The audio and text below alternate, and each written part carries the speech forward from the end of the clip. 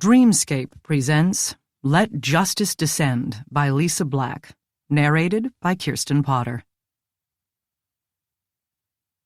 To those I have aspired to emulate, Ellery Queen, P.D., James and Alistair MacLean. Let justice descend, you heavens, like dew from above, like gentle rain, let the clouds drop it down. Isaiah, chapter 45, verse 8. Chapter 1. Sunday, November 4th. 58 hours until polls close. Well, that's not something you see every day, Maggie said. The woman's body stretched along the walkway to her door, her feet, still in stylish heels, on the concrete slab, and her back along the flagstones.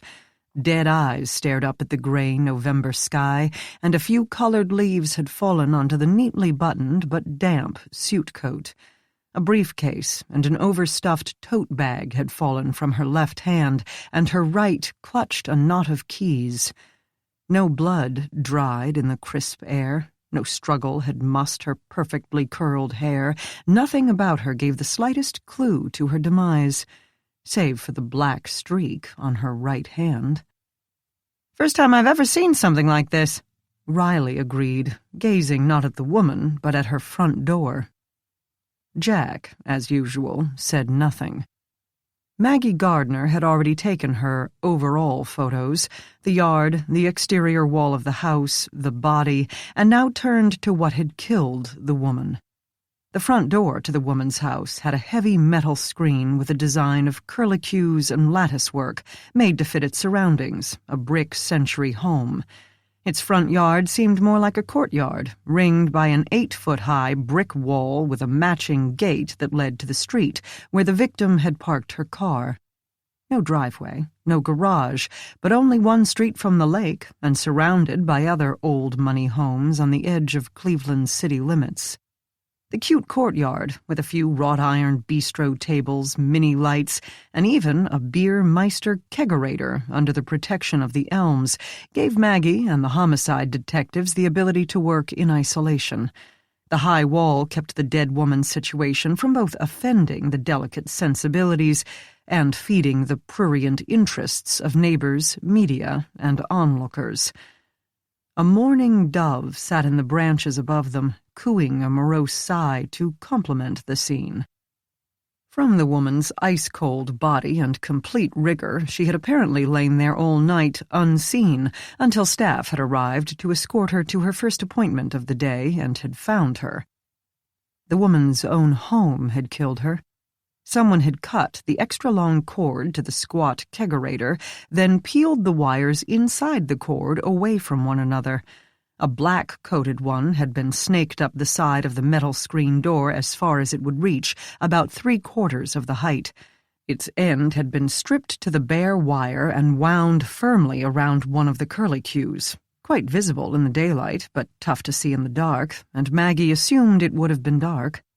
The clothing told her the woman had come from work or some professional event, and the days had grown short. Tired, approaching her own door in the night, she would not have noticed the black wire. Maggie noted the motion sensor floodlight over the door, but it either wasn't functioning or had a light sensor so that it didn't come on during the day, because it didn't light up now. From this same plug cord, the killer had taken the white-coated wire and connected it to a metal grate with the proportions of an undersized welcome mat. This he placed on the concrete slab in front of the door. Then all he had to do was plug the cord back into the wall and wait.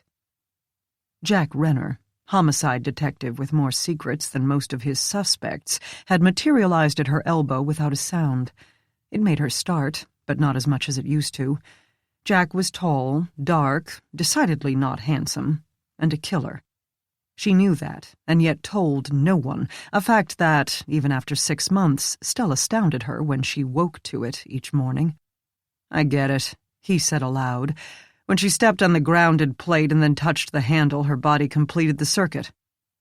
His partner, Thomas Riley, stared down at the body. "I'd expect more... Wouldn't she, burst into flames?"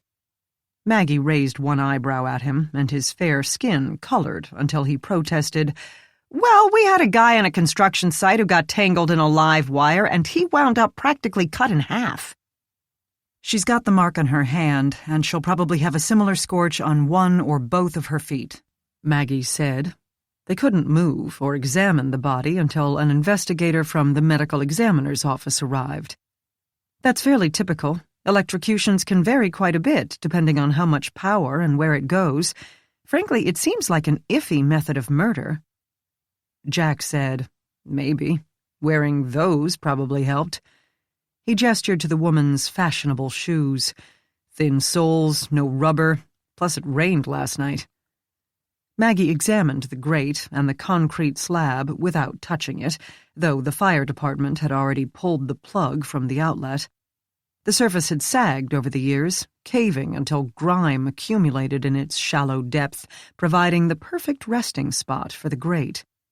It was already dirty, so she didn't notice the grate against the dark area. He could have even brushed some leaves over to disguise it, but wouldn't it have been like humming? How did it not set the house on fire? "They're not touching the screen door and the grate." Riley stepped closer and pointed to the door's sill, 2 inches above the ground.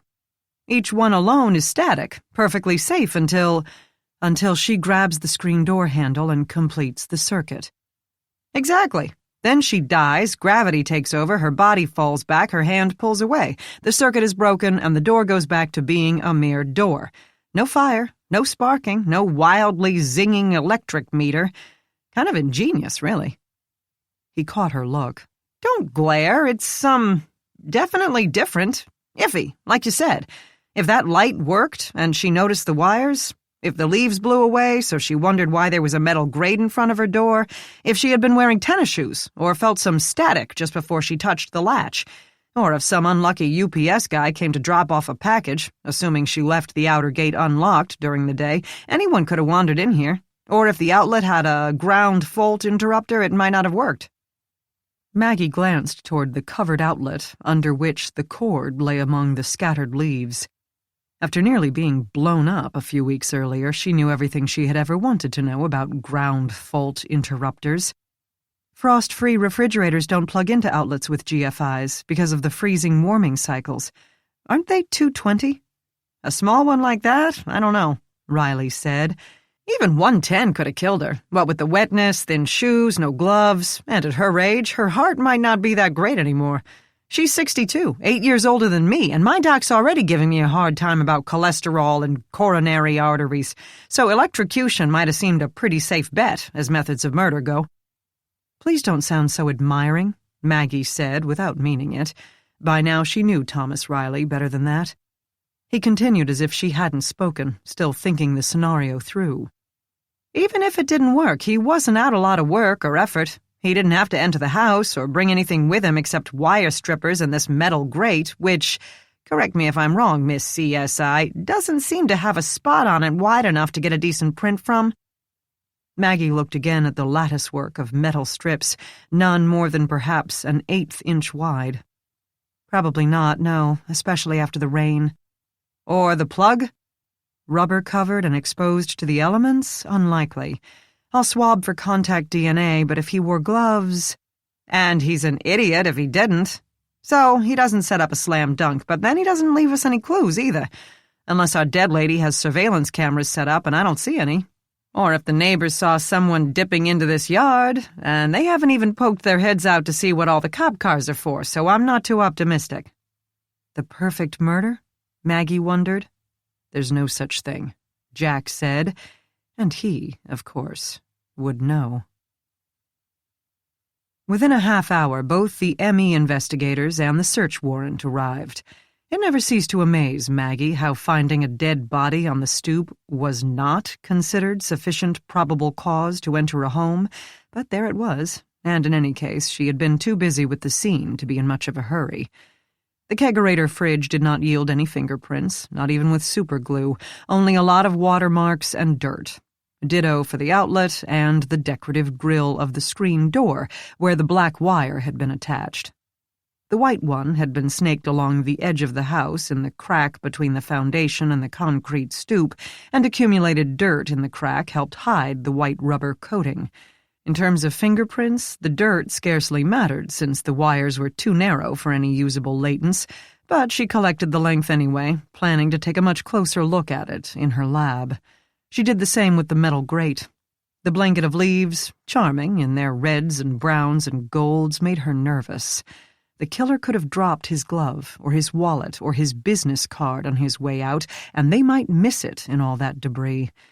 But she didn't particularly want to rake the entire yard either. Meanwhile, the detectives took the keys from the dead woman's hand and confirmed that the fob did indeed unlock a newish sedan parked at the curb.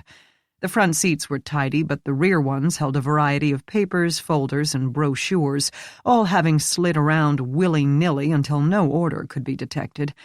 3 empty paper coffee cups, each rimmed with the same dark red lipstick as on the face of the victim, sat on the floorboard in front of the passenger seat. The trunk held only a spare tire and an unopened set of jumper cables. Maggie photographed all of this, but left it in place until they could decide what might be of significance. In the grass behind the large oak, she found a black rubber mat with an open weave design, obviously what had been the victim's welcome mat.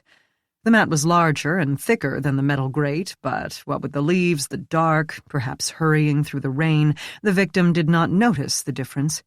She would have felt it with that last step, but in that instance it became too late, her hand already on the electrified door handle. On a whim, Maggie looked inside the small refrigerator, but it didn't seem to be missing a black wire shelf. It held a pony keg, shiny and secure and, she shook the entire unit, apparently empty. The fridge had probably been unplugged now that the season for outdoor parties had faded, but Maggie wondered why the owner would leave it outside. But then, she didn't have a garage and would have needed help to lug the thing inside or down to a basement. Or maybe Diane Cragen simply hadn't gotten around to it. Diane Cragen had been very busy and spent a great deal of time out of town because Diane Cragen was a sitting U.S. Senator, Republican, Ohio. And that meant, Riley informed her, as if Maggie hadn't already figured that out for herself, that this case was going to be a snafu of epic proportions. "She had enemies?" Maggie asked. "She's a politician. Would you like enemies listed alphabetically or in order of importance?" He seemed to have paid more attention to politics than either Jack or Maggie, so he filled them in on what he could as the ME investigator and Maggie examined the body. Diane Cragen had been the duly elected senator from Ohio for 12 years. Diane Cragen had been campaigning on the usual issues of bringing jobs back to the Rust Belt and cleaning up food stamp requirements, didn't hire any tax-free domestic help, didn't sleep with her interns, and hadn't created any major scandals that Riley could remember. But Maggie looked up as the ME investigator removed the senator's shoes. "But a Cleveland guy has been running for her seat, Green. He's head of economic development or something like that. It's been a pretty nasty campaign, par for the course these days, and he's accused her of taking kickbacks, promising Ohio one thing and then flying to D.C. to agitate for the complete opposite, being paid under the table to lobby for the pharmaceuticals with the large hospitals, trading jobs for votes, basically all the same things she accuses him of doing. Politics as usual, in other words." "You're a cynic," Maggie said. "Impossible not to be these days." Riley told her the unhappy man standing outside the courtyard had been Cragen's assigned Secret Service agent for this week. He had dropped her off, still breathing, the night before, and had told anyone who would listen that escorting her only as far as the courtyard had been standard procedure for a senator who put a premium on her privacy and, after 2 terms in office, was accustomed to getting her own way. She had earned a reputation as an uncooperative client, and it got worse during stressful periods, such as these crazy days before Tuesday's election. So he had left her alive and inside the gate the night before, then saw the body that morning and had to break the gate door to get in. "Is that it?" Riley asked Maggie. That's it. A scorch mark along the bottom of the woman's right foot had burned through her nylons and peeled a small amount of skin, with only a single round burn on the sole of the shoe. The ME investigator, a young woman with dark skin and dimples, told them, "It doesn't take much, especially with AC power.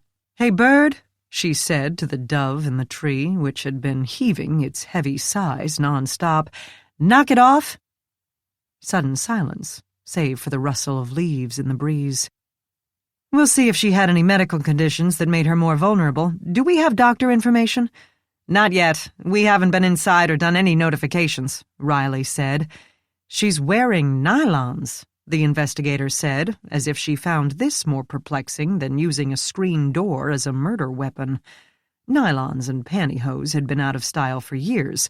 Women now left their legs bare, cutting industry sales by more than half, until nylons were rebranded as lingerie or sheer tights, or worn by older women like Diane Cragen, who wished to wear skirts without exposing every age spot, scar, and mole to the public, always so harsh on women's looks once they passed 25 or so.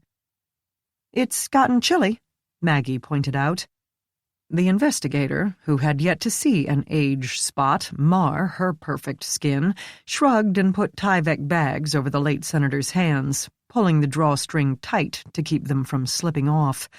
The manicured fingernails would be scraped for trace evidence, not that anyone expected to find it. There had clearly not been a struggle or physical confrontation. She and Maggie turned the body to one side, but nothing waited underneath it except more dead leaves. "That's it, then," the investigator said, pulling off her latex gloves with a definite snap as the body snatchers moved in to load up the earthly remains of Diane Cragen. "You have a fun Halloween? I wanted to wear my sexy vampire costume all last Wednesday, but my supervisor said such frivolity wouldn't be in good taste." Maggie said, "That's a pity. One does hate to see a good sexy vampire costume go to waste. To be honest, I can't remember the last time I dressed for Halloween." "That's sad," the investigator said, and Maggie agreed that, yes, it was. But her life had changed that year, and perhaps such frivolity was no longer in good taste. Either that, or she no longer had the taste for it. She went to photograph the interior of the house with Jack and Riley. Uniformed officers, armed with guns and the usual strict instructions not to touch anything except doorknobs as needed, had used the dead woman's keys to go inside and clear the house. The knob and key deadbolt had been securely latched. No one waited there, not family members, pets, or the killer.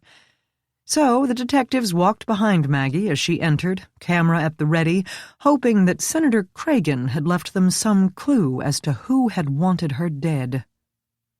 The bird started up again. Chapter 2.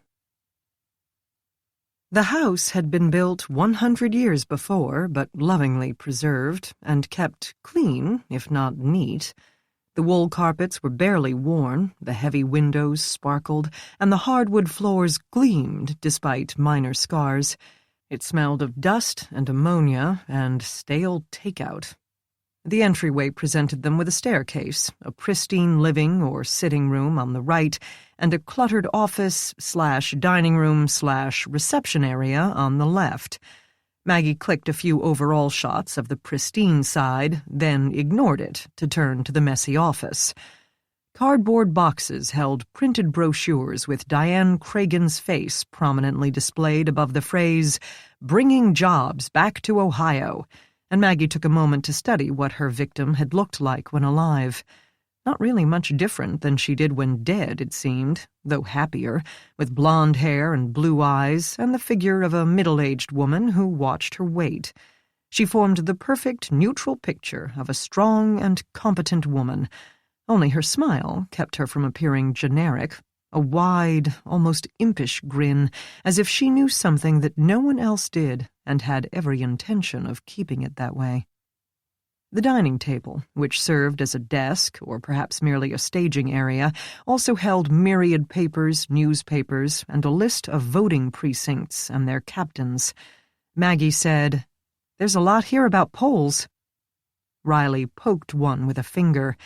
"Getting out the likes campaign. What does that mean?" "Facebook," she told him. "Ye gods. Hydrocarbon forecast?" Jack said, "EPA business." Riley continued, "Here's green hammer points. Not green as in environmental, green as in Joe Green. If they're running against each other, that makes him suspect number one, but isn't that too... what's the word? Cliché?" Maggie said. "Easy," Jack suggested. "Yeah. Besides, I don't think politicians assassinate each other as often as they would like. Hell, if they ever shot anything more than rhetoric at each other, the streets would run red and we'd have all the overtime we could handle." Just then, one of Maggie's paper bags started ringing. She had put Diane Cragen's purse and briefcase into paper bags and left them in the foyer to get them out of the elements, and now the victim's cell phone rang. No song or cutesy voice, only an insistent beep, beep, beep like a kitchen timer. It stopped by the time Maggie pulled on latex gloves and retrieved it from the purse, holding it up for the detectives to see. The screen read, "Kelly," with a thumbnail of a young woman with chopped black hair. Automatic screen alerts told them that she had already called twice that morning, at 7:15 and 8:10. It was now coming up on 9 a.m., and Kelly had grown impatient, hanging up and then immediately calling a fourth time. They let this call go to voicemail as well and kept moving through the house. The kitchen had butcher block counters, antique linoleum flooring, and not much food in the fridge among the cans of Red Bull and Mountain Dew. "She likes caffeine," Maggie commented. Riley peeked at the shelves. "That stuff will kill you even without 220. A modern laundry room at the back of the house had no clothes in the washer or dryer and a door leading to a sort of alley without a yard or a parking space. The back door had both a chain and a deadbolt, both fastened from the inside. Nearby steps led to a cellar with a dirt floor and a set of folding chairs covered in dust. Aside from that and a number of cardboard boxes of Christmas decorations, it did not appear to be used for anything. Maggie did not think the killer had found the metal grate in the victim's cellar. Nothing similar to it seemed to be around, nor were there any rectangular-shaped gaps in the dust. They made their way to the second floor. "I'm guessing she's not married," Maggie said. No one had mentioned family, and she saw no sign of male clothing in the small bedroom. "Don't know, actually," Riley said. "She has 2 kids, grown now. I only know that because according to Green, they're both the big corporate types who walk over the little guys she's supposed to be working for." Her paperwork might be messy, but the woman took good care of her clothes. Each item either hung in the closet or sat folded in a drawer, with a few pieces resting in a plastic laundry basket. Cosmetics and creams covered half of the bathroom counter, with 2 empty coffee cups and a box of tissues on the other side. Maggie had the impression that Diane Cragen spent most of her time in Washington. Her local possessions seemed sparse and impersonal. Drawers and cabinets held only aspirin, decongestant, and an expired bottle of lisinopril, 10 milligrams. "What's that for?" Jack asked, crowding into the tiny bathroom with her. His proximity didn't unsettle her as much as it used to, despite knowing how many criminals he had murdered without benefit of due process. Perhaps how many, she corrected herself. She probably didn't know about them all. Jack had been a little fuzzy on details, but then she hadn't pressed. The more she knew, the less she could justify her complicity in her own mind. Best not to ask. Best to focus on the task at hand, and he had abandoned that habit now. Or so he said. She told him, "High blood pressure, a mild dose, and high blood pressure doesn't mean you have a weak heart. I'm not a doctor, but I don't think it would make her any easier to kill. With electricity, I mean." Riley poked his head into the small bathroom. "Anything interesting?" "BP meds and aspirin," she said. "No cocaine? What kind of a senator was she?" "This whole house feels empty to me. Of course, it's not that big." "She played that up, not living high on the taxpayers' hogs, but Green says it's because she spent as little time here as possible. Riley said. I guess they rank our representatives every year for how much time they spend with their own constituents, and she'd always be near the bottom. You pay pretty close attention, Maggie began as she opened a tall, narrow cabinet and promptly forgot what she'd been about to say, because instead of bath towels and shampoo, she now stared at a tall, narrow safe. Okay, now we got something a little more interesting. Both detectives crowded against her to see, not that they could help it. The room had only about 10 square feet of floor space, and the open cabinet door blocked the entryway. The safe might have been custom-built to fit the cabinet, as it cleared the 6-by-3-foot interior by millimeters. The logo read, Patriot Safe Company, and though it had an oversized combination dial and a heavy handle, it seemed much too shiny to have come with the house. That is interesting, Riley said. Nothing strange about having a safe, though, Jack said. There's no one here most of the time. Anyone could look up her schedule online and know the house would be empty. His partner said, But in the bathroom? Why not behind the picture of some ancestor in the living room like it's supposed to be? Did you watch a lot of Scooby-Doo when you were a kid? Maggie asked. Why do you think I became a cop? Besides, what's she got to keep in a safe? There's barely any personal property around. I doubt we'll find her mother's pearls on the top shelf. Jack ignored these asides. The search warrant covers this, right? Don't touch it, Maggie said. Let me process for prints first, though I doubt I'll get anything. Why people make safes with a textured finish when that's the one place you're really going to want a fingerprint to show, she grumbled, but the men had already turned away. Raised voices could be heard outside, and Riley crossed the bedroom to look out the window. What is it? Jack asked. Riley turned to say, I think it's Kelly. Kelly Hennessy turned out to be a slender woman in her late 20s in carefully conservative slacks, athletic shoes carefully designed to look like dress shoes, and short, swingy hair carefully designed to look as if it had been cut with a pair of garden shears. I'm Diane's chief of staff. I handle her schedule, delegate the tasks she needs done, do research, fend off lobbyists, and issue press releases. Basically, every single thing she does in a day, I either start it or finish it. She paused in her agitated pacing along the flagstones. The detectives weren't ready to let her into the house, even though the killer most likely never went inside, and they weren't sure what clues they were even looking for anyway.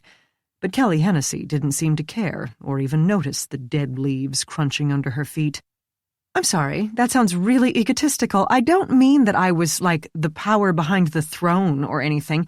Basically, I'm a secretary/gopher, but that's what I'm supposed to be, and it was well worth it to work with Diane. I'm learning everything from her. Learned. She paused long enough to face them, her eyes blank and uncomprehending. Is she really dead? I'm afraid so, Riley said. Jack studied the woman, blocking the front door and keeping a close eye on her travels. He didn't want her near where the wires had been, though all the evidence had been removed, and Maggie had done all she could with the screen door. They had left Maggie upstairs, working on the safe, but he doubted she would find anything. The entire house had been locked up tight, so if Diane Cragen had been killed for the contents of her safe, and if those contents had since been removed, it had been done by someone who had access to the house, had the combination to the safe, and knew exactly what they were looking for. Perhaps someone, he thought, like Kelly Hennessy. He watched her eyes to see if they would flicker to the outlet, the kegerator, the stoop where the metal plate had lain. Nothing. But she was fine last night. Fine, the woman repeated, and began the restless movements again, as if physically circling around to the truth she didn't feel ready to reach. Did she go to the hospital? Why didn't anyone call me? Did Ms. Cragen have any health issues? Riley asked. Kelly seemed to assume, as most people would, that the death had been natural, and they saw no reason to enlighten her. No, not that I knew of anyway, and I made her doctor's appointments. She didn't always eat right, of course, way too much high-fructose corn syrup, and she drank alcohol now and then, and she didn't exercise per se, but seriously, she must have logged 20,000 steps a day. I gave her a Fitbit for her birthday to find out. She shook off this memory and asked, "What was it? Heart attack? Stroke?" "We're not exactly sure yet, but you say her health was good?" "Yes, but she was in her 60s, which to a woman Kelly's age must have seemed ready for a rest home. She was fine last night, a bundle of energy, just like every single day I've known her." "Tell us about yesterday," Riley said in his avuncular way, notebook already in hand. "How long had Diane been in town?" The answers came promptly and firmly. "Since Friday night, day before yesterday." "And you came with her?" "Yes, a Delta flight, Dulles to Hopkins." "Do you live here?" "No. I mean, not in this house, and not in Cleveland, no. I have a brownstone in D.C. When we're here, I stay at the Marriott. I'm from Cincinnati originally," she added, as if that might help her standing among them. "Can you walk me through Diane's schedule yesterday?" She didn't hesitate, either in speech or step, continuing to move as she spoke, brushing the leaves aside as if she were angry at them. 8 a.m., breakfast with the Capital Management Unit at City Hall. 9:30, visit to RNC. RNC? Republican National Committee HQ, because the election is Tuesday, and don't ask me what the hell we're going to do now. This thought so upset her that it took a gentle prod from Riley to get her thoughts back on the timetable. "We were supposed to visit the river site at 10, but Carlisle canceled, so we rescheduled for today, even though it's Sunday. We were supposed to be there at 8 this morning, but she didn't show up. The ribbon cutting is at 10. I'm going to have to call—" "You weren't going to pick her up?" Riley interrupted. "She likes to drive herself. She's not pretentious that way. Not one of those old money Republicans, she always says. Of course, Devon follows her." Riley's eyebrows swept up, and a severe tone crept into his voice, speaking on behalf of taxpayers everywhere. "Does it really save any money to have the service guys in a separate car?" "No, but driving around and sleeping is the only quiet time she gets." Jack stood, arms crossed, watching her as she spoke, thoroughly discombobulated but not devastated, and that seemed appropriate. Diane Cragen had been her boss, not her mother, so it didn't seem odd to him that her thoughts already turned toward replacing candidates rather than abject grief, even if she hadn't quite moved the woman into the past tense. And the pacing had slowed. Now Kelly stayed on one flagstone, feet planted as if the grass had become moving water, and she must stay balanced to avoid a soaking. Because Carlisle canceled, we were early for lunch at Lola with the money half of VPO. In the afternoon, a stop at the Public Employees Union and a tour of Medical Mart with the Google Analytics reps. 3 o'clock meeting with state party accountants, then she came home to freshen up before the fundraiser.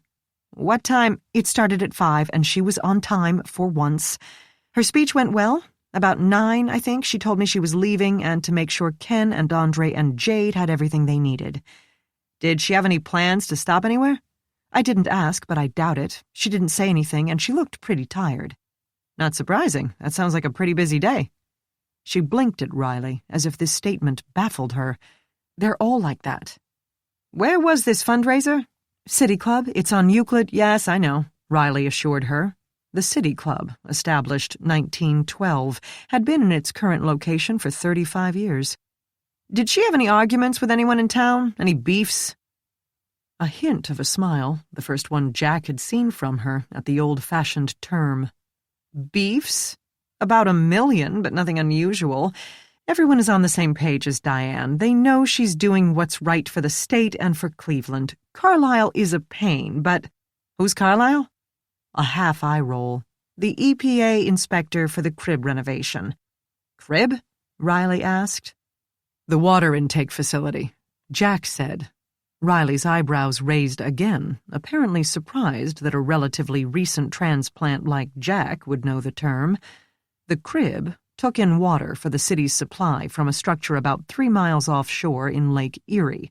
Like the senator's home, it had been there for about 100 years and carefully maintained, but still some extensive upkeep was due. Jack had read about the reno job in the Herald once or twice. Kelly went on. He's making a fuss about it, but that's what the EPA does, makes a fuss. Diane wasn't worried. The facts will back us up. Wait, has anyone called her kids? Already pale, she blanched further. "Will I have to do that?"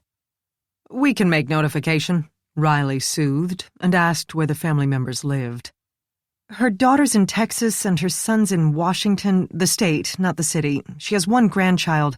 I'm not sure if it's her son's or her daughter's. Hey, she has some sort of niece or something in town here. She can tell Diane's kids. They'd be like cousins, right? So that will work." "What's the niece's name?" "Oh, hell, I don't know. And we're going to have some sort of state funeral. I don't know how to do that." Riley continued with the softened voice. He was good at it, much better than Jack. "I'm sure someone in Washington has experience with situations like this. Did she— The RNC will know what to do, but I'll have to—" Kelly Hennessy mused, lost in thought over discreet coffins and invitation lists. Doing her job to the end, Jack thought. Admirable, but perhaps not helpful right then.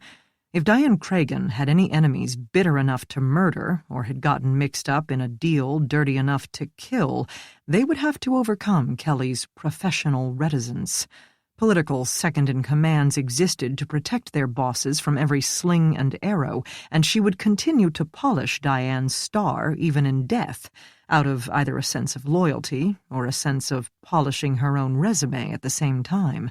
No one in D.C. would want to hire someone who couldn't keep a secret.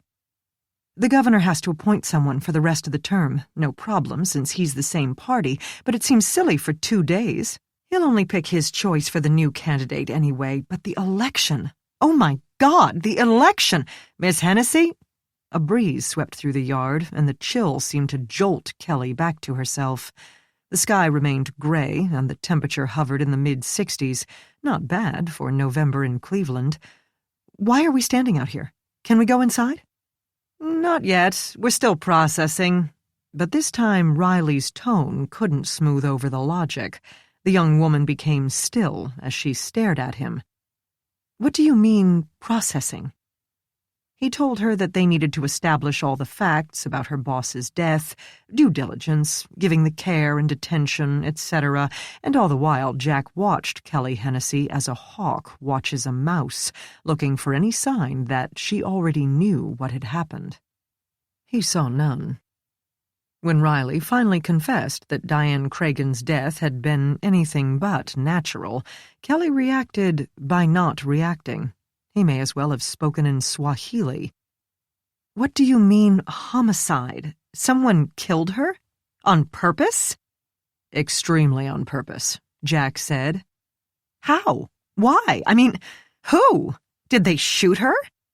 "No," Riley said. "We'd like to ask, was she stabbed?" "No." "Then how can you be sure she was murdered?"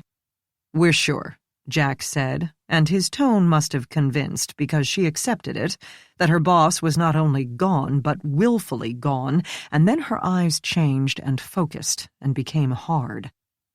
"Where the hell was Devon?"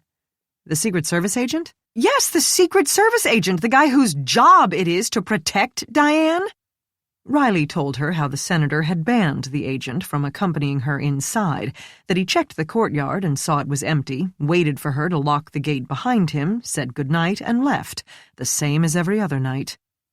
The routine of this procedure must have been true, because Kelly did not argue it, only ran her hands through her hair in apoplexy. "So he did it then. That fat fuck— they did it. I can't believe they actually killed her." "Who did?" Riley asked. She burst back into full-on agitated, stalking to and fro across the fallen leaves, hands increasing the lift of her hair, voice moving up a decibel or two with every fresh obscenity, until Jack demanded, "Who?" "The Democrats," she snapped. "Who else?" Chapter 3. The press had begun to gather outside the tiny walled yard, and Maggie had finished processing the kitchen, so the detectives brought Kelly Hennessy inside, where her accusations could not be overheard by neighbors or reporters with notepads and parabolic mics. Maggie steered her toward the old wooden table and its 3 chairs, and away from the countertops, sink, and cabinets, now dirtied with black fingerprint powder. She had collected several prints from the taps and the glasses in the sink, but knew they would most likely match the victim. Then she lingered, not knowing where to place her focus next and not wanting to tell the detectives what she had found in front of a witness/suspect/closest thing to a family member in the vicinity. Besides, she was curious about the victim and her untimely death, but also about the political arena. It took Riley a while to settle the chief of staff down to answering the questions put to her. After she had cursed the entire Democratic Party with every foul thing she could think of, Kelly had ached to make phone calls to the entire Republican counterpart to discuss press conferences, next week's quorum call, who would replace Diane in the upcoming election, and where on earth the senator would be buried. Riley nearly had to pull the phone out of her hand to stop her from spreading the news just yet, and at least until the woman's own children could be notified. That immediately proved difficult. Kelly didn't have their phone numbers and wasn't positive of which cities the son and daughter lived in. Diane Cragen either had not been very close to her children or had been so close that she chose to safeguard their privacy like the Holy Grail. Maggie guessed it might be the former when Kelly said, "Diane gave me the impression they didn't call her much, had sided with their father in the divorce. And don't ask me where he lives, I don't even know his name. They split up ages ago, like 20 or 30 years, and she never talked about it." Kelly didn't know of any other family members at all, not siblings or aunts or nephews. Maybe Diane Cragen lived in a personal vacuum. Maybe she had simply been too busy to stay in touch. Normally, police would turn to the victim's address book, formerly kept in decorative volume and stored in a desk, now kept in digital format on cell phones. But Diane Cragen's phone, once the screen went to sleep, required a passcode, and Maggie knew better than to mess with that. Enter the wrong code, and most phones would lock the user out for a period of time. After several, it might wipe itself clean altogether, and all those contacts, texts, emails, and search histories would be gone for good. Maggie wished she could at least put it into airplane mode to keep it from any external interference, but without a passcode, she couldn't get to the settings. Instead, she'd called the IT department, and a tech had made the 15-minute drive to pick the phone up from her. The IT tech hadn't even argued. Her first indication of how different the investigation into the murder of a senator within city limits would be from the average drive-by or domestic case. Unfair, but undeniable. After turning over the phone, she photographed the contents of the handbag and the briefcase. They were both stuffed, but, like the dining room table, Maggie couldn't guess if any item held a clue to her death. She would spread out the items at the lab, but a cursory look didn't find any threatening letters, illegal drugs, weapons, or large sums of money. If the agendas and reports were clues, they weren't very obvious ones. Meanwhile, she listened to Kelly as she offered to ask the victim's hairdresser, and pointed out that the woman who had been dyeing Diane's roots for over a decade might have more personal information. "But you've got to let me call somebody. I have so much to do." "I get that," Riley said, "but it's important that we do everything correctly here, right? And that means getting as much information as we can before—" "I saw the press outside, which means they're probably airing as we speak. Fox News will jump on this with everything they've got, and we have to manage the message." Jack, not the soul of patience, spoke. "Your boss is dead. That's a little more pertinent than this month's election." "No, it's not. I mean, because she is dead. The last thing we can do is let them get away with it. They'll spin this around so that she was killed by the rich corporate Illuminati, rather than the oh-so-hard-working street thugs that fat asshole caters to." "I'm going to level with you," Riley said. Maggie assumed that meant he intended to do everything but, and from the skeptical look on her face, so did Kelly. "We're starting from scratch here. Ms. Cragen's world obviously spread pretty wide, and the killer didn't leave us any indication whether his motives were personal, political, monetary, or he just likes killing people.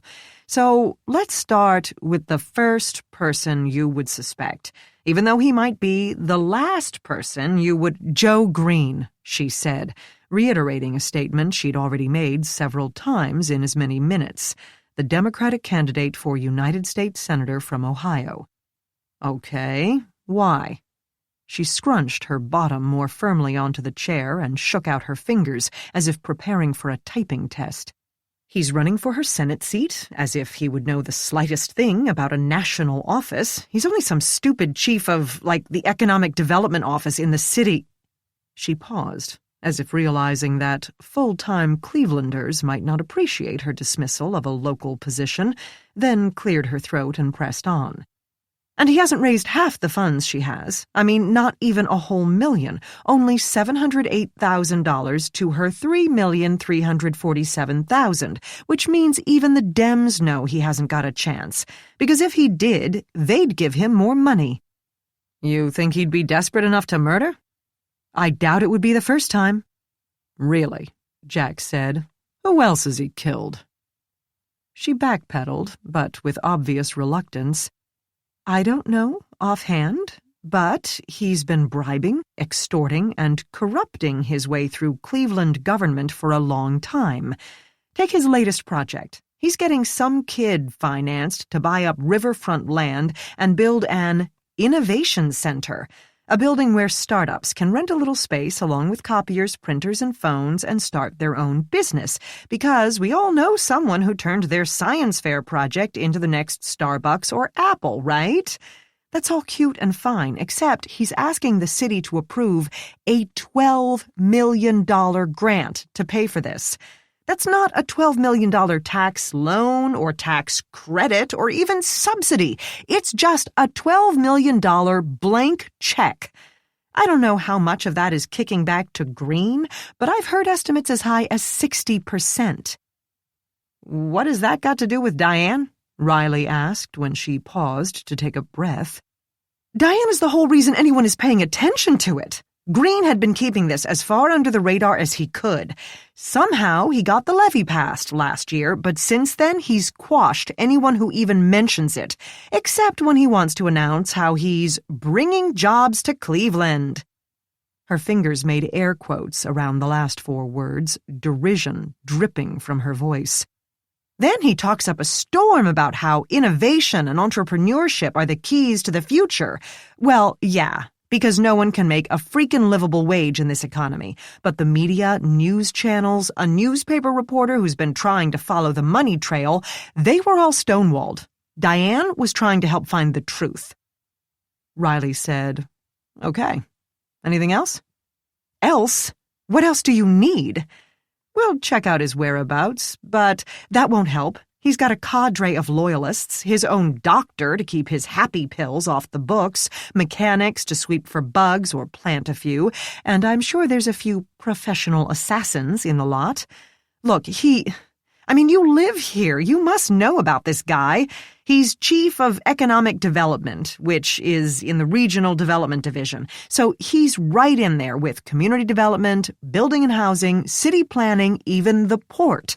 As they can tell you in New Jersey, that's where the money is. Utility contracts, building contracts, construction, rezoning. Anything you want to accomplish in the city of Cleveland, you have to grease Green's palm. You want specifics? She gestured with both hands, pointing her right index finger to the left and the left to the right, illustrating the interconnectedness of this circle of favors and funds. A halfway house system gave him a refrigerator and a trip to Las Vegas to get a partnership agreement with the Department of Corrections. A paving company that did some work in the park system, the, Emerald Necklace place. The Metro Parks? Maggie supplied. Yeah, that. They also paved Green's driveway and his sister's. The union negotiator for a housing development along the lake gave him limousine service for 3 years.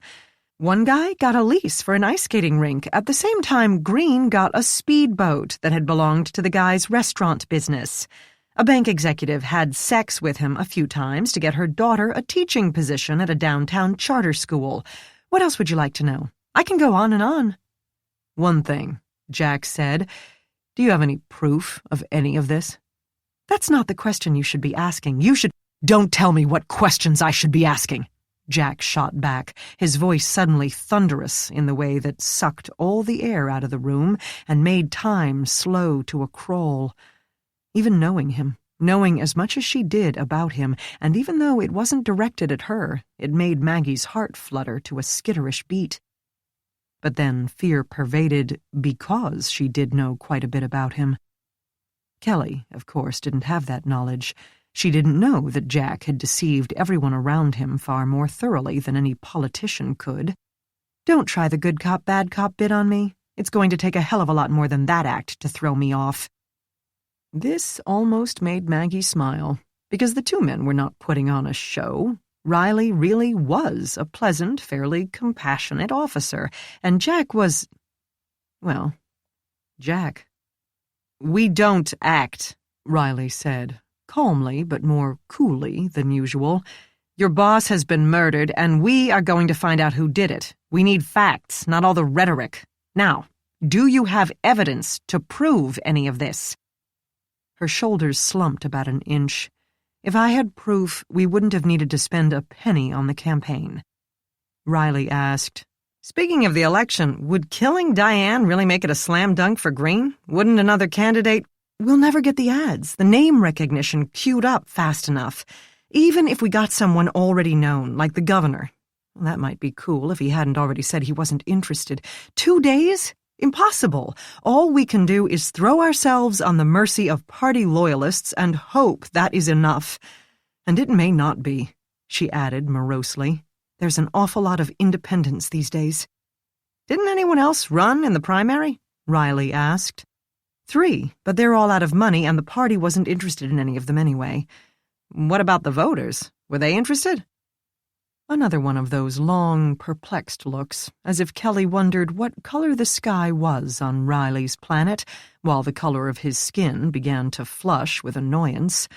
Patiently, she explained, "Voters decide on the winner, but they don't decide on who runs in the first place.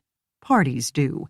They pick the people they think could win, pay for their ads, and finance everything they need, depending on how much they need it, which depends on the district. If your district is 90% red or blue, obviously you don't need to spend a lot of money."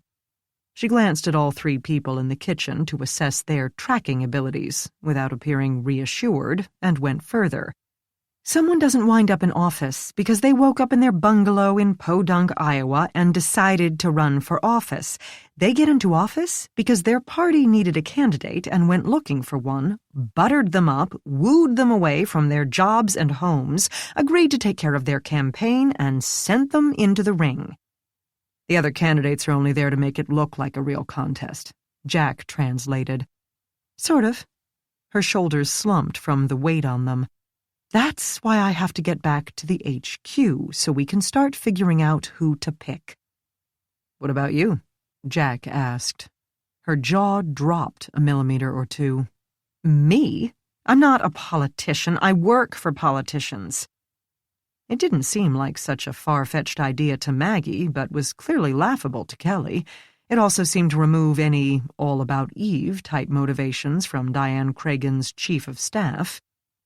Riley asked, "Let's suppose it isn't Green. Who else did Diane conflict with? Had she been getting any hate mail? People getting in her face at public appearances?" Everyone, yes, and all the time. That's politics these days. Conflict drives interest, and without interest, people don't donate. But other than the usual rhetoric, I can't think of anyone really scary, except maybe—" A knock sounded at the door, and Riley went to speak to the scene contamination officer, who wanted to know if the chief of homicide and a few other big-wig looky-loos could be allowed into the yard. The detective went out to give them a guided tour, and Kelly moved over to the stacks of haphazard paper on the dining room table. "As I recall, these are physical letters, these are printouts of the emails, and these are ones we flagged for some sort of action, like referring them to someone in their precinct. Do we have any coffee? I'm running a quart low and I'm going to need it. Can I please call DC now?" "In a minute," Jack said. "And some of them," she continued as if she hadn't interrupted herself, "get kind of weird." But instead of explaining, she crossed to the sink, hand reaching for a cabinet, before Jack could mutter a "hey." A frown of annoyance. "I just want a drink of water." Jack deferred to Maggie, who said, "Go ahead, I'm done with it. There might be black powder on the cabinet and the faucet, though." Kelly had the sense to stop before her pricey-looking clothes brushed the dirtied countertop edge. She got a glass from the second cabinet she opened and filled it from the tap. Then she noticed black powder from the faucet handle on her fingers, turned it back on, rinsed, turned off, still had traces of black.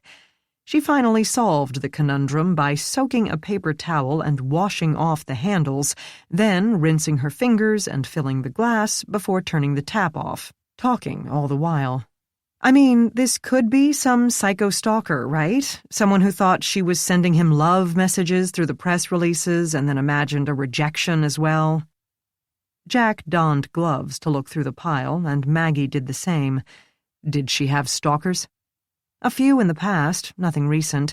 Usually the FBI would pay them a visit and they'd decide to switch their attentions to someone else. We'll take a look. Are there any that aren't here? Are some thrown out upon receipt? Nothing is thrown out. You want to make a point to your congressman? Send an old-fashioned letter. Not a phone call, not an email. Someone has to actually open a letter, read it, and put it in a file where it stays. Maggie read over Jack's shoulder as he quickly skimmed the letters. Nearly everyone accused Diane Cragen of being a racist, and usually added in another form of bigotry, such as homophobia, xenophobia, or ageism. Some insisted that charter schools were destroying the American educational system by letting public schools deteriorate while private concerns used taxpayer-provided subsidies to steal all the best students. Many linked her with big oil and big energy, which explained why solar power and electric cars couldn't get a foothold in the country's business model. If this represents a sampling of the suspect pool, Maggie thought, this investigation is off to a rough start. Kelly, meanwhile, pulled a bottle of prescription meds from her purse and worked the child-proof cap between her palms. Jack asked, "Who is Randy Cunningham?" A sigh of the greatly put upon. "Used to be a representative, California." This letter refers to he and the senator collecting bribes. "Ancient history," she sneered, and then remembered to add, "and not true, at least not on Diane's part." When she saw this did not satisfy him, she explained in more detail, "This was a really long time ago, like 2005. "Oh, yes," Jack said with a straight face, "ancient history." Randy Cunningham was on the Defense Appropriations Subcommittee for a while. During that time, he sold his house for close to $2 million to a guy named Mitchell something. This Mitchell something owned a defense contracting firm specialized in counterterrorism analysis and all that. Mitchell's company begins to get defense and intelligence contracts figuring into the tens of millions. "Wow," Maggie said. "About 50% of the national budget goes to defense. The discretionary budget, I mean. Of the entire budget, 50% plus is health costs and Social Security, and defense is actually about 17%. Her shoulders quivered in a small shrug. "It's still a lot of money to play with." "How does the senator figure into this story?" Jack asked. Mitchell eventually resells Cunningham's house at half the price. Meanwhile, when Cunningham is in D.C., he's living rent-free on a yacht that belongs to Mitchell. Eventually, this all comes out. Some reporters in San Diego get a Pulitzer, and Cunningham went to jail for a couple of years. And the senator? Diane was his chief of staff at the time, and she had sold her condo for way more than market value to some woman who worked for a subsidiary of Mitchell's company. But, as I said, never charged. Jack pointed out, "This email says Diane was a crook then and is still one now." Kelly remained unimpressed and popped 2 pills into her mouth, then swallowed the water. "It's not a secret." Did anyone consider themselves particularly harmed by Cunningham and the senator? "I have no idea. I was in, 9th grade at the time." Now Jack sighed. "Look at this," Maggie said. A handwritten message addressed to Senator Jezebel Cragen stated that she had clearly been paid off by the company that got the crib renovation contract, since they had a terrible record with water construction projects. The letter ended by pointing out that she proved Andrew Feinstein's maxim that politicians are like prostitutes, only considerably more expensive. The words weren't particularly ominous, but the handwriting, all capital letters that didn't stick to the lines and became more unstable toward the bottom of the page, indicated a strong emotion. The writer had not signed a name or left a return address on the envelope. Maggie said, "He says she will be struck by lightning." She and Jack exchanged a glance. Kelly said, "Yeah, that's the one I thought was weird. They're not opioids." "What?" Maggie asked. "These?" She held out the bottle long enough for Maggie to read Seraphim off the label. "I'm not crazy, and I'm not addicted to pain meds or alcohol or oxy. I have a medical condition." "Okay. Not everyone in D.C. is a coke-sniffing addict." The woman stowed the bottle and hung her tote bag off the back of a chair. "They'd be a lot easier to get along with if they were. I'm going to need Diane's stuff, her phone, her organizer, her laptop. Even though she really didn't do a lot on her laptop, I did it all on my laptop. For a former lawyer, she wasn't much of a typist. All her personal property will eventually be released to her next of kin," Jack said. Kelly's face contorted with horror. "But her kids? They don't care. They won't even know what all the party stuff is, and we can't wait that long anyway. And technically, it belongs to the RNC. Jack sounded implacable. "We can deal with disposition once the investigation is complete." "But—" Riley came back inside. "I got rid of the powers that be, but some guy in a suit just showed up." He looked at Kelly Hennessy. "He says he's your lawyer." "I don't have a lawyer," said Kelly Hennessy. Chapter 4. Before Riley could hustle her outside to deal with the not-her-lawyer guy, said guy had managed to dart around the contamination officer and into the small foyer, where he thoughtfully wiped his feet on the mat and paid no attention to his supposed client. "Who are—" Kelly began. "My name is Raymond Stanton. I'm the Central Committee Chairman of the Cuyahoga County Unit." Riley protested. "I thought you said, and I double as an attorney for the party. I'm here to take possession of all RNC equipment." "You're prompt," Riley said. "Has the house been cleared? I can collect the items now." "We can't dispose of any of the woman's possessions until it's all gone through probate." "I am here only for the RNC equipment. Of course, I have no interest in any of Ms. Cragen's personal possessions. Items such as campaign materials, her laptop, her phone, RNC paperwork were all loaned from the committee and never actually owned by Ms. Cragen." "Yes, but her next of kin have been notified." "What? You called this woman's children?" "Of course not. They were personally visited at their workplaces by members of the RNC from their locality. We didn't want them to hear it on the news, where it will probably appear in the next few minutes." "Huh?" Maggie thought. Despite Attorney Stanton's cold tone, it couldn't have been a worse way for loved ones to hear the news than having a uniformed officer show up on their doorstep. "Well, that's nice of you," Riley said. "But this is a crime scene, and nothing is going to be removed until we have cleared it. But RNC items aren't going anywhere until we have completed our investigation." The attorney scowled but didn't argue. Maggie figured he hadn't truly expected to win that battle. "What can you tell me about Ms. Cragen's death? A lot of people are going to have a lot of questions." "No doubt, but at present we have no details for release. When we do, I'll be sure to let you know." Stanton looked as if there were several comments he could make in response to Riley's tone of voice, but knew better than to waste his time. "Miss Hennessy, first, we have to cancel that ribbon cutting, and then we have much coordinating to do. You best knew the senator's contacts." She took a few steps into the kitchen to retrieve her tote bag, then walked out the door without so much as a goodbye. As she watched their retreating backs, Maggie couldn't help but ask, Are you going to let her? Yeah, for now, Riley said. We've gotten a timeline and the basics from her, and we know where they'll be. They're a straightforward lot, I'll say that for them.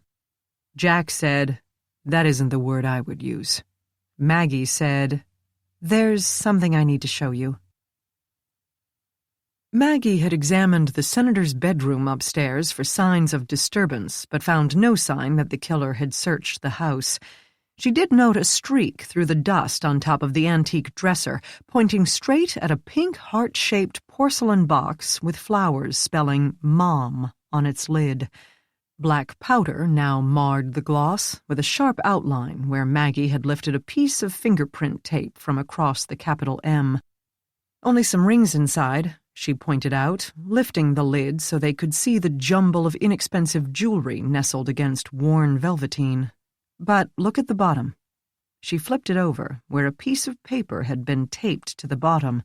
14, 138, 67 had been written in ink. The safe combination? Jack asked. Maybe. Carol does the same thing with her Windows password and her electric stapler. Did you try it? Of course not. I was waiting for you to. And it's processed? He meant the safe. Yep. Didn't get anything. Big surprise with that surface. But not even from the handle, which is smooth steel. Like it was wiped? We don't make assumptions like that in real life, she scolded gently. Sometimes people don't leave prints. They have dry skin, they just washed up, they work with abrasives. Riley, meanwhile, had already gloved up, as if more than pumped for the experiment with the vision of a Mission Impossible-type burning fuse motif dancing in his mind. Let's give it a shot.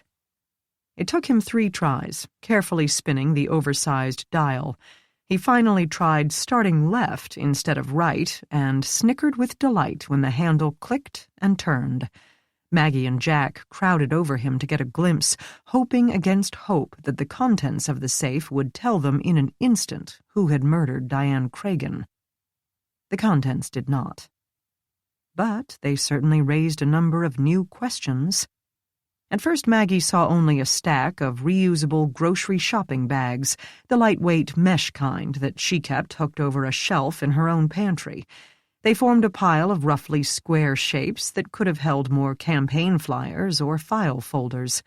Riley pulled up the top edge of the uppermost bag so they could peek in. Money. Stacks of it. Holy shit, Riley said. Maggie's mouth opened. Jack said nothing. Riley pulled the bag out, getting fingerprints off the mesh would be virtually impossible anyway, and rested it on the floor so he could open it all the way. The bag had been filled to half of its volume with bundles of cash, used and uncrisp bills, held together with rubber bands. Mostly 20s, but Maggie caught sight of 10s, 100s, and even 1s.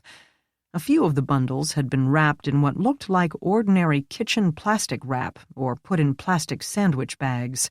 Some fanned out freely from their rubber bands. "How much is that?" she asked. "Hard to guess with the different denominations. Did the lady not believe in banks? Is this bribes? Kickbacks? Maybe she was embezzling from the party. Or hell, it could be legitimate campaign contributions for all I know," Riley said. "Maybe this is what the lawyer/chairman wanted to pick up, along with the senator's laptop and her chief of staff." Jack asked, "Whatever it is, it's one big stack of motive." Maggie said, "But why kill her and then leave it? Because they knew they could get it later? Or they didn't have the combination?" Jack asked Riley, "Are they all filled with money?" Riley reached for another bag, but Maggie put a hand on his shoulder. "We have to document every single step of this. Impounded cash creates suspicion that never goes away. If I were you, I'd call your supervisor right now and get a few more witnesses here." She snapped a photo of the open safe door and the bag with the money. "Don't get paranoid," Riley protested, but weakly. "We work for a police department. You can smoke pot or beat your wife or bring your dog to work, but there's 2 things you can't do. You can't talk back to your supervisor, and you can't steal." She took another photo. "I'm just looking out for you, bro." He pulled out another bag and said, "And yourself. This is all going to have to go to the lab." "The lab?" Jack agreed as Riley pulled out a third bag filled with cash. "Prince, DNA, whatever we can get. I don't know about you, but I'm curious to know where this came from." Morosely, Riley told him, "Us, the taxpayers. That's where it came from." It's said that money changes everything, Maggie reflected, but that wasn't entirely true in this case. They had left the senator's house shortly after finding the money, but only because there had been nothing more to accomplish there. The killer could have used the senator's keys to enter the house, but if so, he, or she, had done so without leaving a smear of mud on the floor or any sign of a search. Maggie had processed every obvious surface, including the inside of the safe, which had no more usable prints than the outside.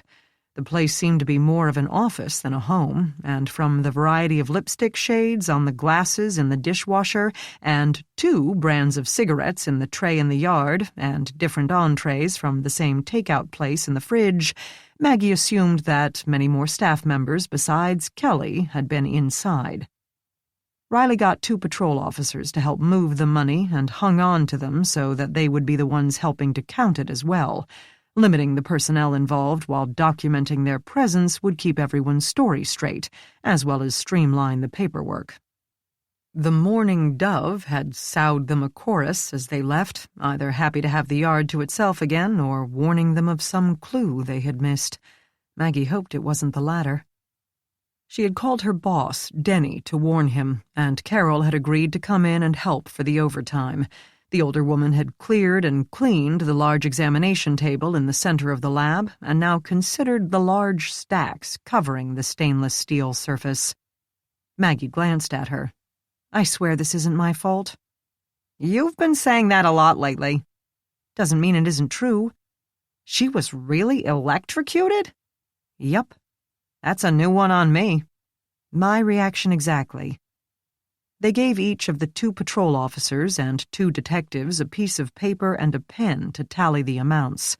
Maggie photographed each bag with the top opened, the contents of each bag after removal, close-ups of each stack, then each stack with a sticky note assigning it a unique number, then each stack next to the tally sheet showing its total. Some of the bundles had a piece of paper tucked under the rubber bands, which noted the amount of money in the stack. So far, those notes had proven scrupulously accurate. Some of the mesh bags had 1 or 2 plastic grocery bags inside them, separating the bills further, and these Maggie would label and move directly to the superglue tank, substituting fresh paper bags for the removed plastic ones, thus designing a system on the fly to be able to reconstruct which bills had been in which bags with which accoutrements, like notes or trace evidence. And all on the off chance that it might help in some way discern who had executed Diane Cragen. She did not let anyone remove the rubber bands, so they had to count the money while it was still wadded together. There might be trace evidence caught in the bundles, and besides, less handling meant less jostling and disturbing of any fingerprints she might need to process. Secretly, she intended to put that idea off for as long as possible. Money, both paper and coin, remained one of the most difficult items to process for latent prints. Coins were small, with a textured surface, and bills were porous, with complicated and colored backgrounds. They passed through a lot of hands during their lifetime, giving a suspect the foundation to say that they'd handed that dollar bill to a cashier at the get-go one time, not to the victim. Of course, there could be something said for volume. Explaining one's prints on one bill would be easy. Explaining them found on 80% of the bills in Diane Cragen's safe, much more difficult. At any rate, not having to unbundle and rebundle the stacks of bills saved everyone time, so she heard no complaints. At least not about that. She did hear mild grumbling about the disposable lab coats, sleeve guards, and latex gloves she made everyone wear to protect any trace evidence that might be mixed in with the cash. This money had been, obviously, collected over a period of time and from more than one person, hence the different styles of sorting, sometimes mixing the denominations, sometimes noting the totals, sometimes binding with rubber bands. Perhaps all this money had a completely legitimate explanation, and even if it didn't, it might not have a single thing to do with the murder. But Maggie wasn't about to take that chance. Jack and Riley chafed a bit, no doubt anxious to get out and retrace Diane Cragen's last steps, interview all her known associates, and start writing a request for information to her cell service provider. But it made an interesting alternative to arresting drunk drivers and car-hopping kids for the two patrol officers, for they had a marvelous time discussing how finding a safe with this much money in it could outfit one heck of a man cave. One of them leaned toward a maximum amount of sports channels, the other toward an extremely well-stocked bar. 110-inch, one said, 4G. 2 blenders and a margarita machine, said the other. Riley said, I want to know when this person set up his little electrocution machine. The assistant said Cragen went home before the fundraiser and was on time for that. From her place to City Club, the very latest she could have left her place would be 4:45. The Secret Service agent escorted her home around 9:30. That gives our guy close to 5 hours. Jack said, the sun sets at 7:30, but he didn't necessarily need the cover of darkness. No one can see into that yard unless they actually stop and look through the outer gate. Maggie asked if the outer gate would have been locked during the day. No, Jack said, only at night, according to the Secret Service agent. Riley said, lots of trees and only one street light at the corner, but I'll bet it's pretty dark at night, much less risky than during the day. He picked up another stack, latex-gloved fingers easily paging through the bills. It depends on the neighbors. If they're professionals who are at work all day, then daytime would be better. If they're nosy old money types who spend all day peering through the blinds, then not so much. What about cameras? Somebody on that street, probably everybody on that street, must have home security. Negative, one of the patrolmen spoke up. I helped with the canvass, and I didn't see cameras unless they were really well hidden. One house did, but it's at the very end of the street. Another one had a doorbell camera, but it also had a walled yard like the victim, so they're not going to see anything beyond their front stoop. We'll have to send out another team when people start getting home from work, Riley said. Every possible channel, too, the patrolman said to his cohort, returning to their running conversation. DirecTV. No way! You can stream all the subscription ones, get anything you want that way. Netflix and stuff? Every time I think that sounds good, I'll have to see that. They never have it. But there's never anything on satellite either. Why pay that big monthly bill? Much more economical to stream. The first patrolman nodded at the table. I got all this money. What do I care about economical? Just 'cause you got the cash don't mean you gotta waste it. Maggie bagged up his finished cash in fresh brown paper and removed the plastic bags from another set. The plastic went into the superglue chamber, and the kid began to count. Then he whistled. What? She asked. This is all hundreds. So's this pile, Jack said. I got 20s and 10s, the other patrolman grumbled. Mine have notes, Riley said. Scraps of paper. Think a handwriting expert could do anything with this? Might be very interesting if it isn't the victim's. He held up a 2-inch square of lavender-colored notepaper on which had been written 3325. Maggie said, I'm not sure what they can do with numbers, though that, too, looks pretty distinctive. That's the amount? Yep. Guess they didn't bother with a $sign. Come to think of it, Miss Diane didn't bother with a ledger or tally or little black book. This much money, you'd think she'd keep track of the running total. Maybe it's on her laptop, Maggie said. Our digital gal says it's got a passcode, but she might be able to crack it. Try her birthday, one of the patrolmen suggested. It's always their birthday. They've got equipment to download and copy the whole hard drive, she said. A computer system to crack other computer systems? He said. Sounds disloyal. What's this? Jack asked. He had found another tally note, but this one had something on the other side. It had been torn from what looked like ordinary copy paper, with printed words on the other side. 426-115th Co. And below it, Elf Adminis, and under that, Our own directive. A report? Missing minutes? Press release? Maggie suggested. Could be anything. Maggie photographed it and slipped it into an envelope, labeled to correspond with the relevant stack and bag. Then they went back to work. Maggie made coffee. Carol made several "Look, a squirrel!" jokes, as if she might pocket one of the stacks while their heads were turned. Conversation between the patrolmen moved on to which fast cars to put in the garage of their newly lavish homes. The final count? $964,858. And mercifully, no cents. Then they all had to trade stacks and recount to make sure the first person had gotten the number right. Any discrepancies meant the stack had to be counted a third time. By the time everything jived, all 6 people had cricks in their fingers as well as their necks, but it was done and could be sealed and locked and noted and signed for so that Maggie could process all of it at a later date. If any of it went missing, a later count would reveal that. Long past their lunchtime, the 2 patrolmen were especially happy to go. "You'd think counting money would be fun," one said. "Only when it's yours," said the other. Chapter 5.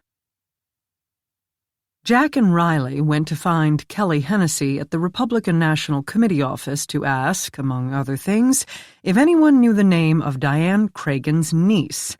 Jack had even Googled his way to the senator's website while Riley drove, but it did not mention any family members by name, saying only that Diane Cragen was a mother and that she had family in Cleveland. "Maybe she wants to protect their privacy," Riley suggested. "That's a charitable view." "I'm a charitable guy, full of faith and hope. These days, even chastity," he added, clearly unenthused about this last bit. "What happened to, Marcia? Wasn't going to work. I got tired of catering to her while she catered to her loser son." "Oh, I noticed you—" He stopped. "Noticed I what?" "Looked like you lost a few pounds." "Oh, yeah. Weird, I guess, how that works. When I'm not seeing someone, I have the time to eat less restaurant food, get plenty of sleep, work out once in a while. I thought men were supposed to be healthier when they were in a relationship. Not that it matters, since I don't have much of a choice." "That's too bad," Jack said, trying to convey sympathy and loyalty, as well as a complete lack of necessity to hear anything more about the situation. "Not you, though, huh?" Riley said. This startled Jack away from his Googling. "Oh, Gardner talked. Have you ever known Rick Gardner to keep a secret?" Riley referred to the knowledge that Jack and Maggie were sleeping together, which they weren't, not in any way, shape, or form, but Maggie had decided to tell her ex-husband that in the hopes it would explain the private conferences she and Jack occasionally engaged in. She had also hoped it would prompt Rick to avoid any thought or mention, or especially investigation, of Jack and, by extension, Maggie. This had seemed like a good idea to her, because sleeping together was not illegal, whereas covering up a murder quite definitely was. She had apparently miscalculated. Embarrassment or distaste had not caused Rick to keep the information to himself, obviously, and he may not have stopped digging into Jack's past. In the meantime, he would have to smooth this over with Riley. Unwritten rules forbade holding out on your partner, particularly when it involved good gossip. "I should have clued you in." Riley lucked out with an open meter space on Huron and killed the engine. "No problem," he said, meaning it clearly was. They climbed out of the unmarked vehicle and walked up the alley between the Halley building and the Cleveland Athletic Club. Halley's department store had been an elegant institution for 91 years, expanding beyond Cleveland to several other states. It had also become the namesake of Halle Berry. Johnny Weissmuller, Tarzan to his fans, had once set a world backstroke record in the athletic club's pool. The buildings had more than 200 years of experience between them, but did not impart any of that wisdom to Jack, who struggled to find his words. "I was going to tell you, but it's new." "No, it's not." They had emerged onto Euclid Avenue, but now Jack froze, blinking to adjust from the dimness of the alley and the inexplicable certainty of Riley's pronouncement. Riley noticed and explained. "It's hardly a surprise, pal. I saw this coming from the minute you two met." "What does that mean?"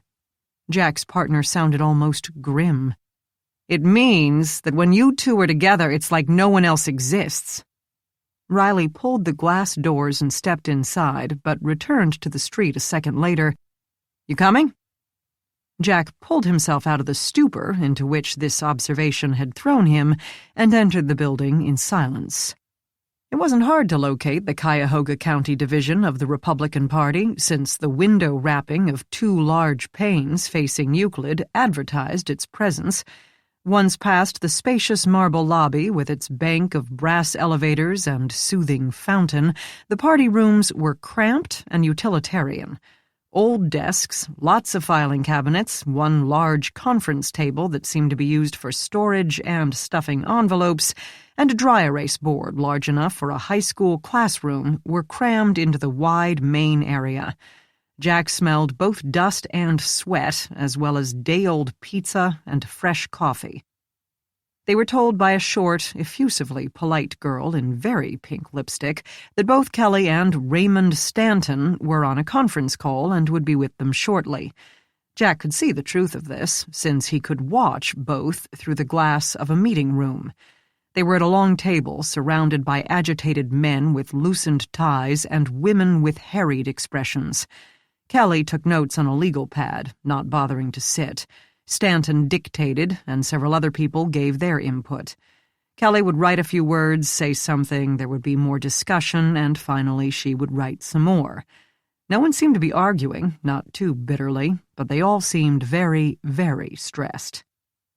The polite girl offered them coffee, told them the police were all heroes, and added with a pink-smearing sniff how they reeled in devastation by the loss of Diane, a great American who cared deeply about, but someone called her away to deal with poll results, so they never learned what Diane had cared so very deeply about.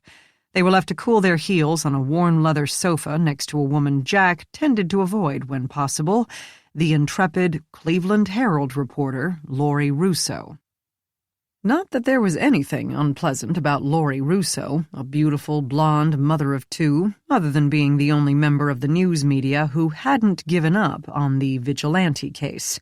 The series of murders earlier in the year had claimed the lives of some of the city's worst offenders, murdered by the same person. That person had been Jack. So he wasn't crazy about Lori Russo's admirable work ethic. "Detectives," she greeted them. "Care to make a statement to the press?" "Sorry," Riley said, sounding genuinely regretful. "Not yet, too early. What about you? Find out anything you'd like to share?" "Only that she's dead. That's all I've been able to get out of anyone here so far.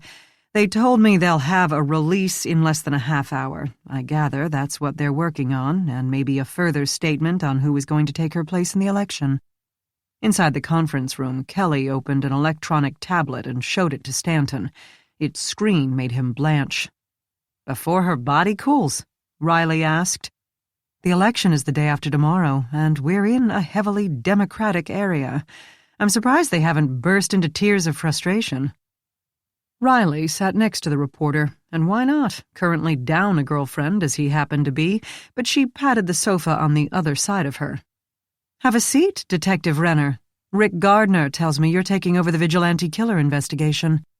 He said yes, he was, then looked away and hoped she would be more interested in political assassination than months-old unsolved murders. "He told me that was because you had some sort of history with the case. Followed the guy from Chicago and maybe some of the cities I hadn't researched before that, Atlanta and Phoenix." "Thank you for your help." Flattery didn't distract her. "Not that you needed it, if you already knew all that. He says you've been working on it for years. Obsession is the word he used." "I'm not the obsessive type," he said, knowing that of all the lies he had told, that one had to be the most egregious. Riley pointedly left Jack on his own. He couldn't have felt much obligation to run interference for a partner who hadn't even told him he had something going with the hot forensics girl. Jack watched the conference room door, hoping someone, anyone, would emerge to distract Laurie Russo and then tell him something helpful about Diane Cragen. But Laurie pressed. "How's that investigation going? Anything new you can tell me?" "No." "Nothing?" "When I do," he forced a smile, "you'll be the first to know." Her eyes widened, and she didn't seem the least reassured. Even Riley looked at him strangely. His reassuring smile must need work, because Laurie Russo froze and perceptibly shrank a bit, like Red Riding Hood recognizing wolf teeth under her grandmother's cap. An uncomfortably apropos analogy. "What's that?" he asked in desperation, pointing to the large dry erase board. A list of names ran down one side of a casually drawn grid, followed by a column for district numbers. After that, a column labeled only with a $sign listed numbers. These had obviously been sponged off and rewritten until neatness no longer counted. Round dollar amounts only, no cents, ranging from $2,681 to $800,000 plus. Next to the name Cragen, someone had written $769,422. Riley ignored him, but Laurie said, "Money. It's how much each member has raised and provided back to the party. They keep that on a board?" "Fundraising is a huge part of each candidate's job," she told him with slightly mocking sincerity, her equanimity restored. "How can they affect any change in this country without funding to get the right people elected?" "How indeed?" Jack tried a more relaxed smile, and since it didn't seem to horrify anyone, he continued, "Ohio has 2 senators and, 15 representatives?" 16, Riley said, and blushed when Laurie rewarded this apt reply with a smile. "But 4 are Democrats. There's more than 13 people up there." Laurie said, "Those are the people who, in some way, represent the citizens of Cuyahoga County, from the governor to the state auditor to county councilmen to common pleas court judges. Basically anyone who lists a Republican Party affiliation on their campaign literature." "The amounts vary quite a bit." "Well, what a candidate can reasonably do depends on their district's socioeconomic makeup, the percentage of party members in their populations, how long the person's been in office, how many national or local events they have, and some simply don't need a lot of money. When Cuyahoga used to have a coroner instead of a medical examiner system, our coroner never spent a penny to run for the office because she never had an opponent. But a campaign for governor can run into the millions easy." "So you're on the political beat now?" Riley asked her. "I thought you were on crime." "Everybody's on everything in today's world of journalism. It's the new cruelty." Riley, the guy currently down a girlfriend, took over the conversation, which suited Jack fine. At least it had gotten Laurie Russo away from the vigilante murders. The activity in the conference room had cooled physically, but not emotionally. A few members of the group had sat down but appeared to be throwing mental daggers at each other over the chipped formica. Kelly's expression of desolate worry hadn't changed. Stanton had turned his back to them all and now watched Jack watching him through the glass. Riley said, "Why do they post it like that? I mean, why would the common pleas judge care how much the state auditor is raised? They're in completely different races. And why is Smith up there? His term isn't going to be up for another 4 years." "Ah, you've hit on the heart of it, my friend," she said, glowing with the thrill of a good tale. "That's the dirty little secret that the parties never talk about, because this board isn't for the politicians to keep track of each other. It's to remind the politicians that the party is keeping track of them. That isn't the money that they've raised for their own campaigns. It's the portion of the money raised for their campaigns that they have kicked back to the party. And you can bet there's a similar board over at the DNC. I know, because I've seen it." Jack stared at her in confusion. Riley just stared at her. Her hands tumbled over each other as she tried to explain. "Have you noticed that political parties pester you for contributions all the time now, not just for a month or two before an election? I remember bawling a kid out for calling me after election results had barely been tallied, but I've since stopped arguing. Parties fundraise all year, every year, so these office holders or candidates or whatever are expected to raise money all the time, election or not, whether they need it or not. Why? Riley asked, but she had already continued. Established incumbents, especially ones from districts where the vast majority of the citizens are one party or the other, can raise money the most easily and need it the least. If you're the Republican candidate in a district that's 80% Republican, you're going to win once you get past the primary. You don't need to campaign at all, pretty much. But they spend as much time passing the hat and hosting $1,000-a-plate dinners and calling their friends and supporters as the guy who's a newbie in a swing district. Ask me why. Jack felt sufficiently intrigued to turn away from the conference room. Why? Because no one turns down money? Riley guessed. Exactly. Because they can, and because they want to. She gestured toward the board. The more money you give back to the party, the more powerful you become, and the more you're expected to give, and on in a circle. It's pay to play to the nth degree. Riley asked, "What does the party do with it, other than use it for their campaigns?" That's the $64 million question, isn't it, Detective? Laurie asked, making Jack's partner blush again. They use it for paying the rent on this place, I'm sure, and paying their salaries, and buying airtime and campaign literature for that newbie in the swing district who needs a boost. They recruit candidates when necessary. They throw big-ticket fundraisers to drum up even more money. Beyond that, I would really like to know what they do with it. That's a story I've been working on for a while, but if you thought the vigilante killer could make like a ghost, the party accountant could give him a lesson or two. Is this legal? Riley asked. Sure. There's nothing wrong with shifting money around when you're all in the same club. If you don't want to do it, don't be a member of the club. This presented Jack with a new theory about the money in Diane Cragen's safe. Perhaps that had been funds she should have given to the party headquarters and hadn't. Skimming from the top, something that had gotten people killed since money was invented and probably before that. What if someone wants to be a member but wants to hang on to their funds at the same time? They can, she said. There's nothing that says they have to give a certain amount back. They can keep every penny they raise if they want to. But you'd better not need the party's help for anything. Ever. If your opponent launches a smear campaign against you and you need some slick TV ads, don't think the party's going to give you the funds. If you're, say, a judge and you want to run for state treasurer, don't think you're going to be the party's candidate for that position. They'll have already picked someone, and you can run as an independent if you want to. Goodbye and good luck. And if you want a seat on the Ways and Means Committee or Armed Services, forget it. You'll be lucky to be a junior on the Joint Committee on Printing. How do you think senators and congressmen get assigned to a committee in the first place? The party's steering committee portion these slots out as they see fit. If you get a plum spot on foreign affairs, you'll be expected to produce more funds than your colleague with a seat on some low-profile thing like education workforce. I see, Jack said, hence the board. The wall of shame, or extortion.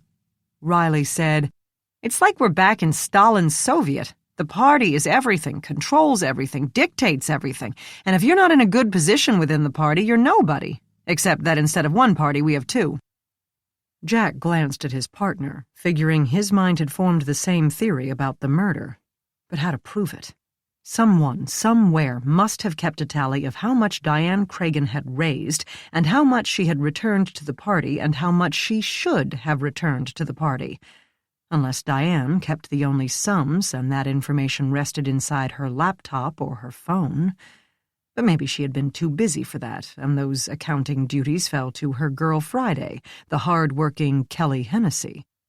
Laurie said, "But back to the vigilante murders, how's that going? Last time I talked to Rick Gardner, he had spoken to the Phoenix PD but hadn't gotten anywhere."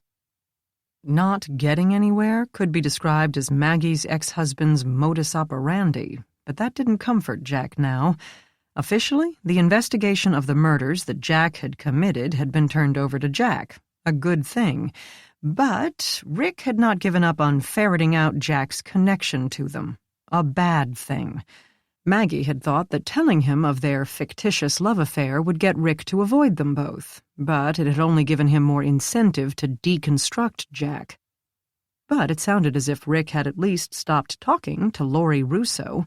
Perhaps he had finally figured out that the happily married woman would not be slipping him any benefits in return for a story. Jack said, "No, dead end. What about the murders in Chicago and Atlanta?" If he could feed her enough tidbits, fake tidbits, of course, it would keep her from digging on her own, especially since they currently had a juicy political assassination to keep her busy. "I'm going back and starting from scratch on those. It's difficult in Chicago because they have more murders than they know what to do with." Laurie said, "I wish I could help, but we've been so busy with this election coming up." He made a sympathetic grunt. At least she hadn't found the murders in Atlanta and Minneapolis. He needed to keep her away from Rick Gardner. It would be nice if he could keep everyone away from Rick Gardner. "But I may be able to get to Phoenix early next month." No. "Really?" "The paper is planning a big spread on the immigration crisis, and my editor wants to send someone to Yuma, visit the border, check out the Minutemen and plans for the wall and what all. I'm hoping to get the assignment. It's practically unheard of for the paper to pay for travel these days. And if I do, I could take an extra day and go to Phoenix. It's only 3.5 hours away." He schooled his voice to sound casual and thought he almost succeeded. "What will you do there?" "Line up appointments with the officers who worked the cases I found. I know you said they weren't connected, but it would still make an interesting sidebar to the story. Maybe it's a national phenomenon. Lawlessness picks up in times of cultural stress, and Lord knows we're stressed." His adopted name couldn't get him in trouble in Phoenix, but he knew of at least 3 places in the police station itself with his picture displayed. All he needed was for Laurie Russo to walk by, glance around, say to her escort, "Gee, I know this guy," and Jack's current world would disintegrate. He'd have to be out of the city with no trail left by the time she landed at Hopkins International. Go to his house long enough to pick up the go bag and the cash, grab Greta, and head for some part of the country he'd never been to before. Don't hesitate. Don't look back. Don't repeat the same mistakes. Don't ever see Maggie Gardner again. Maybe the paper's budget would prove too tight. Maybe. He really needed Laurie Russo to not visit Phoenix, Arizona. Diane Cragen's chief of staff rescued him by emerging from the conference room and waving the cops toward her. "Thanks for the lesson," he said to Laurie Russo. Might as well stay on her good side. "Don't mention it. Just keep me up to date on your hunt for the vigilante killer." "I will," he lied, and walked toward Kelly Hennessy. Chapter 6. She invited them into the conference room, but Riley told her they preferred to conduct individual interviews, meaning her and her alone. She led them to a tiny room with no window, which she said served as her office when she and Diane were in town. Kelly had lost the discombobulation of the morning, but also any last bit of patience.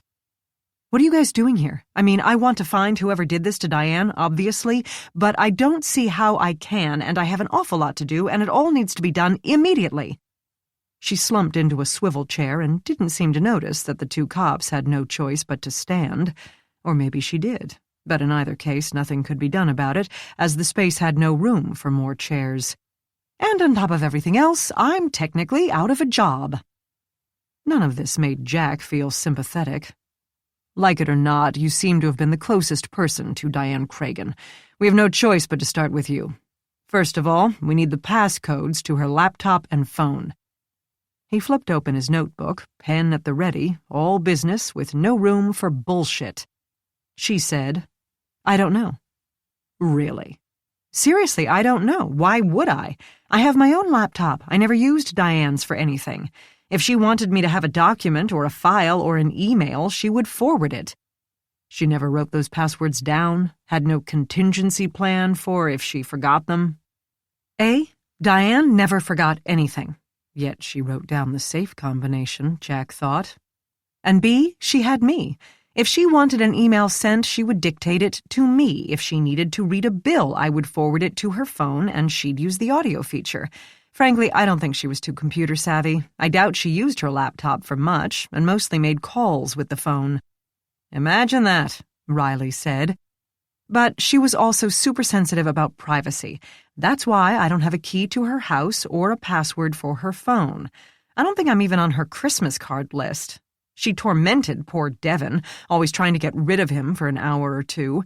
She regarded both of us as necessary evils instead of vital helps. Hey, wait! I think she may have used one of those online programs for passwords, something called Dashlane. I remember because the annual charge came up on her Visa bill and I asked her about it. You opened her Visa bill?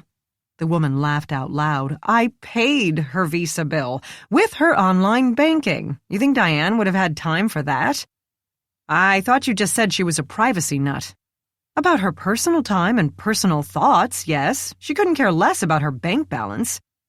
Of course not, Jack thought, since she kept her real bank account in a safe in her bathroom.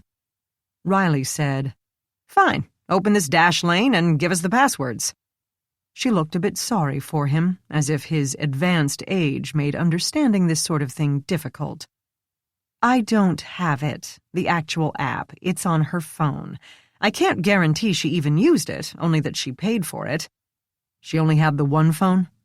Jack figured they might as well make sure of that. I guess. She could have had a pile of burners, for all I know. Jack knew all about burner phones, ones bought from convenience stores for cash with no identification. He had one at the bottom of his pocket as they spoke, fully charged, in case he got a call from his cousin in Phoenix to let him know that Rick Gardner, or maybe now Lori Russo, were at the police department asking about a cop who used to work there. It had not rung in a while, and he hoped it wouldn't. What's that? Riley asked abruptly. He had been staring at a long list of names and titles, blown up to poster size and hung on the wall. Jack didn't know if he asked the question to throw Kelly off, a standard interrogation technique, or felt curious. Riley got curious about the strangest things. Jack only hoped he never got too curious about Jack.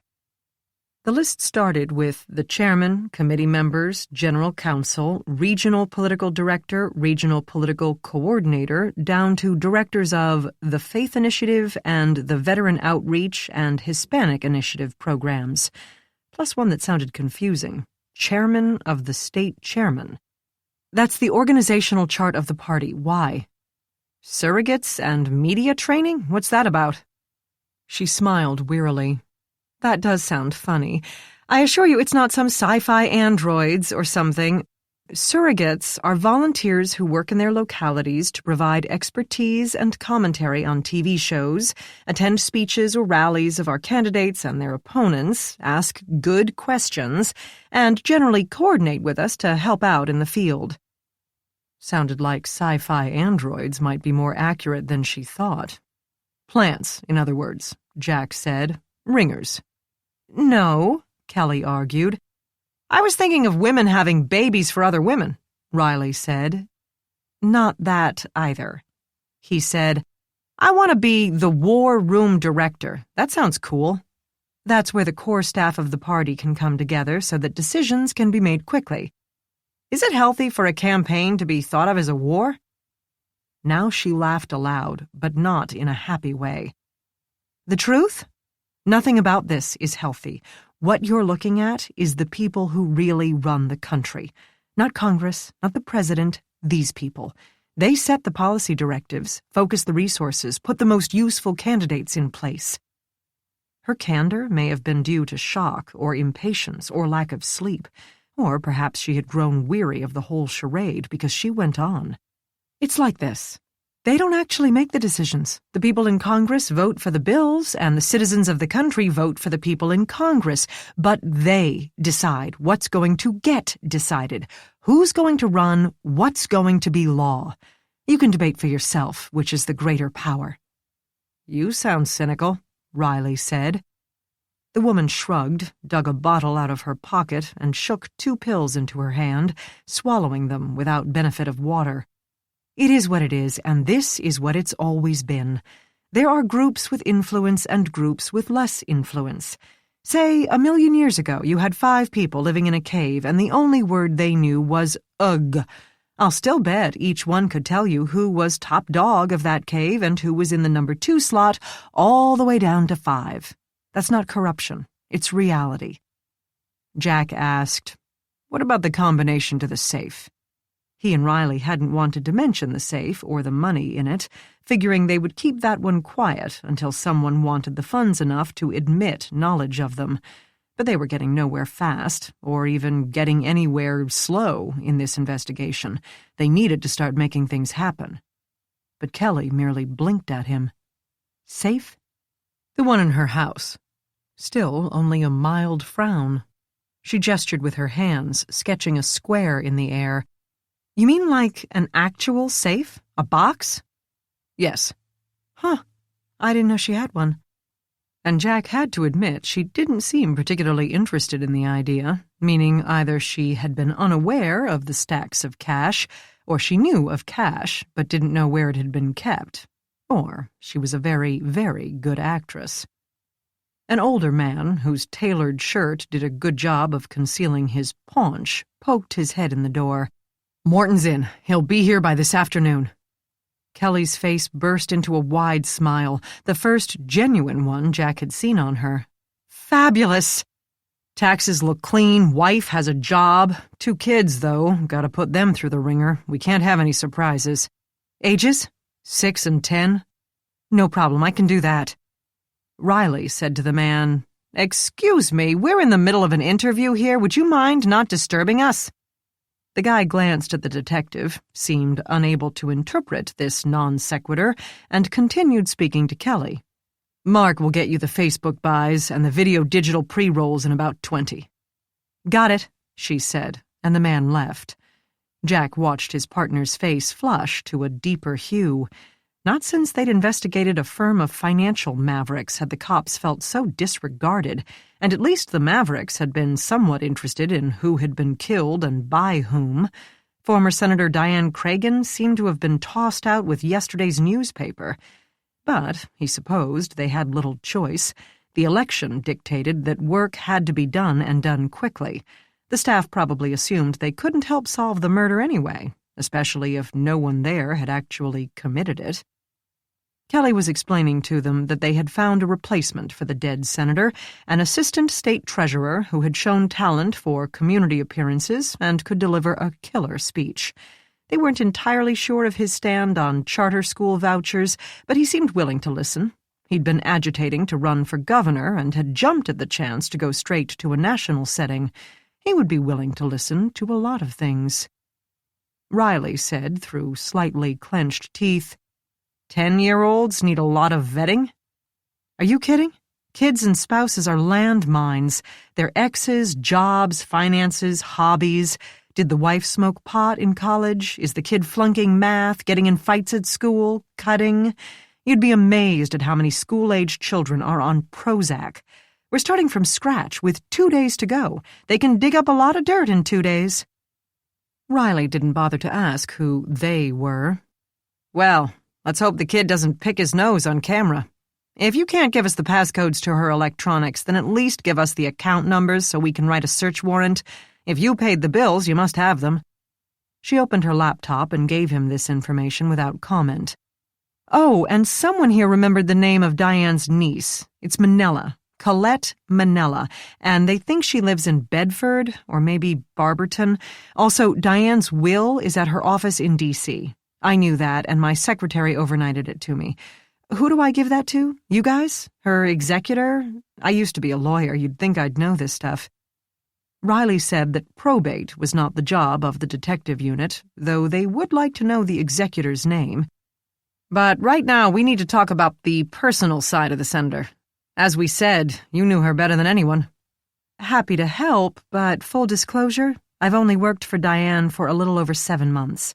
She was demanding but fair, and I've learned more in that 7 months than I did in 3 years with the assistant governor of Oklahoma. But it was still a work relationship. We weren't besties. We spent about 16 hours a day together, so we didn't go bar hopping afterward or catch a movie on the weekend. If she had regular sex with anyone, I don't know who that might be. If she hated someone, well, besides Joe Green, she didn't tell me. And if she felt terrified to death that one particular person wanted to kill her, she never mentioned it. That EPA guy is always giving her a hard time, but I'd be amazed if he had the guts to kill somebody. Like, astounded. If that's what you were going to ask. Yes, Jack thought, that's exactly what we were going to ask. Riley hesitated as well, then said, "No critics who were especially vitriolic? These days, that's the only kind there is." Diane was polarizing. Kelly shook her head, black locks swishing back and forth over her shoulders. The audience comes pre-polarized. Conservative and definitely liberal are no longer adjectives, they're titles. Moderate is an epithet. Riley qualified his question. Any that were particularly credible in some way. She appeared to give this some thought, shaking her head no, until a memory came back. OMG, yes! I mean, not in person, but I know we had a second letter that mentioned being struck by lightning. Hang on, let me find it. She bustled into the next office, partly visible through the open door, and dug through a box on the floor. Returning with a yellow sheet of legal-sized paper, she almost made it to the door before a young man came by and thrust a schedule under Kelly's nose, pronouncing radio spots as the best he could do. She disagreed. He disagreed with her disagreement. She said she wanted the rush hour times and he should not take no for an answer. No sooner had she dismissed him than a middle-aged man, who looked as if he should have a cigar clamped between his teeth, stepped up and unfurled a poster featuring a gap where a photo of the new senatorial candidate would be placed. Bright red letters above the white space screamed, "Vote for Truth in Politics on November 6th. Beneath it, in smaller caps, "Because sometimes you feel like a crook, sometimes you don't." "What do you think?" he asked anyone in earshot. "It's not exactly subtle," Riley said. The man snorted. "Who the hell has time for subtle? In the last few weeks, much less these last few days, we're competing for the least informed, the least engaged, and the least intense voters out there. Subtle ain't gonna cut it." "Get them up," Kelly ordered. He rolled up the paper and strode off, muttering, "subtle," under his breath as if it were a filthy word. Kelly handed the piece of paper to Riley and said, "See right there? It says she will be struck by lightning. I mean, that's not a new prediction when it comes to politicians, but lightning? When electricity killed her? That makes sense, doesn't it, in a twisted sort of way?" "Yes," Riley murmured. Jack read over his shoulder and commented on the greeting, Jezebel, and the all-caps hand-written font, both similar to the letter they'd found at the victim's house, but with one significant difference: a signature. "We'll check this out. But, Kelly, how did you know she'd been electrocuted?" With a look more pitying than guilty, she said, "Some friend of a friend of a friend called and told us an hour or two ago. There's no way you were ever going to keep a lid on that detail. It's too bizarre." Riley's molars made a grinding sound. "We were hoping to. It helps to hold back some facts to weed out the false confessions. We expect a boatload of them in this case." One side of her mouth turned up. "This is politics. We have no secrets here." Then she amended, "Not for long, anyway." Chapter 7. The writer of the Jezebel letters, Harold Boudelet, lived in a nondescript bungalow in Maple Heights with a sagging roof and a canoe resting on the front porch. Jack pressed the doorbell. Riley went over and nudged the canoe's peeling paint with his toe, as if checking a sleeping dog to be sure it still breathed. Nothing happened as a result of either action. Jack gave up on the cracked button and knocked. Riley had grumbled through the whole drive that this interview would inevitably be a waste of time. Every politician in the world had to have a stack of hate mail, and Diane Cragen had much more likely been killed over the cash in her safe. But Jack insisted. Boudelet needed a shave and wore a pair of pajama pants and a rumpled T-shirt over a pot belly the size and shape of 2 basketballs. but his eyes were clear as well as clearly suspicious. Their names and badges did not prompt him to invite them in. He held the door with his left hand as if he might have a rifle in his hidden right stashed. But once they said they wanted to ask him about the letter he'd written to the senator, he grew downright welcoming. His face cleared, the door swung open, and he ushered them into his living room. He even offered to make coffee. They politely declined as Jack scanned the area behind the door. No rifle. The cops took a seat on the threadbare sofa as Boudelet plopped into a leather armchair across a cluttered coffee table. No sound came from the rest of the structure, which smelled of overcooked beans and rice. Jack could not guess Boudelet's age, race, or cultural background from his mottled, dry skin, or the wisps of an unfamiliar accent. But even if he'd been curious, he didn't have time to ponder these details, since Boudelet began to speak before Jack even settled onto the faded chintz. "I wrote the senator a few times, not that it did any good. The woman has no shame, but then most people in my former line of work didn't. It's the only way you can stand yourself, but I wanted to remind her that people like me exist. People who know what was done and where and when. The companies might keep all our names off their memos and their grant applications, but we still exist." "Okay," Riley said. "Let's keep this simple. What was your former line of work?" "EHM." A pause, during which Jack waited for that to make sense. It didn't. Riley opened his mouth as if to ask for clarification, but he needn't have bothered. "Economic hitman," Boudelet said. "Corporations find a country with natural resources we want. I go in and say, look, let us help you build a power plant and put a bunch of your people to work and lift the economy of the whole country. Sounds great, right? You've got no money to pay us for the expertise and the infrastructure, but we'll arrange a loan for you. The rulers are wealthy families who don't care about long-term effects as long as they're making a bundle. And since they make the rules, they don't need to worry about a pesky parliament or those damned citizens asking questions. For example, I think we understand," Riley said. "For example, we went into Indonesia in 1971, purportedly to help them build an electrical grid for the island of Java and, to make it more palatable, save the country from communism. That was big then. I made up all sorts of logical-sounding economic forecasts on behalf of New England Electrical of how the new grid would pay for itself, elevate the populace from poverty, blah, blah, blah. So over-optimistic as to be an outright lie. The grid was set up, yes, but didn't generate nearly the projected income. The loan proved crushing, and Indonesia owed out the wazoo. Then the oil companies moved in, and there wasn't much the country could say about it. If any uppity locals argue, like Mosaddegh in Iran and Torrijos in Panama, they have mysterious accidents." "What's this got to do with Diane Cragen?" Jack asked when Baudelet paused for a hacking cough.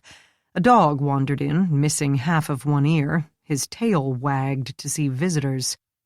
"She was one. An economic hitman for Parsons Corporation, like me. We worked together on my last project before I finally grew a conscience and got out. Diane, if she ever had a conscience..." His graying, shaggy curls quivered above faded green eyes. "And that project was site location specialist work. It's the domestic version of EHM work. Instead of raping a country for its natural resources, we do it to our own cities for their tax breaks and subsidies.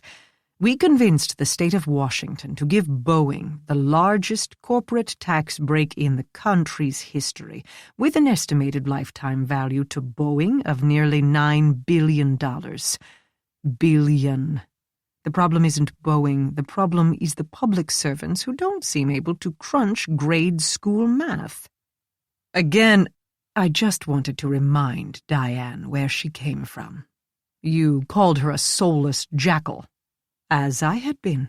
Difference is I admit it. Why does the media spend all day pushing our buttons instead of telling us why, after 17 years, we're not getting anywhere in the Middle East? Because it's easier to get people hot and bothered about abortion and gun control and flag-burning amendments than it is to impart real information. It's easier to sell us versus them than it would be to propose any real solutions or even ask any real questions, because people on both sides have a full-time job dealing with that issue. He slumped back into the armchair, his spine hitting the leather with an audible thump. I sold my soul for a job that made me a ton of money and then gave it all away trying to buy it back. The dog had wandered out, but now returned, carrying a bag of treats in his mouth as gently as if it were a newborn kitten. It presented the bag to Jack with reverence. "Uh-huh," Jack said, "about Diane Cragen. Let me tell you about foreign aid." "No," Riley said, "tell us about Diane Cragen." "I am, because that was the last place I ran into her. As I said, I had found a conscience, so I did the logical thing and started working for a charity, an NGO, that's non-governmental organization." "I know," Riley said, "figuring I could use my mad economic skills for good and not evil, right? What an eye-opener. Unfortunately. Okay, people's hearts are in the right places, or at least they start out in the right places, but foreign assistance on a large scale can become one more group of issue people. They found a cushy job and don't want to give it up." Jack gave the dog a treat, which it smacked happily and noisily. "Diane, getting to it. The earthquake in Haiti, 2010. I ran into Diane, working with an NGO to install a water filtration system to replace the earthquake-damaged delivery system. The company's name was Vipo. Sounds like a brand of gum, right? They were headquartered in Utah, and she wanted them to get the contract for Port-au-Prince. Did you know we've sent over $2 billion to Haiti since the quake? Do you know how much of that went to Haitian firms and organizations? Less than 2%. 65% went to firms within the D.C. area. Engineering materials, specs totaling a few $100 million, not $1 million, a few $100 million. And the kicker? They still haven't finished. Years later, this charitable effort is still milking the taxpayers and dehydrating the Haitians. Jack sealed the treat bag and set it on the end table. The dog's gaze turned reproachful at this grievous disappointment. Then Diane comes to Ohio and brings in Vipo to work on the water intake renovation. The facility out in the water has to be inspected and cleaned and installed with newer, state-of-the-art equipment for detecting dead zones. "We know," Jack said. "So that's why you wrote the letter?" Boudelet leaned forward, and the dog looked toward him with renewed hope. So did the cops. "The same concepts that I used to convince third-world countries that letting Shell build a refinery on their coast would solve all their economic problems can be used to sell Cleveland a water system renovation that it probably doesn't even need. Lots of money comes in. One company gets rich, maybe 2 or 3 Clevelanders get jobs they wouldn't otherwise have, and most of the funds get eaten up by consultancy costs or feasibility studies. Diane goes back to D.C., and the city has a huge debt to pay off. It's a sad situation that's been repeated over and over again until no one even argues against it anymore. I see a tidal wave coming, but why bother to get off the beach? So Cleveland gets overcharged. Then, it's not just money. While the work is being done in the lake, the water intake is going to be switched to the river. They've built the temporary crib. You've probably seen it, what looks like a little house suspended over the river. Yeah. Problem is, the EPA reports say the pipes they're going to use won't work, and that there may be toxins in the river. But do you think Diane's going to say, "Hey, let's wait before we start sending drinking water to 1.5 million people and first make sure it's safe to drink"? And Vipo sure as hell isn't going to speak up. "Because they want to keep their jobs," Jack said. Boudelet gave a pleased look, as if an exceptionally slow student had answered a question correctly. "Exactly. So why do you think Ms. Cragen was killed? For the sins she committed elsewhere, or the sins she's committed here? Boudelet's mouth fell slightly open. The dog's tail stopped wagging. "What?" he asked. "She's dead?" Chapter 8. With her lab back to its more normal, quiet hum, Maggie powered up the stereo microscope and held a mental debate about lunch, wrap or pita. She had not had a tough enough day to indulge in a burger. What about a portobello burger? Decadent or no? She examined the plug and wires without finding anything of interest. The kegerator had been the victim's own, so there would be no point in tracing its manufacture. Maggie found no interesting hairs or fibers or adhesives or paint sticking to it. She packaged it carefully, wrapping the ends in their own piece of brown paper on the off chance that they found, somehow, the killer's wire cutters, and then found an analyst who still did tool mark comparisons. Without all that, the wires could not help them. Carol emerged from the DNA lab, stripped off her gloves, and rubbed the back of her neck. "You still here?" "Might as well milk the OT. Mama needs a junket to Atlantic City. Where'd all the money go?" "Locked up tight." "You didn't have to do that. I'm not really going to filch it. Not much of it, anyway." Maggie pulled the metal grate from its brown paper evidence bag and placed it on a clean piece of examination paper. "I know. I have complete faith in you." "Well, that's 50% more than I do. That much cash would turn stronger heads than mine. Is the coffee fresh?" "Just made it." "Are you really going to iodine every single bill?" "I am not."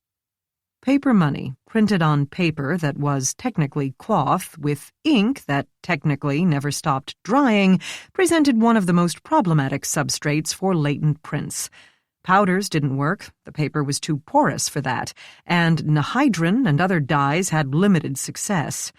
Iodine worked the best, though it involved using a rubber hose to blow through a glass tube full of carcinogenic iodine crystals to force fumes onto the bills. Then the brown ridges, if present, wouldn't last, but would eventually fade to invisible. Other than that, it was cheap, effective, and easy. I'll do the outside bills on each pack and hope we didn't inadvertently shuffle any when we were counting. We want to know who handled them most recently as bundled packs, not everyone who ever touched them during each bill's lifetime. Of course, I say all that to justify why I'm not going to process every single bill. I hear you. I'll drag my feet for a while. Yes, having half a ton of cash in your safe seems sketchy, but it still may have a legitimate explanation. For all I know, it could be how they normally handle campaign funds. And even if it's stolen or embezzled or extorted, it still may not have anything to do with the murder. The killer never needed to enter the house. But even if we say he did, and he killed her over the money, then why leave it there? I plan to let the detectives work a little more before I haul out the iodine. "Even though Jack wants it processed?" Carol asked, resting one hip against the counter, an implacable force.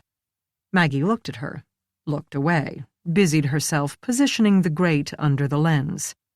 "I promise I'm not going to lay a guilt trip on you for not cluing me in." "There's nothing to tell."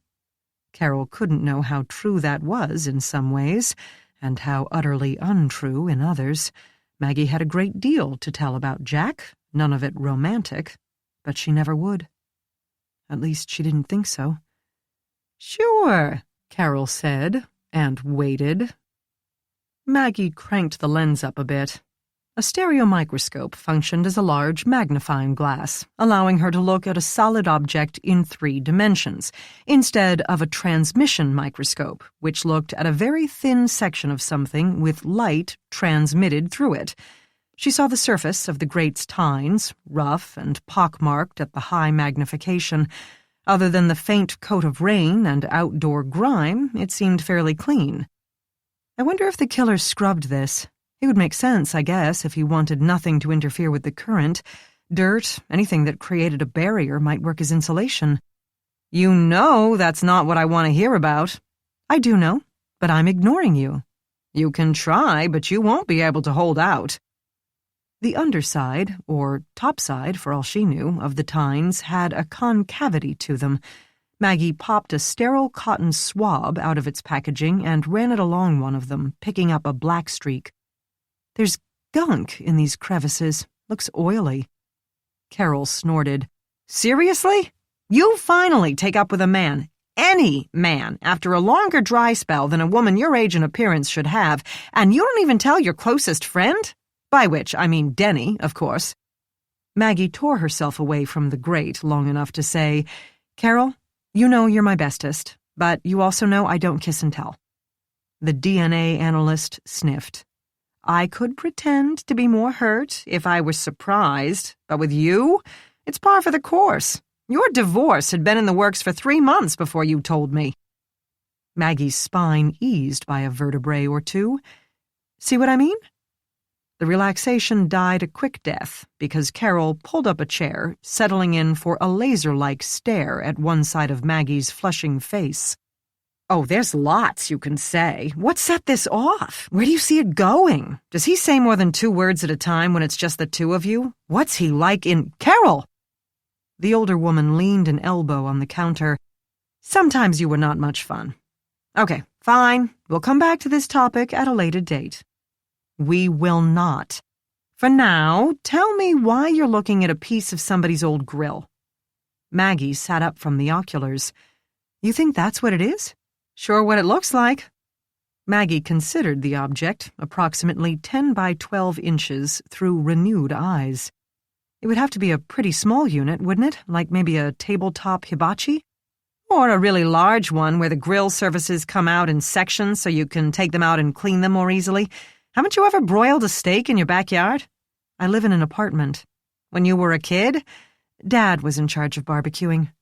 Maggie had been an adult when her parents died together in a car crash, but her memories of them always seemed to jump back to the elementary grades, herself in a school uniform, she and Alex playing in the creek behind their house, life about as perfect as it could get.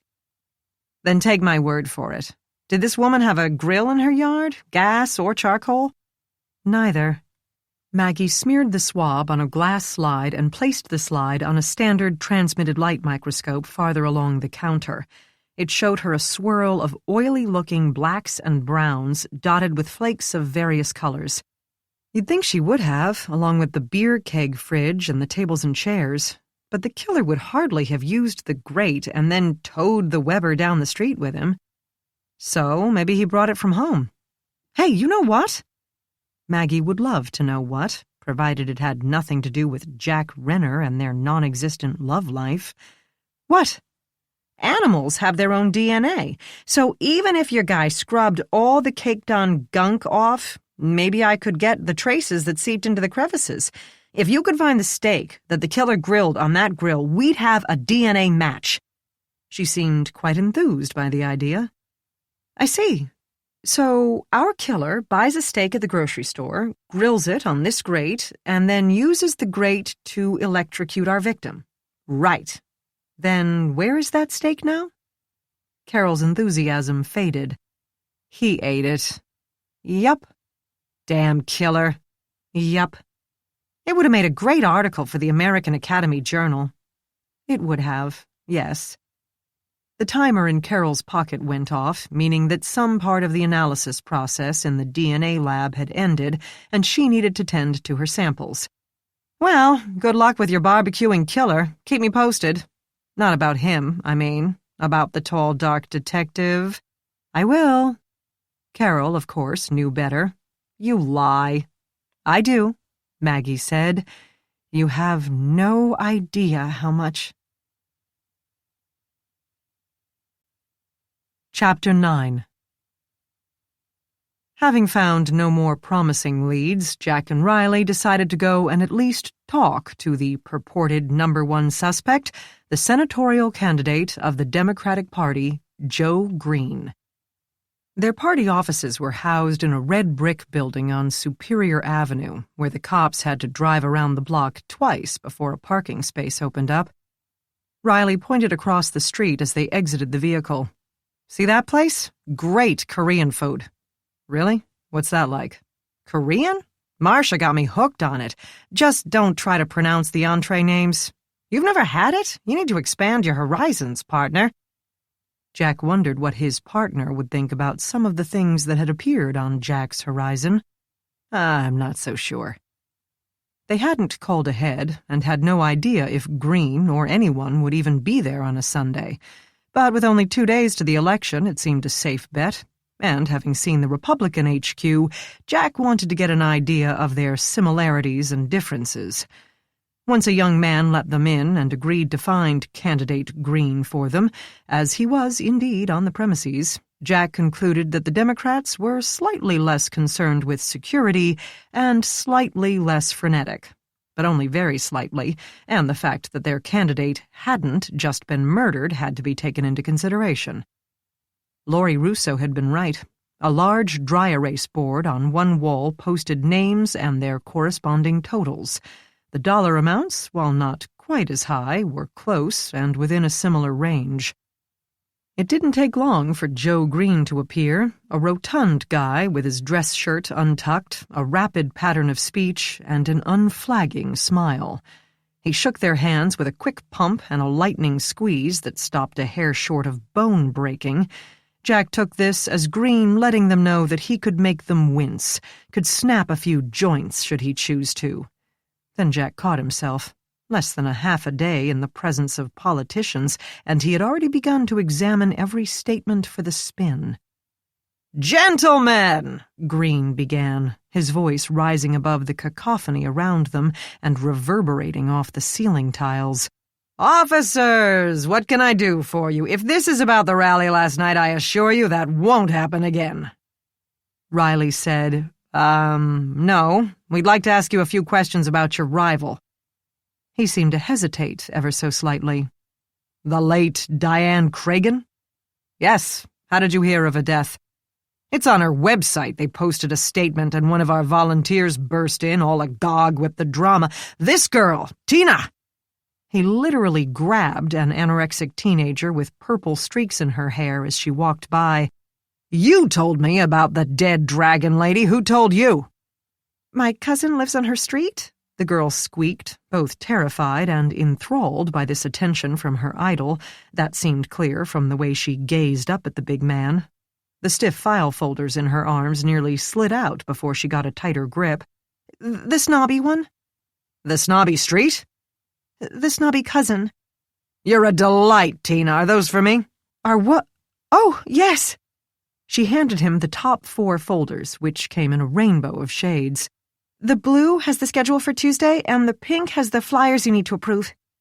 She made a respectful retreat, backing away instead of turning around, as one might when leaving the presence of a lesser mortal. "Tina?" She halted, eyebrows raised in hope, as if he might again tell her how delightful he found her. But no such luck. He merely stared in silence and a mood not of delight. "Oh, so sorry." She burst forward, rearranged the files while still in his hands, and again backed off. "The schedule is on top." Green had no trouble turning his back on her and strode away. The detectives decided they'd better follow him, and when they caught up, asked for a space to talk in private. Green suggested his office at City Hall, but of course they didn't want to wait, so they convened instead in a corner of the large main room, past the haphazard sea of tables and desks and semi-cubicles. 4 television sets at various locations each showed a different 24-hour news channel, but at least the sound had been turned down. Green pulled over a desk chair and let the 2 detectives fend for themselves, establishing the pecking order, evidently more important than manners. Jack commandeered 2 folding chairs, and they settled as best they could, closing in to hear him over the dissonance of ringing phones and varied conversations. "We'll have to make this quick," Green said right away, propping one ankle on the opposite knee. "I have a meeting at 2, and I need to make a few stops on the way." "As you know, this is a homicide investigation," Riley said sternly, and Green all but rolled his eyes. "What was your relationship with Diane Cragen?" "What, seriously?" "You had met, I assume?" I've been instrumental in the advancement of this city for 30 years. If it affects Cleveland, it's my business. So yes, I've met her. We even saw eye to eye in a few things in the past. The new stadium, the Beltway expansion, some tax levies. But you could say that of nearly anyone in this county. You're running for her Senate seat. I've done everything I can for Cleveland from the inside. Now I need to wrench the funds we need from the national market. Last week, Riley began, only to be interrupted by an elderly volunteer bearing a clipboard. Without a word, she thrust it under Green's nose, who glanced at it, signed the paper clipped to its surface, and handed it back. She gave the cops a baleful stare and trundled off. Riley took an audible breath and tried again. Last week, you said she had been spawned in hell. Green laughed. Yeah, and that her own children had moved across the country to get away from her after the way she treated their dying father. That too. Standard campaign rhetoric? Hell no. This country has had enough of standard rhetoric. More empty words are the last thing we need. What I said was completely true. Her ex-husband, the father of her children, died in hospice without so much as a phone call from her. And her chief of staff didn't even know he was dead, Jack thought. But then husband and wife may have been separated for decades. Her son and daughter won't take her phone calls. Why do you think there's never been a picture of them in her mailings? She couldn't even remember the names of her grandchildren. I'm not kidding. A reporter asked her that, and she said Amber instead of Agnes. What's your point? That I killed her to win the election? Has that ever actually happened? There's a first time for everything, Riley said. So purely for fun, and to show the voters that you have nothing to hide, tell us what you did yesterday. Sure. He seemed genuinely pleased to do so. I went to work because I actually have a real job. I live with my beautiful wife and 3 great kids in the Bingham. I walked to City Hall, got into my office around 6:30. No one can vouch for that except the security guard because no one else shows up until nearly 8. Meetings with the Parks Department over waterfront expansion and with my deputy director about the casino.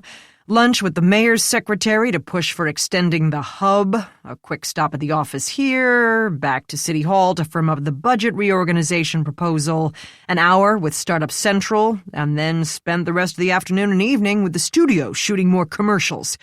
Which reminds me. He snapped his fingers a few times, but didn't tell them what it had reminded him of. That was about it. What time did you wrap up with the studio? About 9, I think.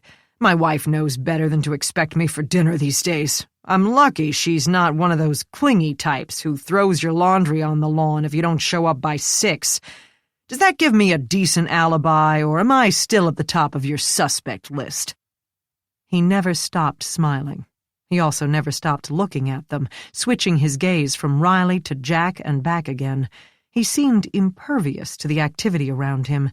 Maybe that made him charming, Jack thought. That ability to give someone his full and complete attention. Maybe he really didn't trust cops. Riley said, It's not that simple. Investigating means learning as much as possible about the victim.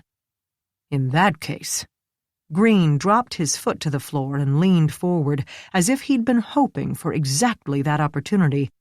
Let me tell you all about Diane Cragen. Before he could, however, a slim blond man approached, crowing, Joey! Green rose, greeted him with a hug, then promptly led him out of earshot. A quick conversation ensued while Jack made a bet with himself that he and Riley figured into it, from the way the blond guy eyed them over Green's bulging shoulder. When it ended, the man left without a backward glance. Green retook his seat as if the interruption hadn't occurred. Diane was a smart lady, I'll say that for her. She perfected the art of kickbacks, giving and receiving, for a long, long time.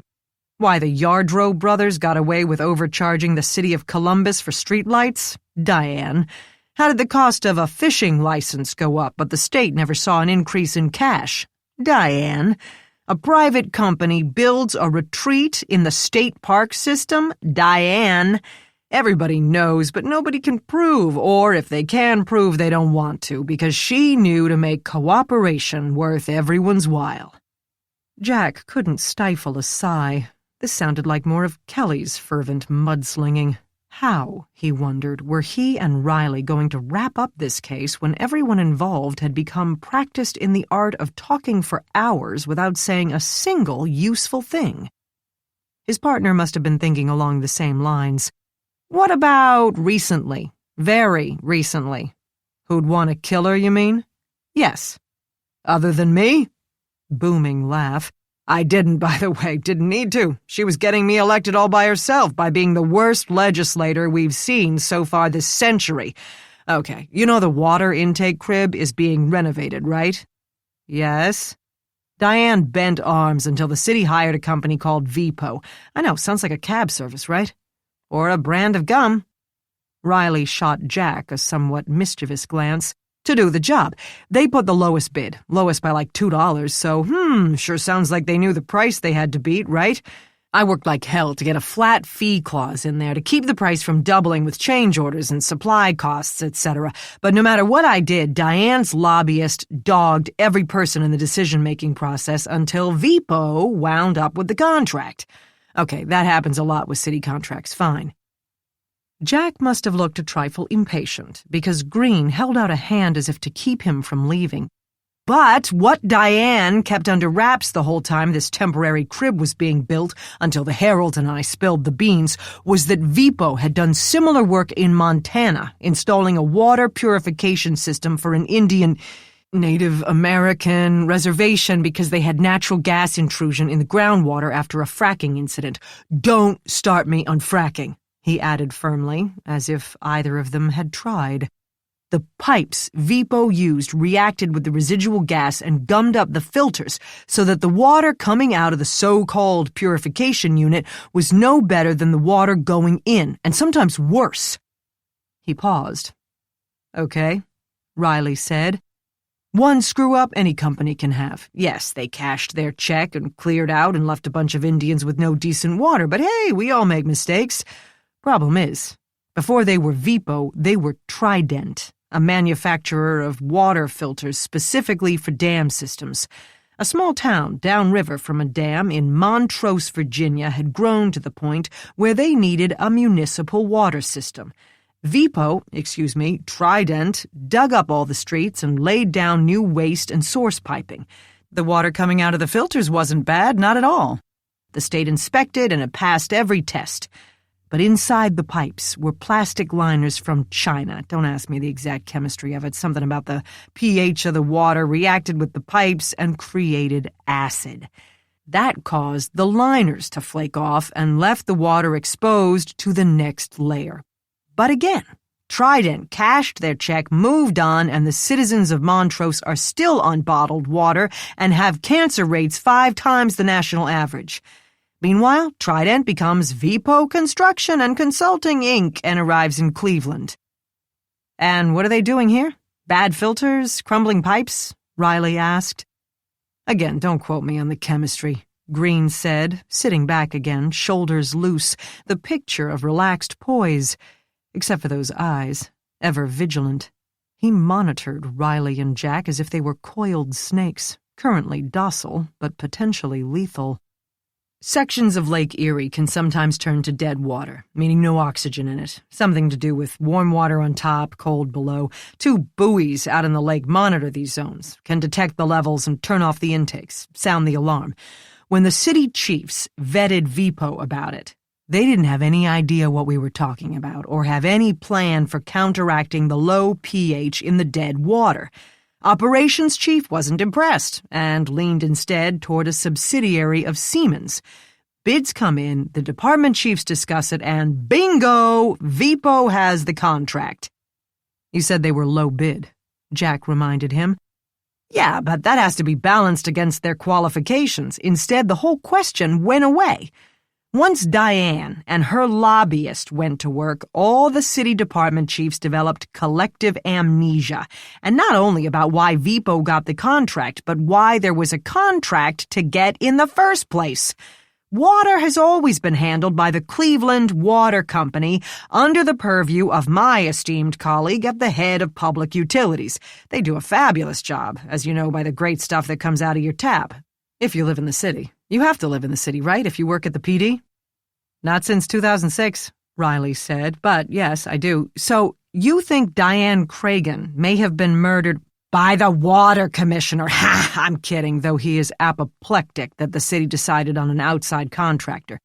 But my esteemed colleague in public utilities needed the water commission to take one for the team because he's working to get an infra grant. Jack had the strong feeling that Green was purposely getting them lost in the trees so that they'd miss the forest. That is a grant from the Infrastructure for Rebuilding America, discretionary funds that they might hand Cleveland to take care of the unglamorous things like roads and bridges and sewers. If it sounds as if I'm being sarcastic about my colleague in utilities, I don't mean to. If ever a city could use a lump of money, Cleveland can, and if he's got to suck up to the senator to make it happen, then that's what he's got to do. Okay, Riley said, so Diane wanted an outside contractor in order to get a kickback from said contractor. She's not going to get a kickback from the water company. They're a utility. They don't need her help to get paid to do what they would normally be paid to do, but utilities wants the grant. And to get the grant, they had to demonstrate need. And to demonstrate need, they described a high-dollar project, Riley finished. Politics, Green said. The art of the possible. All else being equal, this would not be a completely horrible development. Clevelanders' needs get served, which is the most important thing. No one's salary was going to go up at water, even if they did the contract, because to them it would just be another day on the job. This way, utilities will get the grant, pay VPO, and have money left over to fix potholes on the shoreway and inspect the Valley View Bridge and improve traffic in the flats. However, the reason they decided to switch the water intake to the river was purely to inflate the budget, since it will require even more pipe and filters and lead time. Citizens will have to put up with water switches and disruptions for twice as long, but hey, omelets and eggs. Won't that solve your dead water problem? Jack asked. No, because where does the dead water go? The lake flows into the river, where we combine the already dead water with industrial runoff and illegal dumping. Does Flint, Michigan ring a bell? We'll be another Montrose or another Indian reservation in Montana. Diane will have another drop in her slush fund, and Clevelanders will get a mouthful of dead water, Riley suggested. Without the slightest show of exaggeration, Green said, poison. Most of this city will be poisoned. The best we can hope for is that most of the deaths will occur quickly in time for the finance department to put a stop payment on the check. More political rhetoric? It didn't sound like it to Jack. For one brief, shining moment, he thought he heard the whole truth and nothing but. Who was the lobbyist? He asked. Green coughed. What? You said she worked with a lobbyist. Who? Don't know, and it doesn't matter because they're all in the same, not as thick on the ground here as they are in D.C., but still plentiful, and they all follow Diane around like flies after a circus car. Word was she hasn't paid for a meal, a bar tab, or a theater ticket since 1992. He busied himself pulling a small plastic cylinder out of his pocket, shaking out 2 orange pills, and sliding the bottle back into his pocket. Excuse me for a short trip to the water cooler. 2 strides took him out of the room on fire-plug legs. Jack heard a soft clunk and got up to see what had caused it. What do you think? Riley asked. That this isn't getting us anywhere. On the other side of the table, the sound had been caused by the pill bottle. Green had missed his own pocket. Agreed. Even if he's willing to kill for a spot in Congress, he's a politician. They can do the admit nothing, deny everything, make counter-allegations thing in their sleep. If he killed her, he hired some flunky to do it and made sure we'll never place him within 10 miles of the murder spot. Jack glanced at the bottle in his hand, then left it on the chair before retaking his seat. He's also popping antidepressants. His competition died. He should be celebrating. Riley stretched, sticking out his legs and reaching his hands up in a puff of aftershave and coffee breath. But you know what the docs say, good stress, bad stress, the body can't distinguish. So that prompts one to ask, is he on happy pills because he's the one who offed her, or because this assistant state treasurer replacement might be some dynamo who will be even tougher to beat? Could be neither. I bet everyone here is on antidepressants, Jack said. I will not take that bet. Green returned and dropped into his seat with renewed energy.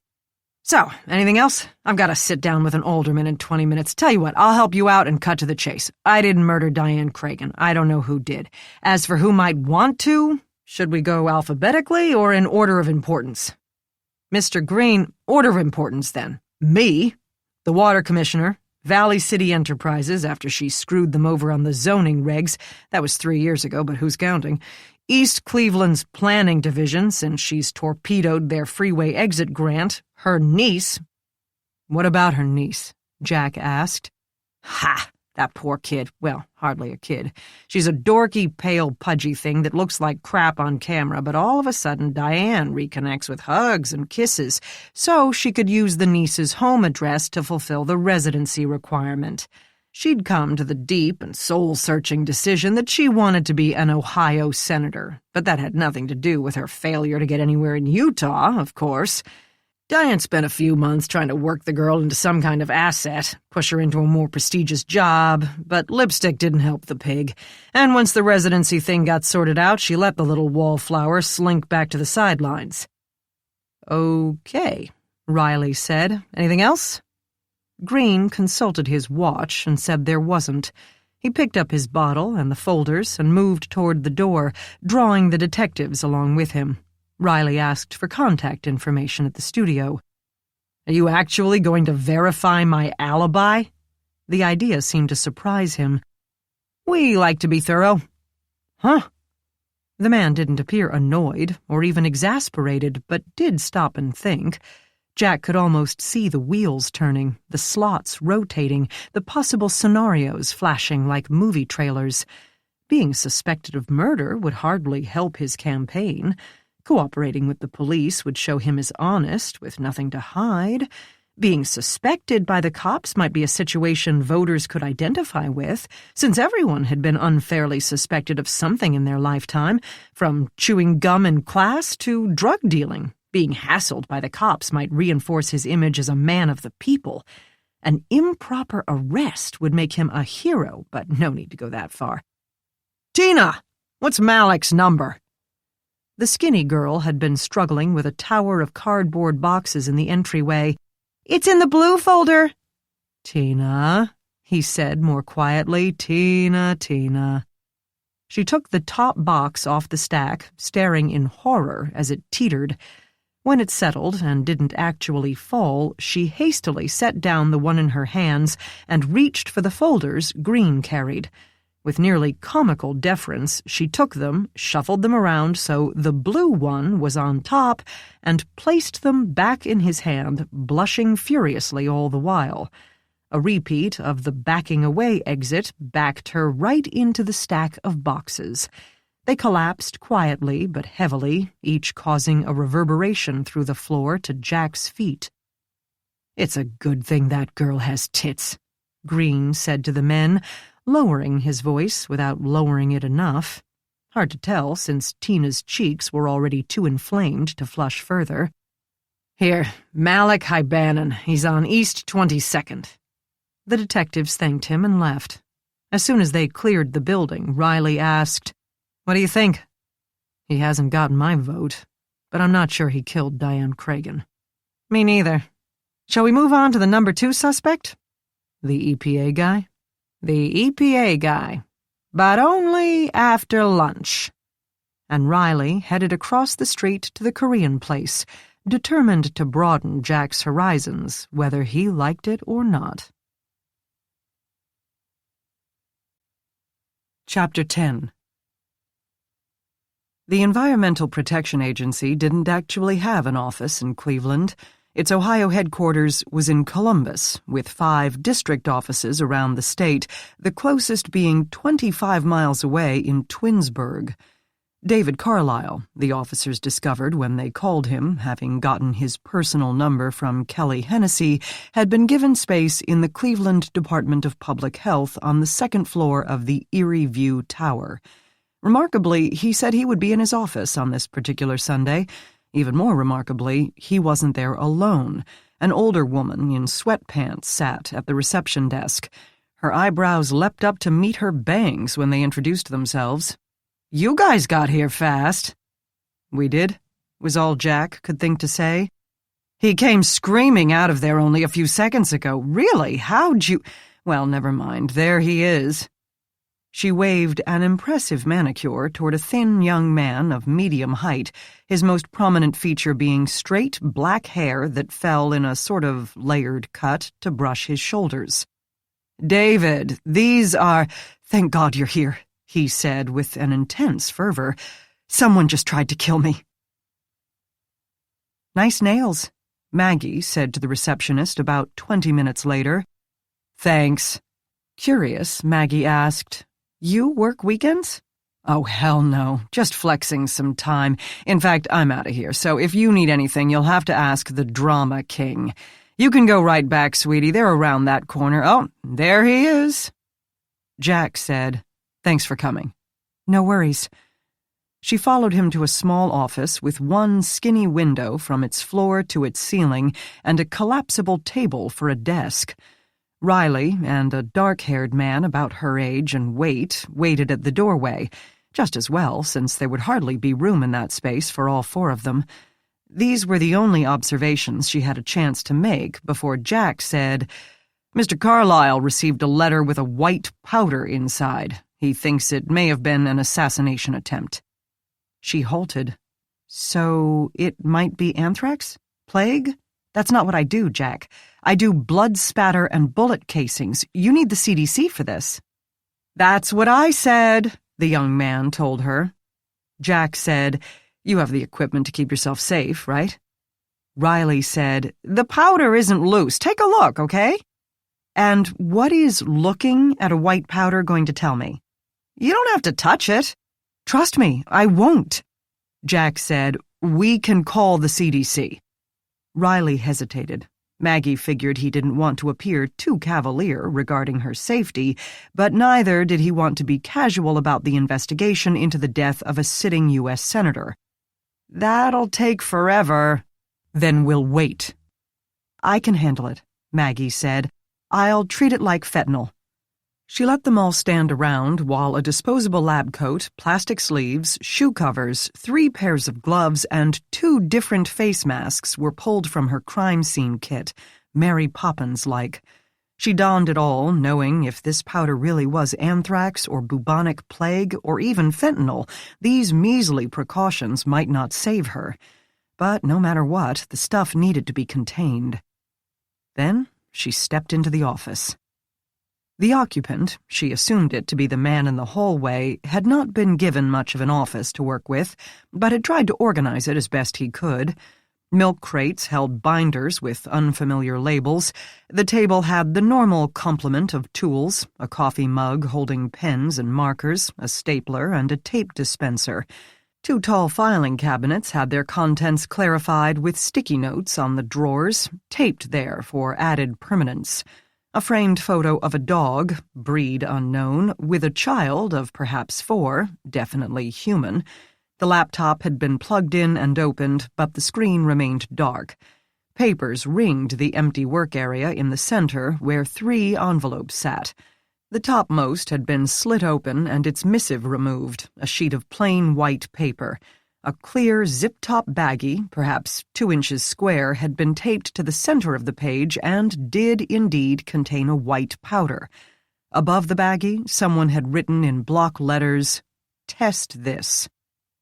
Maggie couldn't be completely sure, but she didn't think this was how terrorists did the biological weapon thing. Then she noticed that toward the bottom of the page the writer had added, "And leave Vipo alone." "I can't do anything here," she said when she noticed the 3 men watching her as if they awaited some profound Sherlockian observation, the masks muffling her words. We'll have to send the powder out. As for the paper and envelope, we've got ninhydrin, DFO, indented writing reagents, but it's all at the lab. The other 2 envelopes appeared to be junk mail. Using a forceps, she flipped the opened envelope over and noted that it had only his name and no stamp. "Exactly," the man said, peering from the doorway. "So it didn't come through the mail. Someone got in here and put it on my desk, or at least with the mail for the office. Probably on Friday. I was out all afternoon at a department meeting in Twinsburg." The sheet of paper appeared to be plain white copy paper, with nothing on its reverse side. Maggie noted that whoever folded it obeyed the 1/3, 1/3, 1/3 rule of creasing a business letter to be sent in a standard number 10 envelope. She refolded it, slipped it inside a larger brown paper envelope, sealed it, and then slipped that into a paper bag, which she also sealed. "Is that all you have?" Jack asked, and the young man looked a bit disappointed as well. "I told you to call the CDC. You think I travel with an isolation unit?" She repeated this process with the envelope, which had even less to show her. Someone had written David Carlyle in block letters and nothing else. "Maybe you can get DNA from the person who sealed it," David Carlyle, she presumed, said. Riley said, "How stupid would you have to be to lick an envelope with anthrax in it?" Maggie dropped the envelope into its own brown envelope and paper bag. "It may be self-sealing. I can't tell until I can take a closer look. The other 2 envelopes are regular mail. Have you asked the mail clerk or whoever takes care of that?" Carlyle said, "The receptionist you spoke to is the mail clerk, and the supply clerk, the lunch orderer, and the pinch typist when you need something at the last minute. She says she didn't notice it, but can't be completely certain whether it was in with the stuff she brought from the mail room. I'm not exactly her favorite person." Jack asked if it could be a joke. The man paused to give this serious consideration. "I suppose it's possible. I'm, not anyone's favorite person here. I'm sort of a squatter to begin with, actually, out of the Bowling Green office, and last week someone bugged my desk. Well, I thought someone bugged my desk." Behind him, Maggie saw Riley roll his eyes. "Why Vipo?" Jack asked. "Why mention them specifically?" "It's a water plant contractor. I guess it's Greek for water or something, the name. They've put in a temporary water crib in the river, and they're going to be doing the renovation on the permanent one, the water intake plant for—" "We know about the water plant." Maggie put the collected letter and envelope into yet another bag. She held up the other 2 envelopes, one by one, so that David Carlyle could take a look, decide that they were nothing he couldn't live without, and that it was fine if she bagged and collected them as well. Then she removed the first layer of gloves and brushed black fingerprint powder over the clear surface of the desk, observing a great deal of smudges and an oily streak, possibly from a past lunch dish, and nothing else of note. The fake wood laminate top had been textured to prevent fingerprints from forming to lower its need for regular cleaning, and Maggie damned its efficient soul for doing such a great job of it. She pulled off the second set of gloves.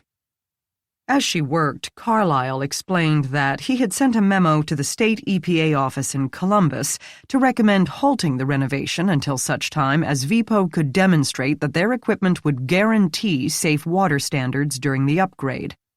The problem is that the outflow pipes they're intending to use have been approved only for desalinization plants, in other words, a largely pH-neutral environment. Yes, and dead zones in the lake would have a low pH. Jack said. Exactly. The liners won't hold up under those conditions, and the outer pipes will start sloughing phthalates, liver and reproductive system damage. Jack didn't seem interested. And Vipo didn't appreciate your memo? Honestly, I can't tell if they even read it. I can't get a meeting with anyone there, not the engineer, not the construction manager, not the kid who makes the coffee. As near as I can tell, none of them physically work here in the city anyway, just fly in and back out again. Everyone in America thinks the EPA has all this power, that we can roll in and shut down a factory without notice, that we can lead a march of frightened citizens clamoring for protection. But the truth is, we're a lot like Homeland Security, given a pile of responsibility with very little authority. Jack said, "You were supposed to meet the senator on Saturday at 10 a.m. You canceled. Why?" "Yeah, my car wouldn't start. I had to put a new solenoid in it. We rescheduled for today, but—" "You often schedule business meetings on Saturdays and Sundays?" The young man lifted his shoulders, then dropped them. "The senator was only in town on the weekends. I guess Congress is in session during the week, and I was hoping to convince them to hold off opening the sluices at the temporary crib today. And I had time. My weekends, aren't too busy." He sucked in an embarrassed breath and turned to Maggie. "Do you want to see the bug?" You mean someone did bug your office?" "That's what it looks like, but I haven't had time to check it out." Now that the possible threat had been bagged and tagged, he squeezed past Jack and moved up to her side, next to the table, then sank to the carpet as if his knees had given out, and he tucked himself under the table's surface. She bent down, and he gestured to the side of the file cabinet, hidden from a standing viewpoint by the surface of the table desk. Maggie dropped to her knees as well. "See, it's—" She grabbed his hand before he touched his finger to the object he meant to point out and felt a tiny tremor run through his warm skin. "I don't mean to get grabby, but don't touch it." He said, "Of course, sorry." The bug was a rounded disc with perhaps a quarter-inch diameter and a gleaming surface of tiny pockmarks stuck to the side of the cabinet. Maggie crossed her legs, scooched a bit closer, and took a picture. Carlyle said, "Honestly, it might have been there the whole time that I've been here, about 6 months. I only noticed it because I spilled coffee and was trying to soak it up with paper towels. Luckily, this carpet is decorated to hide stains like that, but you can still see it right here." Legs also crossed, he pointed to a brown stain at the edge of a blue poppy. "Is it attached to anything on the inside of the cabinet?" she asked. "No, I poked at it." She paused in the act of brushing fingerprint powder over the side of the cabinet. "Sorry, I wasn't thinking about prints.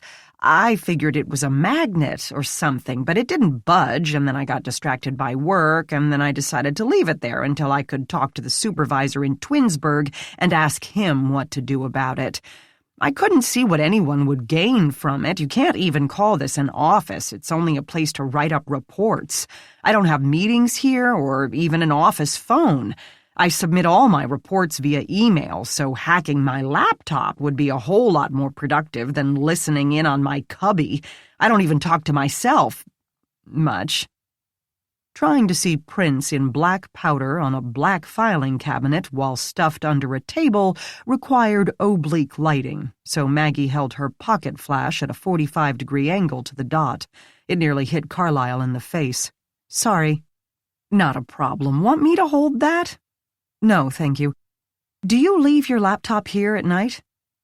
She wondered if she should process that as well, for fingerprints, not evidence of hacking. When it came to electronic evidence, she would use the same technique she had used with the senator's phone, put it in a bag and turn it over to the forensic IT department. It goes everywhere with me, though I do use the Wi-Fi here. Don't know how secure that is." She lifted a few prints from the cabinet's side with tape, labeled them, and then collected the item in question using proper scientific techniques. That is, she wedged a thumbnail between the disc and the filing cabinet until the adhesive gave way, and then she dropped it into what used to be called a coin envelope by old-time forensic techs.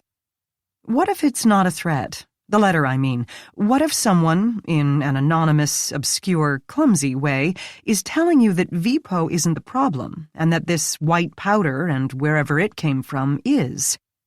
As before, he visibly pondered this. "Most of my work is regarding brownfields, properties contaminated by former occupants like factories or gas stations. Nothing that would produce a white powder." How long will it take to figure out what that powder is? Honestly, I don't know. Our toxicology section is there to deal with things like heroin and meth. They rarely see any other kind of poison. Don't you have a mass spec? He meant a mass spectrometer. Of course, but the parameters are set to identify illegal drugs, not any possible substance in the world. Scientific instrumentation doesn't work like that. Well, you know, there's no such thing as a bat computer. That's disappointing. He smiled for the first time. It is. Actually, your agency would probably have better equipment to identify toxins and poisons than we do. There may be a way to give it back to you, if we can determine that it isn't toxic, per se. He looked doubtful as she continued to think out loud. If it is indeed someone trying to blow the whistle on a situation, then no crime has been committed, and this would not be evidence. But we can cross that bridge when we get to it.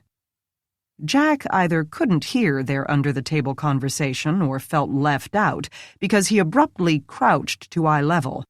Let's get back to Senator Cragen. Do you have any proof that she or Vipo planned to knowingly endanger their customers? No, he admitted, except that she's done it before. Why are you asking about the senator anyway? Do you think she sent me the powder? We're trying to determine who had a motive to kill her, and so far— Wait, what? The small amount of color in the young man's cheeks drained in an instant. She's dead? Maggie found it impressive how long Jack balanced on his feet with his knees in a deep crouch in order to talk with David Carlyle. They hardly needed the privacy and quiet since there didn't seem to be another soul in the entire office complex. Perhaps he thought it helped to have Carlyle hemmed in and immobilized by 3 employees of the police department, interrogation-wise. But Carlyle only grew more relaxed and enthusiastic as he warmed to his topic. Perhaps he had built a lot of sofa cushion forts as a child. I met Senator Cragen a long time ago, he began, 2004. She wasn't a senator then, and I was in D.C. doing my thesis project on the impact of government funding on environmental solutions.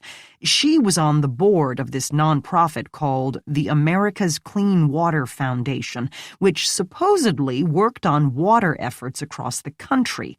The EPA gave this group grant money for 2 projects, assessing environmental problems and solutions at meat and dairy farms and helping states, territories, and Indian reservations get into compliance with the Clean Water Act, the amended 1972 one. Uh-huh, Jack said, and the man hastily continued. She could hear Riley milling around in the doorway, either listening or checking his Facebook page. Luckily for us and, well, the American taxpayer, the Foundation's own accounting firm did a routine audit in 2004 and found kind of a mess. First, the Foundation reported spending over $500,000 on costs that they didn't record or couldn't prove, more than they actually shelled out. Normally, taking in more than you spend is a good thing, except they were supposed to be putting the money to use, and instead it's floating around in their coffers for no apparent reason. Then, of these costs, they duplicated or billed a lot more labor hours than had actually been recorded. Maggie listened. She didn't often deal with white-collar crime because it didn't usually involve violence. Usually. Of course, it involved a great deal of lying. Perhaps more than street crimes, lying to coworkers, families, clients, people who believed you were there to help. Exactly what she had been doing since she met Jack Renner. Then they awarded contracts. The devil is always in the contracts, he confided to Maggie. Over $21 million to the National Pork Producers Council and one of their wholly owned subsidiaries to conduct on-farm assessments. No bidding, no cost or price analysis, just here you go.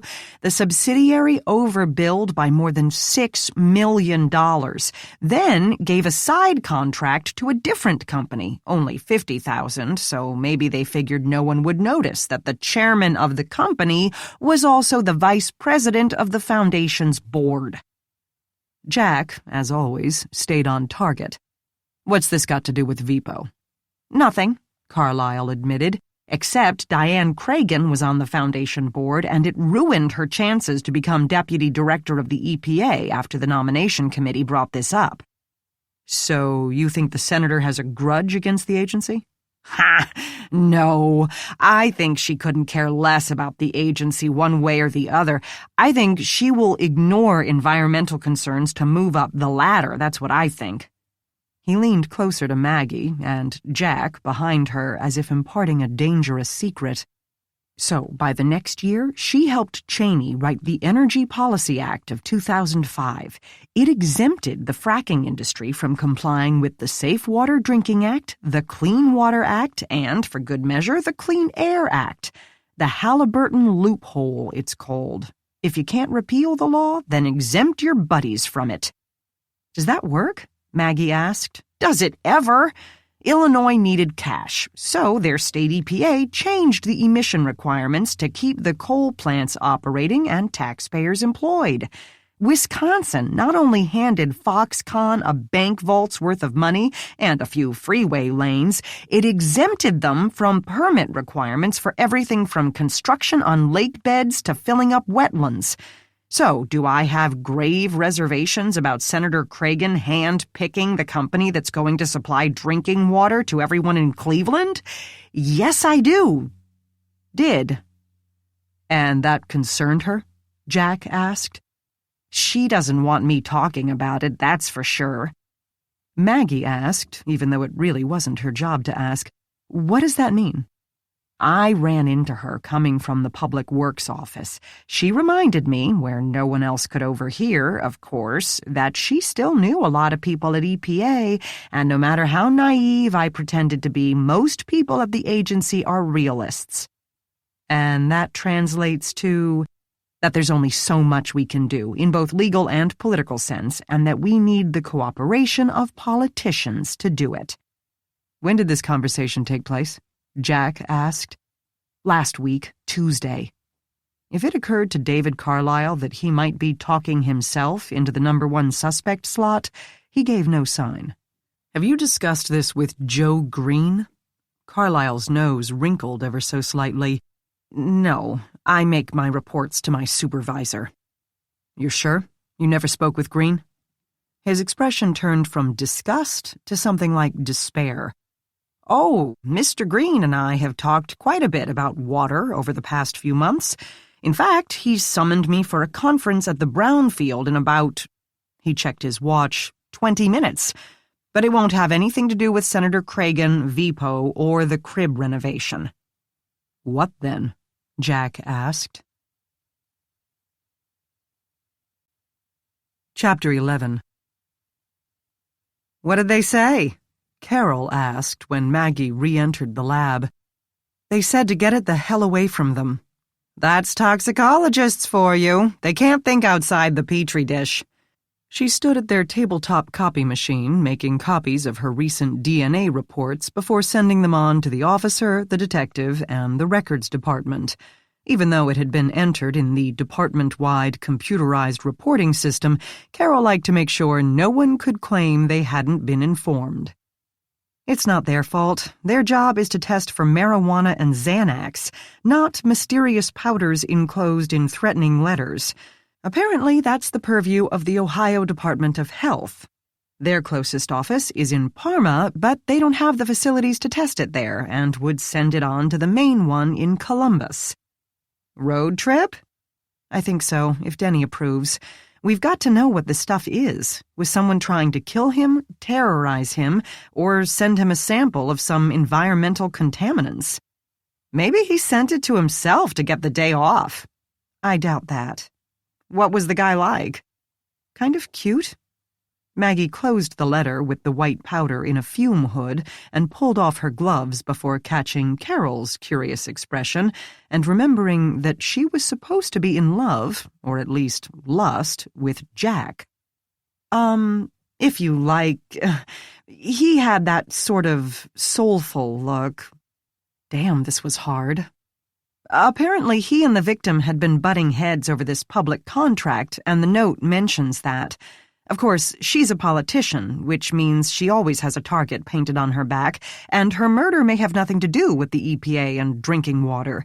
But we can't even guess until we know what this stupid powder is. So, yeah, I think a 4-hour round trip would be worth it if Columbus can give us a clue.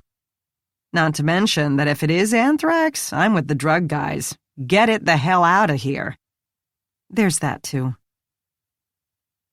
Jack and Riley stood in the middle of an empty parking lot with Tower City on one side of them and the Cuyahoga River on the other.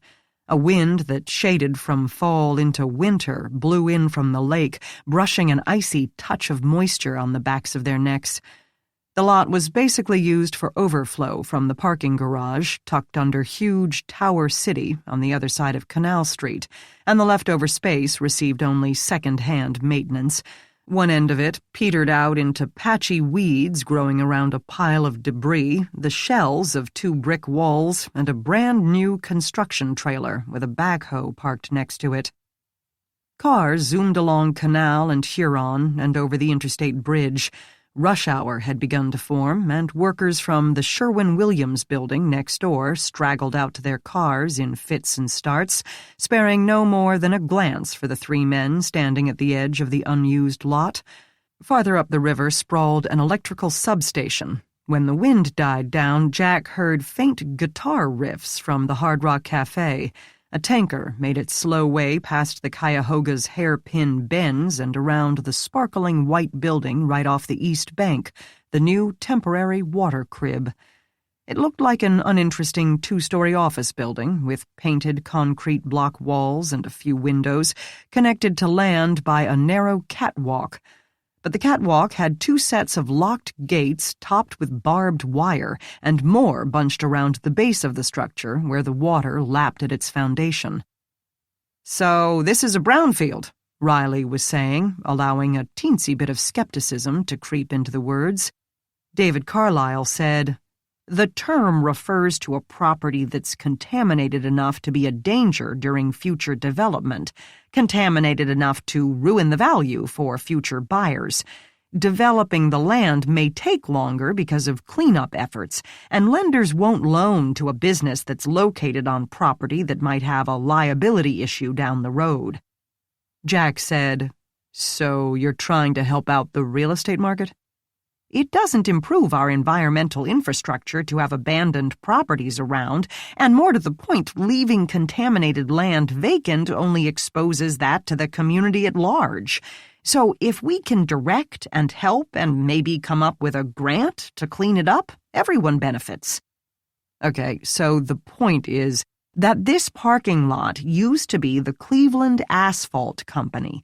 After decades of functioning on this site and then a dismantling, the ground is saturated with petroleum product, hydrocarbons, volatile organic compounds like benzene, toluene, xylene, heavy metals like arsenic, also polycyclic aromatic hydrocarbons. "We're going to need the spark notes," Riley told him, "if you don't mind." "Oh, sure, no problem." The young man ran a hand through his hair, which only made it messier instead of neater. "Is, that lady, Maggie, is she coming?" Jack said, back at the lab, "Does this trailer have something to do with your problem with Green?" "Yes. He and his economic development office have gotten behind a wunderkind who blew into town to build a facility for entrepreneurs." "A what now?" Riley asked, pulling the sides of his blazer closer together. "That wind is getting strong." "A guy named Connor Schofield is providing the backing. He calls it Start-Up Central. It will have more than 50,000 square feet of varying office sizes to provide small startup companies with space, phones, copy machines, internet access, everything they need to get a new business off the ground. I think he also plans to have a restaurant or a food court and maybe some retail. Anyway, that's not really important." "Then why are we here exactly?" Jack asked as nicely as he could, which probably wasn't very, because Carlyle sort of gulped and rushed on. The EPA doesn't care what goes inside the building. It's the process of building itself that's the problem. It will disturb all this ground that's been saturated with hydrocarbons and what all. Break it up, let it loose, and every time it rains, those components will run off right into the river. He waved his hands around, illustrating this movement of contaminants. Jack made the connection, where it's going to be picked up by the temporary water intake that Diane Cragen was arranging.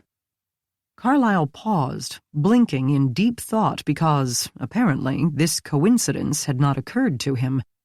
I suppose so. Either situation is bad by itself, but together, yes, they form a perfect storm.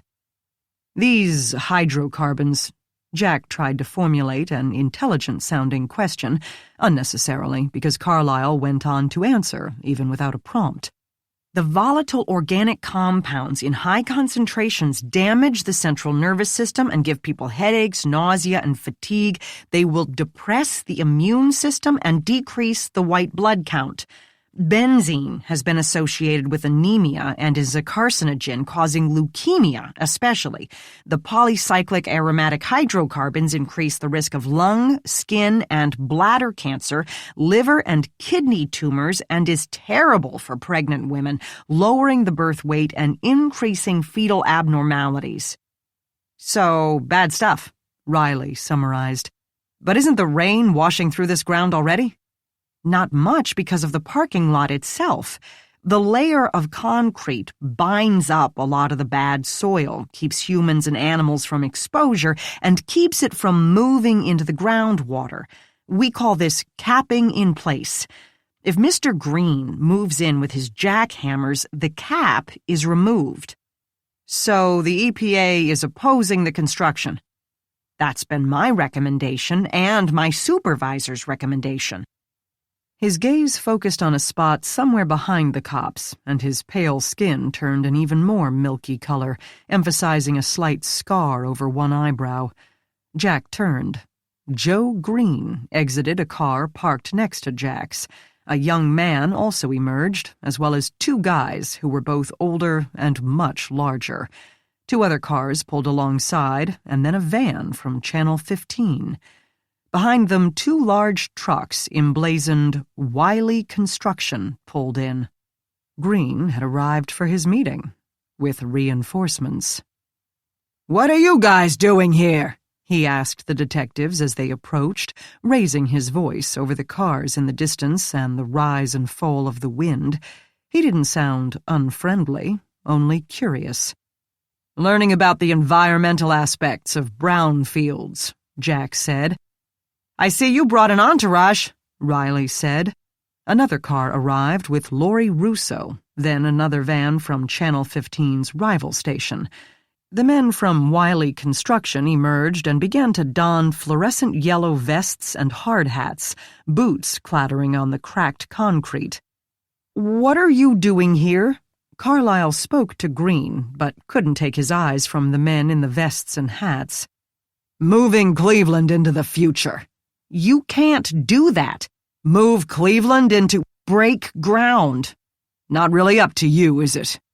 "Actually, it—" "And you can explain any objections to the press here." Carlyle's voice quavered in time with the hum of the interstate. "I'm not authorized to make public statements. That's not really my job." "That works out well for both of us, then." Green unabashedly waited for the straggling members of the media to catch up. Lori Russo reached their knot and gave Jack a smile. The man with Green, a trim blonde in a sweatshirt and faded jeans, seemed even younger than David Carlyle, but completely at ease.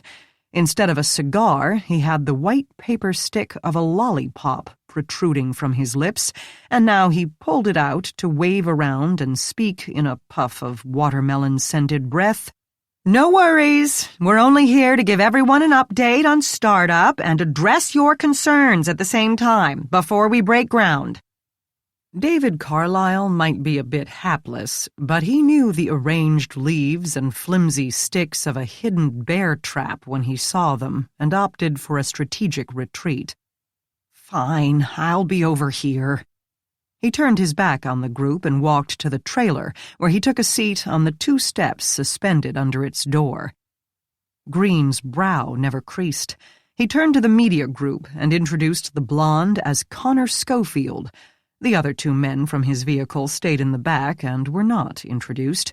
They had the look of bodyguards, but Jack wondered at the political sense of walking around with personal goons. Perhaps Green had enemies other than Diane Cragen, more potent ones. Connor Schofield gave the current assembly and all the world at large a brilliant smile and started off through the weeds at a brisk pace, speaking with the enthusiasm of a kindergarten teacher at the History Museum. "Great! Well, all this gunk, you see, will be cleaned up and leveled out, and this will become a parking garage. It will have walkways to the building for when that wind whips off the lake." "Like today," Riley grumbled, hands shoved into the pockets of his worn blazer, even though the temperature hadn't dipped below 60 degrees.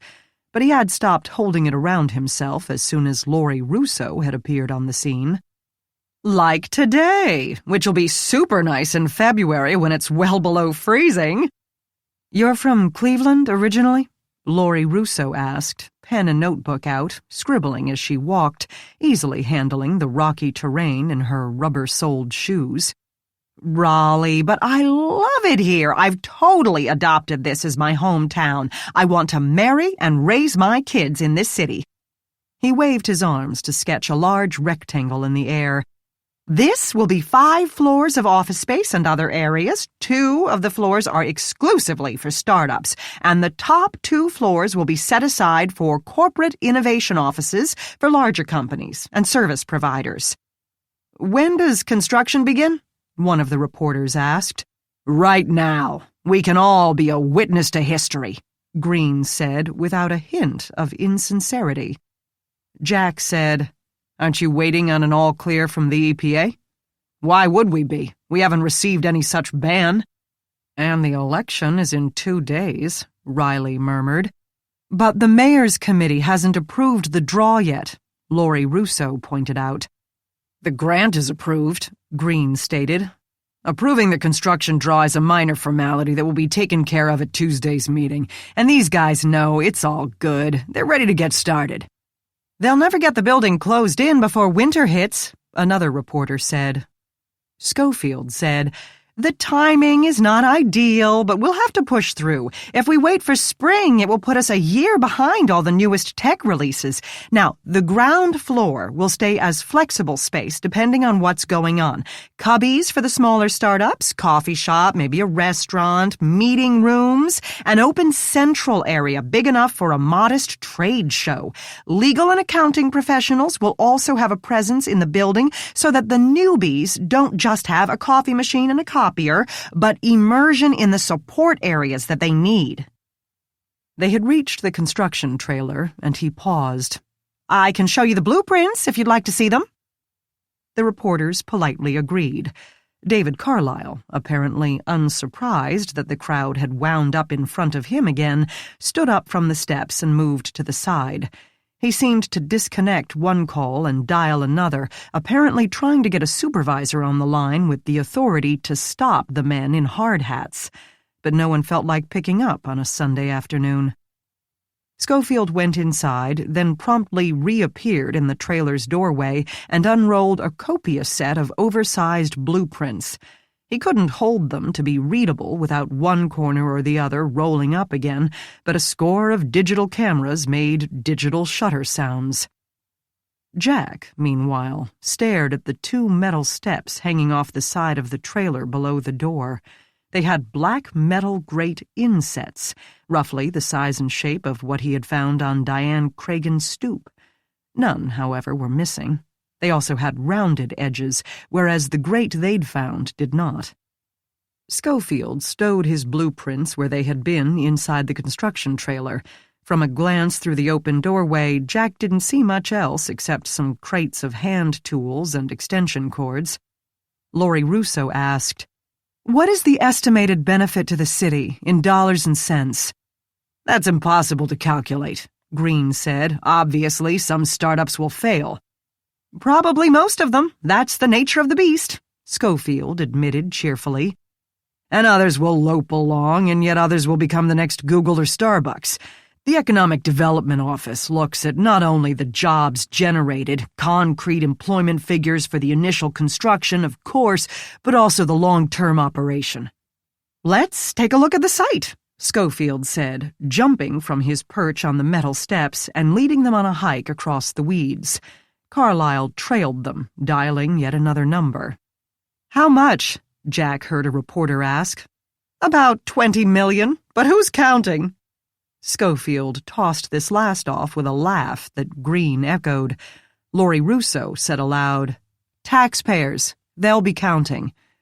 A television guy asked, Where is the money going to come from? Schofield swatted at a fly that buzzed his face, holding on to the last vestige of summer air. Me. I'm the angel investor here, me and other venture capitalists. That's what Startup will focus on, unlike similar forums. Not merely giving new people a place to work, but luring venture capitalists from other cities and even countries. Put those two entities together and it will take us into a new game. Where is your money coming from? Laurie asked.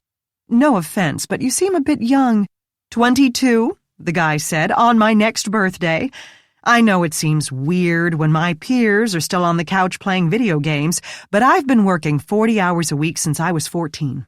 6 years ago, I started a website design firm called Grand Slam. 2 years ago, we were the fastest growing firm in the country, and 1 year ago, I sold it. I'm a hard worker, yeah, but I'm also really lucky that timing has usually been on my side. If he wants to be taken for a grown-up, maybe he should take the sucker out of his mouth, Riley said to Jack sotto voce. Schofield pointed to a partial wall of concrete block, about 12 feet high at the tallest point. This used to be the main part of the asphalt plant. Watch your step. This would be a hard hat area if there were actually a roof left. Laurie said, I looked online. I couldn't find a lot of information about Grand Slam other than it had existed. We were the power behind the thrones, not the thrones themselves, or an entry on any list of fastest-growing companies. We didn't get an award for it. That's simply what the numbers said. Jack found it impossible to assess the kid's truthfulness. For one thing, he never stood still, either due to hyperactivity or youthful exuberance, or because he knew it was more difficult to assess veracity when the body wasn't still. Police officers had a reason for sitting suspects and witnesses down in a small room with nowhere to go and nothing to distract or explain the motions of their limbs. Humans had gotten very good at schooling their faces to keep up an act, but from the neck down, it got harder to do. Feet described most honestly what a person thought or felt, and this kid seemed to be made of rubber. They spread out through the empty shell, Riley kicking at loose stones tucked between tufts of weeds, Laurie poking at an abandoned bird nest in a recess that must have anchored a large piece of equipment. Graffiti depicted body parts and faces, but mostly words in bold and colorful fonts. A metal stairway lay on its back across the floor. I love these old places, Schofield said. You can stand here and breathe in the history. From what Jack breathed in, this particular old place had become a makeshift men's room, but he said nothing. Instead, he wondered how he and Riley were going to explain to the homicide unit chief why they had taken a tour of the flats instead of figuring out who had brazenly murdered a sitting U.S. senator on her own doorstep. They had followed a breadcrumb trail of evidence, but it had left them lost in a vacant lot. Now that the group had shuffled during the move, Schofield took the opportunity to shake some more hands, coming round to the young EPA agent, as if he had only now noticed his presence. Don't know if we've been properly introduced, but I'm Connor Schofield. David, EPA, right? You were at that one committee hearing, can't remember exactly when that was, last Thursday. Oh, yeah. This young man is from the EPA, Green announced to the crowd, giving Carlyle's employment status the grave tone usually reserved for informing a patient of serious health issues. He wants to tie up the project indefinitely in order to do tests, and more tests, when the Economic Development Office has shown that the increased tax base can be used to fix any environmental problems that may develop down the line. Spots of red appeared on Carlyle's high cheekbones, and he muttered, "I doubt that very much." Laurie Russo said, "I thought you said that was impossible to calculate." "The total benefit, the tax base, will increase by 10 to 14%. "Did you know," Riley murmured to Jack, "that 68% of statistics are made up on the spot?" A roaring sound started up, and they moved out from behind the wall to find the cause. The construction crew had strung caution tape along the road and at the edge of the Sherwin-Williams plant parking lot, and 3 of them now warmed up their jackhammers. They obviously planned to start at the far edge, safely away from the reporters' parked cars, a bit close to Jack and Riley's, however. Green's smile stretched his face. "Beautiful day for progress, am I right?" "Stop!" David Carlyle screamed. Chapter 12. "They can't do that! You can't break up this ground!" Carlyle spoke so fast that his words ran together, and he moved toward the construction crew as if he planned to throw himself in their way to save the concrete lot. But after a few steps he realized the futility and whirled on Green. "I told you that! The hydrocarbons—" "You got a cease and desist order." "No? Then get the hell out of my way." "You can't do this!" One jackhammer began to bite into the lot, its rat-a-tat-tat jarring the air. Green made a show of patience. "The Cleveland Asphalt Company existed here 100 years ago." 60, Carlyle corrected, shouting over the noise. "And no one in Cleveland has been poisoned yet." "But we've been getting our water from the lake. What happens when we get it from the river at the same time you're breaking up this brownfield?" He glanced at the 2 cops, as if grateful for the bullet point. The reporter asked Green, "So you're not happy with the EPA reports from this site?" "They're vague and unhelpful, full of generic but dire predictions, and I'm still wondering how a copy of an incomplete governmental agency report made its way to the desk of a Herald reporter." Laurie stated clearly, "It wasn't hard to find. The reviews are posted online if anyone cares to look." "If people care to look, they'll see that Cleveland is suffering because its Rust Belt economy has deteriorated to the point where we can no longer ransom today's survival for tomorrow's ideal." Carlyle's voice climbed another octave. "How about ransoming today's survival for tomorrow's survival?" Technically, that did not make his stance more appealing, but it was a good quote, and the reporters wrote it down. A slight scowl crossed Green's face. "I'm the head of the Brownfields and Special Projects team. I have had much more exposure to this issue than the average Joe. I know every bit as much about the topic as some EPA head-in-the-clouds, tree-hugging, kumbaya-singing extremist who intends to let everyone in town lose their jobs to save a nest of a tufted titmouse or whatever." Through visibly clenched jaws, Carlyle said, "We haven't even calculated the damage to animal life here. We've been too busy adding up the number of human dead." Recalling what the EPA agent had told them, Jack thought he exaggerated, but hyperbole always begat more hyperbole. The smell of concrete dust began to waft, enveloping them all.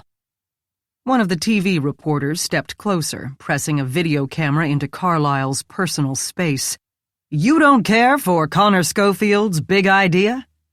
Pitting the 2 young men made for a great video clip. Caution versus optimism, dark versus light, good versus evil. But which was which? "It's a fabulous idea," Carlyle said. "The only problem is the dirt where he wants to build. It needs a massive cleanup first, for which their budget and schedule does not allow." "Then why didn't we all die when they put this parking lot here?" Green jeered. "Capping it in place with the slab worked because it didn't require disturbing the ground in any significant way. Churning it all up, digging a foundation will release volatile organic compounds. They're a slurry, not a hard rock, so they're much harder to get control of. One good rain will flush. Public speaking was not his forte. Benzene, in particular, is associated with disorders of the hematopoietic system. Hermaphrodite, you say? Green looked the EPA agent up and down. Yeah, I can see that. The reddened cheekbones became bloody swords, and before Jack could see it coming, the young, mild-mannered EPA agent swung a fist at the city's Director of Economic Development. Or at least he tried, because Green had seen it coming and choreographed the scene in his mind, so Green held up one forearm to block the blow.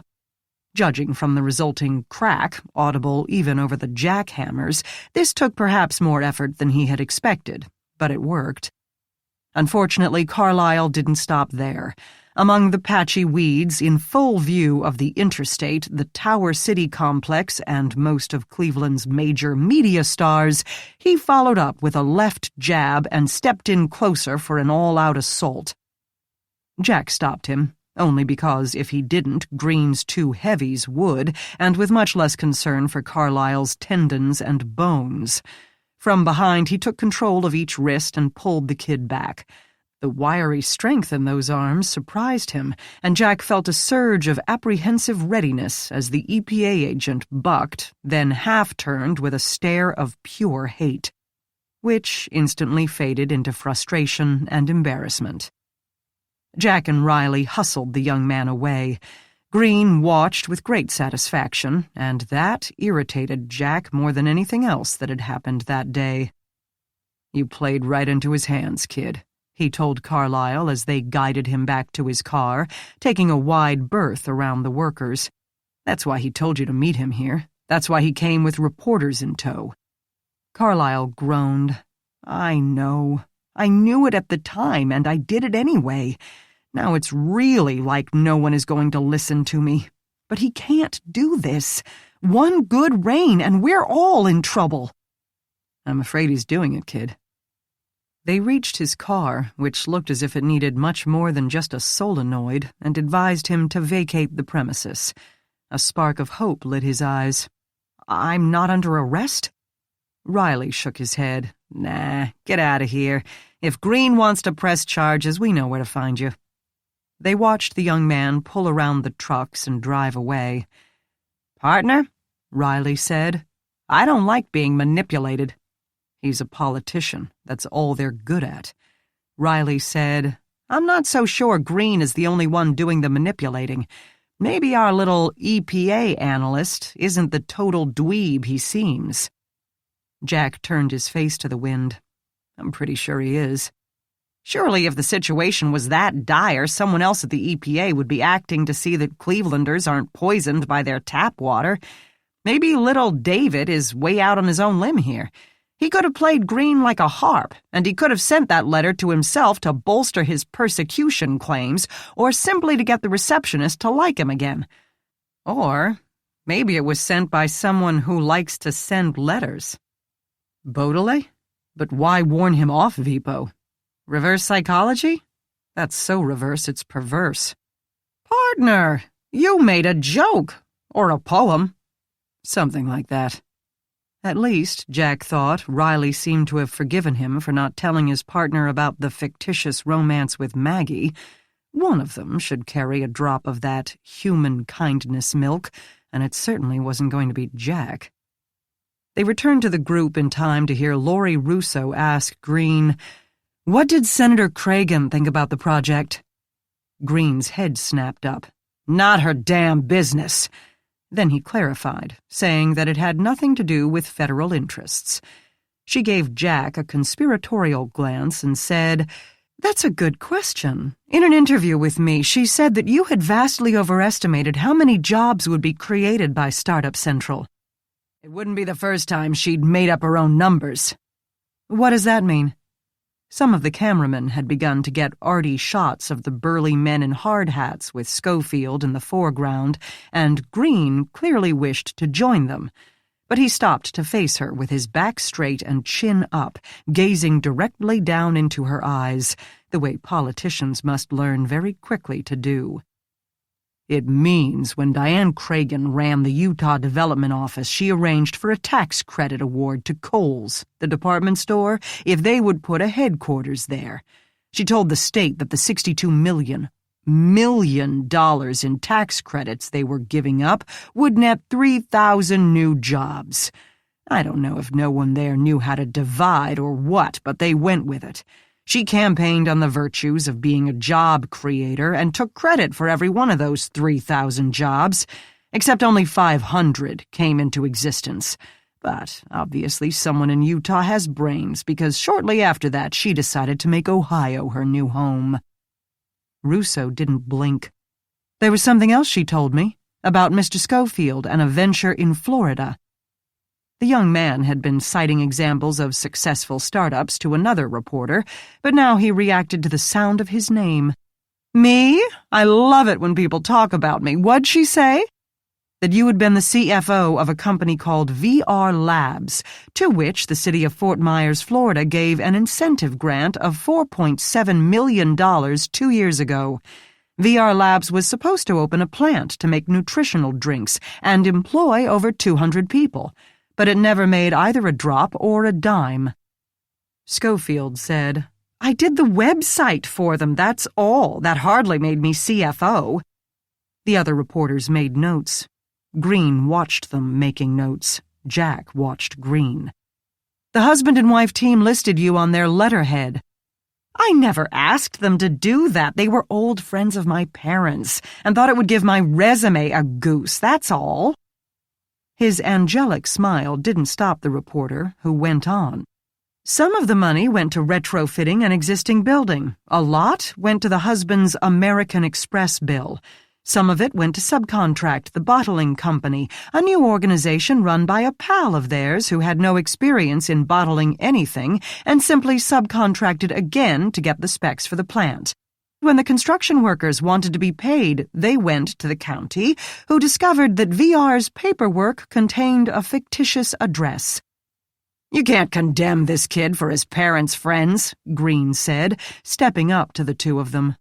Laurie said, Of course not. Jack and Riley watched this exchange as if they were at a Cavs game. So did the other reporters, who took more notes and captured more video. The construction workers ignored them all. She said, But you can ask what happened to the rest of the $4.7 million, because instead of creating jobs, many people lost theirs when their companies weren't paid. And now here you are with millions in venture capital. What are you saying? Green asked, his voice low and hard. I'm only pointing out the similarities. Someone talked up VR Labs to the county commissioners in Florida until they forgot to check prior financial records, any history of business success, or evidence that anyone involved had ever seen a bottling plant or mixed anything more than a jug of Kool-Aid. She switched her gaze from Schofield to Green. Something like what you've accomplished, getting the chief of regional development and the mayor's committee to consider handing Mr. Schofield here a $12 million grant. She didn't add, to a 21-year-old kid whose only verifiable track record involves an out-of-state swindle of epic proportions, but she didn't have to. Green flushed. Said kid spoke easily. Apples and oranges. This situation is entirely different. And besides, I had nothing to do with VR Labs except in the most peripheral way. Green said, And why would he finagle it out of Florida only to come here and give it to Cleveland? Laurie said, Is that what he's going to do? Because he hasn't done it yet. The architect who made those blueprints in your trailer says he was paid through a credit line you got from Bank of America. Schofield gave her a soft look, as if pitying her advanced age. Of course, I paid him through a credit line. It makes the bookkeeping much more transparent. But why would B of A give me a line in the first place? Because of the chunk of money I'm putting into this project. But haven't yet. Look around you, Mrs. Russo. Why do you think Wiley is here with the backhoe when we haven't even gotten the first draw yet?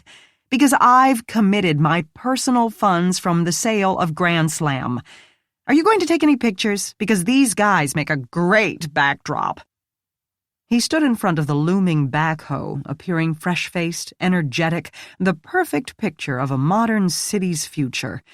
The other reporters dutifully snapped, videoed, asked a few softball questions, and then hurried back to their offices to Google everything they could find on VR labs in Fort Myers, Florida. Laurie Russo lingered. So did Jack and Riley. Green tried for one last pronouncement. "Anyone who doesn't support this project wants Cleveland to keep rusting until we crumble into dust. That was Diane Cragen. She would have been perfectly happy to let such a largely Democrat populace die and disperse, and then move a moneymaker like Startup to Columbus." Laurie Russo said, "I'm sure you're right." Green had already opened his mouth to say more and shut it with an audible click. "But that doesn't make her statements inaccurate," the reporter finished. Green closed the gap between them in 2 strides, aggressively enough that Jack and Riley both snapped to attention and moved closer, smoothly, quietly, on pure autopilot. "Look, chick." "Chick? You can sling all the mud you like, but this is a done deal and it's going through.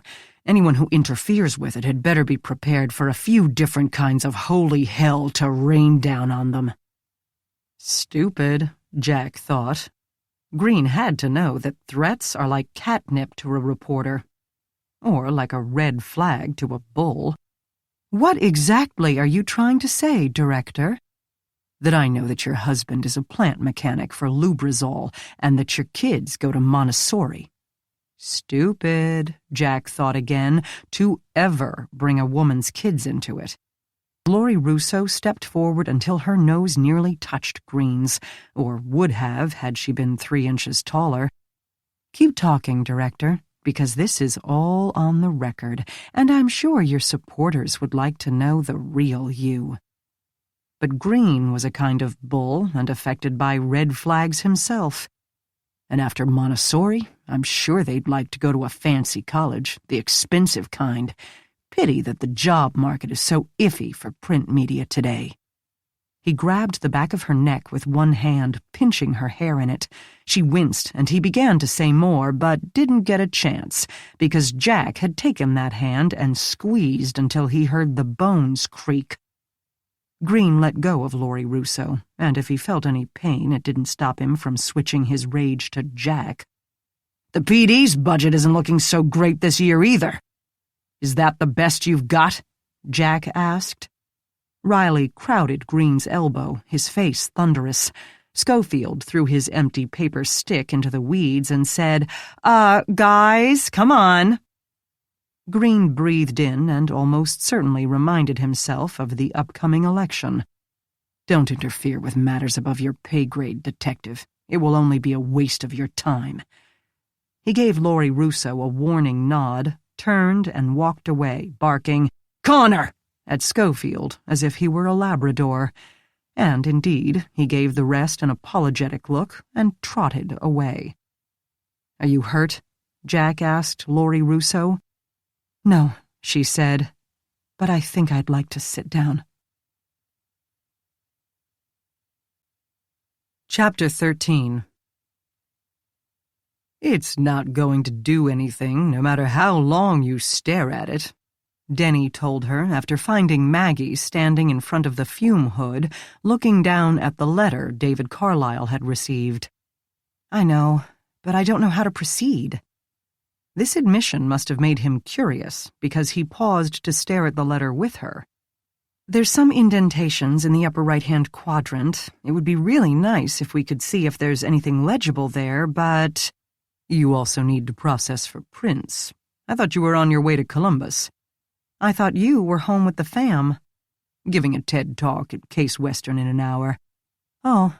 Well, I'm going, but I wanted to get this started first. Whether it's anthrax or not, we still need to know who sent this note." "You think it's that important? I mean, assuming it's not anthrax." "Either way, yeah. I'm a little concerned for this guy. Someone executes a U.S. senator on her own doorstep, and the same day, or maybe the day before, someone drops a letter to the EPA guy who had conflicted with her? Two bizarre events so close together can't be a coincidence, can they? But if he and the senator were in opposite corners, wouldn't whoever killed her be on the EPA guy's side? Excellent question. I have no idea. Or her murder has nothing to do with the EPA issue, and maybe in that case this isn't anthrax and he's safe.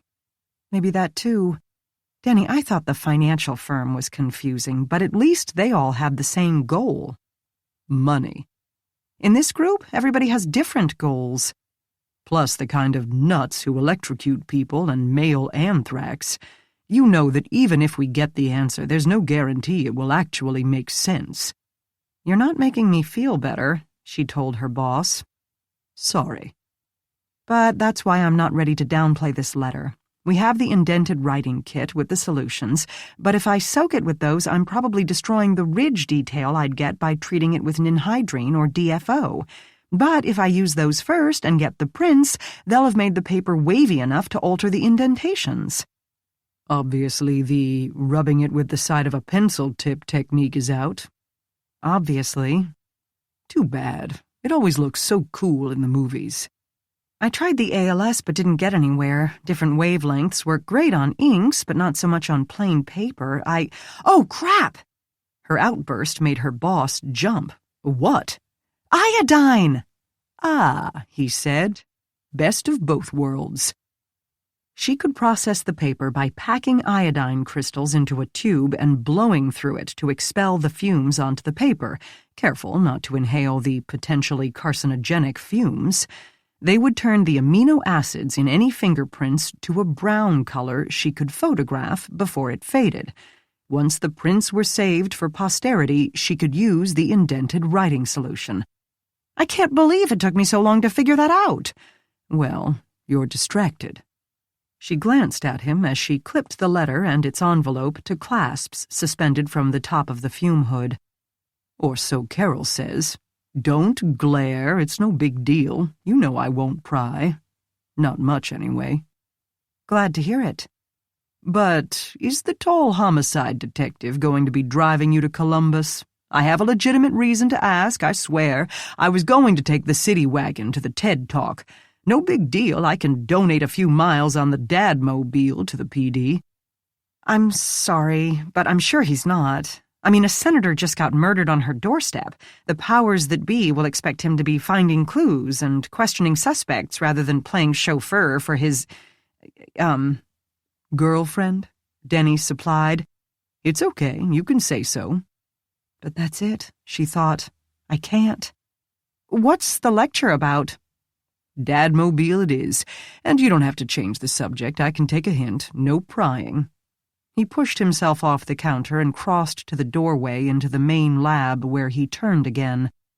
Not even a little. She pulled out the iodine fuming kit, a plastic box with an old glass tube, open on both ends, and even older rubber plugs and latex hosing. She stuffed in some fiberglass wool, desiccant, iodine crystals, more desiccant. Not even the tiniest bit. Denny, still in the room, added, causing her to spill some beads of desiccant onto the counter, swear, and order him from her presence, all of which made them both laugh. You know you can do the baggy method. He meant she could simply place the paper in a zip-top plastic bag with the iodine crystals. Much easier, and should produce the same result, but she had never had much luck with it. I'm old-fashioned, she told him. Apparently. His voice imbued the word with a double meaning, but when she turned, he really had gone. Fumes the color of burnt sienna swirled over the piece of white paper, turning it to a light brown color.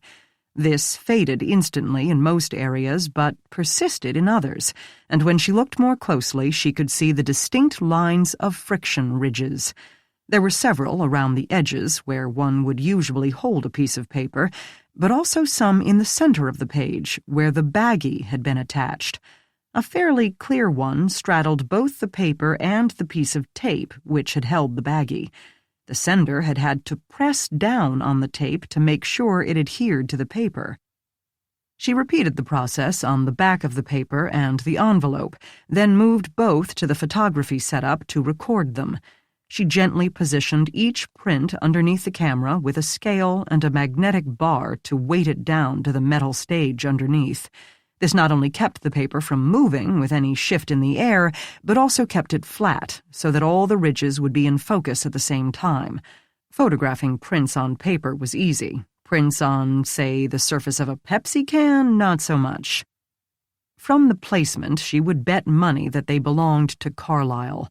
One would hope that anyone sending anonymous, threatening, and possibly lethal letters would have the sense to wear gloves when they did. When she had photographed everything of interest and scanned the entire page and envelope, she put the iodine equipment away and got out another old plastic box. This held a supply of small, disposable paintbrushes and a collection of tiny glass vials whose contents came in two varieties: weak indented writing and strong indented writing, depending on how deeply the furrows had been made into her piece of paper. She chose weak. A natural inhibition to permanently alter evidence made her hesitate. Catus amat pisem sed non volt tingere plantas, she said aloud, with no idea if she pronounced it correctly. The cat would love to eat fish, but hates to get her feet wet. She shook the vial, inserted the tiny brush, and painted the upper corner of the paper with dilute ammonium thiosulfate. As far as she knew, it would not react with the iodine, and if it did, that might be a good thing, rendering the fading iodine print into a more permanent color. She might discover a new technique for stabilizing iodine prints. Or she might make the colors run together and the indented writing harder to see. As it was, the iodine did not interfere, and some shapes formed in a darker brown shade against the now light brown paper. Letters appeared. N.E. Sat 10. Interesting, Maggie thought, but not at all useful, at least not to her. She would have to ask David Carlyle if the notations meant anything to him, because if they did, perhaps the letter had come from some co-worker who didn't like him very much, or one who was not above accepting money from VPO to work on their behalf. And Jack and Riley would have to ask, since questioning witnesses was not her job. The envelope yielded no other writing. It did have some prints, which she had photographed. She put the indented writing kit away, left the paper and envelope in the hood to dry, and prepared for her trip to Columbus. She had one stop to make first. "I should be used to people yelling at me," Laurie Rousseau said. They had taken refuge where the crumbling brick wall blocked some of the noise of the workers. She perched on the waist-high edge of the fallen metal staircase without regard for her khaki trench coat. "But somehow I never am." Riley, unusually intense, said, "If he attempts any sort of retribution, you let us know immediately." Jack thought, not that we'll likely be able to do anything about it. Politicians knew to keep their visible business 1 inch inside the legal fence, with people to take care of the invisible business. The reporter said, "I can't stand to see this huge pile of taxpayer cash about to be pushed off a cliff and no one seems to care. These tax credits and grants and outright payoffs to bring jobs to town hardly ever work out. I get that since the economy crashed, cities have been grasping for jobs and acting like another Great Depression is right around the corner, even though the unemployment rate is back down to normal. Yes, it's always good to be prepared, but not good to be so desperate that you debit the future just to get yourself elected." "You think Startup Central is a pipe dream?" Riley asked. "I think it's a flat-out con, and Senator Cragen was our last chance to stop it. She could have gotten the committee to hold off the money until all questions are answered. The committee is so eager to make their mark that due diligence has been tossed out the window. I don't mean to be ageist, but who hands control of $12 million to a kid with no verifiable track record? Maybe Schofield actually believes he can do what he says he can, but I sure don't. And I'm sure Green knows better." You think part of that $12 million is going to come back to Green? I have no doubt, and whatever he gets as a direct kickback is only part of it. A project this size isn't one contract, it's a series of contracts, and Green will have a finger in all of them. The wall panels are coming from a company called Wiley that's owned, on paper, by the father of the guy who hired an ex-assistant of Green's as a salesman. The ex-assistant kicks part of his increased salary back to Green, and lo and behold, Wiley gets to sell wall panels to the startup project. I know that because his sister told me. The guy who will put in all the wiring owns a company that turned Green's backyard into a resort, and I know that because I crashed a party there once. Another reason he doesn't like me. He doesn't invite people who can't keep their mouths shut. Thinking like a cop again, Riley asked, "Can you prove any of this, or is it simply business as usual?" That's the question. The currency of politics has always been jobs. Lincoln traded jobs for votes to get the 13th Amendment passed. I'm sure several bags of rice changed hands to build the Great Wall. No politician ever had enough money to buy votes indefinitely. But give a man a job, and without spending a penny, he is indebted to you forever. Give a man a contract, and the same applies. Plus, he pays you. Jack said, and becomes a co-conspirator, should things turn sour. It's gotta catch up with him eventually, Riley said, more hopeful than positive. Laurie said, but by the time it does, he'll be a senator in D.C., and this will all be ancient history. If he wins. That may be a given now that Diane Cragen's dead. Maybe not. It's a numbers game now. It probably won't matter that the new candidate will be someone the voters never heard of until today, or what he's done or hasn't done. All that will matter is that he's Republican. There is no crossing party lines at the voting booth anymore, and that's my fault as much as anyone's. Your fault? Riley asked. The collective me, the news media. We in print media at least modify it a little bit with actual stories and information about events other than politics, but the 24-hour channels, the talk shows that pretend to be news shows, have discovered the key to job security. Sorry, I'm being obscure. She spoke with her hands, long fingers dancing through the air to sketch her thoughts. 2 things have changed this country. 1, the political parties have gerrymandered all the districts so that each has a majority of one party or the other. Once a candidate gets past the primary, they don't need to do much else. If the district is largely Republican and they're a Republican, they're going to get elected. If it's largely Democrat and they're the Democratic candidate, they're going to get elected. It doesn't matter what a candidate does, what they've done, or what they're planning to do. Both parties have trained the populace to think only in terms of party. Any political advertising or platforms or sound bites you see don't say a word about Candidate A believes in charter school vouchers and hopes to get funding for a new dam to generate green power in the valley. They say Candidate A is the candidate for Party A, and we can't let any more B representatives get into Congress.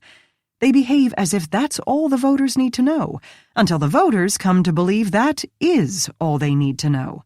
That's certainly all they're told, and who has the time to do their own research while they're earning a living and taking the kids to soccer practice and maintaining the house?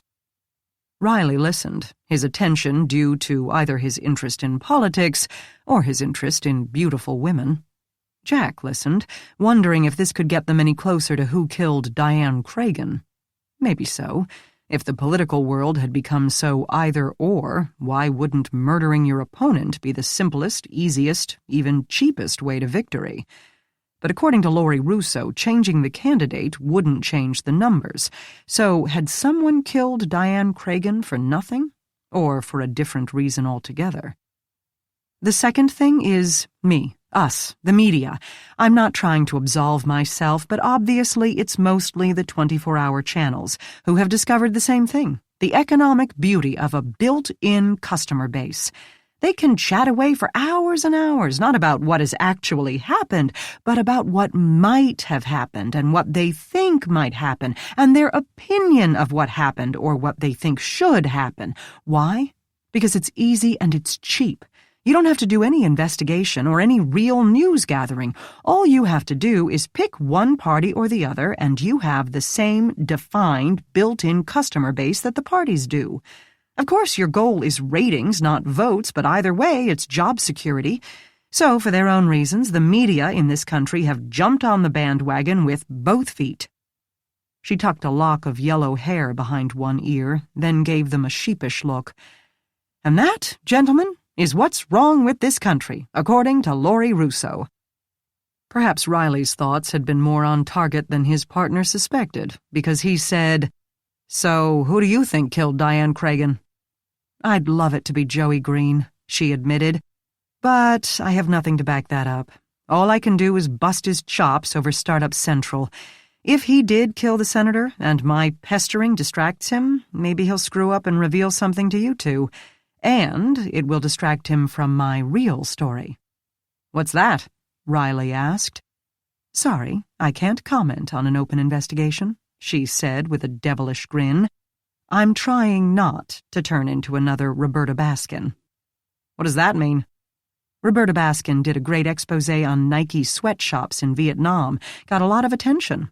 But CBS pulled the story when Nike sponsored the Japan Olympics. Aired on CBS. I don't want to give Green any heads up. Influence can travel by a number of different avenues. Suffice it to say that Startup Central and all the money swirling in its orbit is only the tip of a very large iceberg." Then she stood up and brushed off the back of her coat, holding it out and twisting to see if the fallen staircase had stained the back of it. Jack looked too, but not at her coat.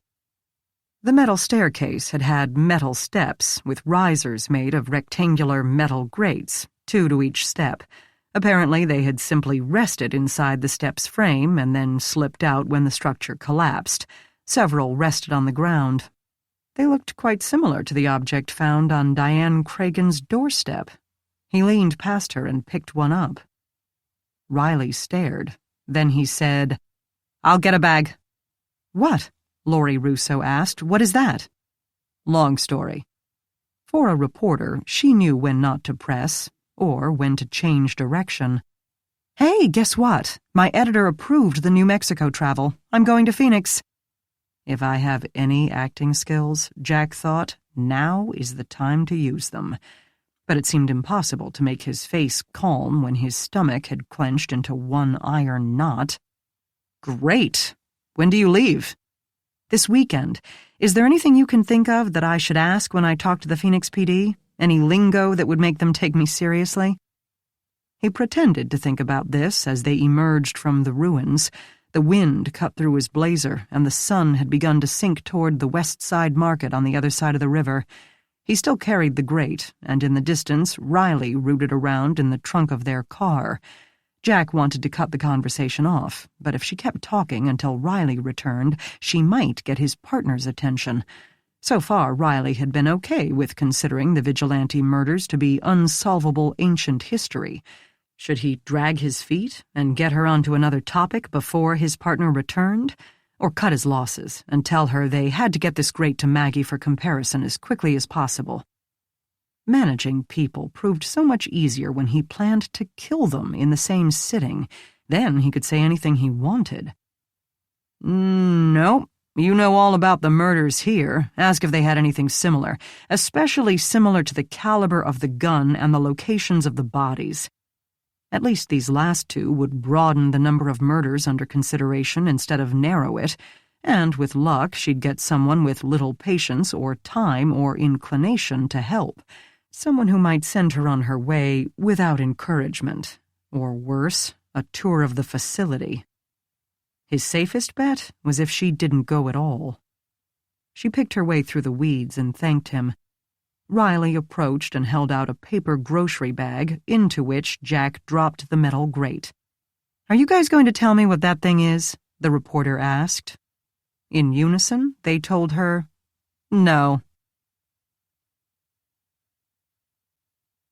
Chapter 14. Maggie stepped in through the rear door of the medical examiner's office and signed in under the casual glance of the desk man, such a familiar face that she might as well work there. Without greeting or preamble, the desk man told her in which autopsy suite her case could be found. He didn't have to ask which one. Only a very high-profile victim, such as a sitting U.S. senator, would be autopsied after hours on a Sunday. A large black man stood next to the table, absently washing off the body of the dead senator. "Don't matter who you get to be in this world," he announced to no one in particular, "you still wind up cold and naked on a piece of steel." "Hi, Maggie," the pathologist said. "What are you here for?" "Fingerprints. I doubt fingernail scrapings would give us anything. She may never have set eyes on the guy who killed her, much less got in a fight with him." The pathologist joined the Diener in shaking his head over the corpse. "Electrocution. That's a new one on me. As a murder, I mean. We get a utility worker caught in a wire at least once or twice each year. A month ago I had some guy drilling for a phone pole, big thing, like a backhoe only with a drill where the bucket would be. The guy put his hand on the drill top to guide it to the right spot at the exact time the tip of the—" He made a jagged gesture with his hand, sketching an inverted V. "The drill arm tower," the Diener supplied, hauling the wet body of Diane Cragen to one side in order to flop her over onto her stomach. "Yeah, that. It touched the power lines overhead, 500 volts, which isn't even that much for a power line, and poof, guy was dead. And it looked like her, little scorch on the hand, little scorch on the foot, otherwise nothing. This was plugged into a household outlet, an outdoor one, but 220. That would be plenty. Electrical current starts to hurt at 10 milliamps. By 20 or so, she'd be in paralysis." "She couldn't let go of the knob," Maggie said, staying out of the way of the Diener's hose. The doctor picked up the woman's right hand. The fingers had loosened as rigor passed, and he examined the scorch mark. "The bones in the path of the current get warm. We'll probably see some burns of the finger muscles and ligaments when we open it up. At 40, it would be hard to breathe. At 90, ventricular fibrillation throws her into cardiac arrest. By 100, she's dead." "And this was over 200. "Volts," the Diener said, his voice a low, easy rumble.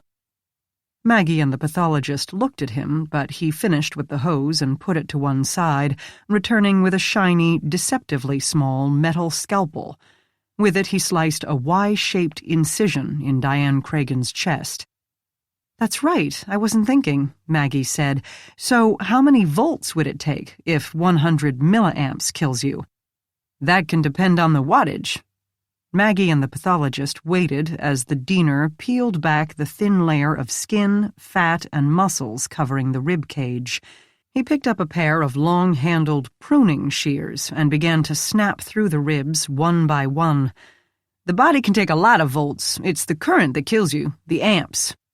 The pathologist said, "I'm pretty sure you're speaking in tongues." "That's what happens when your dad's an electrician." Maggie said, a trifle uncertainly, "Right. If it were plumbing, then volts is the water pressure, and amperage is how fast the water is moving. So how many amps would she get from a 220 line?" Snap. "That depends." "On what?" "On the ohms." He snapped a few more ribs, but after an amused glance, he took pity on them. "Ohms is the resistance to flow, like the size of the pipe in the analogy. Big pipe, less resistance. This poor lady, thin shoes, wet skin, resistance goes down. Plenty of volts, nothing to slow down the amps. Zap." Snap. Maggie still couldn't quite picture the relationship, and she repeated her question about the amps. 220? About 20. 110 is usually about 10 to 15. That's what I don't get. He said 20 would create paralysis, but it doesn't get fatal until over 90, so why is she dead? Weak heart? Because the amps and the voltage multiplied make the power, or watts, the force with which the water comes out of the pipe. Oh, so it's more than just numbers. Snap. Exactly. Of course, that's AC, alternating current. AC causes tetany in the muscles. Contractions, the pathologist translated for Maggie, though she had figured that out. The Diener said, That's why she couldn't let go of the knob. If it was DC, it would have knocked her on her ass in one huge convulsion. Still probably kill her, though, because DC is direct current, and that— No, the pathologist said. Stop now, my head's starting to hurt. The Diener appeared indifferent to this topic and snapped another rib, freeing the cage structure over the front torso. When he removed it, Maggie could see Diane Cragen's lungs and liver and the other things packed tightly inside her body, dark and glistening red. The pathologist broke his own moratorium, asking, "But why didn't it trip a breaker?" The Diener said, "Because frostless refrigerators cycle on and off and would trip the breaker every time it cycled on. That's why 220 lines don't have them." "Huh," the pathologist said. "So it zaps her. Her muscles freeze up, and it keeps zapping her. The heart seizes up and goes all arrhythmic." "How long would that take?" Maggie asked. "Pretty quick." Maggie looked at the dead woman, mouth agape, hair wet, missing a chest wall. "I'll bet it wasn't fast enough." Then she asked if it would be all right if she could roll the woman's fingers and palms and get out of there. "You're not staying for the whole post?" "Sorry, I have a long drive ahead of me." He didn't ask where or why.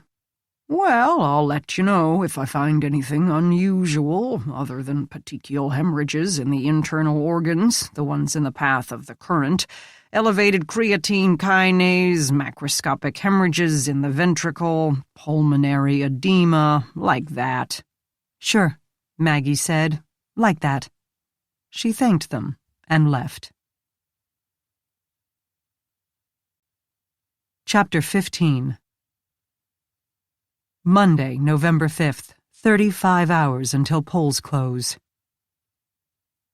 "How was Columbus?" Denny asked her the following morning. "I got there in time for rush hour." "There's no rush hour on Sunday," he said. "Tell that to Columbus." She drank the coffee she had made in the hopes it would revive her. She had gotten to bed very late after waiting at the Columbus ODH for the analysis. "The good news is, it's not anthrax." "That is good news. What is it, then?" "Baby powder." "Damn babies." She laughed. "They signed it right back out to me. No sense cluttering up their evidence room. And I brought it back to fingerprint the baggie. I don't expect much after all the folding and manipulation and the fact that it probably had a layer of powder on it before the person even taped it to the note." "Is it still a case now, if all that's happened is someone played a nasty joke on the EPA guy, which doesn't necessarily have anything to do with the dead senator?" "True, but it's still threatening a public official, right? A federal employee? Is that a crime?" "It probably ain't good." Carol came back into the lab, lunch bag, tote bag, and a windbreaker dangling from her arms. She told Maggie that she had a visitor. "A what?" The crime lab did not receive unexpected visitors. Buried in the Justice Center above the floors of police departments, they didn't have a waiting room or a receptionist, and the authorized personnel only sign on the door did not hang there merely for show. The door was locked, and visitors had to sign in and could not remain without lab personnel present. They weren't set up for the casual drop-in. "I found her loitering outside the door, a pudgy little thing brimming with determination, and she asked for you. Don't ask me why, because I don't know," the older woman added hastily as Maggie opened her mouth to do just that. "But she seemed harmless enough, so I told her you'd be right out." "How'd you know I was here?" Usually they arrived at work at about the same time. "Where else would you be?" Maggie chose not to ponder how this could be a rather sad commentary on her personal life, and went to the nook inside the lab door to find her visitor exactly as Carol had described. A woman of about 30, dark hair, medium brown eyes, a nose with an unfortunate upturn, and an outfit made of a great deal of spandex. Lumpy curls spilled over her shoulders. She gave Maggie an apprehensive smile. "Are you Specialist Gardner?" "Yes, and you are?" "Colette Manella. I'm Diane Cragen's niece." She panted slightly, as if she had taken the stairs instead of the elevator. "Oh, yes, I'm sorry for your loss." Maggie had been around plenty of grieving family members during her career, but didn't usually need to interact with them. She certainly didn't have them show up at her lab. How can I help you? Is this your signature on this form? Colette held out one of the standard chain of custody forms. It listed the items that Maggie had removed from yesterday's crime scene, including the victim's cell phone, laptop, a prescription bottle of blood pressure meds, and money from safe, unknown amount. As per standard operating procedures, Maggie had signed and dated this form and left one of the carbons inside the home to give the family a list of what had been removed. Yes, it is. Okay, great. How do I get these things back? We're not finished processing them yet. What does that mean? She asked with worry in her tone. Her gaze darted past Maggie's shoulder, scanning the lab as if the items might be in plain sight. We're examining them for information that may be related to your aunt's death. Have you spoken to the detectives? The woman blinked. No. Who are they? When Maggie gave her their names, she said, Well, more power to them, but that's not really my concern. Apparently I'm the executor of the estate, so I have the right to all her belongings. Okay, but I can't release anything until we have finished processing. And how long will that be? And the detectives sign off on the case. It's really up to them. Maggie had no qualms about passing the buck in matters like this. He who has the authority can also bloody well have the responsibility and the handling of grieving family members. Colette Manella's breathing grew even harsher. Let me be frank, I don't really care who killed her. I mean, I can't do anything about the fact that she's dead. I can do something about my own future, so I just want her stuff back. I get that, but I can't affect it, Maggie said, equally as firm. But let me find the detectives for you. They will be able to answer some of your questions, and I'm sure they have a few for you. They convened in one of the homicide unit's smaller interrogation rooms, 4 people fitting into a space meant for 2. Maggie remained to find out if Colette Manella might have any idea what her aunt's phone and laptop passwords might be, because so far the forensic IT people had been stymied. She also wanted to hear for herself any explanation for the cash in the safe, still hoping for a reason not to spend months processing the whole kit and caboodle for fingerprints. The detectives sat next to each other across the small table from the victim's niece. Maggie sat at the end of the table, a third corner to the triangle, or an impartial observer. As usual, she and Jack said nothing to each other, and he barely acknowledged her presence. Riley, on the other hand, kept glancing over at her with a considering look, and she didn't want to know what he might have been considering. It would have been funny, this charade of romance, except that she didn't seem to find much amusing these days. You can have her phone, I don't care. Anything that will help with the investigation, Colette said as an opener. I only want the money and any jewelry taken. Maggie assured her that they had not removed any jewelry.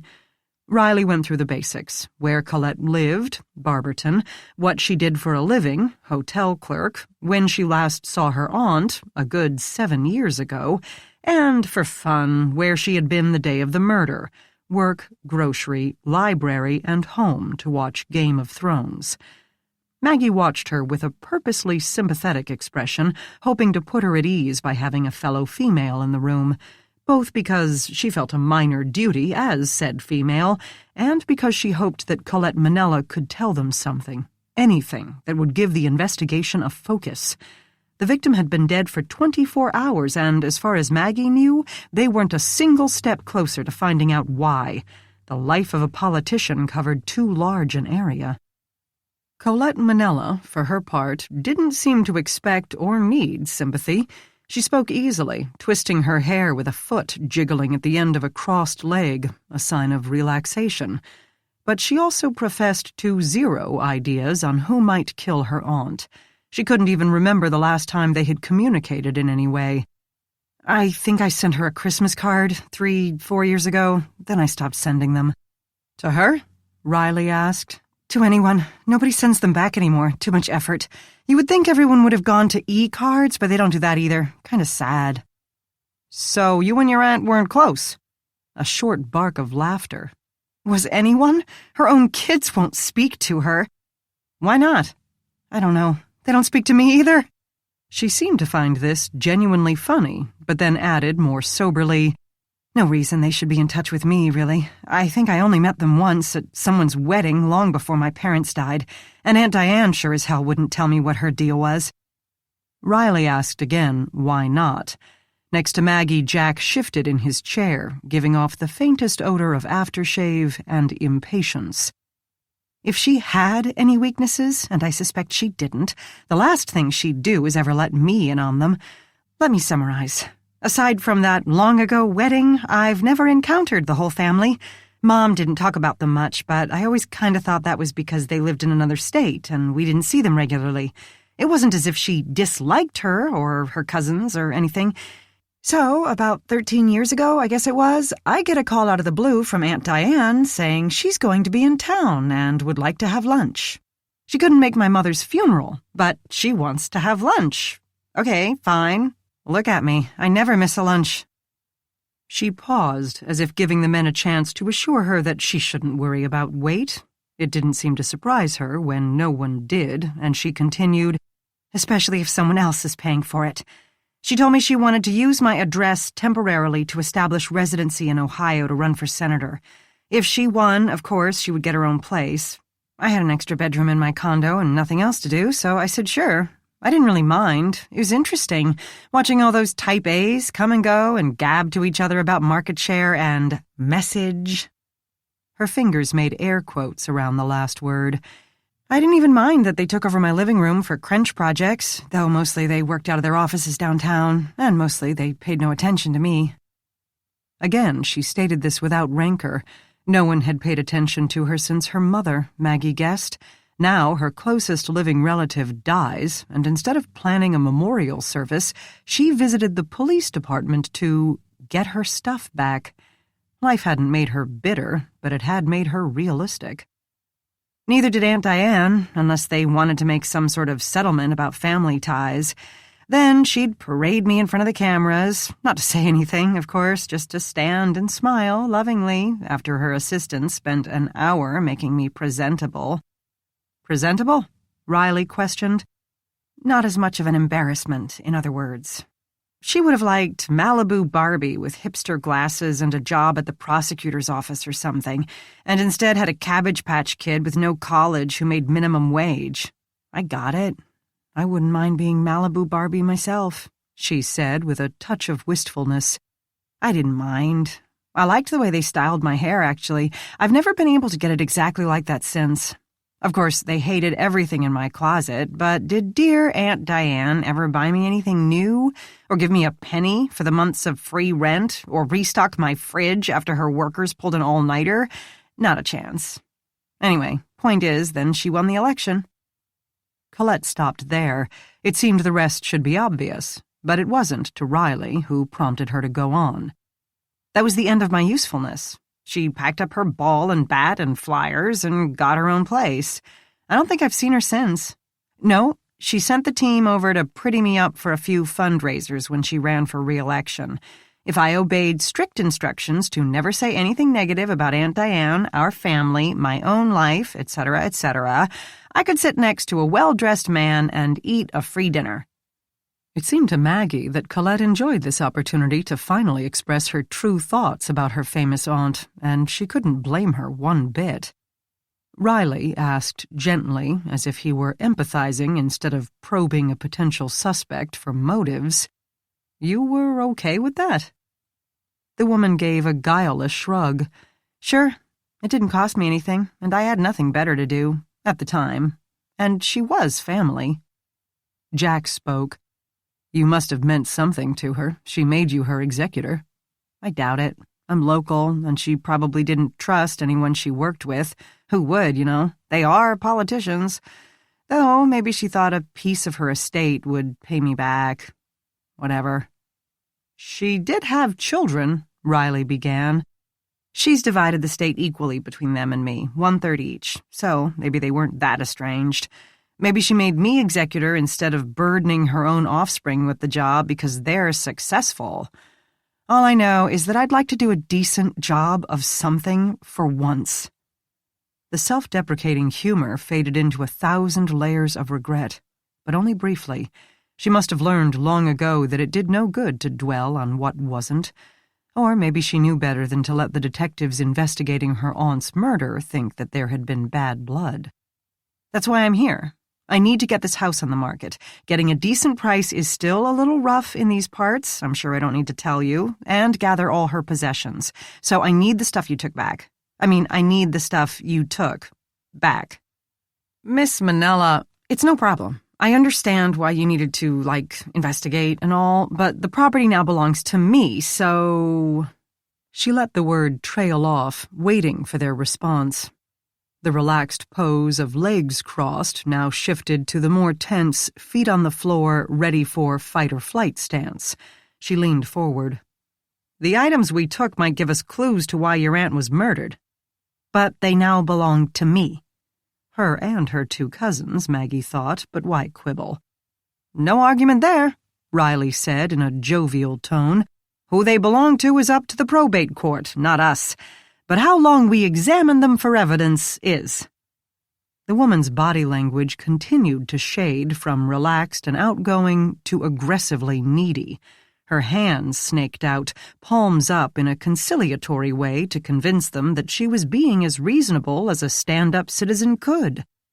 "I understand about the cell phone and the laptop, but I need you to return the money so I can get the estate settled. Money is just money, right?" "It's part of the investigation." Riley spoke quite easily himself, since he had no intention whatsoever of parting with the evidence before its time. "Speaking of the cell phone and laptop, would you happen to know Miss Cragen's passcodes?" A sneer slipped out, and Colette clamped one hand to her mouth. "Are you kidding? I didn't even know her middle name until I saw it in the paper this morning." "Well, that's okay.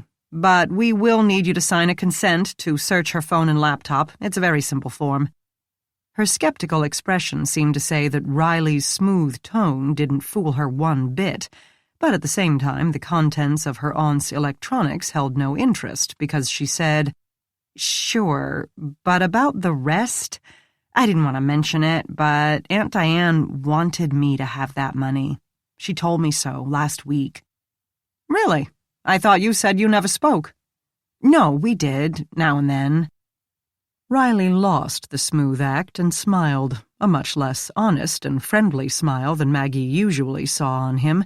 He wasn't above enjoying the sight of a fish squirming on the end of his line. "You know, we haven't counted it yet. How much is there?" "I'm not sure of the exact amount." "Ballpark." "My parents taught me not to talk about money." At their disbelieving looks, she hastened, "But it was quite a lot. A large amount." Her lips flattened until they nearly disappeared before she said this, which indicated to Maggie that Colette Manella was lying. Not about wanting the money, she clearly wanted the money, but about knowing about the money or having any idea how much there was of it. She had simply read the evidence sheet Maggie had left on the kitchen table and had seen "money found in safe." She'll be a happy girl when she learned the total, Maggie thought. Unless the Republican Party could find a way to lay claim to it, Colette Manella had just hit the lottery. Jack had been rocking his chair in the time-honored tradition of bored students, and now let the 2 front legs fall back to earth with a thud that the sound-deadening panels in the room couldn't completely disguise. "Miss Manella, do you have any idea who might have wanted to murder your aunt?" She didn't care for the change in subject. "Everyone who ever met her, probably." "Really?" Colette Manella gave up on the plan to walk away with a large pile, or even small pile, of cash that morning. That the world remained as disappointing as usual did not come as any surprise, and relieving herself of the stress of trying to pretend otherwise prompted her legs back to their relaxed, crossed position. She gave them a small smile. She's a politician, right? Chapter 16. "That was a bunch of nothing," Riley complained. "I bet our victim's neighbors know more about her than her niece." Maggie thought aloud. She did live with her for a while, so she probably knows how she took her coffee and other personal habits, but I doubt that's going to help us find who killed her. She's an excellent suspect motive-wise, kind of bitter, needs money, but I can't see her hooking up her own version of an electric chair. It wouldn't take a lot of technical knowledge, Maggie said, but without any real conviction. And it wouldn't require access to the house, to which I'll bet she doesn't have a key. Riley said, "Until probate gave her one along with the will. I'll bet my tickets to the game next week that she never knew dear Aunt Diane even had a safe until she did a walkthrough and saw its door hanging open. She certainly has no clue how much money was in it." "So why murder for it?" "Anything on that grate?" Jack asked her. She figured he meant the one he and Riley had found at the old asphalt company. "It's not the same, slightly smaller but with thicker tines, and I ran the residue from each through the infrared spectrometer. Your grate has minerals and synthetic compounds, and the one used in the murder definitely has organic fats on it." "So someone did grill their steaks on our murder weapon." Riley said, "I'm not going to make any inappropriate analogies to grilling a politician." Maggie thanked him. "In the meantime, I really wish the niece had those passcodes." "You guys haven't cracked the electronics yet?" "The laptop, yes. They should get the data dumped to you later in the day. But with phones, it's not like it used to be, by which I mean 4 years ago. There is no unlocking an iPhone without the passcode. And as law enforcement has learned in the past, Apple won't give it up even for higher-profile crimes than this one." "You guys can't guess?" "You put in the wrong code 3 times and it locks you out for a while. When that while is up and you still make a mistake, the while gets longer. After a certain point, it wipes the phone entirely and we'll never get that information back." She paused in front of the elevator, preparing to go back to the forensics unit. Riley said, "I thought they always said deleted doesn't mean deleted." "Sometimes, sometimes not. Android tends to delete in bundles, so stuff may still be there. The iPhone deletes more piecemeal, so it's usually gone when it's gone." "I see," said Riley, who clearly didn't. "I did give them the bill that you got from Kelly, and they'd hoped to at least access her iTunes account." "Seriously? You think her taste in music will tell us something?" "Well, iTunes backs up your phone every so often, and sometimes we can retrieve some information. Don't ask me what or how, tech is so not my area. In the meantime, they sent the phone to Celebrite. For a couple $1,000, they can unlock it for us and send it back. Then our guys could download it. For once, the prosecutor's office isn't quibbling over the price, so IT is trying to talk the higher-ups into releasing enough funds to have Celebrite do the whole data dump. That way we'd even have what she had deleted." "You mean they're not? The higher-ups even have to think about it?" Riley protested. "It's a lot of money. The $2,000 is just to unlock it." "So we have to wait around for the higher-ups to cough up the funds or until it comes back for our guys to work on it and hope she didn't delete anything important?" "Maybe not," Jack said. The other two looked at him. Behind her, the elevator doors opened. "We're surrounded by politicians who are supposed to wield power and influence. Maybe we could make that work for us." Riley latched on to the gist. "If her party wants to know who killed her, especially if it turns out to be the other party right before the election, they should be willing to pull all the strings we need. Unless it was her party who killed her," Jack pointed out. "Speaking of which..."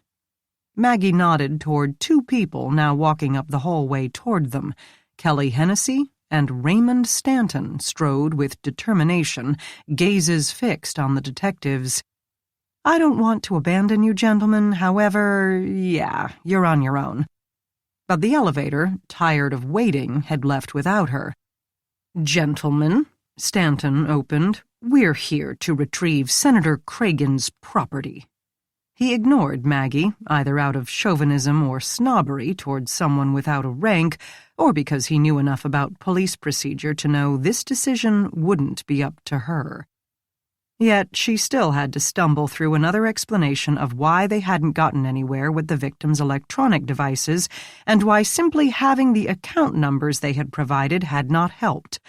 Neither he nor Kelly seemed to be listening, and shortly they got to the real reason for their visit. "The money in Senator Cragen's safe," Stanton declared, "are funds of the Republican Party and need to be returned to same." "Really? You always keep a great deal of cash around?" The circles under Kelly's eyes had darkened and swelled, while her skin's flush illustrated an unhealthy level of diastolic blood pressure. "Many campaign donations are in cash. Diane had the support of working-class people. They donate whatever they can to help her help their state." Colette Manella must have already stretched Jack's patience, because he said, "She's dead, Ms. Hennessy. You can lose the rhetoric. How much money did the party have stored in a safe in a private home instead of at party headquarters, by the way?" "I don't have the exact amount." "Ballpark," Riley barked, for the second time that morning. Stanton said, "What, is this like someone leaving an earring in the ladies' room? Describe it and we'll give it back to you. The funds belong to the party. Don't make us get a 6343 order to force you to release it. The police have gotten enough bad publicity in recent years." "Go ahead. I would love to see you explain that much cash in writing. I would also love to know how you knew it was there without entering a sealed crime scene that was only released an hour ago. Either Colette Manella went to you first or you had another key to the house." "No key," Stanton said, and it was released. "Colette? What's she got to do with—" Kelly began, but Riley held up a hand. "Stop. Any further discussion needs to take place in a proper setting. We need a room and a few forms signed, and then we'd love to trade whys and wherefores with you." The attorney and the chief of staff goggled in perfect unison. "What?"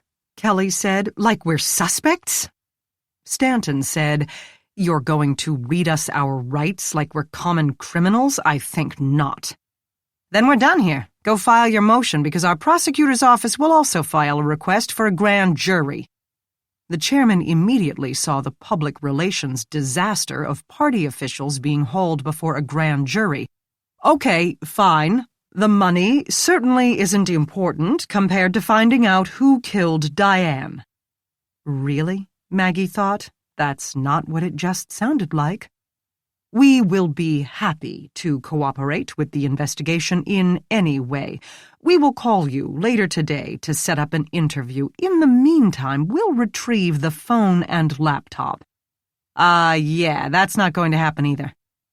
Thus followed another round of Stanton and Kelly insisting that the electronics were party equipment and belonged to the party, and Riley pointing out that they were used as personal possessions and therefore went to the next of kin, aka her executor, who had just signed a consent to search, and Jack explaining that whom the items actually belonged to was not nearly as relevant as the fact that they had been found on a murdered person, and as such, there was no possible way they would be leaving police custody anytime soon. Then he brought up the abilities of the external company and that speed required funds. Would the victim's party care to subsidize the investigation? No, Stanton said. It wouldn't do for a political party to interfere in a government agency's functioning. "Seriously?" Jack said. "Isn't that exactly what you've been trying to do for the past 10 minutes? Insulting us will not do you any good, detective, in any way." That might have sounded ominous, Maggie thought, applied against anyone less already ominous than Jack Renner. She said, "What about the account, the phone account?" The other four stared at her. She explained, "We can't get into the phone itself, but the provider, you said it was Verizon, will allow online access to the account. That will at least give us the numbers she called, received, and texted, even though it won't provide the actual texts or photos or voicemails." "I tried," Kelly began. Stanton cut her off. "Even if we have that information, we can't release it. There may be confidential items of national importance on those devices. There may also be clues that point to her killer. Riley said, secure in a foundation as solid as Gibraltar. If we have to get a court order— Again, Counselor, whatever. We're not releasing anything until we've completed our investigation, and I must say I'm mystified at your lack of concern. After all, it was your candidate who got offed.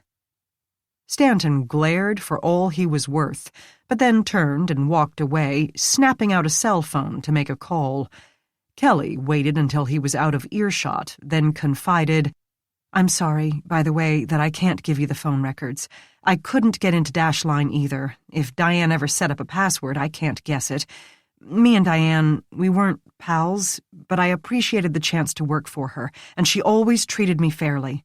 I don't want to do anything to protect the guy who killed her, so if the phone calls could help—" Riley said, "If you know—" "I don't.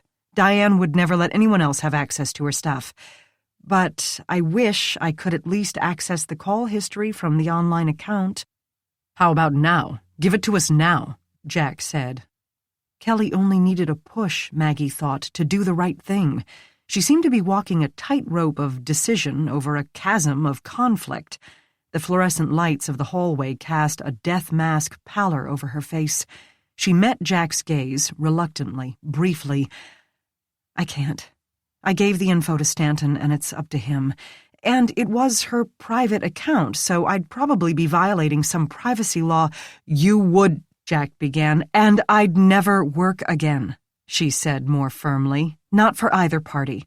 The one thing no one in Washington wants is someone who can't keep a secret."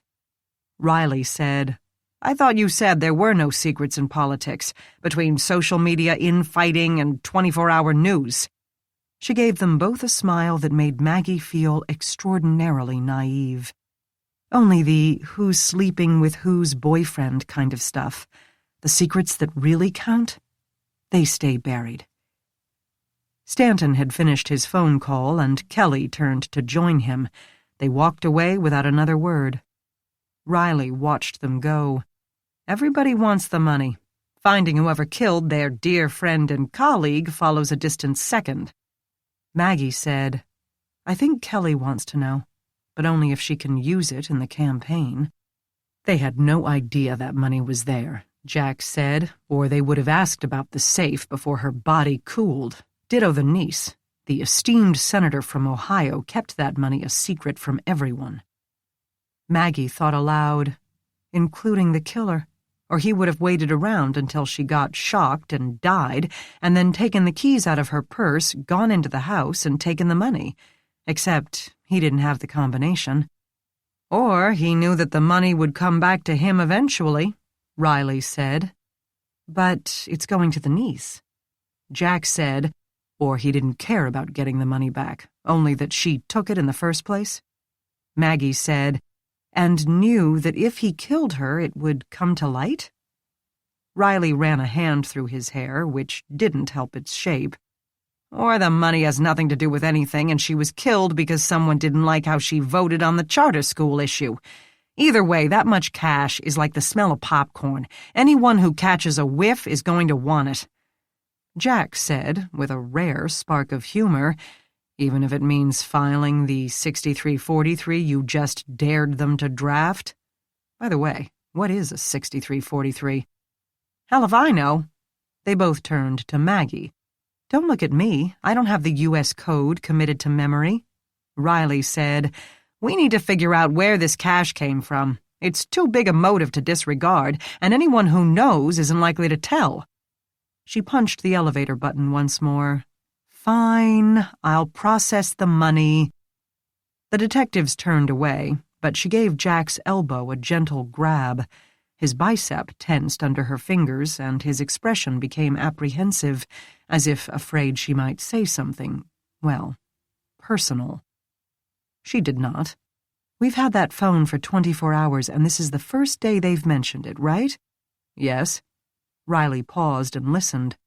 Why are they now so concerned about what might be on her phone? "They've had time to think about it?" Riley suggested. Maggie said, "We asked Kelly yesterday to pull the account information." Jack made the connection. "And today they're worried about the phone." She saw a phone number in the call history that made them nervous. That would be my guess. Great, Riley said. So now the people closest to the victim are lying to us. Everybody lies, Maggie said before she realized it, and this time it did feel personal. Chapter 17.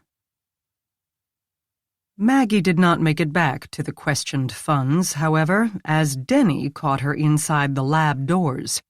Grab your go bag, we've got a homicide. Josh is at a traffic death and Amy's working a missing person, so it's just you and me. Go bag? Seriously? I thought it sounded all special ops-like. He waved his arms, ninjas. Someone has a ninja costume left over from Halloween, doesn't someone? Well, duh. Not at all upset at having to put off processing the money, she asked, "What is it, and where are we ninja crime scene techs going?" "Dead woman found shot by her car next to the lake, not far." 20 minutes later, most of which had been used up getting the police department-issued vehicle out of the parking garage, she discovered the accuracy of that description. There was a car, a dead woman, a bunch of patchy grass, and the lake. And that was it. They had arrived by driving down an old road at the end of Burke Lakefront Airport and through a chain-link fence, past a maintenance building of sorts. The gate had been opened for them. A marina sat to their right and empty land to the left, perhaps a natural buffer zone in case a runway proved too short for a particular plane. The road they used could hardly be called a road, more of an access path that hadn't been paved since the last millennium. Maggie and her boss joined 2 patrol officers standing between the body and their own car. A Ford sedan had been parked half on and half off the roadway, its passenger door hanging open. The woman's body stretched in front of it, body in the grass, head on the asphalt. Her purse and its contents lay scattered across the road next to the driver's door. "You beat the detectives," one of the officers said. "Do I get a bonus?" she asked. "Who's coming out?" "Gardner and Dombrowski." Her ex-husband. The day just kept getting better and better. Who found her? Obviously, they weren't in a well-traveled area. "Some maintenance guy goofing off. He said he was conducting a routine check, but I saw a fishing pole in his cart. Pure chance he found her. She might have stayed there for weeks." The lake tried to distract her, the sound of waves, the smell of the water. The overcast sky turned its surface to silver. The breeze hadn't warmed up from the night before. "Does she work here, at the airport?" "They're not missing anyone." Denny said, "Is that gate we went through normally closed? I would think even a small airport would have pretty good security these days." "Dunno, boss," the officer said. "They had it open to let us in." Maggie photographed, and Denny sketched. Rick and his partner Will arrived, Will as sunny and friendly as usual, Rick scowling. Usually Maggie and her ex got along fine now that the divorce had faded into the past, but since she had told him she and Jack were sleeping together, all pretense of amiability had been tossed in the circular file. "Hi, Will," she greeted them. "Rick." "Maggie," he said, so deadpan she almost smirked, but didn't dare. Jack had convinced, or apparently convinced, her ex-husband that Jack had been moving around the country investigating the vigilante murders instead of committing them, but it did not feel like a permanent solution. Vengeful ex-husbands could be unpredictable. Best not to poke the bear. Denny began to gather measurements to go with his sketch, not easy in such an open area. He managed to find a small structure about the size of a bus shelter off the road and used that as a fixed point, getting a distance to the vehicle and the body. This required use of their extra-long 300-foot tape measure, with one of the unlucky patrol officers standing in the weeds to hold the dumb end. Maggie took a picture of the victim's purse, a large leather tote that lay on its side.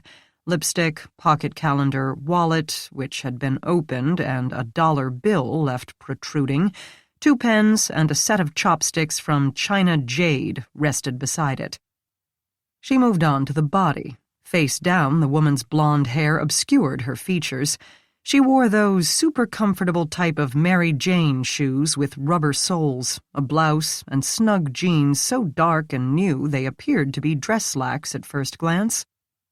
The blouse, a pale pink, had 2 large blood-encrusted holes, one in the right shoulder and another lower and to the left. For such wounds, the staining seemed minimal. Either she had died very quickly, or the fluid had obeyed gravity and exited out the bottom. Probably both. The palm of her left hand, down at her side, was clean, meaning she hadn't even had a chance to clasp it to her chest before collapsing. A large pool had gathered beneath her, telling Maggie to expect at least one corresponding hole in the woman's front. She would be a blood-soaked mess when they turned her over. The detectives had remained back with the purse. Will Dombrowski had donned gloves and now picked up the victim's wallet. Cash is gone, but the cards are all here. "Robbery?" Rick said aloud. "Out here? A parking garage downtown, I'd say yeah, but what would this chick even be doing out here? She sure doesn't do airport maintenance dressed like that." "Meaning a pilot? Maybe she's a stewardess. Is there any airport ID in there?" Maggie took some close-ups of the bullet holes. They appeared to be exit wounds, with the threads forced away from the torn flesh, but she couldn't be positive. Will dug into the small leather wallet. "No. Bunch of pictures of kids, and some guy who looks like an Italian model. Her DL. What's the name?" Will peered at the plastic card and read, "Laureen Russo." "Holy shit!"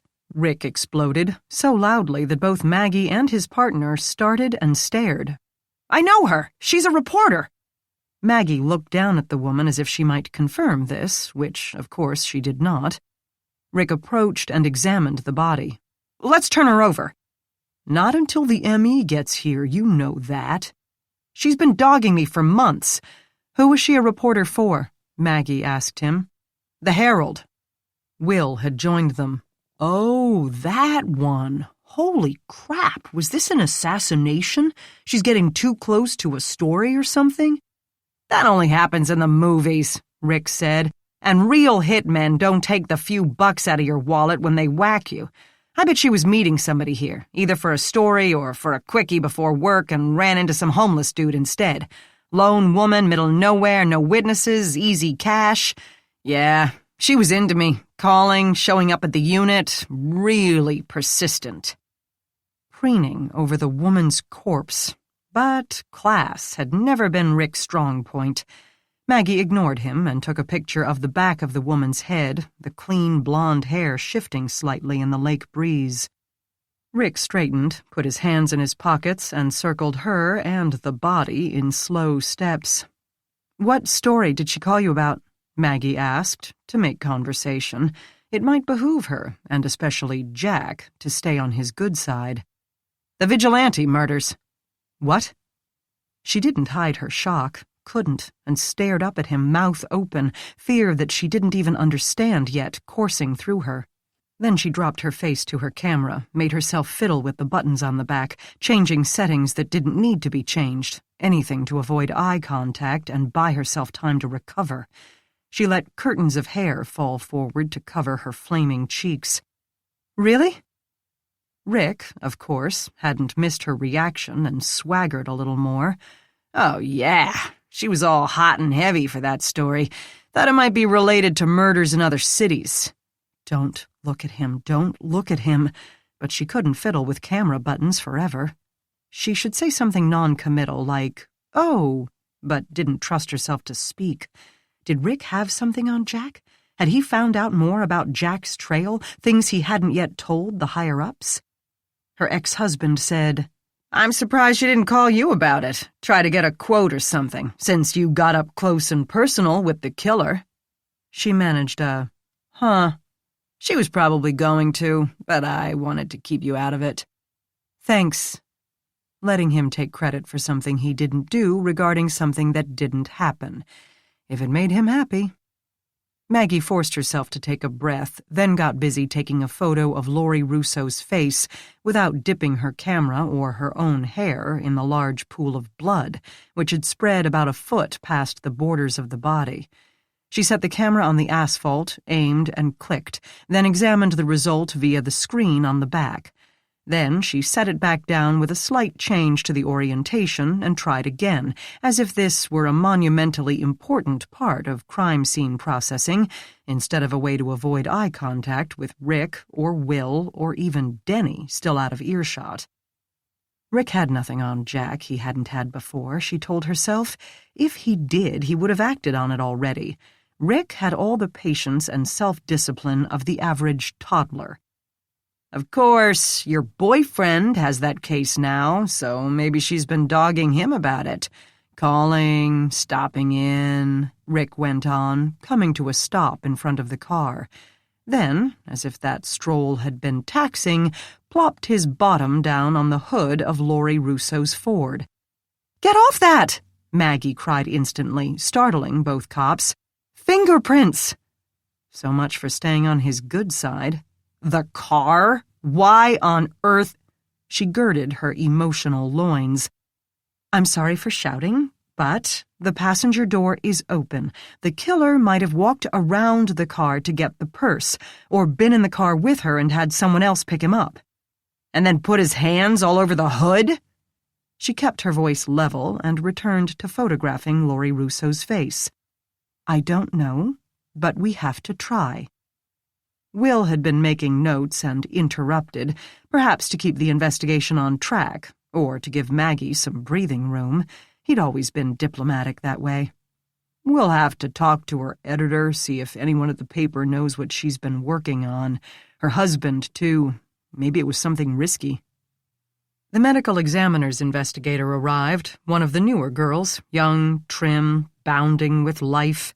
Her chest and legs would go a long way toward distracting Rick. He pointedly engaged her in extra conversation, as if this would annoy Maggie.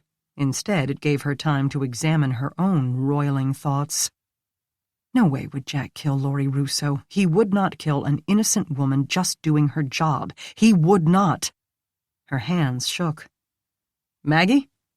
Denny appeared at her shoulder, having finished his measurements. "You okay?" "Getting cold. I should have brought my jacket." He nodded. Somehow she had pulled that off. "Yeah, that wind off the water feels good at first, but then it gets through the layers."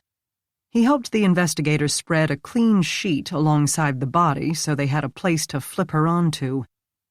The victim had been a reporter, and the vigilante murders were months old. Surely more recent stories could have put her in danger, especially if she'd been as persistent as Rick said. "How long do you think she's been dead?" she asked. The investigator examined the woman's back, poked her skin for signs of lividity, and felt for any warmth. "Not sure. I need the arms." They turned the body over, revealing the full horror of a bloody death. Blood soaked the clothing, the entire blouse, and the pants down to the knees.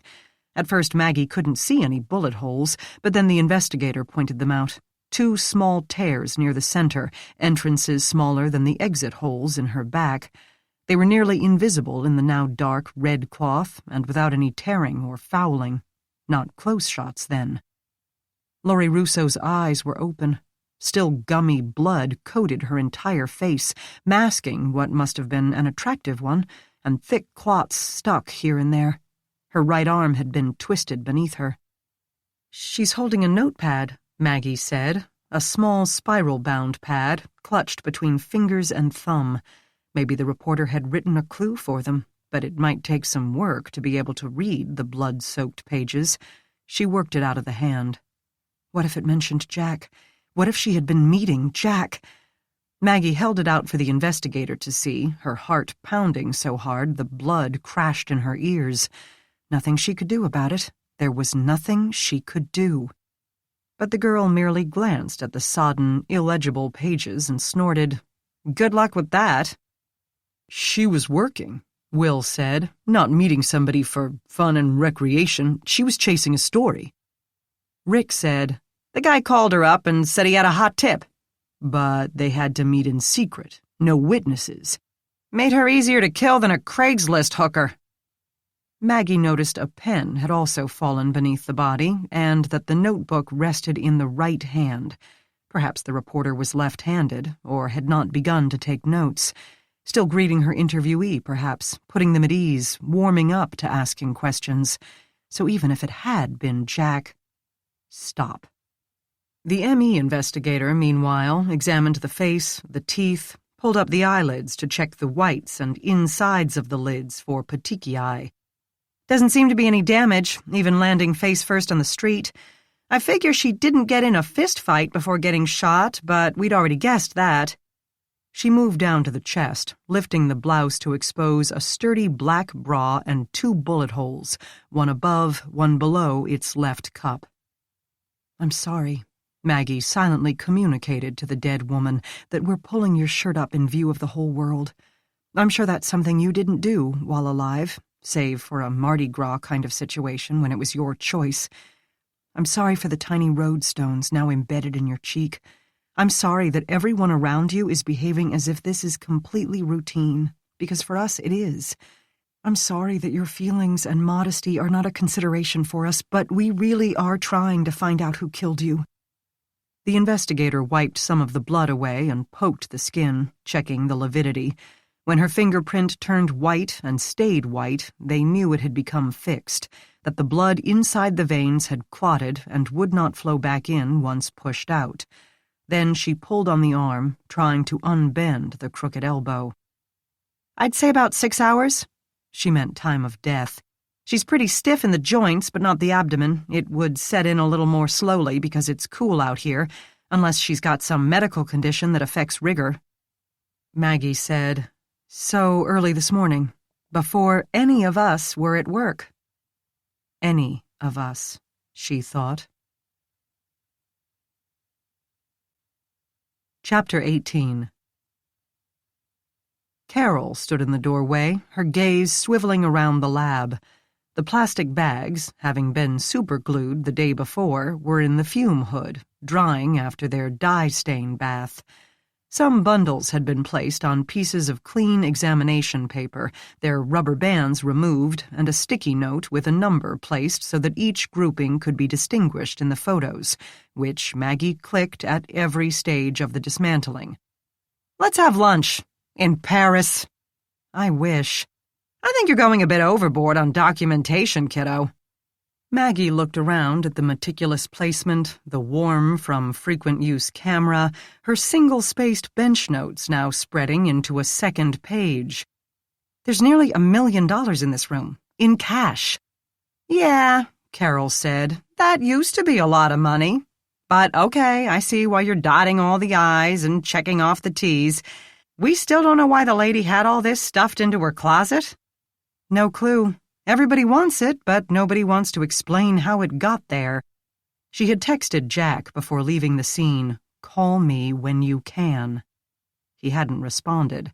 She had gone to the homicide unit upon returning to the building, but Jack and Riley were out.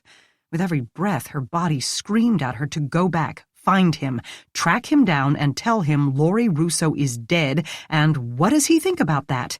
He may need to know. He may need some warning before and if Rick got in his face, and she wanted to see his reaction. Didn't she? Why? She didn't really believe he did it, could do it, would have done it. So she forced herself to work instead, slowly, methodically, giving it her full attention, or at least as much attention as she could spare. She realized Carol was speaking. Payoffs, bribes, kickbacks, that's how it got there. What else is she gonna do with it? Put it in a bank and wait for the IRS to notice it doesn't jibe with the 1040? Because don't they have to release their tax records, members of Congress? Nope, some do, but they don't have to.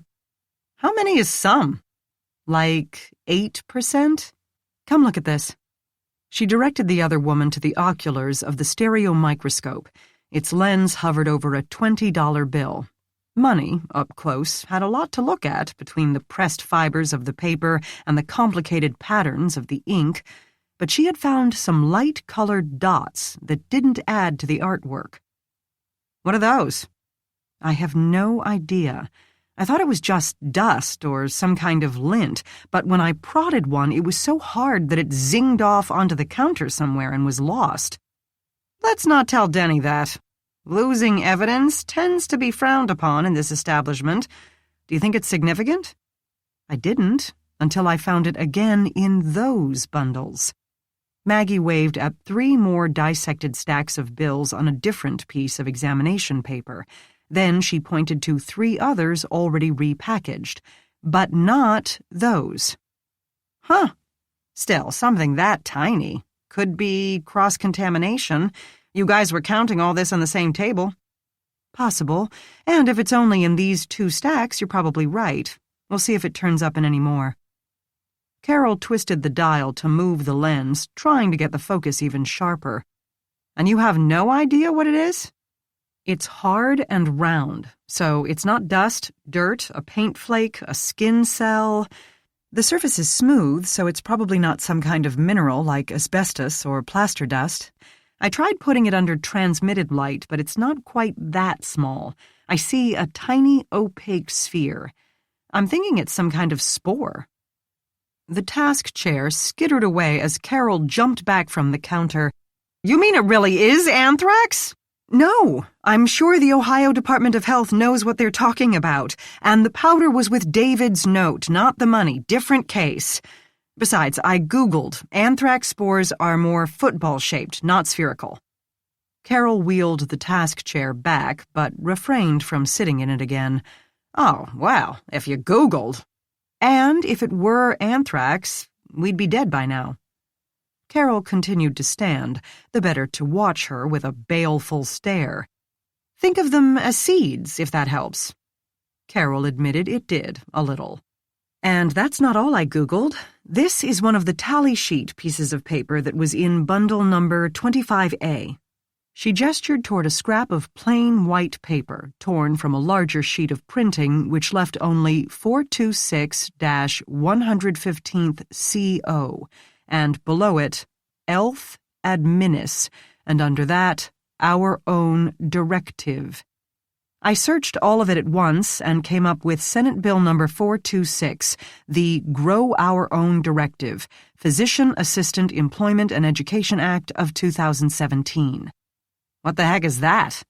A bill for a pilot program at the VA to train veterans as physician assistants. Sounds good, but why is a piece of that bill turning up in this senator's loot? Excellent question, for which I do not yet have an answer. Yet. I admire your confidence, kid. Any other trace evidence? Spots of blood in 3 different bundles. The plot thickens. They're pretty tiny. Think paper cuts rather than a scene of slaughter. I pulled them out, but there's no sense having you run the DNA just yet. Don't look at your phone, Maggie told herself. It would have vibrated if he called or texted. Some dog hairs, some cat hairs, 1 human hair, blonde with a gray root, probably our victim's, another one that's dark brown. Carol opened her mouth. No root. Carol shut it again. Useless for nuclear DNA analysis. A number from the same dog, I think, with consistent color and length, a Bichon Frise. I hate those little yappy dogs. But if you're allergic to dogs, that's the dog to get. Then there's some vegetation? Carol raised her eyebrows.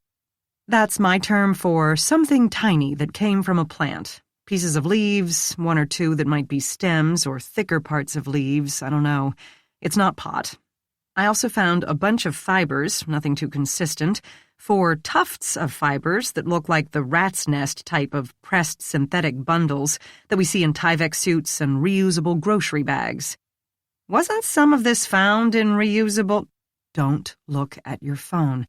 Yes, but it doesn't match any of them. My tufts are all brown, and the bags from the safe come in blue, a different shade of blue, green, purple, and gray.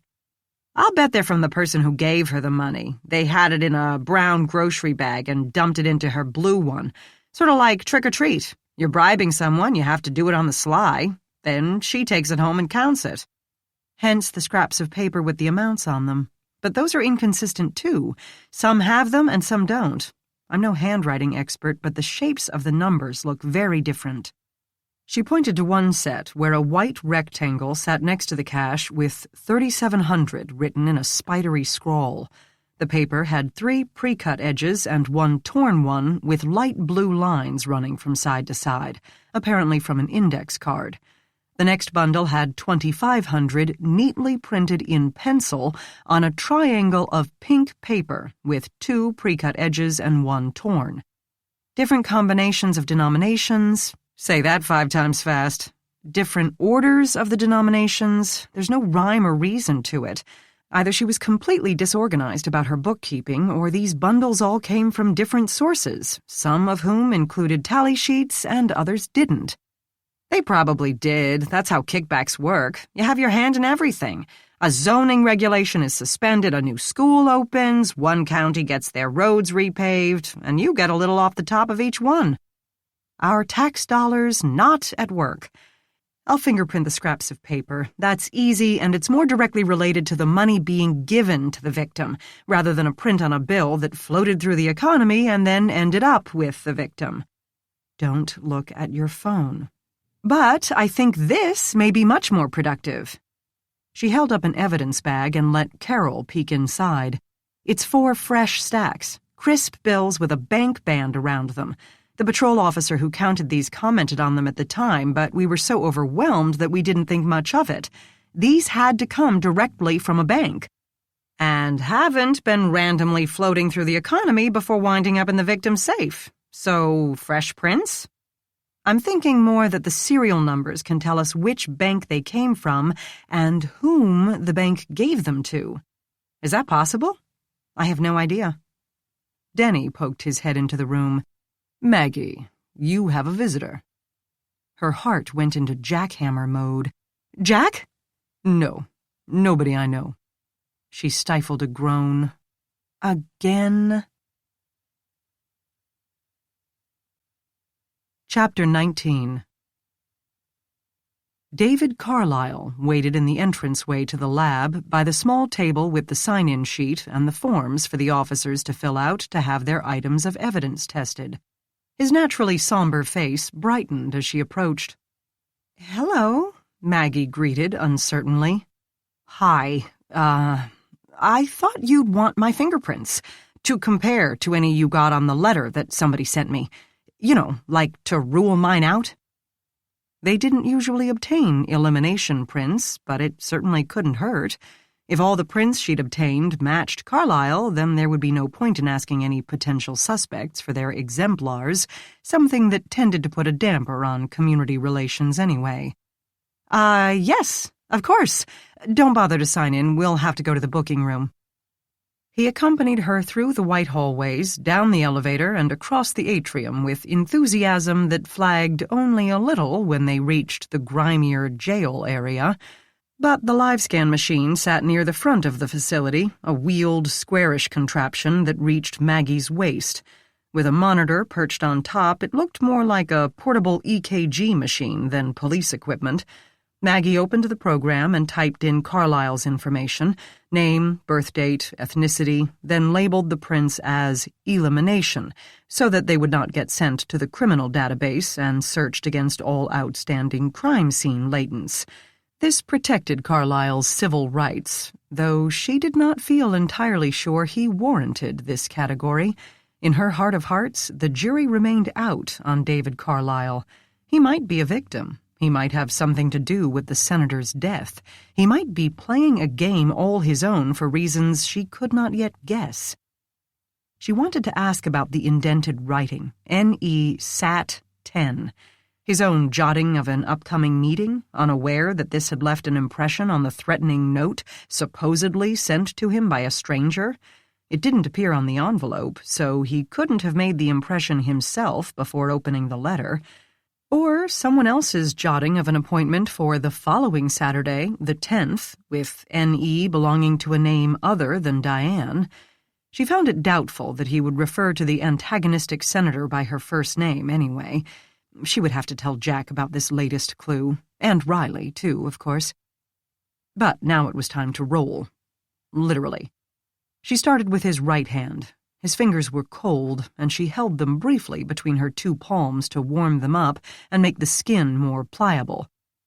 He asked if she had indeed found any prints on the letter, envelope, or baggie, which most people would have asked first, as it might spare themselves the tedium of having their prints rolled. She told him yes, but she did not say anything about the notation she had found in the indented writing. As much as she would like to, the cops would need to handle that, just as they had been the ones to give him the happy news that he had not been exposed to anthrax. The first images to collect were plane impressions, meaning first the thumb and then all 4 fingers together were placed straight down on the glass platen. After that, she needed to roll each digit by itself from side to side, preferably all the way from one edge of the fingernail to the other. This required some dexterity, and she ordered him to relax his hand. Relaxing any part of his anatomy did not come easily to him, and his index finger remained stiff, smearing the image. The program rejected it, and so she wiped the platen and tried again after again rubbing his hand with both of hers. "That's nice," he said. She looked at him, and he audibly gulped. "I mean, it's, like a hand massage or something. Sorry. I'm really not the complete dweeb I must have appeared to be yesterday. I'm just tense." "You're in a jail. It makes most people tense." He laughed, which echoed off the bare concrete walls. She continued to manipulate his fingers. A patrol officer came in with a swaggering, swearing youth in baggy pants and handcuffs, and Carlyle's fingers stiffened again in the wake of the kid's attitude and miasma, Ralph Lauren's polo and sweat. Maggie moved on to the left hand, rubbing again. "How do you do this? Work around like criminals?"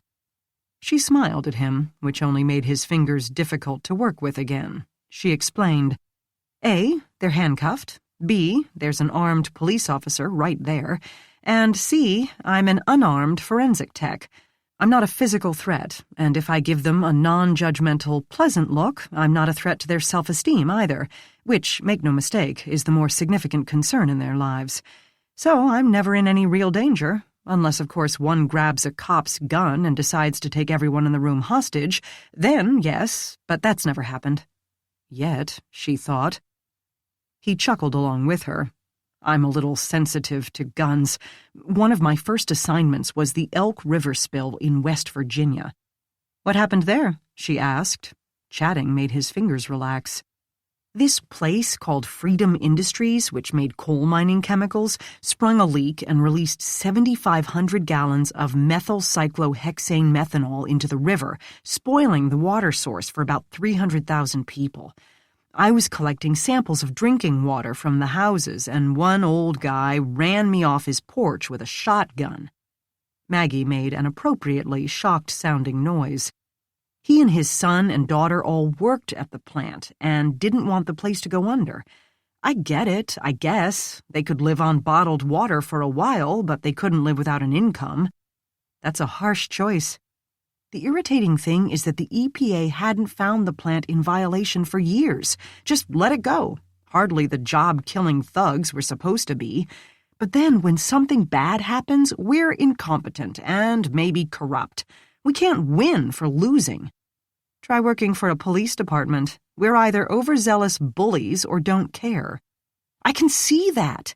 What you are depends on what they want. I talked to the guy a couple weeks later at a town meeting. There were few choices for employment in the area, and he and his kids had pensions to think of, too. So I get that VPO could create a lot of jobs that this area really needs. I get that Startup Central could take the city into the future. But if I let that influence me, then bad things can happen. Like a tank next to a river springs a leak and suddenly 300,000 people are drinking poisoned water. Or no matter what I do, the next time it rains, hydrocarbons are going to wash into the new water intake, and a chunk of the city will develop leukemia or cancer of the bladder." Maggie studied him. All of a sudden, she really hoped he hadn't killed Diane Cragen. "Is that it?" She had finished the last finger.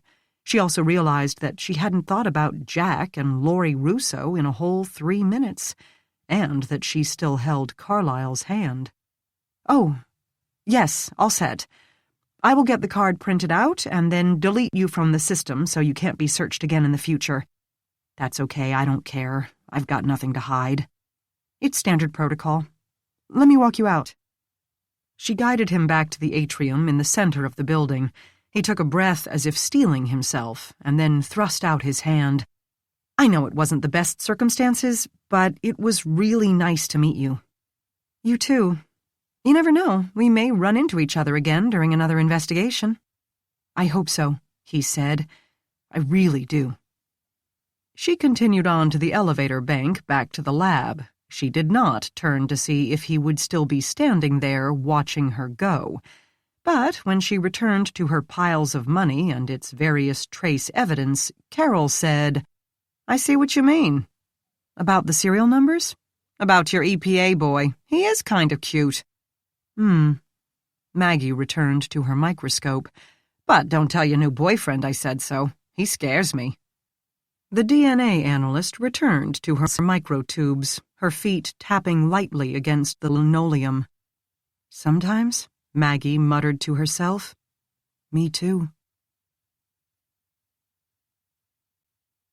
Chapter 20. Just as she thought she would start screaming in a long, keening wail, he called her back. What's up? Where are you? She asked. At my desk. Don't move. 3 minutes later, she found him right where he said he'd be, clicking morosely through screen after screen with an external hard drive plugged into his computer. An overcast sky had turned the air of the normally bright homicide unit to a dull gray, and most of the desks were empty, the detectives out at lunch or working on their cases in the field. One flipped through a yearbook in the corner, most likely searching for a suspect, and another wrote a report, 2 fingers pecking at his keyboard. Jack glanced up, saw her face. What is it? Without pausing her forward momentum, she pulled a spare chair along with her and sat down in it, her gaze never wavering from his. She kept her voice low. Did you know a reporter named Laureen Russo? A line appeared between his eyebrows, either at the question or her use of the past tense. Yeah, Herald writer. She's dead. No reaction at first, then, shit! Loud enough to make one of the other cops slam the yearbook, and the second pause, fingers as rigid as wooden stakes. Okay, Maggie thought, he didn't do it. Jack's acting ability lay in not showing emotions. Showing them was not something he could do convincingly, even, it seemed, when they were genuine. At least, they seemed genuine. She shouldn't second-guess her own mind into oblivion. That way lay madness. He found words with uncharacteristic speed. What? How? Where? When? She told him everything she could. This was not telling tales out of school. The detective unit was indeed a unit, and anything one member knew could be shared with another. He didn't question. An insidious little voice in her head pointed out that she'd been murdered. You just said dead. It could have been a car accident or natural causes. Except I wouldn't have come over here to tell him in person that the woman had suffered a coronary over her morning coffee now, would I? Rick and Will are at the autopsy now, she finished. They didn't ask me to go, not much for me to do there. With the clothing intact, the notebook in her hand, obviously no assault, so no sense taping for hairs or fibers or collecting fingernail scrapings. And Rick probably didn't want me around, and Will didn't want to listen to Rick being obnoxious because I was around. Not to mention cause of death was pretty damn obvious. She was talking only to be talking, as if that made things normal, as if this were purely a dispassionate, professional exchange of information. And why wasn't it, she wondered? What had gone on between him and this Laurie Russo? Jack didn't appear to be listening anyway. He even jumped up and paced around his desk for a lap or two, the movement as uncharacteristic as the rapid speech. You don't have her phone? Why? Who would show up in her call history? It's the only thing missing, aside from cash in her wallet. We assumed cash from her wallet, unless she made a habit of walking around with only a dollar bill sticking out of it. Trying to make it look like a robbery gone bad, he said, apparently to himself. As if she'd be out for a walk in such an isolated location for no reason at all. Someone had left the gate open for her. The grounds manager said it's always locked, accessible only by key card, and every employee's card had been accounted for. One of them got paid off to open it up, Will figured, and now that it ended in murder, they're too afraid to fess up. Jack sat again. We have to find that person, and check her email, her phone. That's probably how we arranged the meet, if we're lucky. You mean Rick and Will can check? It's not your case. She heard his teeth grinding against themselves. You think this is connected to Diane Cragen? He stopped grinding. I don't know. Russo could have been poking under a half a dozen different rocks. That's what she did. Damn, she's got 2 kids! He looked stricken. Maggie leaned closer, wanting to reach out, but not knowing what to reach for, feeling a qualified relief that Jack had not killed the woman. She forced her brain to finish the thought. He had not killed Laurie Russo. Right? Jack said, She hinted at a bigger story about Green. I hope her husband or her editor has all her notes. She would have left notes. She let him muse for a bit, then asked, What's that? What were you working on? He glanced at the monitor and the external hard drive plugged into the small box that now represented his desktop computer. Contents of the senator's laptop. Anything? No. I mean, a silo full of emails and bills and reports and drafts, but anything that might tell us why she was killed? Who knows? Nothing in the emails? No threats. Apparently all the nuts have to write to the main party email and couldn't get her personal one. No sex, no talk of transferring funds or secret meetings. If she had a hidden agenda, she knew better than to put it in writing.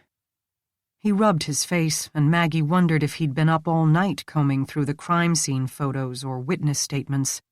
What do you have? I have something on the money, she said, though he didn't seem particularly interested. The sequential bills came from the Federal Reserve, our Federal Reserve, the one that's 2 blocks away. So a payoff here in Cleveland, not D.C. It was part of a withdrawal that went across the street, literally, to 5th Third, 3 weeks ago. And from there? No idea. But that's not all. Elsewhere in our bundle of bills, she explained about the piece of paper regarding Senate Bill 426. Physician assistants? I did some more Googling. One does wonder how crimes were ever solved without it. Senator Cragen had nothing to do with Senate Bill 426. Didn't work on it. It didn't go through her committee. She's not linked with any of the sponsors. Is it a bribe for her vote? It's possible, of course, but I doubt it since the bill is still in committee. It's not even close to being voted on yet. Does it have anything to do with Cleveland in particular, this bill? No, it's national. So it's nothing Laurie Russo would have been working on. His mind still lingered on Laurie Russo, and it would, Maggie knew, until they found who had killed the wife, mother, and dedicated reporter. Jack was saying, So where did it come from? I'm thinking there could be a million routes. I'll bet members of Congress get a copy of everything they have to vote on, and some industrious intern cut up discarded paper to use as a notepad. Or she was in someone else's office and needed something to write on. I did find 2 prints on it, but neither is hers. Have you found her prints on anything so far? Yes, some of the other scraps and all of the bags. The plastic bags. Of course, I can't do anything with the mesh ones. Also on that mom tchotchke with the safe combination taped to the bottom. Okay, so she isn't being posthumously framed by someone. She definitely had her hands on that money. Yep. For the sake of argument, let's rule out industrious interns to explain the scrap of paper. Maybe she didn't have a connection to Senate Bill 426, but whoever gave her the money did. Possible, Jack conceded. I don't see how that helps much. But maybe this will. She slapped another set of printouts on his desk, creating a breeze that ruffled a surveillance video screenshot from last week's robbery and a napkin from Pay Way. The IT guys got into her phone account through the laptop. The automatic feature filled in the passwords for them. It's only the call history, no texts, photos, or websites, simply calls in and out, but at least it's something. Jack's hands went to the pile like a drowning man after a life preserver. He flipped pages, flipped back. Maggie added, They did the same thing with her Fitbit account, but that didn't help much. She didn't have the GPS turned on, and besides, the shock that killed her killed it too. It last sent an update to the site via her phone around 9 p.m. Nothing after that, which is consistent with what we already know. Jack muttered, reverse order.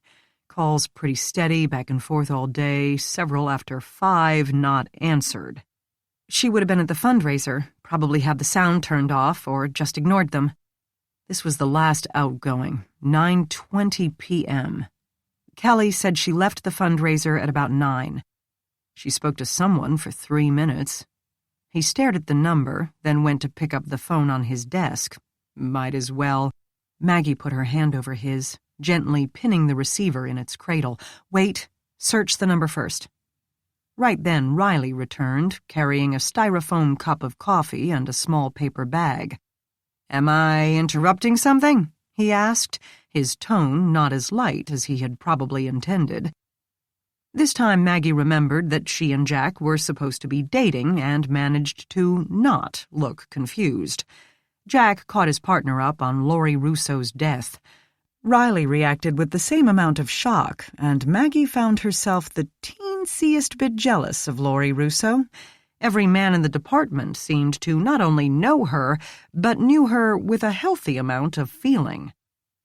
Jack, meanwhile, then explained about Diane Cragen's phone information. He typed in the last phone number dialed. Bruce Haywood. "Fabulous," Riley said, spreading cream cheese over half of a sliced bagel. Grief for a murdered reporter had not ruined his appetite. Or perhaps it had, as his movements were rote and absent. "Who's that?" Maggie peered over Jack's shoulder. "A lobbyist at Garfield and Corning, East 14th Hannah Building. Fancy website that doesn't say much, how they're great guys, their clients are great guys, and here's our email address." "They're lobbyists. They let the money do the talking," Riley said. He took a bite, and a dollop of cream cheese landed on the napkins piled below. "A senator talking to a lobbyist is hardly suspicious," Jack said. "Not suspicious at all," Maggie said. "We should go talk to him," Riley said, chewing. "Not call. Show up on his doorstep." "Definitely," Jack agreed, just for the hell of it. Though the killer didn't need to call her. The wires were set up at her own home. She had to go back there eventually. Riley warmed to an idea. Maybe he was at the fundraiser, saw her leave about 9 and wanted to be on the phone with her when she bought it to establish an alibi. Jack said, and then never called to tell us, "Hey, I was on the phone with her when she died." Maggie asked, "Then how did he install the wires if he was at the fundraiser?" Riley said, "Yeah, never mind. I guess we'll have to let him tell us where he was and why she called him. It will be some routine matter and nothing to do with the murder, and we'll be right back where we started." Or he will say that she was upset about a fight she'd just had with someone. Riley grunted his lack of confidence in her cheery scenario. "Who else did she call?" "No one after the fundraiser began. She received 2. Jack searched the numbers. They belonged to the League of Women Voters and someone named Nancy in D.C. The calls she had answered before the fundraiser came from the Black Women's Political Action Committee, David Carlisle, Channel 15, and someone named Marge Winston, also in D.C. Senator Cragen had also made 2 calls shortly before the fundraiser, both to the same number. When Jack typed it in, nothing came up. "Burner," Maggie said. "Interesting," Riley said. "Why is our senator calling a burner phone? Drug deal?" "The toxicology came back clean," Maggie said. They had rushed it, of course, but all the standard illegal substances came up clean. Jack said, "Money, then. That's the other thing you discuss over untraceable phones." "Or sex," Riley said. "This case, I'm guessing money." "You think people stop having sex after 60? Riley demanded, an uncomfortably sharp edge to his tone. "I hope not," Jack answered, with an utter absence of inflection. There seemed to be a subtext to which Maggie wasn't privy, but then when it came to men and sex, it seemed like she understood very little, at least according to Rick, other than it seemed to be their #1 all-time raison d'etre. At any rate, the chief of the homicide unit entered the room, distracting them all, immaculately dressed and slightly hesitant, as if he had never been in the room before and wasn't sure he should be. He crossed over to them. "Renner? Riley?" He glanced at Maggie, but said nothing. She figured he didn't want to admit that he did not know who she was or what she was doing there, yet unconcerned, since she wore a PD uniform of sorts. "I've been told that the Republican Party, some guy named Stanton, is going to be sending over a subpoena for the senator's phone and any downloads or printouts of same. They don't seem to care about the laptop." "That's because there was nothing on it." Riley swallowed. "They want the phone." "They want it and everything about it. Basically, we are not to read, examine, copy, or access any information found in same on the grounds of national security." Jack snorted. "Seriously? They're pulling out national security? What's in her call history? The nuclear launch codes?" "It's Washington. They can claim that about everything," Riley said. "What it means is they don't want us to know where that money came from or where it was going." Jack said, "The niece signed a consent to search." "Not valid," the chief said. "It doesn't belong to her. The party paid for it and provided it to the senator. Technically, it's their property." "But it's her personal information," Jack argued. The chief commiserated, but said getting a search warrant would be much faster than trying to figure out who had the authority to consent to a search and who didn't. "We tried that. The judge denied the warrant based on jurisdiction." "He was afraid the murder case would go to the feds," Riley explained, "and didn't want to dilute the evidence." Jack laid one large hand over the stack of printouts from the laptop download. "Besides, it's too late, boss. I've already got—" The chief held strong opinions on the better part of valor and all that, because he practically shouted, "Don't tell me! I don't want to know. Just box it up until they decide on a special investigation team or whatever." Riley said, "Right now we can't even do that since the phone is at Celebrite. Are they sending them the same court order?" "I don't know. Maybe they trust Celebrite not to talk about their clients. Us, not so much. Either way, it's their problem." "The feds should have taken over the whole thing from the beginning. It would certainly have been all right with me." "Me too," the chief said, "but apparently they want to leave us on the hook for it." Jack said, "But without any of the evidence to work with." "It's not ideal, but we're in a pretty tight corner here. The pressure is unimaginable. I've already been asked to be on all the local channels and most of the national ones. Fox wants to do a half-hour segment." Riley coughed. "Well, you'll, make us proud, I'm sure." "No. The mayor and the governor both advised me to stay out of the spotlight." He spoke with deep unhappiness, the spotlight always his #1 goal. "And I've heard from other sources, too. The middle of a political fight is not where we want to be.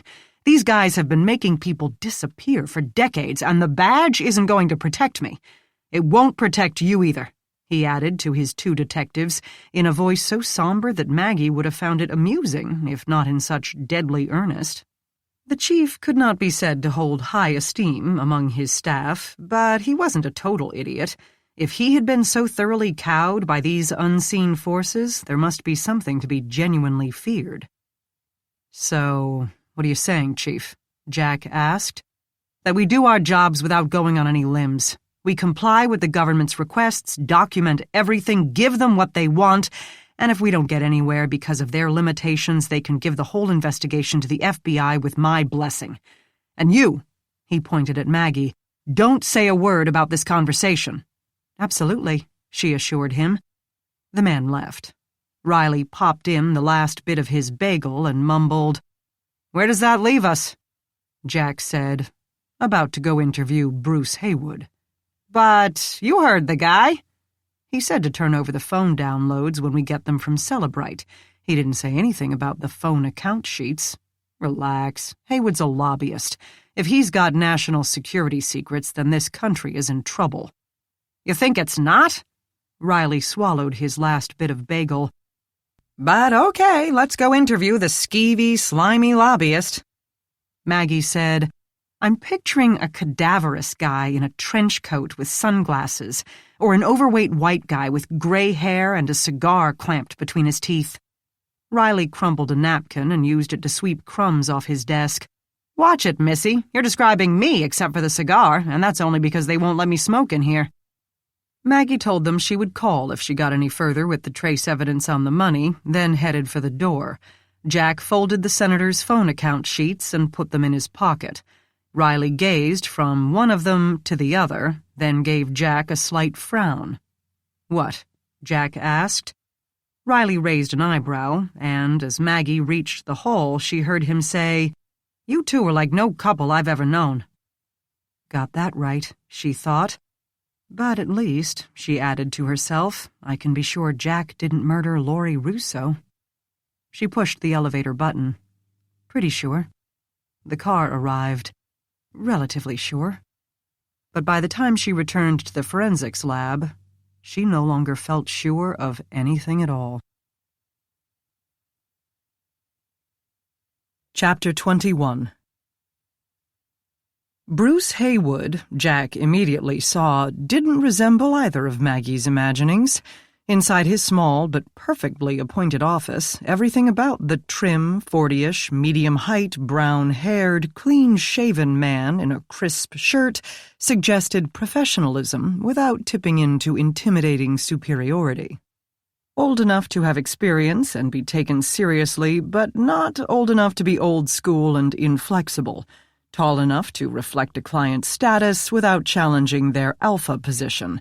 Casual and hard-working enough to take off the jacket, but with a pressed and expertly knotted tie to indicate complete mastery over his surroundings. He's a psychological masterpiece, Jack thought, and he hasn't even opened his mouth yet. "How can I help you, detectives?" Haywood said, the wording completely in line with his image so far, there to put every resource possible towards solving your problem. "Tell us about your relationship with Diane Cragen." "The senator?" he asked, as if there could be another Diane Cragen that homicide detectives might be asking about. "Terrible about her death. Such a lovely woman. I had met with her on behalf of my client, Vipo Construction and Consulting." "The crib renovation." "Yes." Jack reached forward and took a mint out of a crystal candy dish on the corner of the man's desktop. That, a phone, a wooden cup shaped like a mushroom and holding exactly 2 pens, a framed photo, and a cell phone were the only other items on it. Complete mastery. Prospective clients must find it reassuring, along with the chameleon-like ability to adapt from one rough-hewn contractor or a gaggle of charitable ladies to a green first-year representative to a blue-nose golf-playing cabinet member. What surprised Jack, however, was how sincere the guy seemed, as if truly concerned about the woman's death and more than eager to tell them something that might help. He answered the next questions with vigor. Yes, he had spoken with the senator on the night before last. He didn't recall what time, but would have it in his phone. Here, she had called him at 9:20 p.m., and they had spoken for about 3 minutes, about the negative press Vipo had been getting locally. "I told her I'd send over some rebuttals and talking points that she could use the next time they asked. She said fine. That was about it." "Wait, you were going to send her talking points? Like you're writing her speeches?" "No, of course not. I gave her information to help clarify the situation, and only about Vipo. They're the only client I currently have with the senator. Had. For instance, some reporters have asked about Vipo's track record, so I got with Vipo and they explained their resume in some detail. They had built a water purification plant on a Native American reservation in Montana. I can't remember the exact name. I confess it was 2 tribal names I'd never heard before, Salish and something else. Anyway, now the water is better than ever, and as a bonus, employment has risen 7%. I relayed that information to Diane, and she used it in the next media interview. Riley said, "So Vipo tells you everything is hunky-dory, but we heard the filter's gummed up from natural gas intrusion." Oh, no, we do a little more due diligence than that. I sent an associate from our Helena office to check out the res, the local media, do a few man-on-the-street talks. She reported directly back to me. Yes, they are still having water issues in the area, but that's due to the local fracking. VPO can't be blamed for that. Can I get you to anything? Coffee, tea, water? Jack's partner operated on the premise that a good cop should always accept any offer of hospitality, as it put the interviewee at ease and established rapport. Jack had suffered more day-old coffee, stale donuts, and brick-hard cookies than he cared to think about. But this time Riley must have figured this guy didn't need help to relax. Haywood already seemed as relaxed as possible for a man to get while still wearing a tie.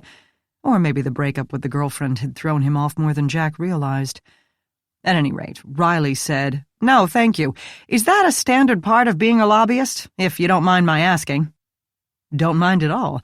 I know most people think lobbyists walk around bribing legislators to put in a casino next to the middle school and that sort of thing, passing wads of cash in smoke-filled rooms." Jack pictured Bruce Haywood in a trench coat clenching a cigar and smiled. Then he remembered the piles of cash in Diane Cragen's safe and stopped. Lobbyists simply facilitate the communication between different groups, corporations, trade unions, cities and counties, charities, and their elected representatives.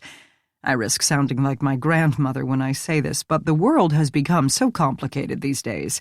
You can't have a group of farmers send one of their own to the state capitol or to Washington to tell their senator that they need a few subsidies and a new dam because the dam will alter land use in a nearby suburb and might cause flooding. Fertilizers the farmers use will hit these new pockets of groundwater. Yet the dam forms a bridge so that the school buses can take a more direct route. And subsidies are a very questionable system now that most farms are corporate-owned. So you see, issues are complicated. The farmers, the utilities, the kids' parents don't have time for in-depth study and analysis of the issues. For that, they hire me. To write the representatives' talking points. He chuckled and fiddled with a pen, the first sign of possible evasion Jack had seen. Evasion, or perhaps boredom.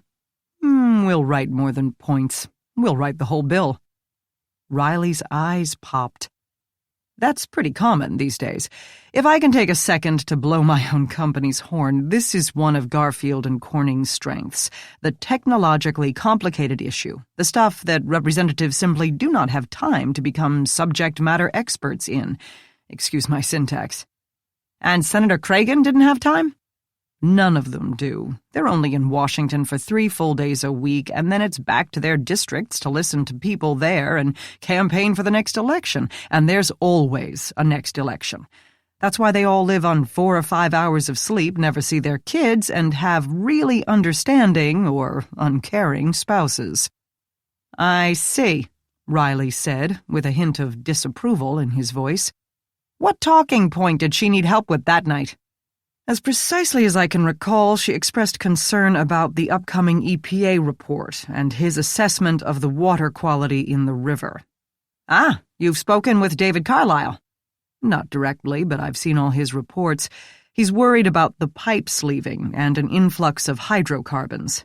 "From the asphalt company?" Jack asked. "Yes. I told her that filters have been used quite successfully in the Niger Delta, where a recent Harvard initiative found their health symptoms largely alleviated, and that I would send her the citations." Riley asked, "Did she say anything else?" "No." "Did she mention the fundraiser she'd just left? Were you at the fundraiser she'd just left?" "No, and no. I'd been at my son's baseball game, and then met a client for a quick drink." Nice public places, Jack thought. Easy to verify if we suspected him of murder, which so far they didn't. Good thing, because from all appearances, if Bruce Haywood decided to kill someone, he might apply the same mastery and control of his job to getting away with it.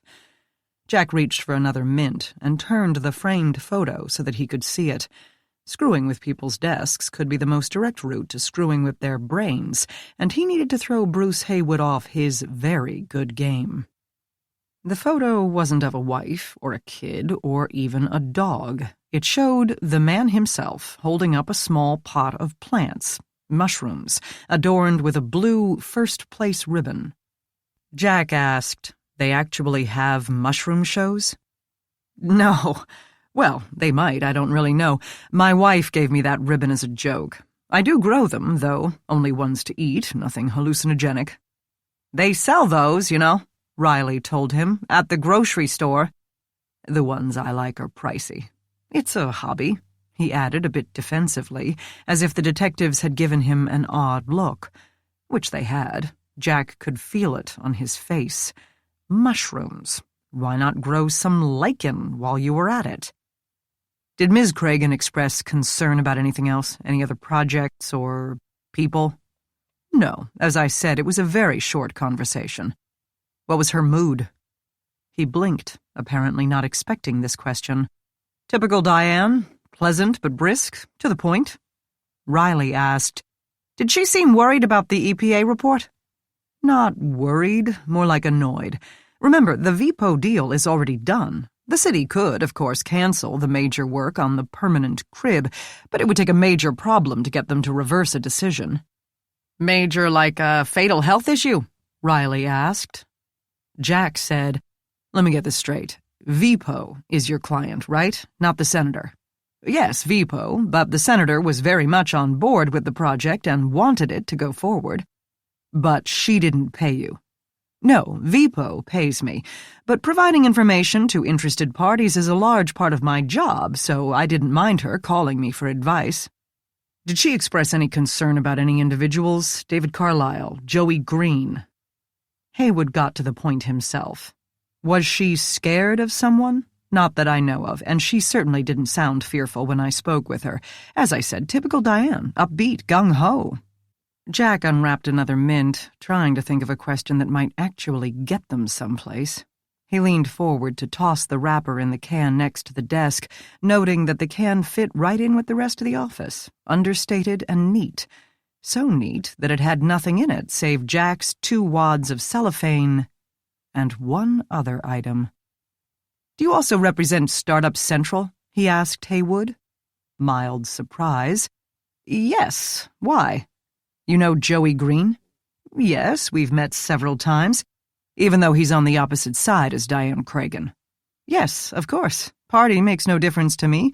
Kind of like a law grad will work for either the prosecutor or the public defender. It only matters who wants to hire them. I work for VPO and Startup Central, not Cragen and Green.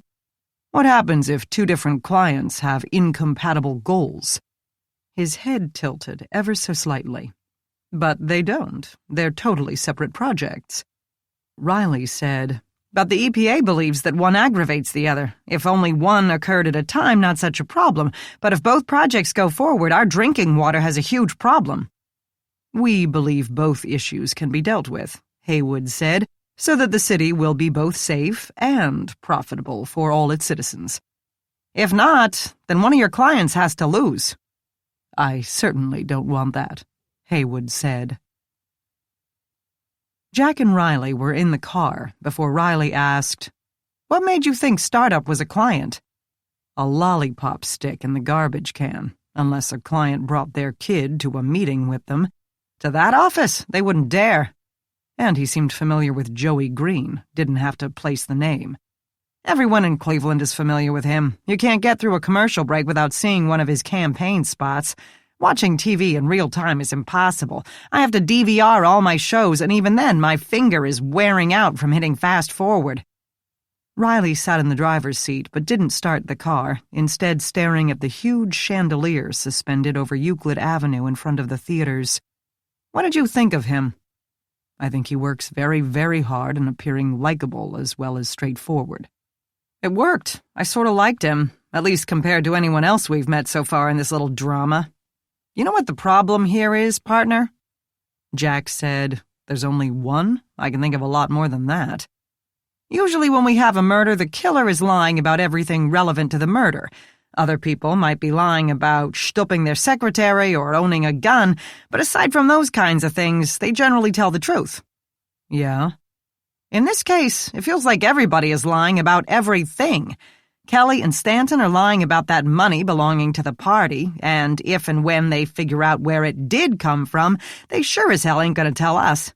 Green is lying about Startup Central being a sound economic decision. The little niece is lying about not resenting the hell out of her dear aunt and knowing that said aunt had a pile of cash in her safe.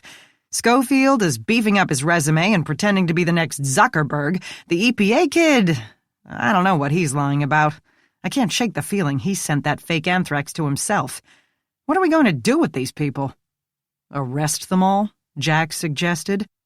Then put them in a room and let them decide what's going to get built, whose taxes are going up, and who's going to take the blame. He turned the key. I think that's what they do anyway, Jack said. Chapter 22. The homicide unit meeting took place in the same dingy conference room/storage area where Maggie had first met Jack Renner only 6 months before. It hadn't changed much, still had boxes of copy paper in the corner and shrink-wrapped bundles of victims' rights brochures piled at one end of the long table. Patty Wildwood still sat at the other end, the practicing head of the homicide unit, if not the nominal one, because, of course, the official chief spent his time posing for pictures and hanging out with movers and shakers rather than trying to run murder investigations, something for which he had little experience and no talent. Through unspoken agreement, it had been decided that cases actually got cleared when Patty organized things. She opened with, "Is the Russo murder connected to this election somehow? To the senator's death?" "Don't know," Jack said. "According to her husband, absolutely," Will said. "Not Cragen's death, but he is completely positive that one of Green's guys killed his wife." "Joe Green?" Patty asked, surprised. "You're sure it wasn't the husband?" Riley asked, only because it usually was. Rick Gardner said, "Don't think so. The guy is totally devastated." "Shattered," Will agreed. They both sounded uncharacteristically somber, which gave Maggie pause. She had come because Patty wanted to hear what forensics she had found at each scene.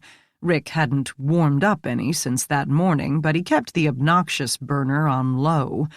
Getting that close to abject grief could throw a detective off their stride for the rest of the day, part of their job she had never envied. "Guy looks like an Italian model," Rick went on. "Never stopped crying the whole time we were there. Will would get him calmed down, he'd stare into space for a minute, then he'd say, 'What on earth am I going to tell our children?' and start up again." "Sad," Patty said, with real sympathy.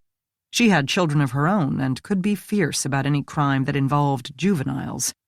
"Why does he think Green killed her? Where's that coming from?" "Because she was working on a story about him." "A series, he called it," Will clarified. "She's been researching him for months, gathering witnesses, records, printouts, and she kept it all at home because she got nervous about leaving it at work after she found out one copy editor and a maintenance mechanic owed their jobs to Green. Hubby said 5% of all the workers in this county owe their jobs to Green, at least according to his wife." Patty asked, "Did she have actual proof of something serious? More than, like, he accepted Cavs tickets from a utility chief or something like that?" "Way serious," Rick said. Will sorted through a large file box that he had brought with him.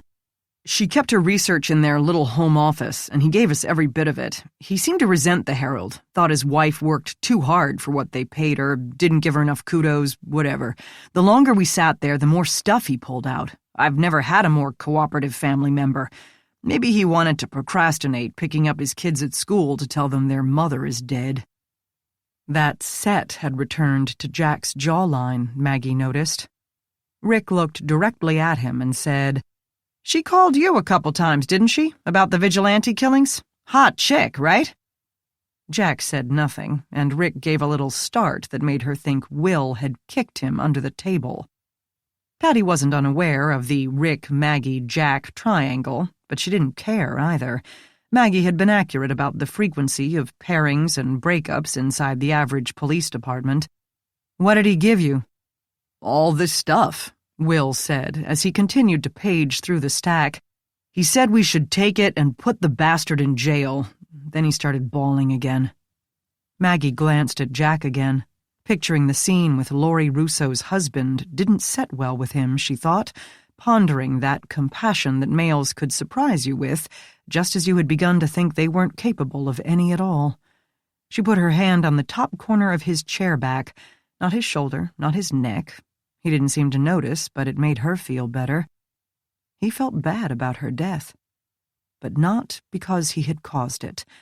Though, if anything could cause a crisis of conscience in Jack Renner, killing an innocent, caring, hard-working wife and mother would do it. Stop, she told herself. Will found the paper he needed. This is a summary she had written up. 2013, Cleveland Halfway House LLC was going to lose its funding from the county. Green said they and some other concerned parties should meet for dinner, which they did, and after 4 hours of steak and lobster, the $900 bill got dropped in the Halfway House people's lap. It paid off, though, because Green arranged a meeting of county leaders and, boom, the funding was renewed and with a new contract for a work release program. The owners of other halfway houses kept their mouths shut because they saw which way the wind blew. Halfway House kept paying, too. Their consulting bill for one of Green's right-hand men doubled. Supposedly it was for extra work, but after Green and his close pals went on a gambling junket to Las Vegas, one of them called to say thank you for the trip. She's got signed statements for 2 people regarding that. He went on. Last year, the city decides to ramp up its development program and starts handing loans out like candy. One went to a holding company that housed environmental products, insulated wall panels. Green got someone named Gabor a job there as a salesman. Green drove city businesses to environmental, and Gabor kicked back a percentage of his salary. And Gabor got tired of it? Riley asked. No, it was more than he'd made working for the city, so he was okay with that. And since environmental never paid back the loan, they had plenty of cash. Instead, since they also owned a construction company, they renovated Green's backyard into a resort. Or at least as much of a resort as you can manage in a place where it snows 6 months of the year, Rick grumbled to himself. She told us that story, Riley said. Will continued. On the inside of his house, a company called 4UP installed a new video and stereo system throughout. 4UP was granted a loan from the city for $800,000, which went into bankruptcy without anyone noticing or sending to collections.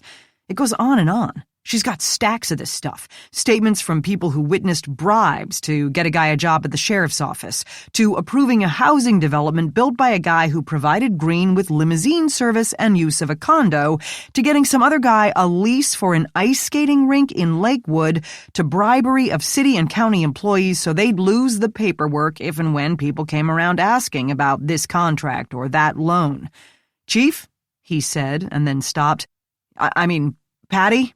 It's going to look bad for the department and the city when this comes out. She frowned. Meaning? I ain't saying, he told her. I'm just saying. You might want to give the chief and the muckety-mucks the heads up before it breaks. She nodded solemnly.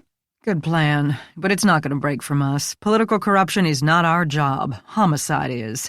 The muckety-mucks can decide what to do with this stuff. Unless this stuff is why Laurie Russo was murdered, Jack said. It sounded as if his teeth might be clenched. Unless it is, Patty agreed. But if we like Green for it, we're going to have actual proof of homicide, not corruption. Rick said, the husband also gave us her call history. They have a joint account, and he would access it online. The chick's incoming calls went unanswered after 7:30 this morning. At 6:30, she received a call that lasted less than a minute. We did a computer search, but nothing came up. Who wants to bet that was our killer with a burner? No one took her up. We need more than a grieving husband and a reporter's notes. We need to find the connections. Autopsy? Exactly what it looked like, Rick said. 2 in the front, went out the back. Maggie said, her notebook. The other people in the room looked at her. It was pretty gummy with blood, but I separated the pages as well as I could to get them to dry. Infrared light wipes out the blood so I could see the writing. This was on the uppermost sheet. She passed a piece of paper to Will, who sat closer to her, on which she had written Nov 5-7 a.m., and below that, 774 EWZ. She watched Jack's face from under lowered lashes, her entire body poised to gauge the tension in his muscles, his arteries, his cells, but if he recognized the numbers and letters, he gave absolutely no sign. Maggie breathed out. Patty said, "License plate. Who does it come back to?" "I don't have access to Oleg," Maggie reminded her. The Ohio Law Enforcement Gateway database could be used only by sworn LEOs, not civilians. Patty turned to Rick and Will, but didn't have to tell them to get on it ASAP. "With luck, the reporter wrote down the plate of the guy who rolled up and shot her. Anything else?" No one spoke. Jack sat back, pinching Maggie's fingers, but she extracted them before any real damage occurred. She saw his jaw loosen, and his gaze followed the license number with something like encouragement, as if comforted by the existence of a solid clue to Laureen Rousseau's killer, and, in turn, she felt a bit comforted herself. Because it seemed to be further evidence that Jack had nothing to do with her death? Or because at exactly the same time she'd been suspecting him of the woman's murder, Maggie had been searching for some way to console him? Why the hell would she want to do that? He was a professional. Cops saw people get killed all the time, and her relationship to him was pure business. And of course he had not killed the reporter. She needed to get a grip. Yet she leaned closer to him to say, as the room emptied, "There's something else you need to know." Chapter 23. "When did it get here?" he asked as soon as they entered the lab. "About an hour ago. Amy got the mail, but then she got sidetracked by a traffic death, so it sat on her desk until I noticed it." She handed Jack a white Tyvek envelope with the return address of the analysts who had examined Diane Cragen's cell phone. Riley said, "That puts us in a nice little moral dilemma. We're supposed to put our fingers in our ears, hum a tune, and send this right over to the people who probably killed her in the first place." "Maggie already opened it," Jack said. "I had to make sure which case it related to. The number isn't on the shipping label." "I'm not criticizing. I'm just saying they won't know that we looked at it." "There's no point," Riley said. "If we get a lead from it, eventually we'd have to explain in court how we got a lead from it." "Very true," Jack said, then turned to Maggie. "Do you have a room I could use, and maybe a pair of latex gloves?" Riley goggled at him. "You're going to read it anyway?" "As you pointed out, we're not getting anywhere with this investigation. Diane Cragen kept this phone locked up tight for a reason. It might help us to know why." "Fine," sigh. "Let's take a look. I'll be damned if I let a bunch of politicians hide all the clues and then hand us the blame for not solving this case." "No, there's no point both of us possibly sinking our careers." "Don't be ridiculous." Riley looked to Maggie for support, but she could offer none. She understood Jack's thinking all too well. He had nothing to lose. He was the man who didn't exist, nothing but a fake name and a temporary address. He didn't have to worry about protecting a pension he never intended to collect.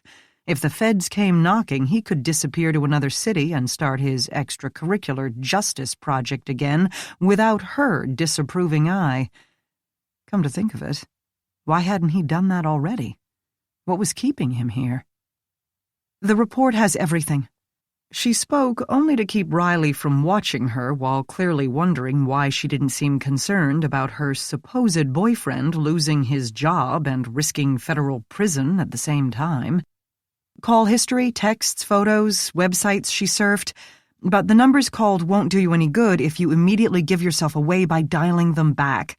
The texts, you might fake your way around them for a while, but as Riley said, unless you can come up with another way you would have settled on a suspect, you'd only sabotage your own case. The evidence would be thrown out. "It's worth a try," Jack said, "or someone is going to get away with electrocuting a woman on her own doorstep. Besides, we have a signed consent to search. We have not yet received any subpoena to not search." "Splitting hairs," Riley said. "Or strict adherence to the rules," Jack argued, not too persuasively. Silence fell, during which Maggie heard Carol humming in the DNA lab. Denny, luckily, had gone to court. A worrywart, under the best of circumstances, this situation would give him heart palpitations. "Make that 2 pairs of gloves, please," Riley said. She put them in her chemical processing room, both balancing awkwardly on the waist-high wheeled task chairs with the hard rubber seats. "Stinks in here," Riley observed. Errant wafts of ninhydrin and dye stains lingered. "It won't kill you," Maggie said, holding out a box of latex gloves. "I think." "I feel silly looking like a cat burglar," Riley said, pulling one on. "I don't," Maggie said, which made both men look at her. "You can't be here for this," Riley began to protest. "Of course I can. I didn't get any court order to cease and desist. My job is only to turn the report over to you, which I have done." Jack gave a tiny smirk. They developed a system. Jack read the texts, lingering over any that sounded significant. Riley cross-referenced the numbers against the detective's case notes to determine if the call came from the phone of an already identified player, such as Kelly. If any were not familiar, Maggie did a reverse search via the internet. "A text 2 days ago," Jack read. "Does he have it?" "Who's that to?" Riley asked. "That's the problem. It just says skinny. But the number is here," Jack said, and read it off so Maggie could search. She did, and came up empty. Then she pulled the gloves back off, since she wasn't touching the phone report anyway, and poured herself a cup of coffee. If she planned to defy the powers that be in order to catch a killer, she would need caffeine. "We'd already noted it in her call history as a burner," Riley declared after perusing the sheets he held. "So whoever Skinny is, Cragen called him a bunch of times as well as texted. He sounds like her drug connection, but our senator didn't partake, and we didn't find any other illegal objects among her belongings, so it had to be payoffs, toting up that stash in her safe." Jack said, "Which we can't connect to the texts or calls because we can't establish when any of that money showed up. It could have been there for years for all we know." "Clever, in a way, to throw it all in a pile. It can't be linked to any pattern or other event." "Maybe," Maggie mused, and then continued when both men looked at her. "That bunch of fresh bills that went from the Fed to Fifth Third 3 weeks ago, if the bank can tell us who they gave it to, that might make some sort of timeline." "Will they do that?" Riley asked. "Not without a subpoena. I asked. From the Fed to the bank is one thing, but from the bank to a customer, that gets into the bank-client privilege." "Is that even a thing?" "Enough of one that, according to the Fed, it will be faster to get a subpoena than to spend a few days arguing about it." Riley grumbled, but pulled off his gloves and said he'd get the warrant started. He trundled out of the lab, and Maggie took over his half of the Celebrite report. There were so many categories of information: photos, websites visited, downloads. Phones did so much more than make calls. "Here's another," Jack said, from someone she named Tubby, shortly after one from a Blondie. "I'm sensing a lack of imagination from our senator, as well as a touch of mean-spiritedness."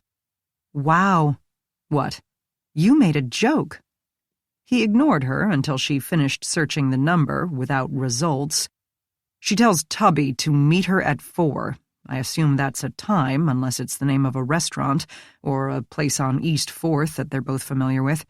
Then she says, 'We can work.' We can work out? We can work this out? We can work together? This woman's worse than teenagers. At least they use the same unintelligible shorthand. Tubby, by the way, responds, 'Okay.' Big help." Jack continued through the report. "Here's one from Mole. Gave note, and she wrote back, 'Payment in mail.' No question mark. Sounds like a payment she was making instead of getting." Maggie perked up and set her coffee cup on the counter with a soft clink. "When was that?" "Day before yesterday. Why?" "She paid someone to give someone a note." Jack got it. David Carlisle. So Mole is her spy at the EPA. Or at the Ohio Department of Health. Probably the guy who had to give up his supply closet to give Carlyle an office. She searched the number, which gave no results. Does everyone have a burner phone? Jack coughed. She sent one to Skinny that says turkey wheat. No reply. What does that mean? Stock tip? At his look, she explained, Turkey is the world's largest flour exporter. I read that somewhere. He considered this. She's got a lot of cash, has to invest it somewhere. Why not in Turkish-grown wheat? They don't grow it, they just mill it. He gave up on that line of inquiry. Another one from Tubby. Don't mention SU at FR. She writes back, OK, water contract Tuesday meeting. He writes K. Wait, another new player, Wawa. Wawa writes money sign on way. She writes money sign 50K, question mark. Wawa sends a Y. Here's the number. He read it off and Maggie typed at her keyboard. Nothing. This isn't helping. She kept everything sufficiently vague, and now that she's dead, these contacts can make up any story they like to explain their texts. Plausible deniability, the politician's stock in trade. He pulled his phone out of his pocket. What are you doing? Calling Tubby, he said. No, wait! But he had already dialed and held the phone to his ear. He said nothing, listened, and his eyes widened just a flicker before he hung up. Maggie said, Your number will come up on the caller ID of whoever you call. They'll know you're from the police department. Not that phone. She paused, coffee cup halfway to her lips, gazing at him with both surprise and a touch of betrayal. Like you said, everybody's got one. She set the cup down, and everybody lies. I can't scoff at the politicians when and even if the PD did come up on the phone screen, I don't think it would bother Tubby. Why? Who is he? Joe Green. This surprised her out of her self-recriminations. So the two mortal enemies had made a separate peace, or a mutually beneficial arrangement. SU is startup? Don't throw Startup Central under the bus when you're talking to FR, fundraiser, Financial Revenue Committee, Mr. French. In return, he doesn't bring up Vipo's history with water filtration. It's hard to tell which of these two people have the worst environmental record. Does it matter? Let's try Wawa. He dialed the number, listened, and told Maggie that someone named Clinton invited him to leave a message. Now Skinny. She searched, got nothing. Maybe that's Kelly. Turkey wheat could mean exactly what it sounds like, turkey on whole wheat. It's a lunch order. She uses a burner phone to order lunch? If it is Kelly, she's not answering. A phone is a phone, and Kelly seemed to do everything short of scrubbing her toilets, so it makes sense. What about Blondie? That, too, was unlisted in cyberspace, so he dialed its digits. Maggie searched it. That doesn't come up either. Blondie doesn't answer. Maybe she's with Skinny/Kelly. Maggie got up and glanced over Jack's shoulder at the texts. They had already established that outgoing activity had ceased after 9:30 Saturday night when, presumably, Diane Cragen had returned to her home to be electrocuted by her own doorknob. Before that, there had been the call to the lobbyist at 9:20 and a photo uploaded to Facebook at 8:30, Maggie now discovered in the section of photograph information. The report even gave a thumbnail of the photo, a group of people in a large room, obviously the fundraiser event. Jack leaned close to her long enough to point at a group of print next to the thumbnail. What's that? Metadata. It will give information about photo, time, even location, if you have location services turned on in settings. Let's look at the cell tower information. She tapped keys on her laptop, then said, This text to Green at 4 p.m. went through the cell tower on Breakwater Avenue. That's in Lakewood, nowhere near her house. Her house is practically right next to the East 77th Tower. Opposite side of town, Jack said. She cautioned. That doesn't necessarily mean anything. If the closest tower gets busy, it will bounce signals to other towers. although I would think it would bounce it to the downtown ones first, but this really isn't my field. It sounds as if they agreed to meet at 4 o'clock. Can either phone tell us where?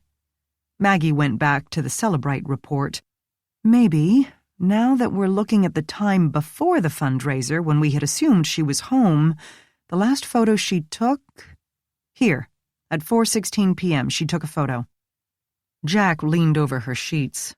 A mushroom? She took a picture of a mushroom? I guess so, Maggie said. Who did she send it to? That lobbyist guy is into mushrooms. Maggie said, she sent it to Blondie. Weird. But the metadata along with the photo gives the location in latitude and longitude. She must have had location services turned on. How are we supposed to figure out by latitude and... She had already typed it in. Wendy Park. It's a spot in Wendy Park on Whiskey Island. That explains the breakwater cell tower. She tapped some more keys. It looks like if you go nearly to the end of Whiskey Island Drive and cut back into the trees away from the river, you could park there and be fairly hidden. Especially in early November. Nobody on the volleyball courts then. You play volleyball? She tried to picture that and couldn't. Not since grade school. She's meeting Joe Green on Whiskey Island. At 4:10, he's not there yet. Even if they kept it short, how does she get back home on the east side and then to a fundraiser downtown? Kelly was sure she had arrived right on time at 5, apparently unusual for her. And where is the Secret Service guy all this time? It was Saturday, Maggie pointed out. No rush hour. But why were they meeting at all? They were deadly enemies, both running for the same Senate seat. Isn't it unethical for them to meet privately? Like, prosecutors and defense... Well, they meet all the time, but like prosecutors and judges without defense? Jack said, the only thing I am sure about is that unethical wouldn't bother either of these two characters. Were they agreeing to rig the election? But in whose favor? Was one paying the other to forfeit? But that wouldn't help, since if one stepped down, the party would put in their Plan B, like they're doing with the assistant state treasurer. She couldn't have done it, Maggie announced. She had been tapping away as they talked. Who couldn't have? According to maps, even if he arrived at 4:11, she couldn't have gotten from Whiskey Island on the west side, driven to her home on the east side, and driven back to the fundraiser to arrive by 5 o'clock. Not without driving 90 miles an hour on inner-city streets. Which we assume somebody would have noticed, Jack said, preferably one of our patrol officers. So maybe she went straight to the fundraiser. Jack gripped her arm, finding the words. This changes everything. We had assumed the killer set up the wires to electrocute her during the fundraiser between 5 and 9 p.m. But if she hadn't gone home all day, then they could have been installed any time after 8 a.m. Cragen had a breakfast meeting, and then she and Kelly were going nonstop until a meeting with David Carlisle at 3:30. Again, she must have gone straight from there to be on Whiskey Island at 4. But why don't Kelly and the Secret Service guy know that? Good question. Whatever their story is, the window for our killer just got a whole lot wider. It also puts Green back in the running, TV studio or no TV studio. He could have stopped over to Diane's at any point during the day. Maggie said, he doesn't even have a Secret Service guy to ditch or bribe or whatever. Very true, he said absently. What's up? Denny asked from the doorway. Maggie's heart leapt, spiking with guilt, even though she had nothing to feel... Oh, wait, she did. She had a great deal to feel guilty for, but tried to force that knowledge from her face. It should have gotten easier after 6 months. Nothing? Jack stayed still and didn't speak. Denny studied their sheepish looks, said that was all right then, and turned away with a slightly disappointed expression that made Maggie think he would be searching for a way to send a gentle reminder that canoodling would have to be done on her own time. Jack began to gather up the papers. What are you going to do? I'm going to deliver this report to the RNC, he said, like the good little boy I am. Okay, Maggie said uncertainly. Good luck. She thought of adding, happy hunting, but that would pass a little too close to the bone in Jack's case, and in hers. At least she had forgotten about Laurie Russo for 10 whole minutes. To keep it that way, she thought about mushrooms, and not only because she had skipped lunch. Chapter 24. Jack and Riley found Kelly Hennessy and most of the RNC staff a mere block away at the convention center.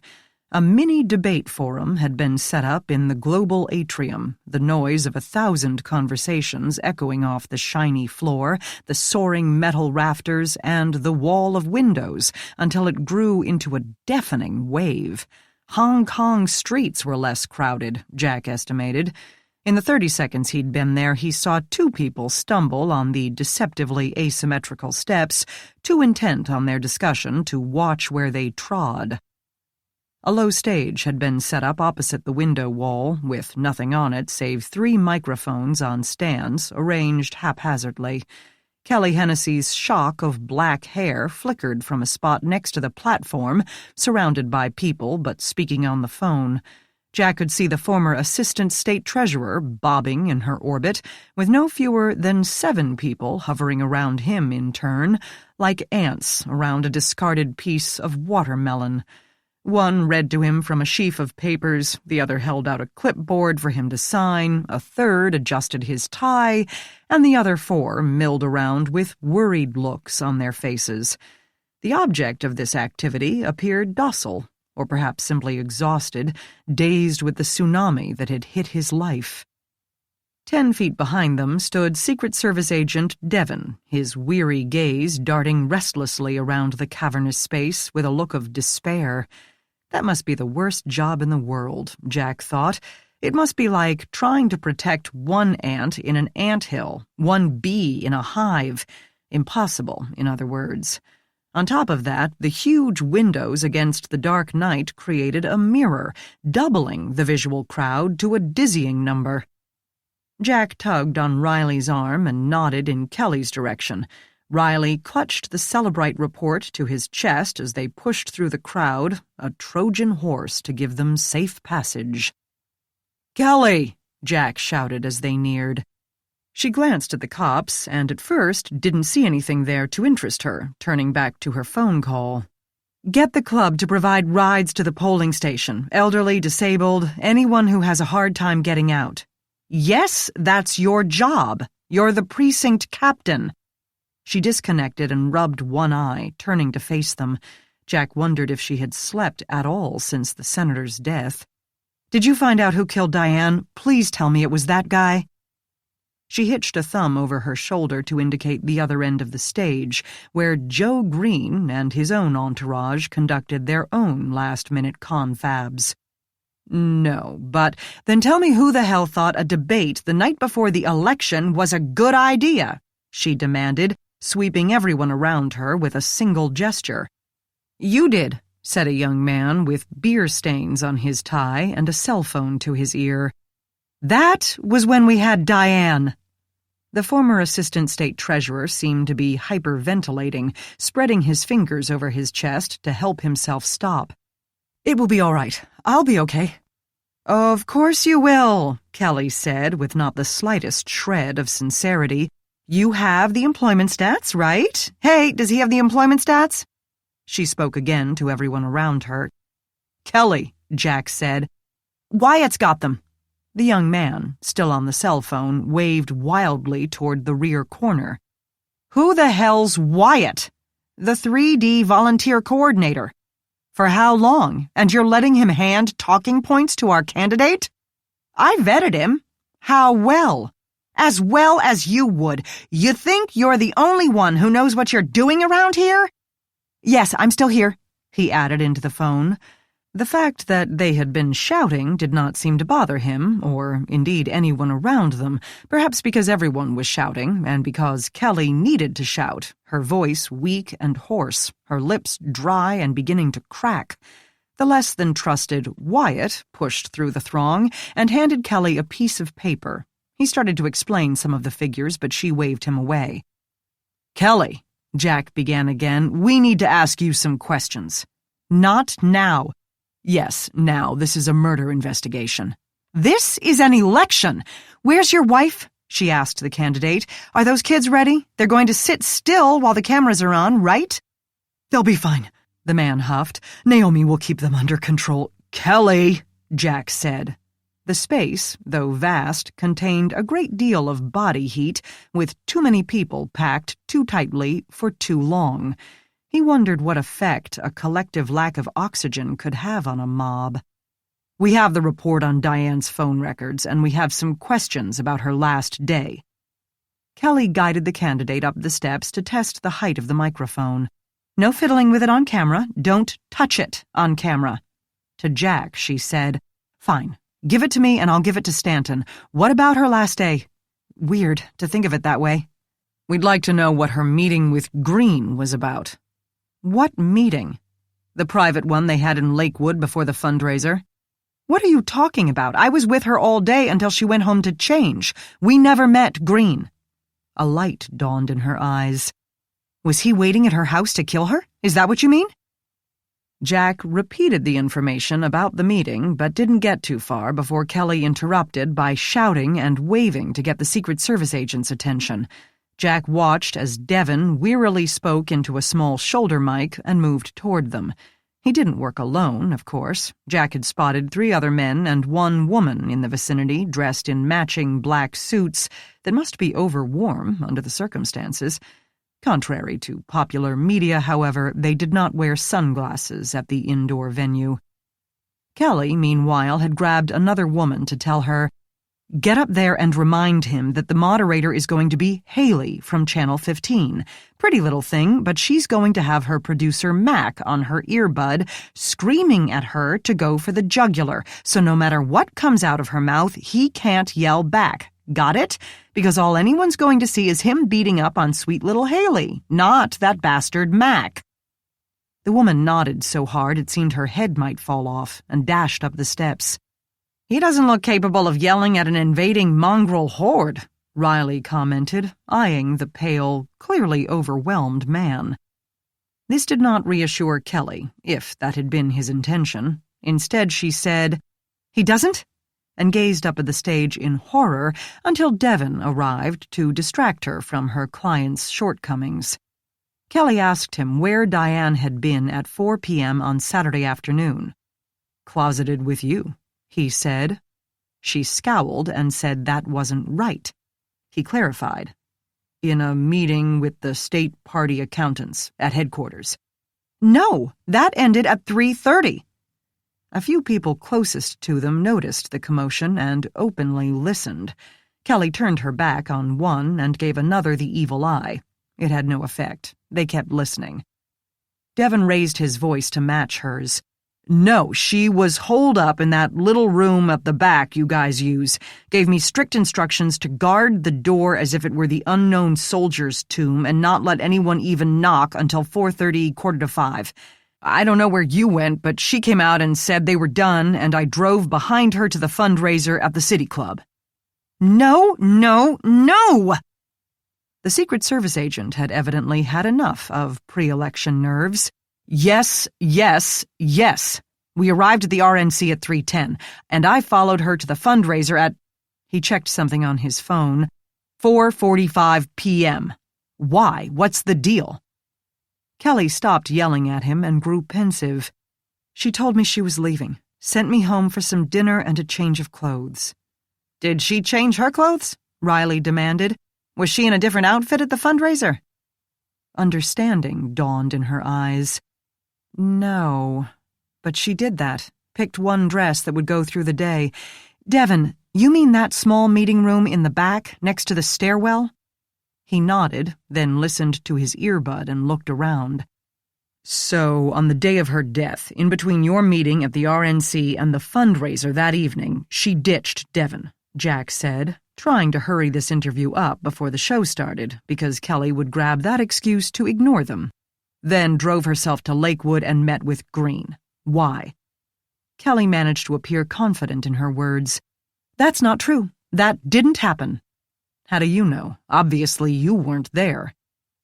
The pressing crowd forced them closer, but that was all right. Kelly seemed to be sweating in more ways than one. The young man who hired Wyatt moved past them with a half-full water bottle, which she snatched out of his hands without even looking at him, then drank from it as he rolled his eyes. She tried to hand it back, but he told her to keep it. She either didn't notice or didn't care about his sarcastic tone. Instead, she told him she had Diane's phone report. Who could they spare to take it to Stanton? "Wyatt! Not Wyatt!" she literally screamed. Then she flagged down the earnest young woman the cops had met on their first visit to her headquarters. Meanwhile, the young man with the frayed temper rolled his eyes again and guided their candidate toward the stage. Kelly handed the bottle to Jack, as if that might be his entire purpose in life, took the Celebrite report from Riley, and gave the girl sufficiently dire instructions until the girl hustled away, heavy envelope clutched to her chest as if it were her only child in a room full of pedophiles. Then Kelly pulled a plastic vial out of her pocket, shook out some pills, couldn't cap the vial without spilling the pills in her hand, and handed the pill vial to Jack, took back the water bottle, and drained it. All of this activity, he knew, had been designed to give her time to think up a story, so he broke in. "Why is it such a problem to admit that your boss met with Joe Green?" "You mean the bastard who just dug up all the hazardous waste?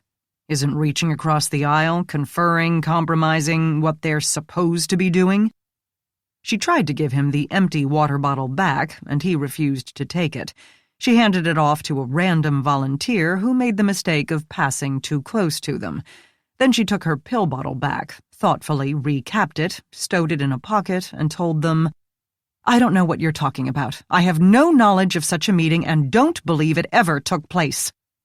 She and the two cops were, for a brief second, completely still in the midst of chaos and noise. Kelly had located the party line and stepped back behind its velvet rope. They couldn't blast her out even with an overpriced battleship and a hellacious straw poll. "We may have a code pink," Devon announced, and moved toward the front doors. "Take care of it!" Kelly screamed after him, then waved wildly for two other volunteers to follow him. "And tell me again whose idea it was to do a debate the night before the election?" "What's a code pink?" Riley asked.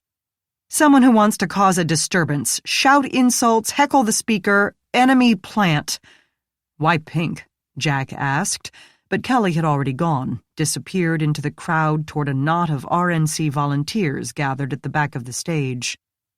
"Well," Riley said, "that was a bunch of nothing." "Maybe, maybe not." Jack nodded toward the other side of the stage, where Joe Green glad-handed up a storm and suggested they venture into the enemy camp. "Will we need a password?" Riley asked. "No, but we might need a letter of safe conduct." "For us or him? We can't pin Russo on him, not yet. You know that, right?" "Yeah." Jack glanced at his partner, perplexed. "Good," Riley said, as they threaded their way through the frenetic assembly. "We'll get him for it. Play it cool." I am not the actor I think I am, Jack realized, because in truth all he wanted to do was put his hands around Green's throat and squeeze. Riley had only to look at him to know that. But Jack could wait. The camera-ready moderator had also taken the stage, standing at the rear. The candidates would have to answer her questions without looking at her, but apparently that was preferable to standing with her back to the audience. All three people on stage knew that to be seen was the only purpose of the proceeding. At first glance, Green's exuberance seemed the opposite of Kelly's stress. He greeted the cops with a manic joy, clearly thriving in the arena of public competition and confident of his ability to come out on top. Only on closer inspection did Jack see the broken blood vessels in his eyes, the razor stubble on his chin, the webs of dehydration in the corners of his mouth. A large man with large pores stood at his elbow, obviously muscle, obviously on border guard duty, and not caring who knew it. "Officers!" he crowed. "How nice of you to attend!" "Why did you meet with Diane Cragen in Lakewood on the day she died?" Jack demanded. Green had been lying to people since before Kelly Hennessy was born, and was consequently much, much better at it. "I didn't." "We're ready to start," a young black man said to him, or shouted, rather, given the noise level. "Don't flirt with Haley like last time, okay? You know Layla said—" Yeah, no problem. I'll be a very good little boy." "Did Taylor ask you about the balloons? We've got the bands lined up for election night, but what about the balloons?" "What about them?" "She needs to know what colors you want." "Red, white, and blue, dumbass. What the hell else would we get?" I know, but Taylor thought we might want to be different." "About the colors of the flag? No, we don't." "Way too much Red Bull flowing through the veins around here," Riley observed to Jack, then shouted to Green, "What was the deal between you two? You know she told Kelly all about it. We just want to get your side." Green waved off the young man and the debate about balloon colors, his smile never dimming, making it abundantly clear that Joe Green didn't give a single solitary crap what the cops thought or what they knew. Within 24 hours, he expected to become a United States Senator, and nothing they could prove or accuse him of could affect that, not at this late stage. Kelly would never part with even a fraction of Diane's sins. It would tar her with the same brush. But by all means, keep asking. Always happy to help a fellow public servant. "Ready?" the young man asked. "Completely." Green spared a glance at his muscle. "Nero, you good?" "Never better." The man's gaze never ceased scanning the room. Green studied his opponent from the shelter of the crowd, perhaps noting the well-cut suit, the precisely clipped hair. Then he took off his own jacket and handed it to Jack, interlaced the fingers of both hands until the knuckles cracked, and charged up the steps to land on the temporary platform until its surface reverberated under the heavy feet, clearly the regular working stiff alternative to the prissy, well-to-do enemy candidate. Jack thought he should have kept the jacket to cover the dampened armpits and sweat-wrinkled creases at the waist, but perhaps he was wrong, because the crowd erupted in applause. The moderator waited for it to die down enough that she didn't have to screech to announce the beginning of this brief mini-debate. Thus ended the interview of suspect Joseph Green. Riley spat out, "Once again, we're getting nowhere at a steady pace." "At least you haven't been turned into a bloody butler," Jack said. Sudden movements toward the rear of the dais caught Jack's attention. Two men in suits, either Secret Service or private, he couldn't tell, each with an arm clasped firmly on either side of Harold Beaudelet. They moved his solid form toward the door without pause, though he didn't seem to be struggling overmuch. As they passed by, Beaudelet gazed at Jack and Riley, and his mouth moved, but if he spoke to them, Jack couldn't hear it over the crowd. Jack handed Green's jacket to the young man who had been speaking to Green, and they reached the exit behind Beaudelet and the guards before the moderator finished her opening platitudes. They never heard the searing questions of vital public interest posed to these potential representatives. "So Green talked to Kelly," Riley said to Jack, musing on this as they plunged into the open air. "Not surprising. Kelly was her first line of defense." "You guys," Beaudelet called to them across the flagstones, "tell these goons I'm not nuts." "Not so far as we know," Jack hedged as the cops caught up and flashed his badge. The guards promptly lost interest, happy to dump the guy with them and get back inside with the action. Beaudelet swore he'd leave the premises, and after snapping his picture with a cell phone, they chose to take him at his word. He stood on the paved walkway with Jack and Riley, straightened his sweatshirt, and told them he had merely wanted to ask the new candidate if he would continue Diane's deal with Vipo. A reasonable question, don't you think? On impulse, Jack asked, "What did Diane Cragen say when you confronted her about Vipo? You must have gone to see her. You wouldn't have sent a piece of paper and thought that would do the job." "Of course not. But her staff kept her cordoned off like the crown jewels. I never got near her." "What about Mr. Green?" "Him? Pfft. He's small town, corrupt enough to put me and my former employer to shame, but he'll never have the reach to do any real damage." "Okay, well, good night, Mr. Beaudelet." Riley took a step in the other direction, but Beaudelet seemed reluctant to part. "No, I never saw Diane. Only that girl of hers." Riley and Jack both stopped. "Girl?" "The one with the chopped hair, her chief of staff, I think, told her all about my adventures with Diane and how much better life got for the Haitians and the taxpayers of Washington." "Really?" Jack said. "And she listened?" "Attentively. Yeah, that was almost weird, come to think of it. Hey, there's my compatriots. Gotta go." He trotted over to a motley crew of sign holders approaching the glass doors with an air of determination that would have made Edmund Hillary look like a dilettante. In the sudden quiet, Jack realized how crisp and cold and utterly clear the outside air seemed. He drew a deep, grateful breath of it, in, out, then noticed Riley doing the same. They both laughed. Then they began to make their way back to the police department, insanely happy to be out in the cold, dark space of the evening. "I am never, ever running for office," Riley promised aloud, "or working for the Secret Service. Little Devon is going to have some explaining to do." "It sounds like this wasn't the first time. Kelly told us right away that the senator liked to slip away. I thought it was to collect her payoffs without witnesses, but after that chaos in there, I can't really blame her if she freaked out and did a runaway bride sort of thing now and then. But they're not about to admit it now, even after death." Riley came to a halt in the middle of the sidewalk along St. Clair. "I get it." "What? Who killed Diane Cragen?" "No. Why the secrecy?" He waved toward the convention center with only a streetlight illuminating his arm. "It doesn't matter if Cragen took bribes. She's dead and buried, case closed. It doesn't matter if she gave her own Secret Service detail the slip. Again, old news. But what they absolutely cannot have is a member of their party consorting with the enemy.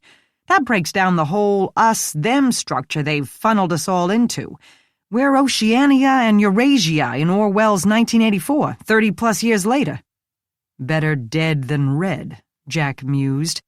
They'd rather have her bribery revealed, though they're not admitting that either, than even speaking to someone of the other party. "Wow, that's—" Riley gave up on words entirely. "It is, partner.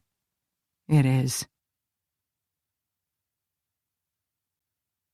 Chapter 25. Tuesday, November 6th, 10 hours until polls close. Jack and Riley arrived at the Regional Development Budget session at City Hall in time to rescue Kelly Hennessy from Joe Green in the hallway outside the meeting room. The slender young woman, for the first time Jack realized how well she fit her boss's nickname for her, if indeed that was the case, had both her arms up to protect her face. Green had not struck her, but his fists were bald, his face blood-red, and his hair stuck out as if he'd touched the same wire Diane Cragen had. His voice echoed off the marble walls. The other few people in the hallway looked, saw, and pretended not to notice, so long as Kelly remained physically untouched. His was hardly the first meltdown ever seen in those hallowed halls. The building dated to 1916, a Beaux-Arts expression of how far city government had come from its first meeting in a log cabin. Connor Schofield stood to one side, expressing a desire to intervene with ineffectual flaps of his hands.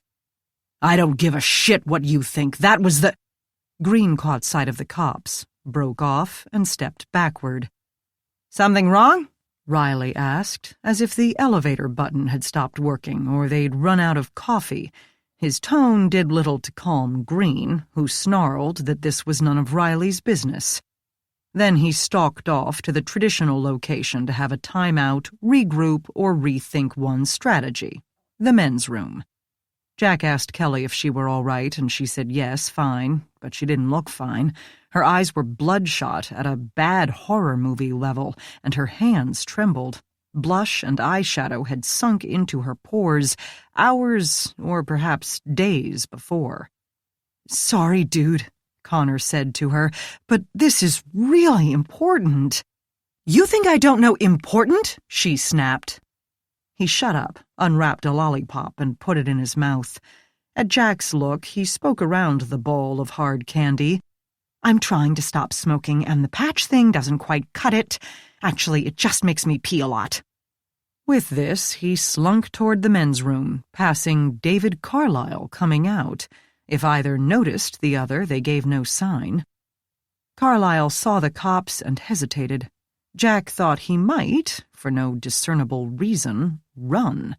Or perhaps the sight of them simply brought back memories of possible anthrax, because he wound up standing in the middle of the hallway floor at a spot equidistant from the men's room, the cops, and the meeting room, an electron simultaneously repelled by all unattracted charges.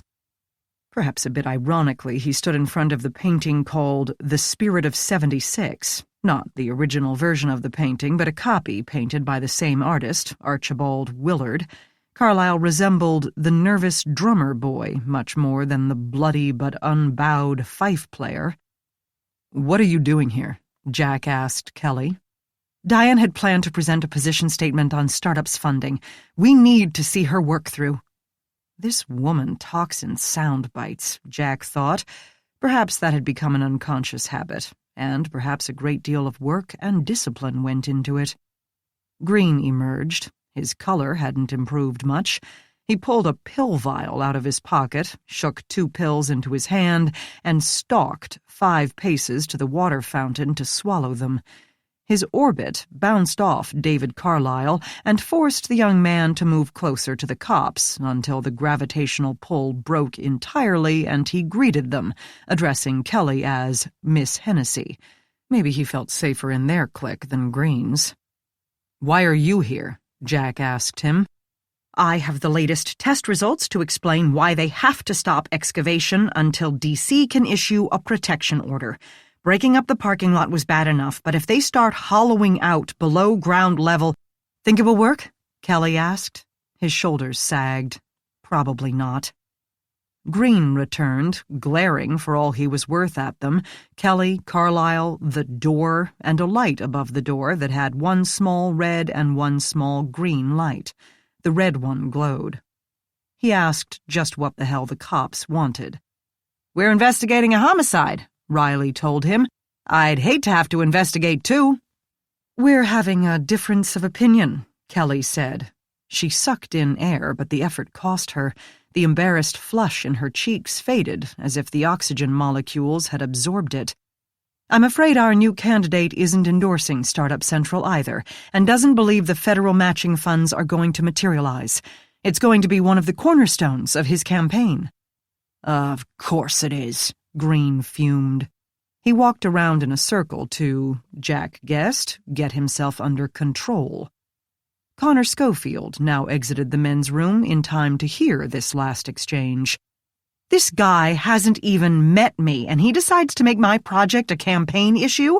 How is that responsible governing?" Kelly said, "Because it isn't personal, Connor. It's dollars and cents and what's best not only for Cleveland, but for everyone in Ohio." Green said, "As if you'd give a—" He turned and grasped the handle of the door to the meeting room. To Jack's surprise, Kelly put her hand on Green's arm. "Wait, they're not ready." She pointed to the light above them, still red. "They'll be damn close enough," he said, but waited.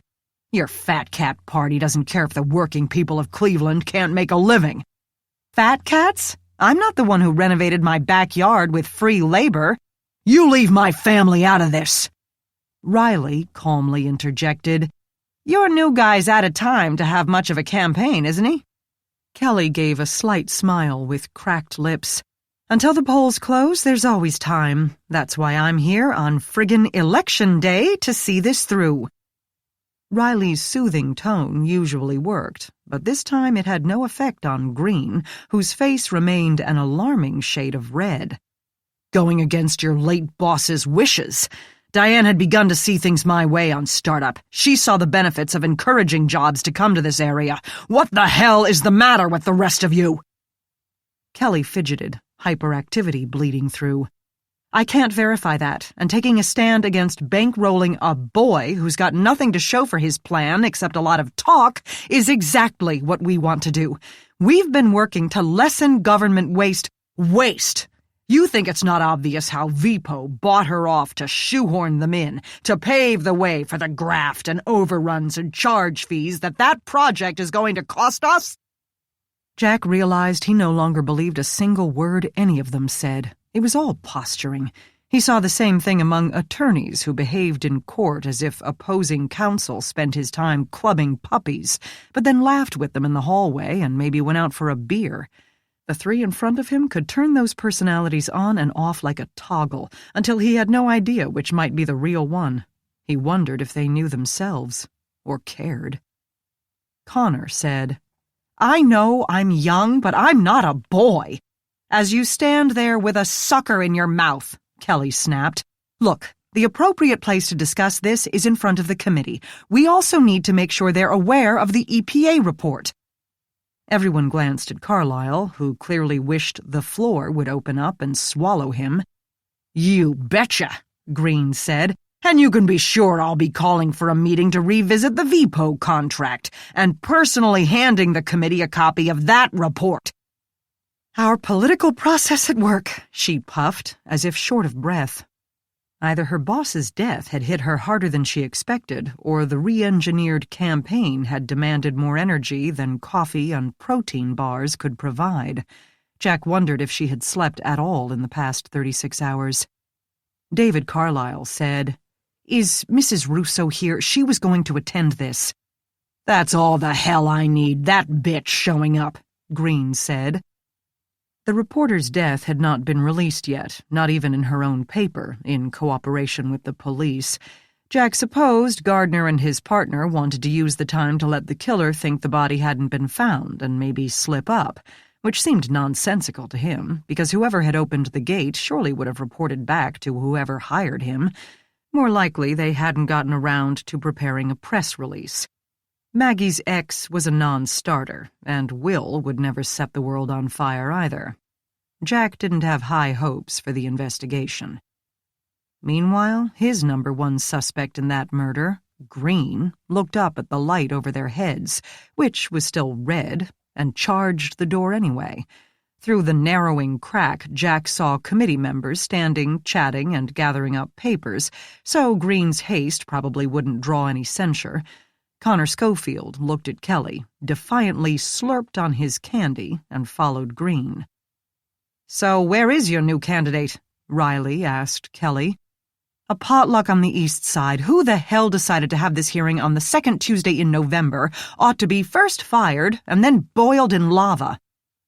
The doors opened from inside, and men and women in suit coats and dress shirts began filing out, chatting.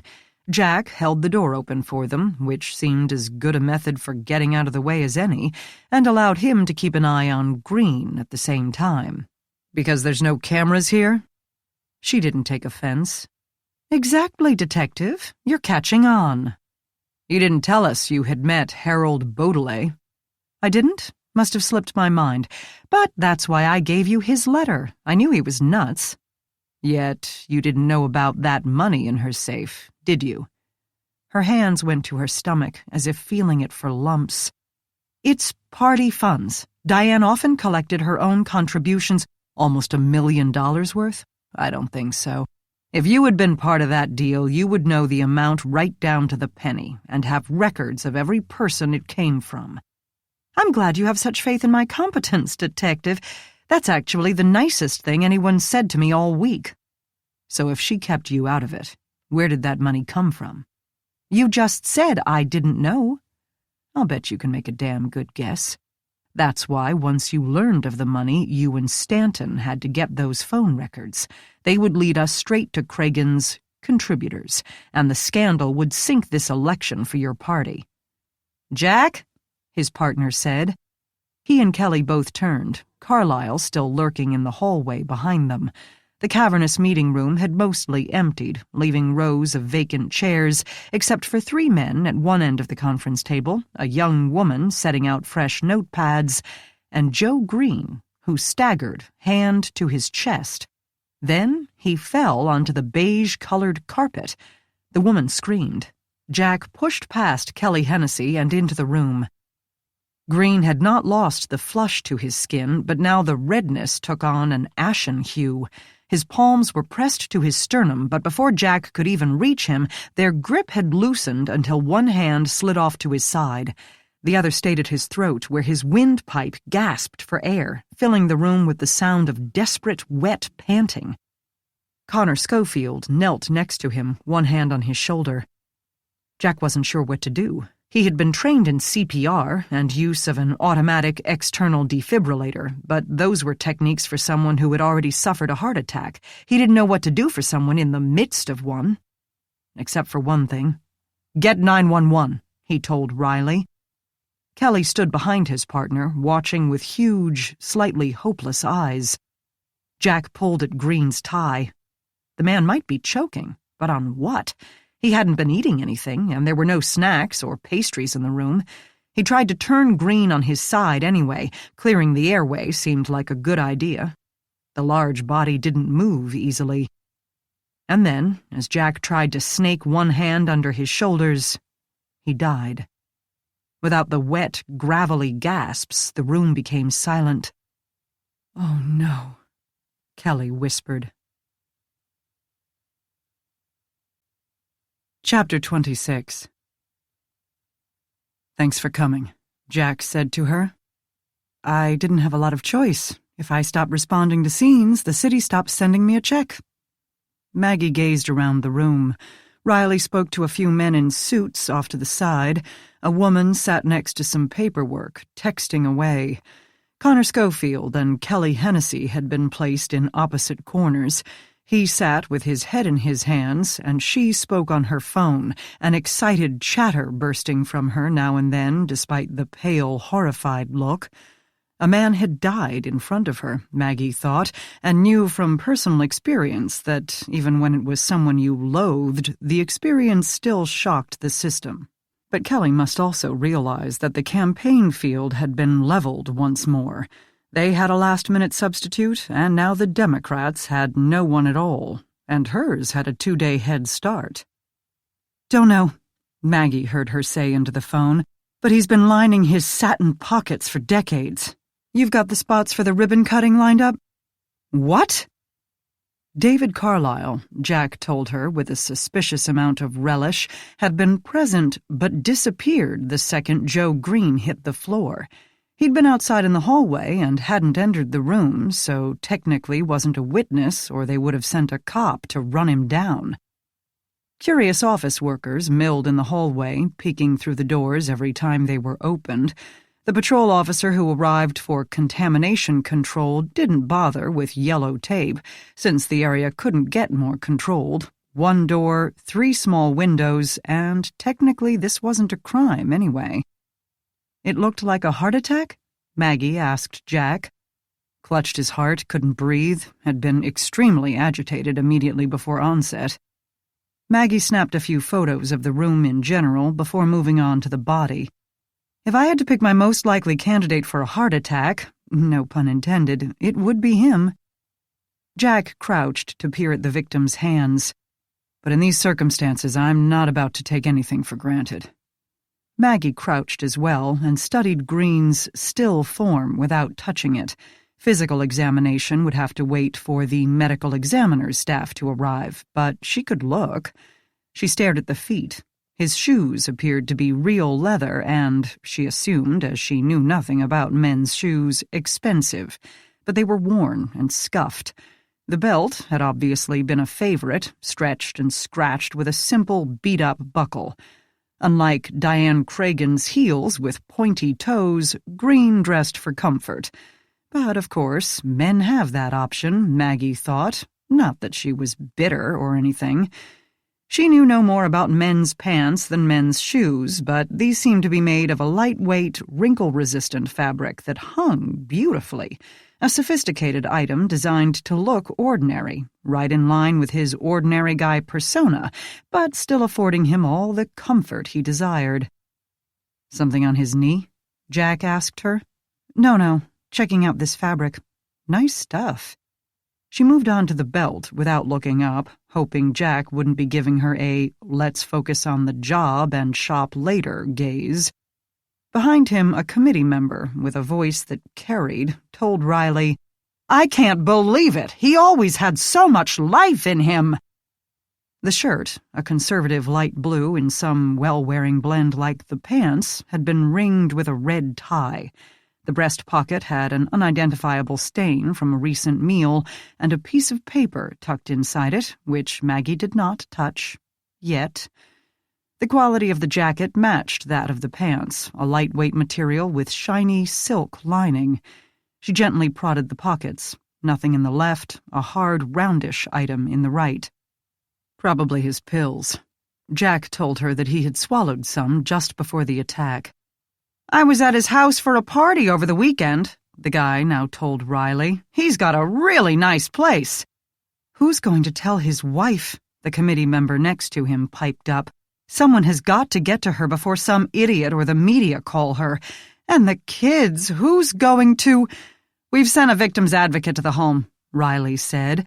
"But this whole building is a sieve. No one ever keeps their mouths shut around here." Green's hands, Maggie noted, were surprisingly unblemished. The skin appeared soft, but the nails had been bitten as far as comfort allowed. He wore a gold ring with a diamond the size of a green pea on his right and a diamond-crusted band on his left. He had a small cut in his left palm and 2 ink stains on his right index finger. The first guy said, "She's such a dynamo. Always put up with him no matter what rumors flew." "More than rumors," the third one corrected. "If you were hot and wanted a job, you had to sleep with Joey." "What? Everybody knew it." Yeah, Joey liked the ladies, but she stuck by him." "Well, duh, the kind of life they led. She's going to skulk off and raise 3 kids on alimony." "He worked tirelessly for Cleveland," the second man said, trying to get the conversation back on track. Unfortunately, he spoke with all the sincerity of a homemade TV ad. Green's tie had been loosened, and a few red lines appeared on his neck, most likely from his own fingers as he struggled to breathe. Flecks of foam rested in his mouth. "It was a barbecue this past weekend?" she heard Riley asking one of the men. "Hell yeah! I'm not talking burgers and dogs, 2-inch T-bones and lobster." The second man put in, "I'm sure that's not what they need to know about right now. And, like I said, he had the backyard redone." A third man said, "Easy to do when everybody owes you favors. That's how he got a roof on his house and a junket to Las Vegas complete with hookers. Because the guy who got the halfway house contract gave it to him, that's how." "What? It's common knowledge. A fish pond, jacuzzi, all this garden stuff like—" "Flowers?" "Yeah, bushes and whatever. You should see the new grill he got, as long as the table, and uses 3 propane tanks. Never seen anything like it." Maggie and Jack glanced at each other over the still form of Joe Green. Riley, she knew, had caught it too. "New grill?" "Somebody he knows. Joey knew everybody, remember? Had it brought in special from the factory." "Really?" Riley said. "What did he do with the old one?" The 3 men, Maggie saw out of the corner of her eye, stared. Why? Are you in the market for a used propane grill?" Apparently, Jack's partner decided the most direct route was best. "It sounds weird, but I have a reason for asking. What happened to the old grill?" But the men couldn't help. The third protested to everyone within earshot, "Don't ask me. I've never been wined and dined by Joey Green in my life. How he spends his bribe money, I got no clue." "Geez, Mick, the guy's dead. Like, lying right there, dead." "Which changes nothing, except now I don't have to worry about having my budget appropriated or a landfill going in next to my house because I insisted on open bids." Riley said, "Okay, what about today?" None of them had even spoken to the victim before he choked and fell, so they could not add any details to what the cops already knew. In the sudden quiet of the room, Maggie heard Connor Schofield in the back saying, "But will we get the money?" Then he turned down the volume, but not the urgency. She saw him cup his hand over his phone, hunching over until his face disappeared under a curtain of hair. The ME investigator arrived, agreed that it appeared to be a heart attack, but of course they would have to wait for the autopsy results to be sure. The committee member, who had waxed poetic over Green's backyard reno, asked if that would be necessary, as it would surely distress his wife. The ME investigator pointed out that an unexplained death in a public place would absolutely require an autopsy, even if, as the man emphasized, the attack had been an obvious result of never passing up a piece of red meat or a shot of whiskey in his entire life. The investigator also pulled out the piece of paper from Green's breast pocket, which turned out to be a parking receipt for a lot several blocks away, stamped that morning. Probably going to turn it in to be comped. He never missed a chance to skim a penny. Geez, Mick. Yeah, I know, the guy's dead. The ME investigator pulled the bottle out of the jacket pocket. As they expected, a prescription medication made out to the victim. Nardil. What's that? Maggie asked. Phenelzine. It's an antidepressant. What the hell did he have to be depressed about? The third man said, and Riley ushered them and the lady with the files out of the room. The ME investigator opened the bottle and glanced inside. Then he frowned and poured 15 or 20 buff-colored pills out into the palm of one hand. This ain't right. What isn't? Maggie asked. This isn't Nardil. Nardils are orange. Riley returned. His knees gave a creak as he joined them on the floor as if they were football players in a huddle, trying to keep their signals hidden from those not on the team. That is, Connor and Kelly. That's an old trick. Use a real prescription bottle but fill it with something stronger. What are they, then? Don't know. The investigator pulled out his cell phone and fired up a drug identification app, searching by color, shape, and imprint. That's weird. These are fluoxetine, another antidepressant, brand name Seraphim. What? Maggie asked in surprise. The three men looked at her. Seraphim, why, are you on it? The investigator asked. No, but I know someone who is. Riley took Connor Schofield off to find out what interactions, if any, he had with the victim that day. Maggie and the ME investigator reached a compromise on the pills, deciding that she would take the bottle to fingerprint it, presuming any prints remained after being shoved in and out of Green's pocket, and then the investigator twisting off the cap, and he would take the pills to compare them to what might be found in the dead man's stomach. She poured the pills into a zip-top baggie and dropped the plastic bottle into a paper bag. Now Jack and Maggie sat with Kelly Hennessy in the emptied meeting room. The body snatchers had carted Joey Green off to his second-to-last public appearance, but that faint, stale smell of death lingered in the air. "What do you mean, where are my pills?" she asked Jack. "How do you know I even take pills?" "You told us," Maggie said. Jack had wanted her to remain for exactly this reason, in case Kelly tried to end the conversation with a blanket denial. "They're perfectly legit. I'm not some kind of druggie." Jack said, "I understand that. What I don't understand is why your pills are in Joe Green's pill bottle." "Because they're not my pills. Look, mine are right here." She pulled a bottle from her purse and handed it over. "What have any pills got to do with a guy having a heart attack, anyway?" "What are these for?" Jack asked. "You can't ask me that. That's medical information. I don't think you're allowed to ask me that." But when Jack simply glanced over at where Green's dead body had been, Kelly said she had a stomach problem. "I often throw up a lot of what I eat. It's complicated. The doctor thinks these help." Bulimia, Maggie thought. They couldn't kill anyone unless they, took the whole bottle, and I'm not even sure that would do it. That's why the doc chose them. She said they were safe.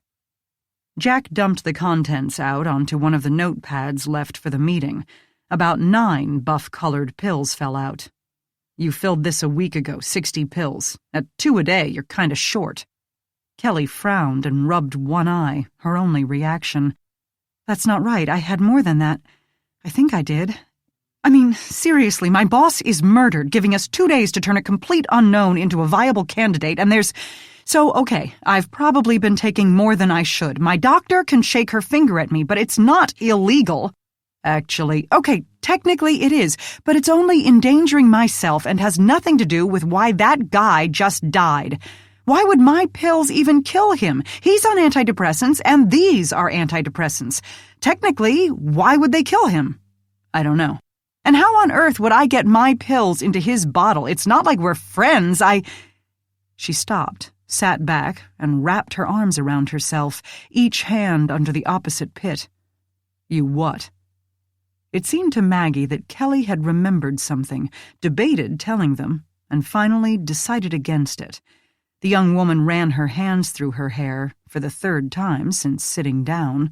Then she reached over and scooped her pills back into the bottle. Look, Green having a heart attack is hardly a big surprise, and you have no probable cause to be asking me all these questions. I haven't practiced in a while, but I am a licensed attorney, so you can take me into custody right now, or I'm leaving. She stood up, turned, and left.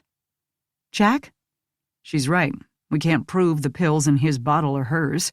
Right now, we don't even know that they caused his death. Maybe he wanted a prescription with a little more kick. You said he took some outside in the hallway before coming in here, right? Yes. But the ME guy's drug ID app had a picture of Nardil. They're orange, like distinctly orange. How could he shake out pills that were the wrong color and not notice? Unless he literally didn't look at them, as if the action was so automatic that he could do it by feel. He never looked at them, too busy glaring at us the whole time. Jack had his arms crossed, one elbow balanced on the other hand, the free hand elevated, and abruptly snapped those fingers. Got it. He was colorblind. What? He told her about Green being so hard on the secretary who didn't keep color-coded folders in order and not being able to distinguish between the red and green lights over the door in the hallway. That would make sense, but how could the killer, if there is a killer, count on that to slip him the wrong pills? Who would even know that? Probably everyone. The secretary certainly knew it, and the rest of the staff at party headquarters.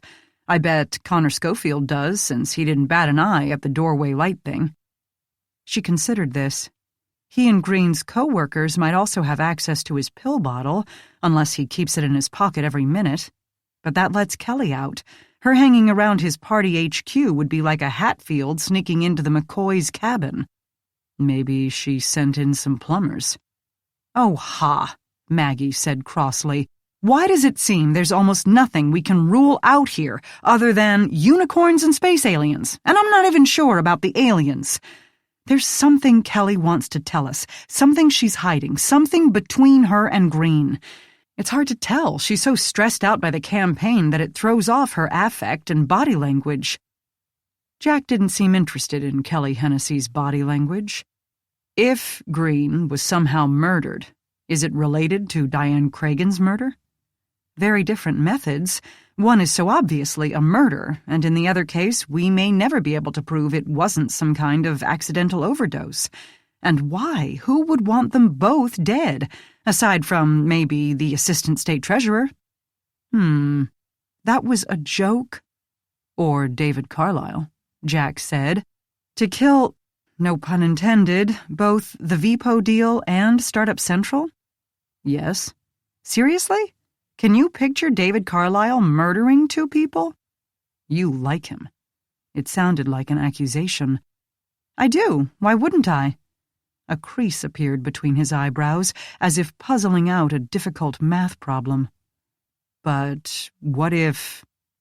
What if what, Jack? He leaned forward, though no one remained to overhear them. You're supposed to be dating me. I mean, that's what you told people to get Rick off our backs. If you start going around with David Carlyle... She couldn't help but smile for the first time since Laurie Rousseau's murder. Are you jealous, Jack? The crease deepened. This cover story was your idea. At some point, you're going to start dating someone else, so then... No worries. We'll invent an imaginary breakup to end our imaginary relationship. The line smoothed out. Oh. Will that work? Of course it will work. This is a police department. We have more get-togethers, breakups, and still more get-togethers than the average soap opera. This isn't funny, Maggie. It's a little funny. Look, there's something else. I didn't want to tell you when other people were around. Now he rubbed an eye, just as Kelly Hennessy had been doing. What? I finished processing all the scraps of paper and the plastic bags that were with the money. Got a bunch of prints, but most were Diane's. Of the 7 that weren't, 4 are still unidentified. Of the other 3, 1 is a guy named Carl Nero, got some minor assault charges, served a few years, lives in Bay Village. Another belongs to a Sharon Novak, a middle-aged woman who had 1 past DUI, charges dismissed. Thing is, I got the print off a Save-A-Lot bag, and she works at the Save-A-Lot on Old York, so I figure that's a wash. The 3rd belongs to Connor Schofield. Chapter 27. Schofield, Riley said, steering the car up Cedar Avenue, crunching over leaves the blustering wind had scattered. How does that even make sense? What was the print on? A scrap of paper with the bundle's dollar amount scribbled on it, tucked under the rubber band. How does money from the kid get to Diane's safe? Was he paying her off to let the startup thing go forward? If so, he wasn't getting his money's worth. She battled it up to the end. Unless Green was telling the truth when he said Diane was coming around to his way of thinking. The cell phones tell us they had a secret meeting, and the secret meeting tells us they had some kind of deal. The draw approval was supposed to happen today, really too late to affect the election. They could play act until then. I don't think it's a coincidence that Green moved up the start date and the construction to before the election once she died. Or maybe it was Schofield who was paying her off and not getting satisfaction. Maybe that's why he killed her. You think he did? Green is the one who recently threw out a backyard grill, our possible murder weapon. Riley braked at a red light. True, but I'm sure Connor was invited to the barbecue, and Green will get a kickback or a percentage from startup. Little Connor gets the whole shebang, or loses whatever money he's already put in. If it fails, Green isn't out a penny. Riley warmed to his theory. He's the little boy genius. He's probably got the mechanical know-how to set up the electrified door. He'd notice whether there are cameras on that street and where they are. That generation is mentally tuned to any sort of electronics. He didn't have access to her house, so he had to use the exterior arrangement, and that's why he left the money behind. Fabulous, Jack said. How do we prove it? Well, we have his print. Why were his prints in the database in the first place? He got caught smoking some pot in Cincinnati. He served time? No, small amount, non-resident, first offense, they dismissed. I don't know why he happened to be in Cincinnati, but how he touched a piece of paper that wound up in Diane Cragen's safe? That I've got a theory about. Riley parked the car in the garage at the county medical examiner's office. I'm all ears. He and Vipo both used the same lobbyist. Our friend Bruce? Exactly. What if, just maybe, Connor is passing money to Bruce to give to Green, while Vipo is passing money to Bruce to give to Cragen? And Bruce mixes it up. Who cares which bills they get as long as it's the right amount? Riley got out and slammed the door. Aside from proving graft, hardly a massive surprise in this day and age, that would mean there's no connection between Schofield and Cragen. The wads of cash were merely bribes that passed in the night. Their voices echoed off the low concrete ceiling, and Jack could hear birds chirping among the browning leaves outside. And they don't tie him to her murder, not directly anyway. He still has a motive, but he's not the only one. Who else you got in mind? Let's assume the worst, that Vipo was paying Cragen to endorse their contract, knowing it would probably poison a few thousand people. That was a hell of a lot of money in that safe. Riley pointed out, on the other hand, it might not all have come from them. It could have been years of kickbacks and payoffs. Why didn't she get an offshore account or something to keep it safer?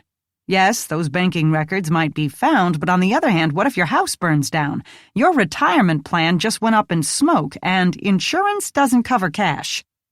Life is risk, Jack said. Point is, Vipo has given Cragen a bunch of money to buy her endorsement.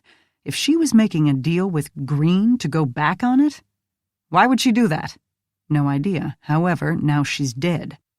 And Vipo may be screwed out of the big contract. Yes, maybe. Maybe not. Kelly and Stanton could take up right where Cragen left off, especially if they know or figured out where that money came from. Riley pulled open the doors of the medical examiner's office, the darkening skies reflected in their glass. If they don't, I'm going to be concerned about little Miss Hennessy's life expectancy. As you said, that was a hell of a lot of money. The pathologist doing the autopsy on Joe Green turned out to be a very short, trim woman with a slight Eastern European accent. It made her sound like a Bond villain, an image completely at odds with her cherubic, grandmotherly face. It did, however, fit her working persona. She announced all Joe Green's physical failings to the world at large without mincing words. The man had been overweight, with black-flecked lungs that spoke of too many cigars, and an enlarged liver with nodules and fibrous tissue that spoke of too many drinks. He had hardened arteries from too much cholesterol and an enlarged heart from too severe high blood pressure. He had nothing in his stomach, meaning he'd had either a very early breakfast or none at all. She bet the latter from the smell of alcohol in the contents. The lack of food also made the half-dissolved tablets that they'd watched him swallow easier to find. "We think someone might have slipped him those, on purpose," Riley told her as she stood at the counter, flaying the stomach to examine its inside walls. It now resembled a burst balloon, only larger, smellier, and much more unattractive. She had dropped the 2 pills into a petri dish to the side. "You mean like poisoning? That might explain the post-necrotic cirrhosis, dead liver cells." He explained about Green's prescription bottle for Nardil, instead containing Seraphim. The doctor listened as she sliced through the spleen, dropping a sliver into the quart of formalin, resting nearby for exactly that purpose. Then she gave him a reproachful look. "That's not what I mean by poisoning, Detective. What you're describing would be a drug interaction." "Okay. Would it be enough of one to kill him?" "Fluoxetine and phenelzine? They could create a central serotonin syndrome. The former is an SSRI, a serotonin reuptake inhibitor. Those increase the serotonin levels in the blood. The latter is a monoamine oxidase inhibitor." "Yes, but—" She met this interruption with the disregard it deserved. "And the interaction of the two will produce mental status changes, agitation, tachycardia." Jack said, "He definitely got agitated." Riley said, "But he was always agitated, so it's hard to tell. Tachycardia is when your heart beats really fast, right?" "Yes." "How fast will kill you?" Another one of those looks. "That depends on the person involved, their age, and their health. An infant's heart beats much faster than adults, with the gap lessening as they grow until their late teens. Medications can change the point where a racing heart turns into tachycardia. Whether or not the person will lapse into sudden cardiac death can't be fully predicted." Jack worked through all those words to the end. "So, taking the 2 meds together might have killed him." "Years of an unhealthy lifestyle certainly didn't help." "How much would it take?" She eyed the petri dish. "More than 2 half-pills." Riley looked at Jack, perhaps to avoid the sight of the doctor cutting the man's brain open as if slicing an eggplant. "We don't know how long he might have been taking the wrong pills. Would it take a while for the mixed drug situation to build up to a fatal amount? Days? Weeks?" This time the pathologist added a patient sigh to the look. "That's impossible to determine, Detective. Interactions vary, absorption rates vary, individual reactions vary." Jack said, "We know one thing. Someone wanted him dead." Bruce Haywood looked up without alarm as his secretary showed Jack and Riley into the office. "Gentlemen, what can I do for you?" They both sat without being asked, and quickly Jack could see the balance of confidence shifted. Haywood's eyes narrowed a millimeter, and he straightened the papers he'd been signing and put them to one side. Unlike their last visit, the cops now clearly had an agenda, and Haywood had more than enough brains to know it would have an item or two he didn't like. "For starters," Jack said, "you can tell us why you gave Diane Cragen a whole pile of cash." He had to hand it to the lobbyist, not so much as the quiver of a single eyelash. He said, "That sounds a lot like bribery." "Yes," Riley said, "it does." "Why do you ask?" Riley seemed to have lost his patience with double talk. Perhaps he'd been hanging around Jack for too long. "Because it's our job to ask why a lobbyist is plying a sitting U.S. senator with money. Why would we not ask?" Haywood held up a hand and tried a smile. "Detectives, I assure you that I have no idea what you're talking about, and I very much doubt that anything in Ms. Cragen's possession could be traced to me, other than information regarding Vipo water construction, which is what I was hired to give her." Jack let a silence ensue, enough to give the guy some hope that they had bluffed and all he had to do was hold out and they'd give up and go away. Then he said, "You're familiar with Senate Bill 426? Haywood's lack of reaction formed a reaction in itself. "The Physician Assistant Employment Act, yes." "Why?" "The Veterans Administration is a client of yours? They're listed on your website." "Some departments of it are, yes. Surely you're not suggesting that the VA—" "No, not at all. Only that you used their extra paperwork to jot notes on." A slight narrowing of the eyes, not anger, but confusion. Jack kept it coming. "Also, you're acquainted, I'm sure, with Pleurotus columbinus?" That produced a response, but nothing as pedestrian as a jaw drop or a flushed face.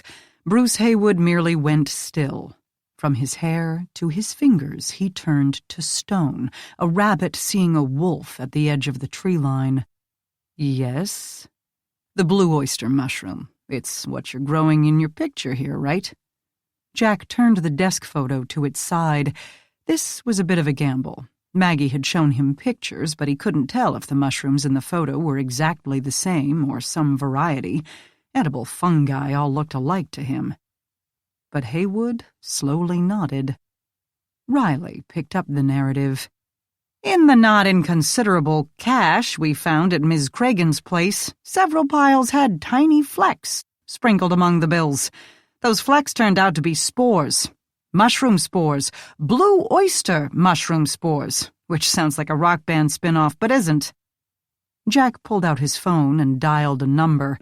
Haywood allowed himself a breath, no doubt reminding himself that mushrooms were abundant on this earth, and that, as Maggie had warned Jack, the Pleurotus genus contained the most commonly grown mushrooms in the world.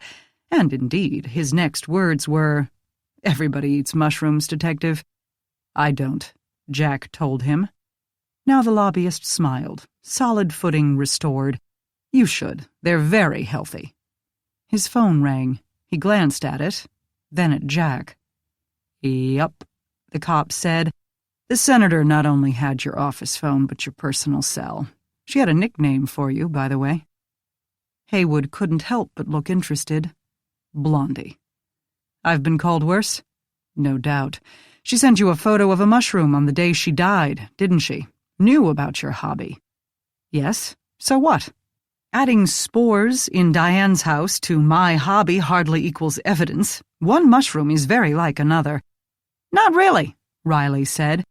"Did you know plants have their own DNA?" The smile evanesced. Riley pulled a piece of paper from his jacket pocket.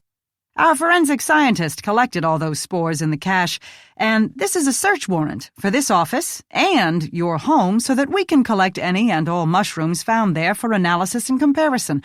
And also, let me look at this again, evidence of bribery, money laundering, public corruption, or extortion. Personally, I'm dying to peek in your files. I'm betting we'll open that can and find enough worms to aerate acres of your mushroom farm." Now the lobbyist paled, turning an instant shade of snow white.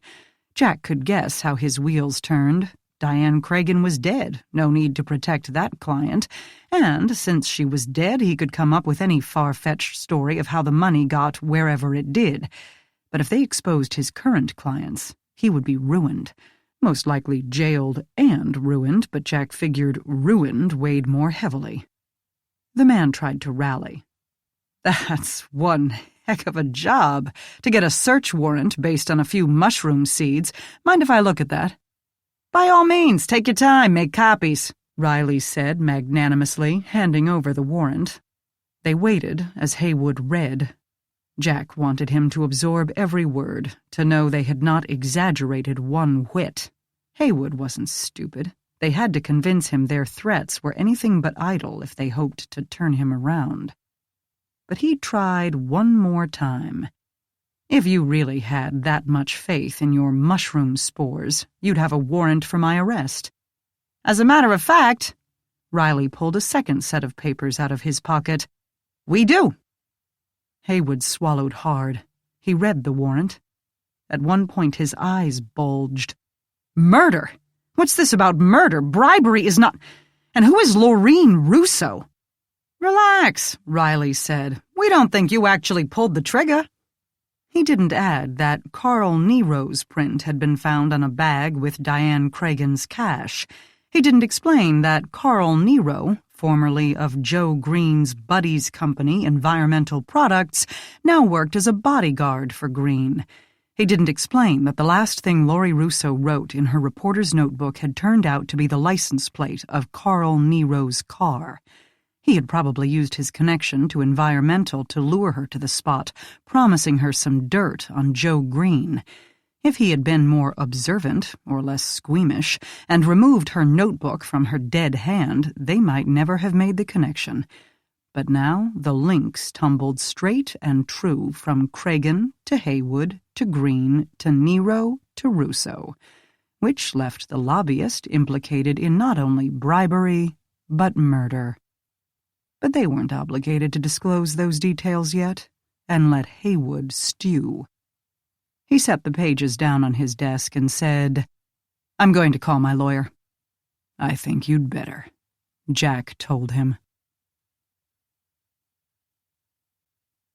Chapter 28. Haywood closeted himself in an empty conference room with his lawyer for only 20 minutes before proposing a deal.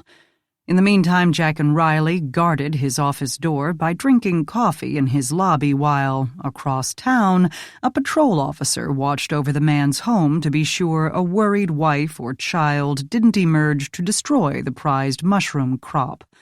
A prosecutor arrived to review and approve their side of any deal, a paunchy older man with a face like a granite cliff. "What do you think he'll propose?" Riley asked his partner, refilling his cup under the sad, worried eyes of a very pretty receptionist. "He'll tell us as little as he can get away with, as long as we don't rifle his filing cabinets," Jack guessed.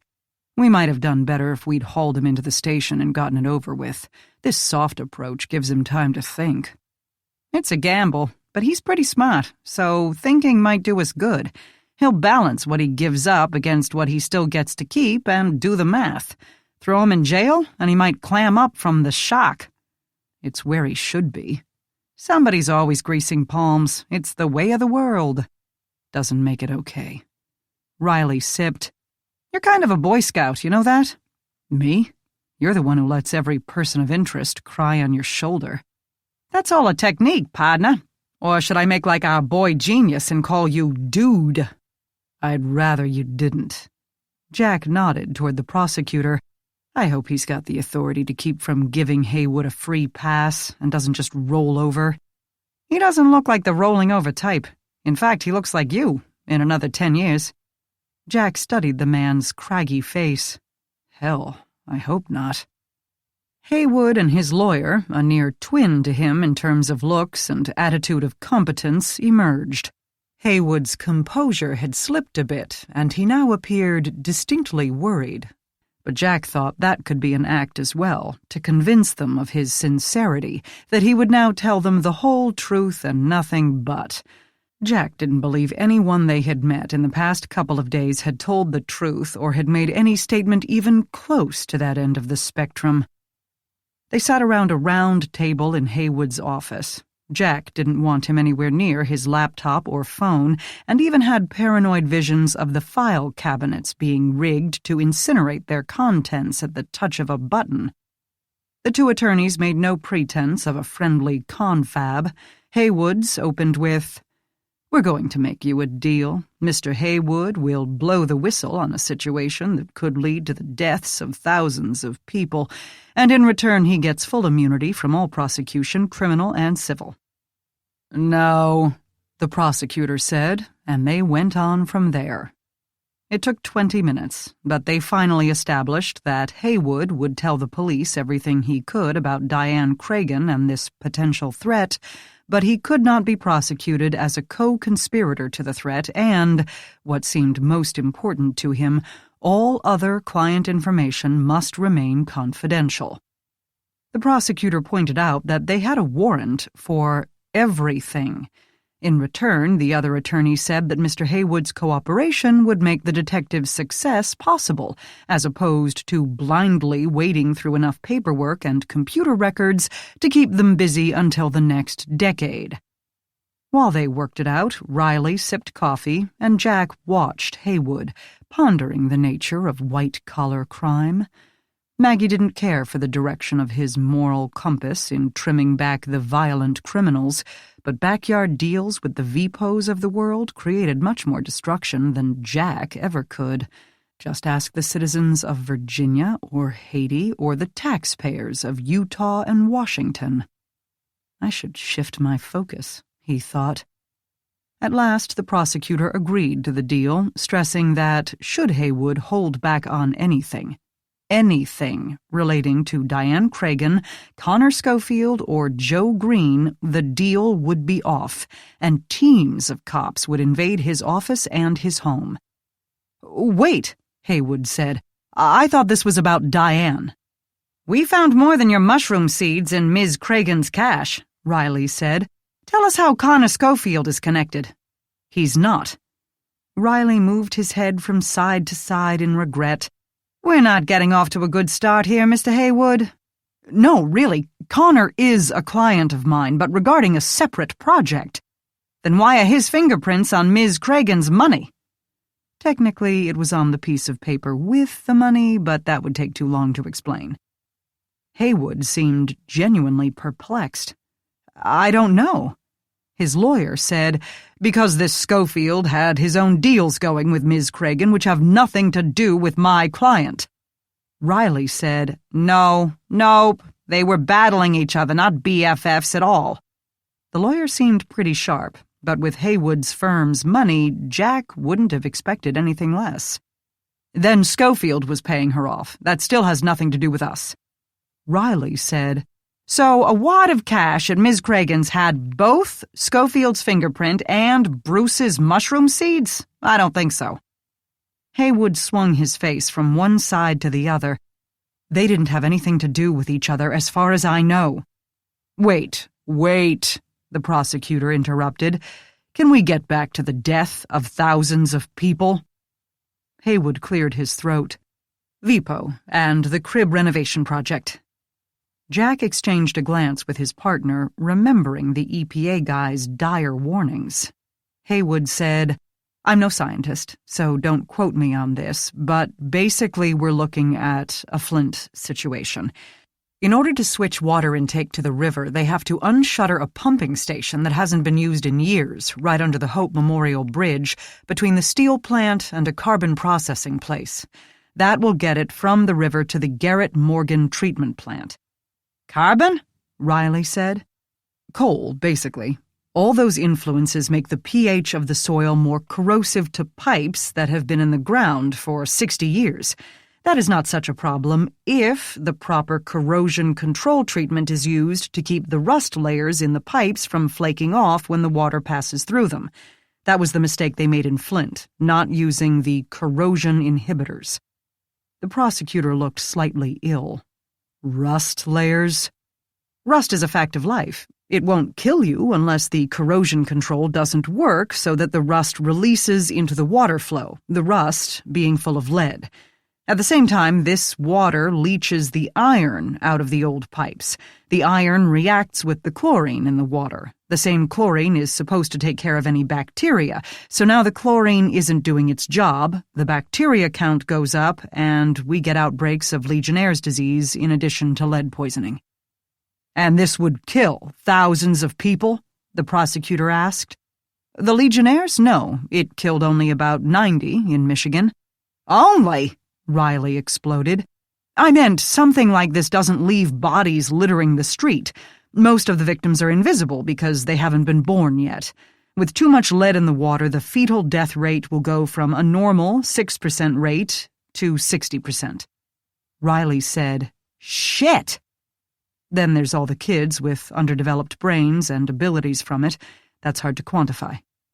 "But you said all this would go away with a corrosion control treatment. Why not just use the treatment?" "Money. It's very expensive stuff. In Flint, they simply forgot it, but I know for a fact that VPO knew about possible corrosion and decided against doing anything about it. They already had to come in with a competitive price, at least on paper. I'm sure they planned to increase the costs later and blame it on change fees or supply price increases, and in addition to what they were paying Diane, it wasn't enough profit for them." Riley shook his head. "I thought the problem was the hydrocarbons washing out of the brownfield under Startup Central."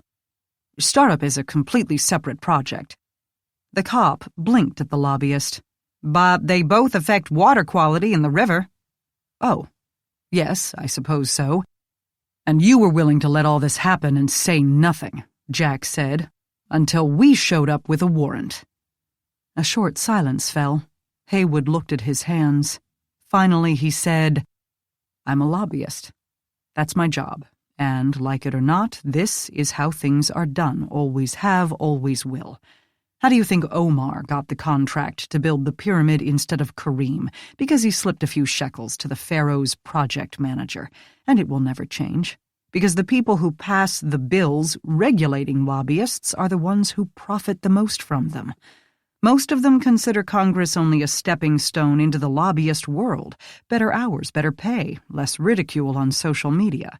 Industry, government, and lobbying firms operate with revolving doors, people moving from one to the other that quickly." "Did you?" Haywood's head bobbed up and down. "I used to be an accountant at a drug company. Want to know what industry employs the most lobbyists?" "Defense?" Riley asked. "No.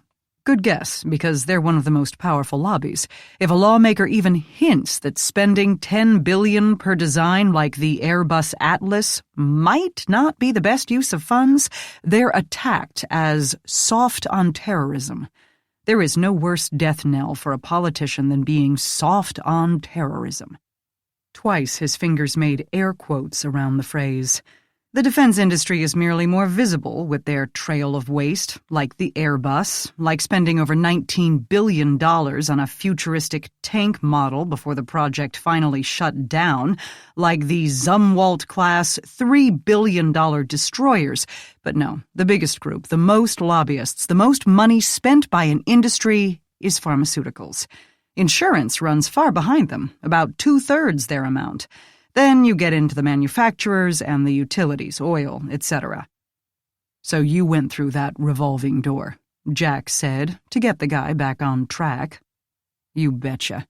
You can look at me like I'm scum, I get it, but I'm how things get done." "Why go through you at all? Why didn't VPO just give Kragan the money themselves and save your cut of it?" "Because it isn't about money." The lobbyist corrected himself. "It isn't always about money. Dealing with most of my clients, money never changes hands at all. With Diane, yes, I did not show good judgment." "You think?" popped into Jack's head, but he kept it to himself. Keep the guy talking.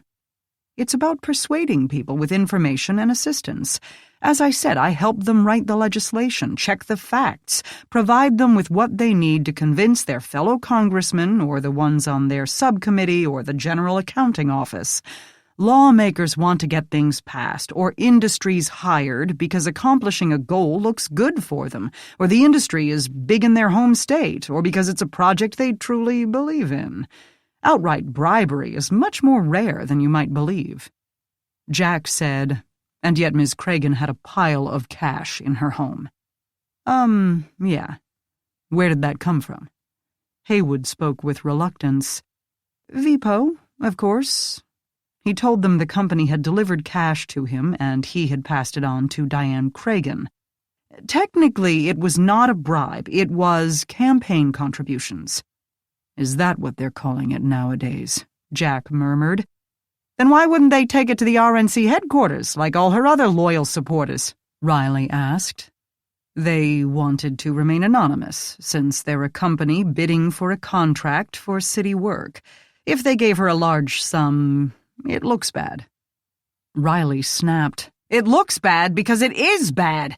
Because they're bidding for a city contract is exactly why they shouldn't be making anonymous campaign contributions.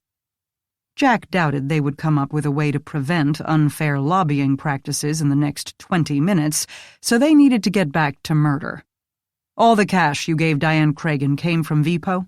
All of it? Yes. How much? Haywood blinked. Money? Yes, money. I don't recall offhand. I didn't keep a record of it. Why not? Riley asked, and then remembered that they spoke of an illegal procedure punishable by law. Oh. It went from Vipo to Diane more than once, and I don't remember the amount of each. I played middleman, to answer your earlier question, only as a matter of convenience. The Vipo reps met with her in Washington. Yet they sent the money here? She didn't want to deal with this in Washington, too many ears everywhere. Unlike here in the boonies with us rubes, Riley groused. Ballpark the figure for us.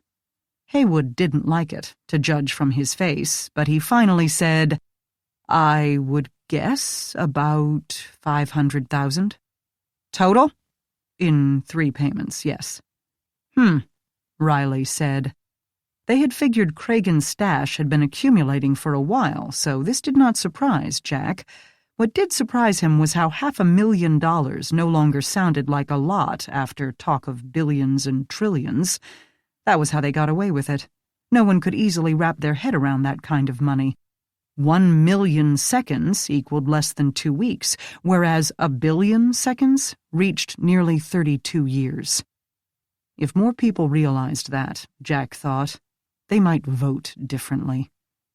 He said, So Vipo sent Diane cash. Did Schofield? Again, that hint of perplexity. No. Jack didn't see why Haywood would lie on this point. Cragen was dead, and Schofield didn't seem like a sufficiently lucrative client to warrant climbing out on a limb. And yet his prints turn up on her money. What that tells us is that Schofield funneled money through you as well, and you got your bundles of cash mixed up. One $100 bill is as good as the next. Who was Schofield paying off? Other than Joe Green, Riley added.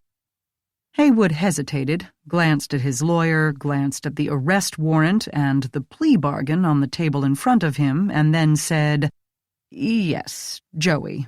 Not a bribe, but campaign contributions. He thought Joey was a pal, appreciated his belief in the Startup Central project, and wanted to help him win. But he wanted it to be anonymous as well. Then why didn't he send it to DNP headquarters? Let me guess. Because, since he'd been angling for public funds, it would look bad. Haywood nodded, unhappy at the corner he'd been put in. He'd had to choose between a client and himself, an obvious choice to him, but one that would have consequences in the future, even if it kept him out of jail. And Jack figured Haywood wouldn't serve a day. As he'd said, the ones breaking the rules were the ones writing them. But why not slip him the bulging envelope on his own? Why involve you at all? A hint of ego slipped into his voice. Because Green wouldn't give him the time of day. He took one look at Connor and saw some dreamy kid who would squawk the minute a compliance officer glanced in his direction. Green wouldn't listen to one word about Startup Central until Connor hired me. Chapter 29. After Haywood signed his official statement, Jack and Riley headed back to the banks of the Cuyahoga. They parked in the Sherwin-Williams area, now that the abandoned parking lot had been reduced to rubble. The backhoe had gotten to work as well. A gaping hole appeared in the dirt, the construction trailer perched on its edge. Riley slammed the car door. "Still don't get why we aren't putting that guy in jail. I'm the one who did it, or rather didn't do it, and I still don't get it." "You're telling me? We did it because we made a deal, and because prosecuting people for something that hasn't happened yet is always tricky." "The bribery happened," Riley grumbled. "That's why he asked for immunity. Besides, that's white-collar. We're homicide." They stomped over the patchy weeds to reach the trailer. Connor Schofield had told them on the phone he would be there and that they were more than welcome to stop by. He didn't ask why they wanted to see him, Jack noticed, but he had to be a pretty smart kid to have gotten where he had by 21. Either that, or he really was as sunny and guileless as he appeared. Jack doubted that. The wind off the lake had strengthened and chilled. No kidding around now, winter was coming, and fall had packed its bags. Yet at the same time, thunder rumbled softly in the distance, a quiet warning of what was to come. Farther up the river, they saw the new, temporary crib that so concerned David Carlyle. Its windows were brightly lit, and Jack saw two people working on the catwalk railings. They knocked before entering, but didn't wait for an answer. Connor Schofield stood on his work table, positioning wires above one of the trailer's few tiny windows. He used a cordless drill to attach a tiny webcam to the ceiling where it could keep watch over the contents of the trailer. The air inside equaled the cool dampness of the air outside, with an added whiff of locker room tang. "Hey, dudes, hang on, with you in a sec, have a seat." "How did you get here?" Riley asked. "The parking lot is empty." "Uber. Nobody owns cars anymore." He jumped to the ground, his light weight barely causing a quake in the trailer. "What's up, other than poor Joey being dead and all?" "How much did you give him?" Jack asked. He towered over the kid, at least a head taller, and knew that he filled up most of the available walkway in the trailer, but he didn't see the slightest hint of intimidation in Connor Schofield's face. He seemed as relaxed as ever. Either the kid had perfectly odorless marijuana, or he believed he had nothing to fear. It would be Jack's job to convince him he had a great deal to fear. "How much of what?" "Money." "For what?" "I kicked in some for the television commercials. I felt that was fair, since startup is my baby." "To get him to write the grant into the community development budget. Let's not call it a bribe. Let's call it information and resources." "Let's not call it nothing, brah. I didn't bribe anybody." Riley's face expressed his deep disappointment. "We're not getting off to a good start here, Mr. Schofield." This pronouncement didn't have the sobering effect that it had on Bruce Haywood. The young man simply told him to call him Connor, and that he had no need to bribe anybody. "Startup Central is so clearly what the city needs. Why would I waste 1 penny of my hard-earned dollars and those of my investors to buy votes when anyone who couldn't see it on their own would have to be a complete idiot?" He gave Jack a little smile, as if that settled the matter, turned to the flimsy drafting table, and picked up a roll of blueprints. "We have witnesses and fingerprints that say differently," Jack told him. "Really? What witnesses?" "You tell us." "Oh, no. He rolled out the blueprints, weighing the 4 corners down with a stapler, a can with pens and pencils, a dirty coffee cup, and a hacky sack bowl. "I wasn't born quite yesterday, Detective. Isn't that what old people say? You tell me all about it." Jack felt his teeth grinding. He hadn't moved from his spot in the aisle, and Schofield had to reach around him to spread the blueprints. His arm brushed Jack's torso, even, but the kid gave this no more notice than if Jack had been a coat rack. "We found your fingerprint with a bundle of money. Care to tell us how it got there?" This audiobook is a space of comfort, offered freely to keep you company. Take a break, listen to the music, and let your mind rest. leading me to you.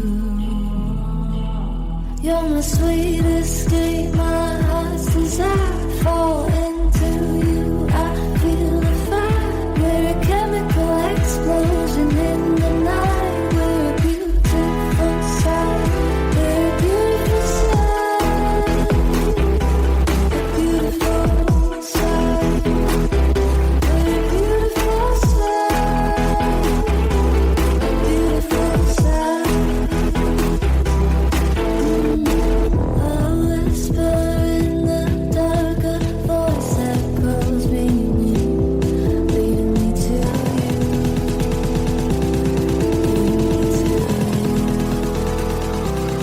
leading me to you.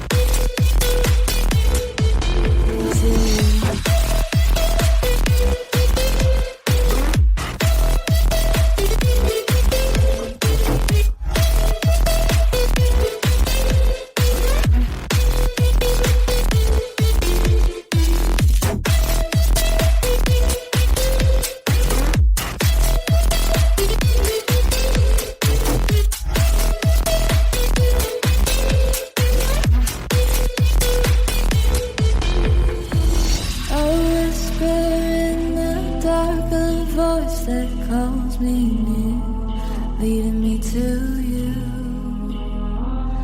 leading me to you.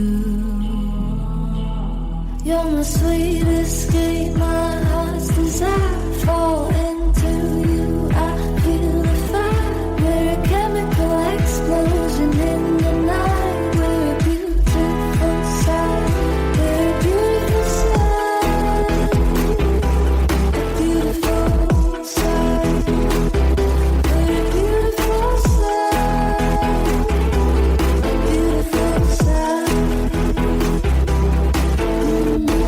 A whisper in the dark, a voice that calls me near, leading me to you,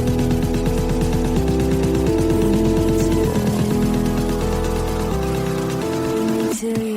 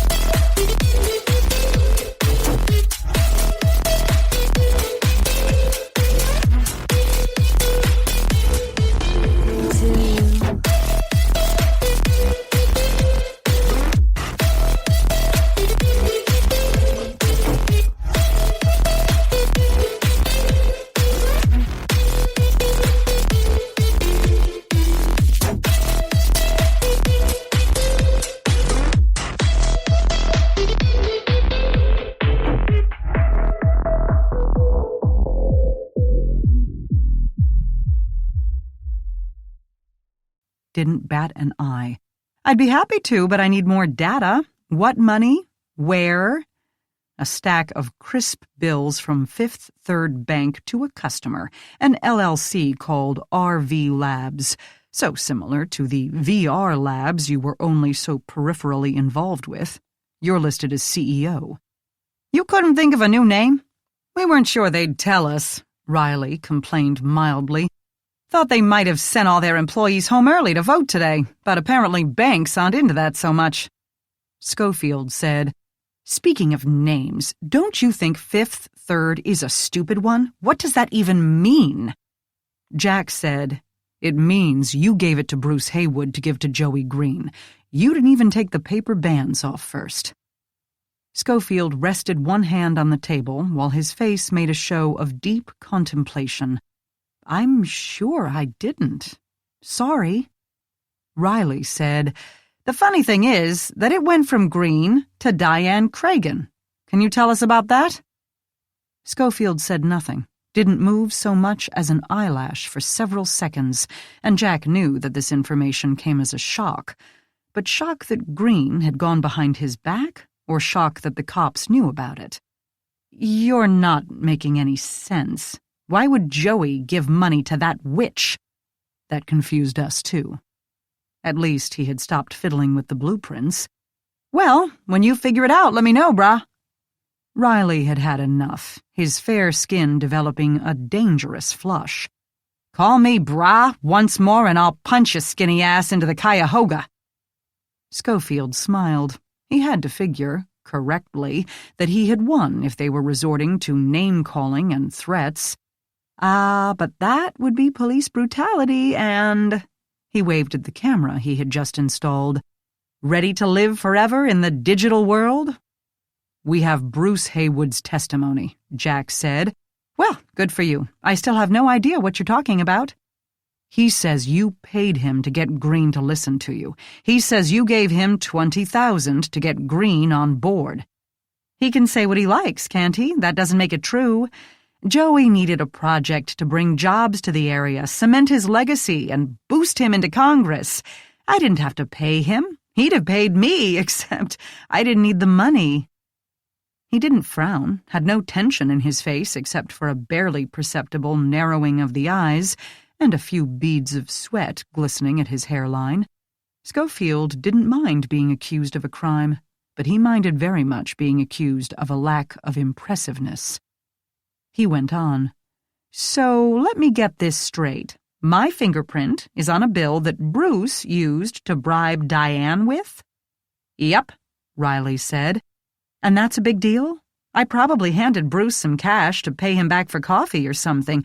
We've met a number of times over the past few months. Not a big deal, detectives."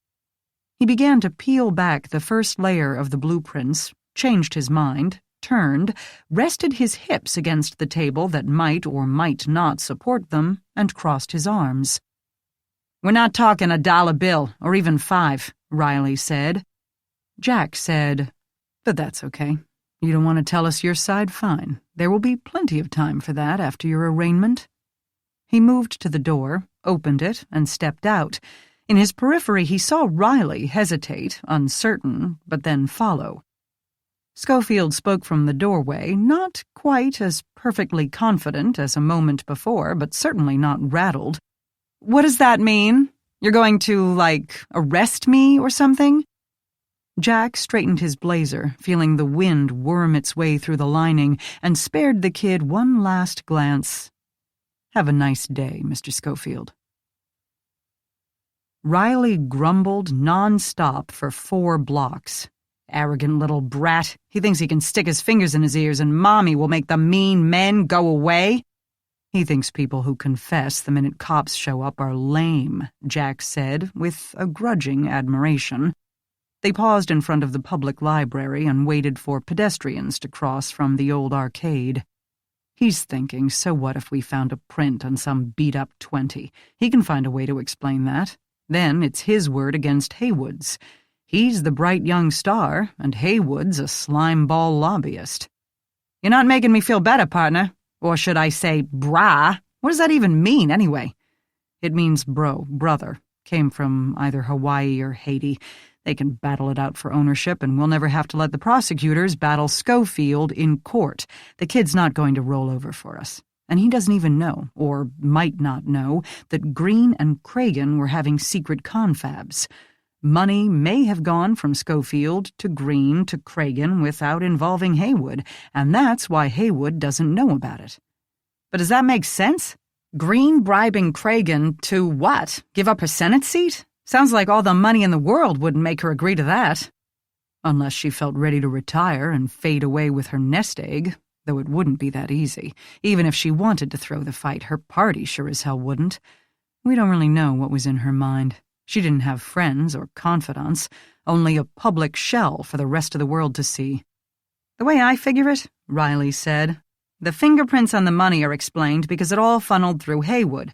Vipo gives Haywood money for Cragen, Schofield gives Haywood money for Green.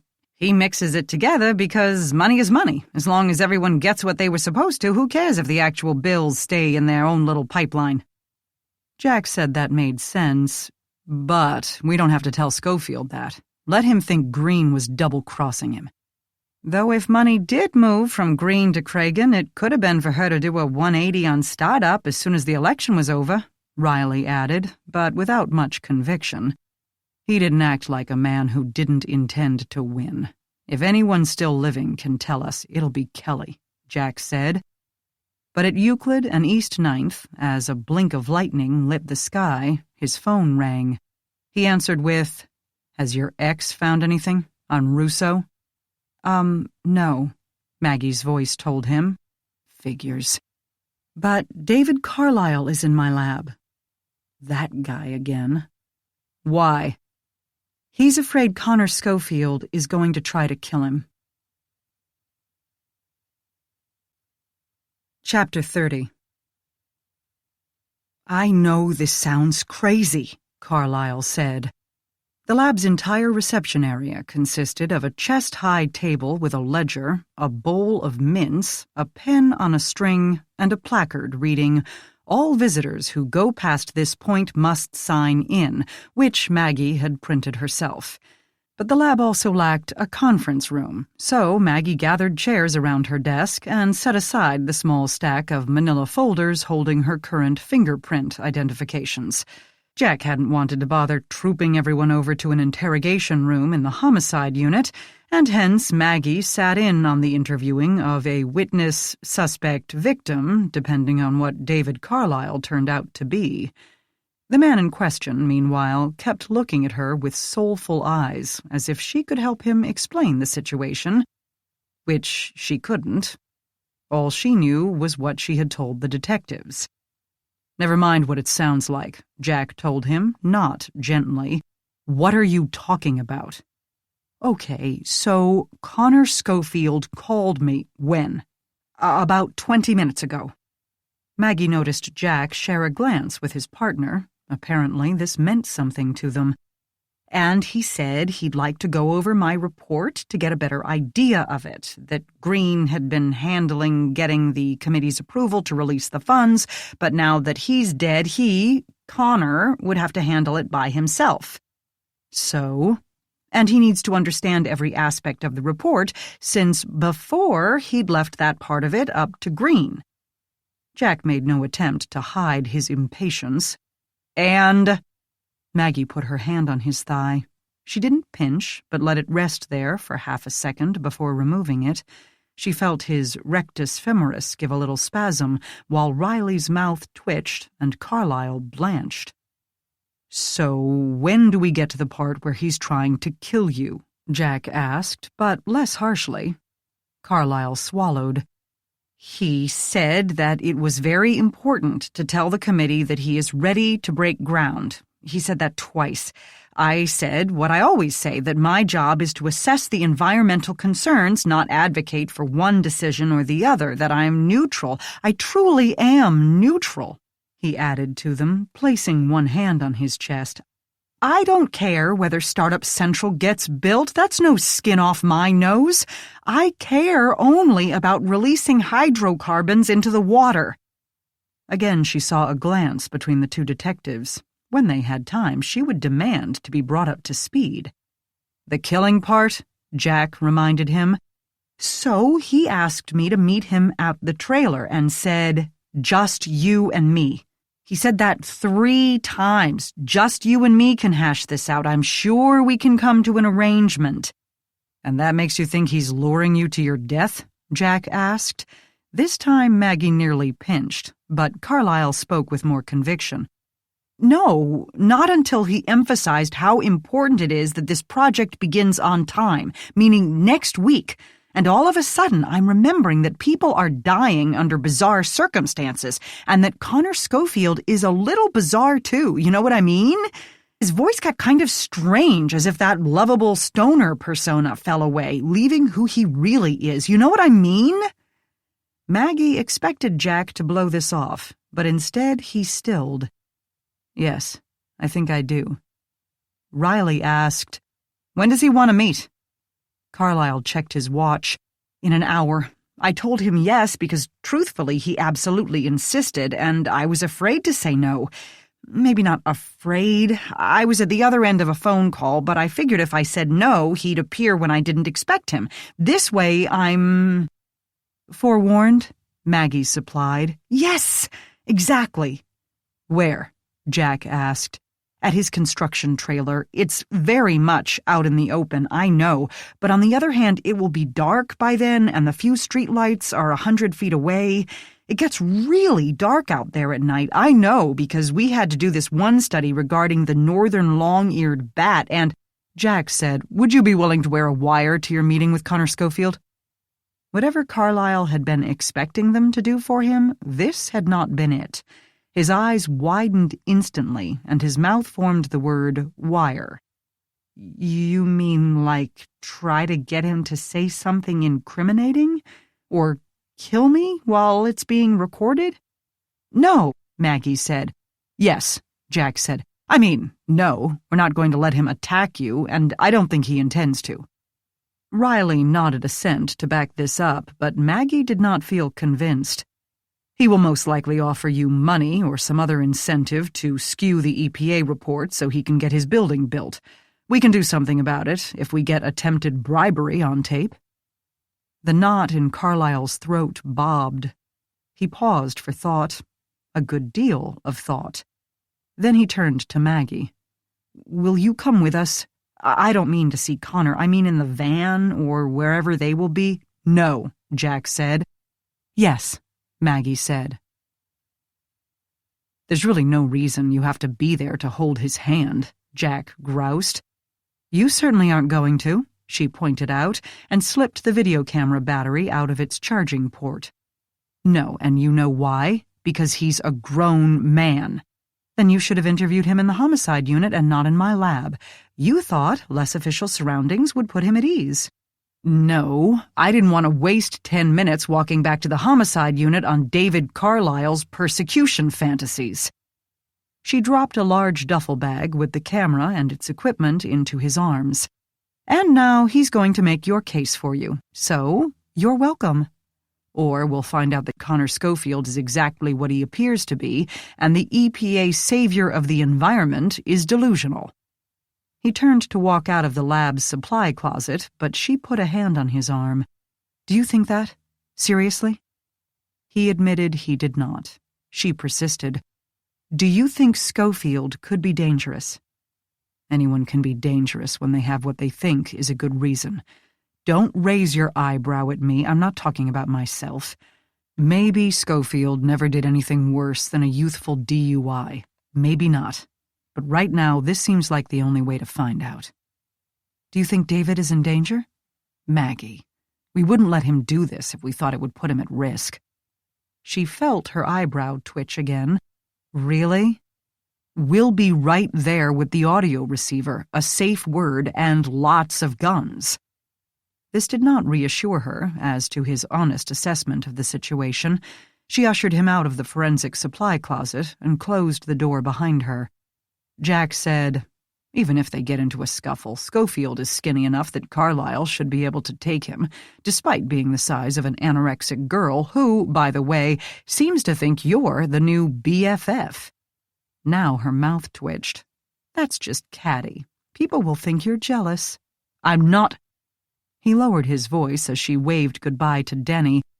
But we're going to look like fools if Schofield doesn't pull out anything more than his boyish charm. She flipped her hair over one shoulder, then adjusted the strap of the SLR camera hanging there. Men and their egos. Is that all you're worried about? No concern for the guy you're using as bait? Nothing will happen to him, don't worry. They entered the elevator, the doors closing them off from the rest of the world. You like him. Of course I like him, Jack. He's a nice guy. Even though they were alone, Jack cocked his head toward her and spoke quietly. He's right about people dying in bizarre ways. But Schofield isn't the only sort of bizarre person in this drama. Green and Cragen were both planning to disrupt the environment in potentially disastrous ways. Both of their projects going forward at the same time equals disaster squared. What if he's taking his job a little too seriously? She felt herself frown. You think he's stepping in to protect the environment, the way you step in to... The elevator doors opened. Weary workers wanted to leave for the day and waited with less than patient faces for Jack and Maggie to vacate the space. Once freed, Jack said, "I'm not jealous, Maggie. I'm concerned. David Carlyle was well known to and deeply unhappy with the two people who are now dead. He seems to have a slight fixation on you. I'm just saying, don't turn your back on him." "Fine. I mean it. I get it." "I do," she added more calmly. "Anything is possible. With luck, we'll find out tonight who's the more dangerous, David or Connor." Or you, she thought, but didn't say. It didn't help her roiling thoughts that 30 seconds later they found David Carlyle with his shirt off. A stone-faced Riley handed him pieces of duct tape with which to attach wires to his smooth chest. Riley said, "This is the best we can get from the Vice Supply on such short notice. They couldn't even spare anyone to help us set it up." "It's easy," the guy kept telling me. "I don't even know if I have it on him right." "Does this have a camera?" Carlyle asked, poking at the teardrop-shaped lump taped to his left pectoral. Riley said, "Nope, audio only. The fancy surveillance equipment is requested days in advance. Last-minute actions get whatever's left on the shelf." Jack picked up the receiver. "Say something," he commanded. "The quick brown fox jumped over the lazy dog," Carlyle said, sounding extremely uncertain about both the fox and the dog. Jack held the receiver closer to his face, watching the colored lines on its small screen. "Nothing. Is the unit on?" Carlyle held a small black plastic box about the size of a pack of cigarettes. "It's awfully lightweight." "Batteries," Maggie said, and Jack and Riley went off to find a couple AA. Meanwhile, Carlyle stared at a stain in the carpeting, and Maggie tried to look anywhere in the room besides his half-naked self. Finally, he said, "You must think I'm the world's biggest dweeb." "No, of course I don't." "I feel like the world's biggest dweeb." She had to laugh at this. "I think you've been thrust into a chaotic situation and you're trying to do the right thing." "Thanks, but maybe I overreacted to Connor Schofield's call. He's probably just feeling desperate because his champion died and he's got contractors ready to come in." "Desperate people can be dangerous."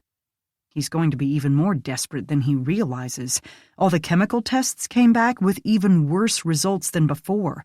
There's no way he can break ground there, not without a complete removal program in place. The problem in Ohio is that we don't really have a dry season. Even if he did it in the middle of summer, it could rain and wash all those disturbed petrochemicals right into the river. Then he'll have to do the complete removal. You're not saying he can't build, only that he can't under the current plan. They made it clear that complete removal is not an option. Green said the numbers don't work, meaning it cut into their profit too much. Then they can build somewhere else. It's not like there isn't a supply of vacant land in Cleveland. Not downtown. The city isn't going to drink poisoned water. That can't happen. Once it's explained to the committee, "You can't be naive," he interrupted, eyes darker than ever. "You have to understand that there's only so much the EPA and the Department of Health and other watchdogs can do. Companies have the money to make massive contributions to the political campaigns of the people who appoint other people to state energy commissions and public service committees. They make the decisions about who can build what and where in their state, which companies can drill, which can frack, which restrictions to put on solar or green energy to keep them out of the competition. The people on those commissions and committees know they can slide right into a lucrative job as a lobbyist for those same companies, so let's make friends. If the government doesn't want to throw out the rules entirely, they waive them for select clients, like Foxconn in Wisconsin. In California, they're still battling the chromium that Aaron Brockovich uncovered because under Obama we somehow kept postponing our reports because we were listening to scientists who work for the power company. As soon as Trump was elected, the head of Murray Energy sent him a wish list of regulation rollbacks, not only pulling out of the Paris Accords, but reconsidering rules meant to protect miners from coal dust. He didn't get everything, but he got quite a bit. We, my own agency, let Dynegy in Illinois delay installing scrubbers to clean the air their plants belch out. So yes, he finished, sounding every bit as discouraged as he looked, sometimes I feel like I'm waging a quiet little unseen war against invisible forces which actually include the very agency I work for. Maybe I do as well, and on the wrong side. Maggie put her hand on his shoulder. Jack and Riley returned, both faces darkened when they caught sight of the tableau. Maggie backed up to give Riley room to tape the now-powered-up unit to the small of Carlyle's back. "This is going to hurt when you pull it off, kid," he warned. "Better that than have it sliding around so that he notices it," Carlyle said, gulping at the thought. Maggie took a look, then gently pointed out that the unit showed through the thin white dress shirt he wore. "Do you have a T-shirt you could wear underneath this, or a jacket to put over it?" "I have a windbreaker in my car." "That will work," Riley said, and held up the receiver again. "Say something?" "The quick brown fox?" "Loud and clear," Jack said, and recording. "Let's go." Maggie squeezed Carlyle's hand on the way out the door. Chapter 31. The cops and Maggie arrived at the scene first, tucking the unmarked van into the parking lot of the Sherwin-Williams building. Workers filed out for the day, opening a space for them. The detectives couldn't get a surveillance van filled with electronic equipment and amplifiers and parabolic mics. The back of this van had nothing but empty space and one ratty jump seat, which Maggie used, holding the belt buckle together with her hand because it didn't seem to want to catch. Not ideal, but the best they could cobble together in an hour. She set the forensic unit's video camera on its tripod, aiming it between the front seats and out the windshield. The footage would probably prove useless, pixelated grainy shapes moving around in a shifting background, but it might at least verify who was where as long as the daylight held out. Police work was rarely ideal. They could only do what they could do. They waited for David Carlyle to arrive. No car sat in the abandoned lot, but a light burned in the construction trailer, and, of course, Connor Schofield was too cool to own anything so archaic as a motor vehicle. Riley fidgeted in his seat. She thought he sniffed the resolution to the case in the air, and it made him as eager as a fox chasing the faint scent of a pheasant. The skin of the professionally pleasant detective fell away, revealing teeth and sinew. Maggie had been trying to organize the whole situation in her mind during the 10-minute drive, and now said, "What has changed?" Both cops expressed perplexity at this question, and she hastened to explain. "Vipo has been paying Diane to facilitate the water contract, first the temporary crib and then the permanent crib renovation. Now she's dead, and an entirely new candidate thrust into her place who may have never heard of Vipo. He certainly doesn't owe them anything." "But the party does," Riley said. "No, the money went to Diane, and Diane kept it. The party doesn't owe Vipo anything either." Jack said, "Not necessarily. Stanton might know all about the money, and they kept it at Diane's house because it's more secure than a campaign headquarters, where dozens of people come and go around the clock. But he or Kelly, or both of them, can't admit to bribery. We have to give that money back to someone eventually. If we can't prove its provenance, it goes to Colette, right?" "Lucky Colette." "So they're stuck. We have the money and Vipo is out the cash with perhaps nothing to show for it." Riley observed, "That's the problem with crime. When you get screwed, you can't call the cops. Kelly is the key. We have to get her to crack." "Which we can't do because we're stuck here," Jack grumbled, sounding as if he were ready to race through the trees himself. Maggie went on. "Then there's Connor. You said Haywood says he gave a lot of money to Green to get startup approved. With Green dead, Connor is out that cash and his influence. Hence this desperate meeting with the EPA kid, Riley said. Whoever killed them, assuming it was the same person, doesn't seem to have accomplished much except getting both projects tanked. And who's the only one with that motive? Jack turned around to look at Maggie. David Carlyle, that's who. Riley had a visible OMG moment. What if he's setting us up? What if, instead of Schofield intending to do him harm, he's actually going to kill Schofield and claim self-defense? He's got the perfect situation. A couple of cops sitting here waiting for exactly that to happen. He'll be out of our sight. We only have audio, not video. He could go in there, say a bunch of stuff, and slaughter the kid, and we'd only have his word for exactly how it went down. Jack watched Maggie. You don't believe that. It's possible. But if I had to guess who's more likely to be a killer, my money is still on Connor Schofield. A silence ensued. Then Maggie said, Can we at least tell David that I identified a fingerprint on his not anthrax letter? You did? Why didn't you tell us? Riley demanded. Haven't had a chance. Besides, it's no one connected to the senator or Joe Green. It belongs to a Helen Sibley. No record. She came up because the state included employment records in the search due to, threatening a federal employee thing. She works for the Department of Public Health. Oh, hell, Jack said. It's the receptionist. I guess she really wanted her supply closet back, Riley said.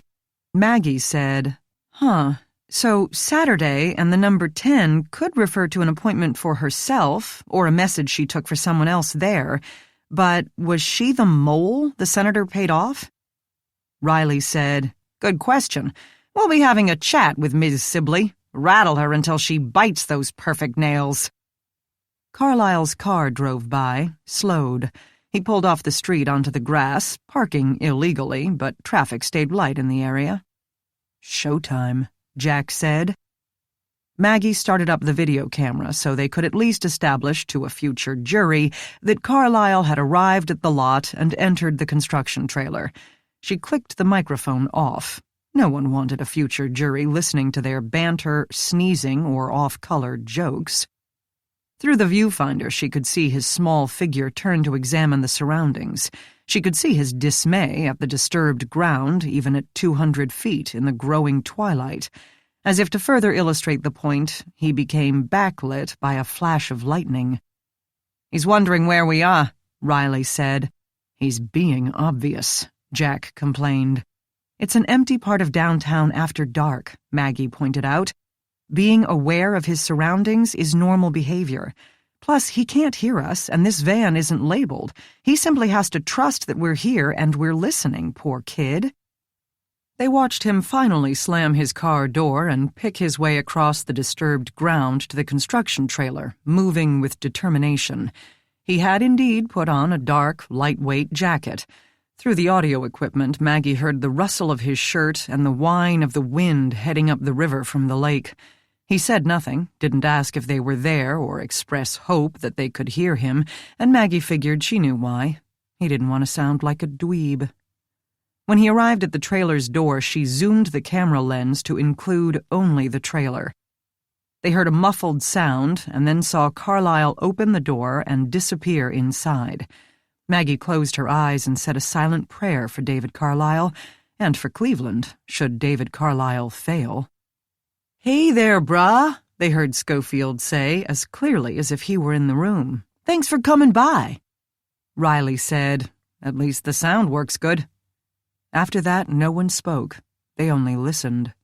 Schofield, "As you know, well, you were there. Joey's dead, so I've got to get the committee's approval for the construction draw all by my lonesome. Without Joey's promises, those crews aren't going to keep working without money." A pause, then Carlyle, "Uh-huh." Schofield, "So I need you to have my back on this. This is so important for the people in the city, man. Jobs have been in the toilet here forever, and time, like technology and innovation, have passed this dump by. Know what I mean?"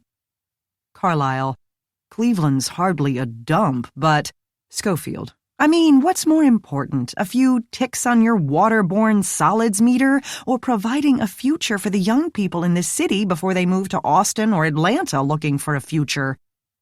Carlyle. If they consume a bunch of hydrocarbons via their water system, they're not going to have much of a future anywhere. Schofield.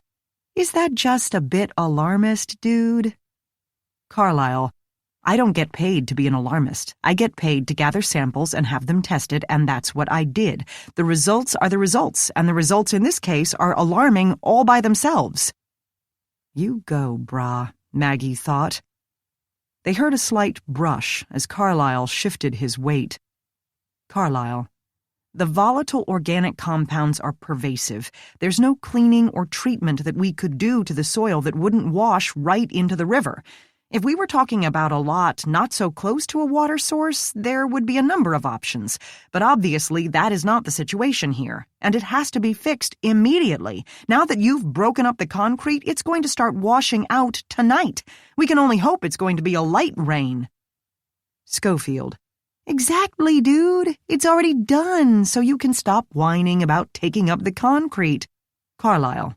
Your only choice if you want to build on this lot is a complete removal of the land at least 10 feet down. Even that's not ideal. Schofield. And how much would that cost me? Carlyle.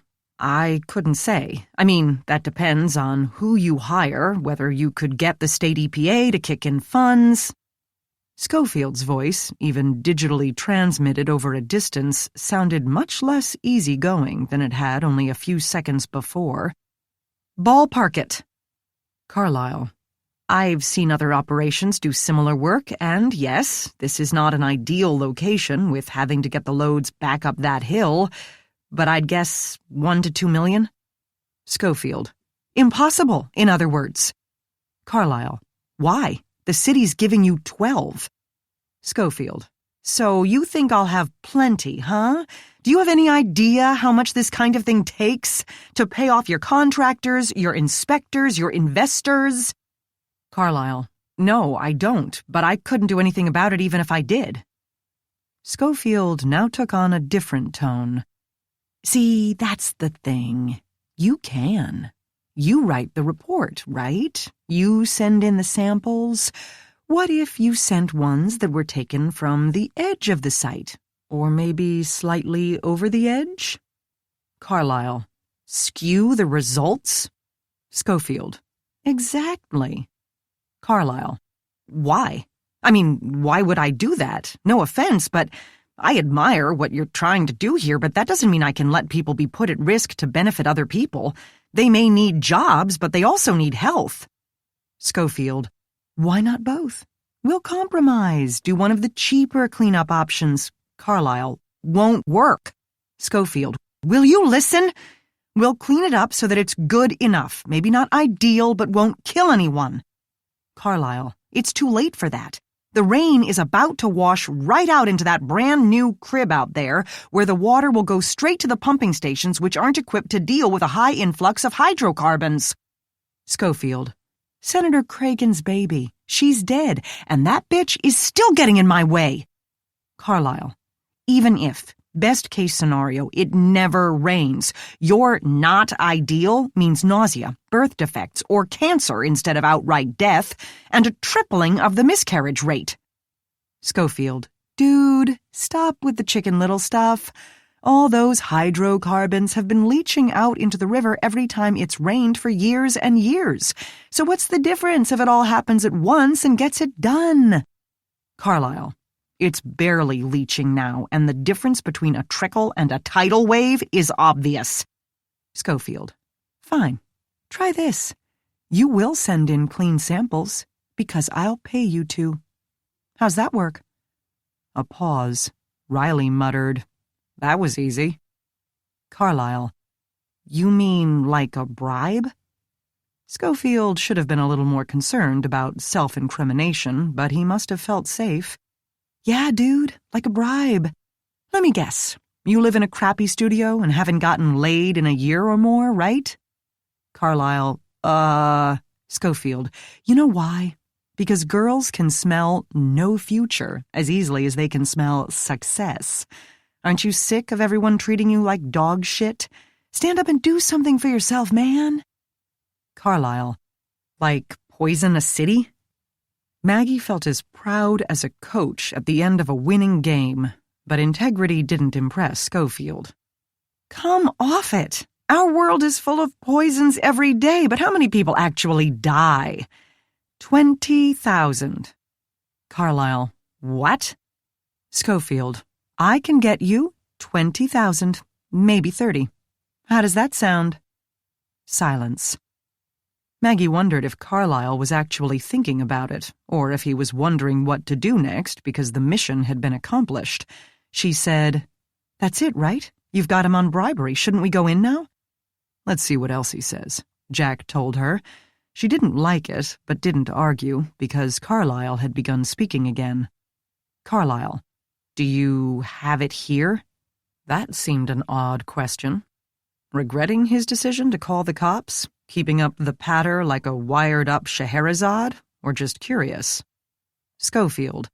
No, of course not. I have to get the draw from the city first, which got interrupted by Joey keeling over, remember?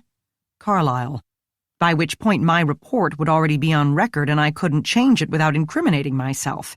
You could screw me over and there'd be nothing I could do. Schofield. Hey, you gotta put out to get back, know what I mean? But I've never broken a deal, man. Carlyle. It doesn't matter. I can't do it. Schofield. 20,000, dude. Think what a difference that could make in your life. Enough to make it a whole lot sweeter, but not enough to attract attention from anybody. That's the perfect balance. Joey taught me that. Carlyle. Can't do it. Schofield's voice grew less friendly. You gotta think this through. Carlyle. I've thought. Thank you very much for the offer, but my report will be factual. A rustling sound, as if one of them had begun to move. Schofield. You're making a bad mistake here, pal. Carlyle. We're not pals, and you're in front of the door. Riley muttered. What does he think? We're going to have a sniper take him out? Maggie said, He's letting us know he's trapped. Shouldn't we go in now? He's in trouble. He's got a code word if he thinks he needs it, Jack told her. What is it? Peachy. Schofield was saying, You need to step off that pedestal, brah. You're not Captain America, okay? Nobody's going to pin a medal on you for saving the day. Carlyle. Get out of the way.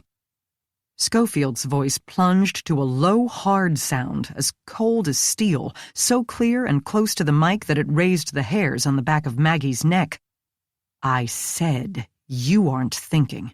That bitch senator is dead. Joey is dead. You really want to mess with me too? Another silence. Maggie wrapped her fingers around the handle of the van's rear door. Carlyle. Did you kill them? Schofield. You think it's coincidence that they both bought it in the same week? Carlyle. But Green was on your side. He got the committee to consider... Schofield. Because I paid him to. That's how the world works, you idiot. But he went behind my back and made his own deal with the bitch. You think I was going to let that slide? Carlyle seemed to give up on staying tough and cool. His voice developed a tremor he could not control. Get out of my way!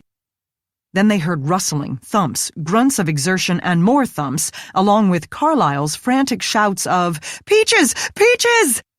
Maggie turned the door handle. Then she was out of the van and running. Chapter 32. For a large man, Jack could run fast, even over the broken concrete. Maggie went down once and took a sharp edge to the shin, but still lagged behind him by only 3 long strides as he flung open the trailer door. At that point, she had the sense to stop and let the men with the guns take down Connor Schofield. They couldn't all fit through the narrow opening anyway. But past them, she saw Connor Schofield on top of Carlyle, punching, and blood on Carlyle's face. That propelled her up the steps on Riley's heels. The 2 detectives peeled Schofield up as if he were a rag doll, and Jack pinned his arms behind him. The young man kicked out once but missed Riley and recovered enough sense to not try it again. Neither detective had bothered to pull out his weapon. Maggie went to Carlyle, who had already sat up and put a hand to his bleeding nose. "Are you okay?" He didn't answer, only looked at his now bloody hands. As the detectives dragged the less-than-cooperative Schofield outside, Carlyle pulled his legs out of their path as if the young man were a live snake. Maggie squeezed past them to snatch a roll of paper towels off the table. She yanked off a wad and put it to Carlyle's nose. "Does it hurt a lot?" "No," his muffled voice said, but not convincingly. After a few minutes of trying to staunch the flow, she helped him to his feet, feeling the trembling muscles underneath his shirt. Jack poked his head through the door. "You all right?" He looked at Maggie, though the question must have been meant for Carlyle. The man in question nodded, reddening, paper towels bunched against his face. "Peachy." At the station, Maggie stayed with her unofficial charge, and Jack and Riley sat down with Connor Schofield. The boy genius had been cuffed to the table in the small interrogation room, and no amount of appealing to his bras could convince them to bring him a coffee. Jack figured they had caught a glimpse of the real Connor Schofield over the tiny wireless connection from the trailer to the van. Now he had to bring that Connor back. "Tell us how you killed Diane Cragen," he began. The face underneath the shaggy blonde hair had a few darkening bruises, and they hadn't come from the cops. David Carlyle had fought back. Neither that nor the handcuffs had shaken the kid's confidence, however. He had refused a lawyer and promised to tell all, speaking earnestly, as if to show they were all on the same side, to schmooze them into seeing things his way. Jack, of course, didn't buy it for a minute. "Dude, I didn't kill anyone. I only told the EPA loser that to scare him into changing his report for me." "After attempted bribery didn't work," Jack pointed out. "I'd never have done that either. I was desperate, dude. Startup Central is like crumbling before my eyes before it even broke ground, and this city needs it so bad. I couldn't let some guy who counts blue jays for a living ruin it. Or a senator. I didn't do a thing to that lady. I don't even know how she died." He sniffled, but not from emotion. His eyes were drought dry. "Let me explain something, Connor," Riley said. "May I call you Connor?" "Of course, brah. I got no use for formality." He sat back, letting his shoulders relax. After all, he excelled at this kind of pleasant chat. What he didn't know was, so did Riley. "We have you on attempted bribery, aggravated assault, and murder, all recorded and witnessed by police officers and an EPA agent. That means your only chance, is to hope that the judge will look kindly on your youth and spirit of cooperation." The kid couldn't help a bit of eye narrow at the mention of his age. "I admit that I lost it and went off on the nerd, but I was never going to actually pay him any money to cover up anything. Yet that's exactly what you proposed." "I was talking out my ass. Like I said, I was desperate. But if no money changed hands, there's no crime, right?" "Wrong. Just because your mark turned you down doesn't make it less of a bribery attempt. Tell us how you killed her." "I didn't. Like I told you, I only said that to scare the guy, and it worked." He paused for a smirk. "You should have seen his face. Eyes got all big. I really thought he'd cave." "But he didn't." "Amazing," Schofield admitted, giving credit where it may be due. "That's the problem with thinking that you're smarter than everybody else," Riley told him. "You tend to underestimate your opponent. And now we're left with this. You are the only one with a motive to kill the senator." "Oh, come on. She's a politician. Everyone has a motive to kill them. If you ask me, Joey did it. Hate to speak ill of the dead and all, but he had way more motive than me. With her out of the way, the election would be a cakewalk. He said that to me right after he told me she was dead. A cakewalk. Whatever the hell a cakewalk is, anyway. A half hour ago, you told David Carlyle that she had been working with Joey Green, against you. Sounds like you had motive to kill both of them." Schofield slumped a millimeter or two, not so chatty on this aspect. Jack asked, "What made you think Green and Cragen had joined forces?" "Because the other bitch told me so." "Who?" "Her flunky. Kelly Hennessy. Maggie found herself in front of the bare-chested David Carlyle for the second time that evening. She had gotten a fresh stack of paper towels, but that turned out to be overkill. The bleeding slowed and then stopped, except for the last oozes of red liquid, now faint smears against the white towels, rather than the bright red spots they had been. She had enough from the trailer that they had made the trip back to the station without getting any blood on her clothes, or any more on his. She couldn't be sure about the police van, but did not intend to fret. Surely that van had seen much more blood spilled than this in its day. "How does your nose feel?" she asked Carlyle. "A little sore," he admitted, "but it'll be okay. It always bleeds like this, ever since I was a kid."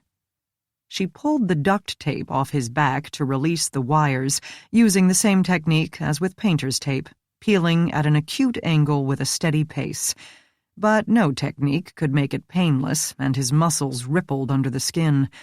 Behind him, where she could sound more objective, she said, "That was brave, you know."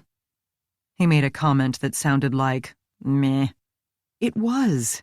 This isn't your job, and you're not trained for it. You weren't obligated to do a single thing to bring Connor Schofield down, but you went alone into a situation that could have turned violent, and did." He flexed shoulders and twisted his torso a bit, apparently to stretch the now freed flesh.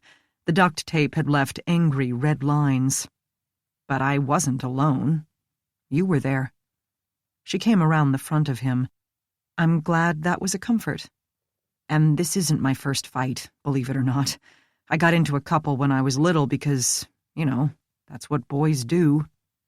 This had a boastful tone until he added, "My propensity to bleed actually helped. I'd start gushing, and the other kids would get so freaked out they'd leave me alone."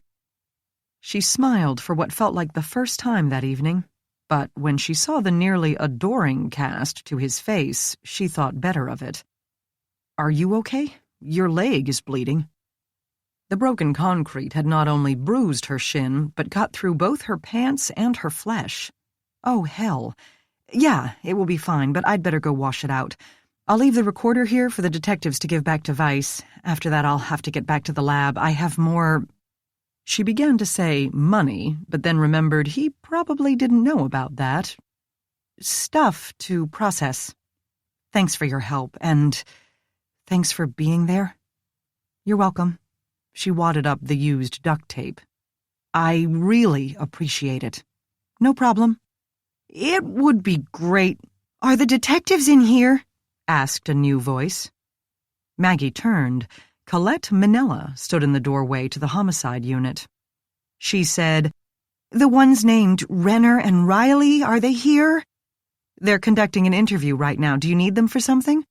"Just an update as to my aunt's property." She entered the unit. Unlike Maggie, she seemed perfectly comfortable to stare at the bare-chested David Carlyle, and asked him, "What happened to you?" I went undercover, sort of." "You a cop?" "No." She grinned. "Good, neither am I." Maggie introduced them, explaining that Colette was Diane Cragen's niece. Carlyle told her, "I knew your aunt. I work at the EPA, but we didn't see, eye to eye. That happened a lot with my aunt." "She pretty much couldn't stand me," he admitted. "Then we have a lot in common." Maggie sidled out the door. Glancing back, she saw David Carlyle smile at Colette Manella, a hopeful, tentative look, and Maggie breathed a sigh of something very much like relief. Chapter 33. "What about Kelly Hennessy?" Jack asked Connor Schofield. "She called me. She had called me once before about setting up some kind of public debate over the project, but that scheduling fell through. Anyway, she had my number, so last week she called and was super hot about Joey talking to Diane. She said they were going behind our backs and making a secret deal." "Deal to do what?"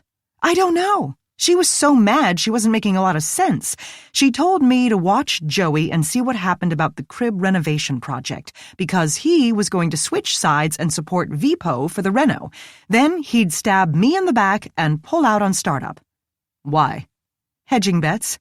If she won, she'd support startup, and if he won, he'd support Vipo. Or maybe because Diane was paying him to, kicking him in on what she could get from Vipo. Kelly wasn't sure if money actually changed hands or if it were some sort of handshake deal, or if Joey was going to cut her in on what he skimmed off the amount that the city should have given me for startup. Here's the thing.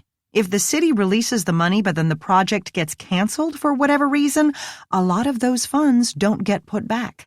You can come up with expenses to eat up some of it, like surveys and soil grading and architect plans, stuff that's non-refundable. Not a lot, relatively, like 5 or 7%, a fraction. Doesn't sound like much, right? Until you do the math. 7% of $12 million is, $84,000, Jack supplied. Yeah, if they could push it up to 10, and they probably could, because Joey could pad a bill like a true artist. $120,000. The cost of doing business, right? The city doesn't care. They have well over $11 million back that they're not going to have to pay out. They move on to the next idea and forget about it. But why? Why would Green bail on his own project? For the money. Joey was like a crack whore around money. Wave a few bills in front of his nose and his eyes glazed over. He'd do anything for it. Weird, really. Schofield settled back, taking time to puzzle this out. And Kelly was sure of this? 100%. She said the EPA would kill at least one of the projects because both together would hurt the water much worse than only one of them. Startup might cause runoff into the river, but if the crib didn't relocate to the river, it wasn't that important. If the crib relocated to the river but startup wasn't causing the runoff, then it wouldn't be so bad. She figured that they figured that one project had a much better chance of getting past the regulations than both of them together. But what about the election? Wouldn't bailing on the project guarantee a loss for Green?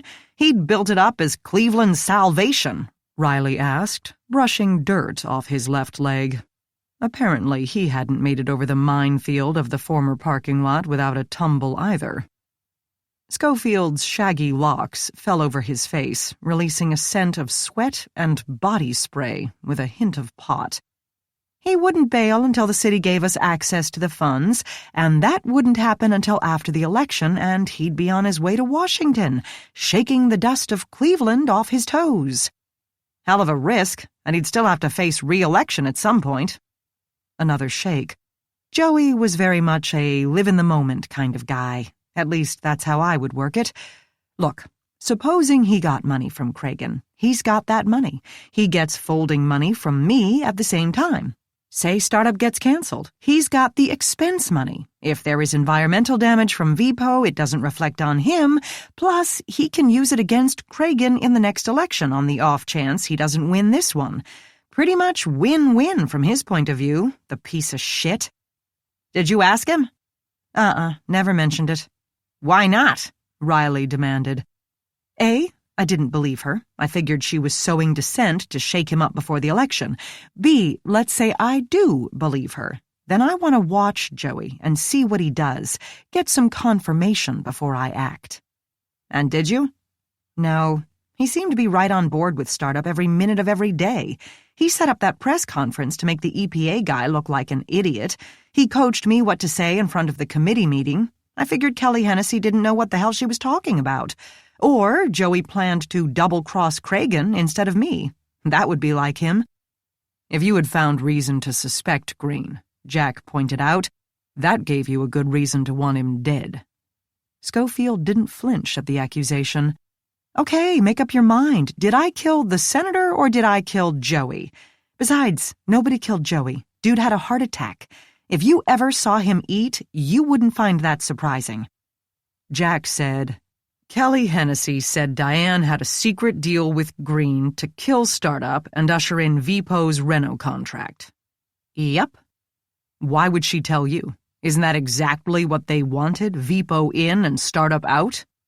Yes! Schofield exploded in a billow of exasperation. That's why I didn't believe her. That's what they had all wanted, so why wouldn't she just keep her mouth shut and let Joey screw me? What was in it for her?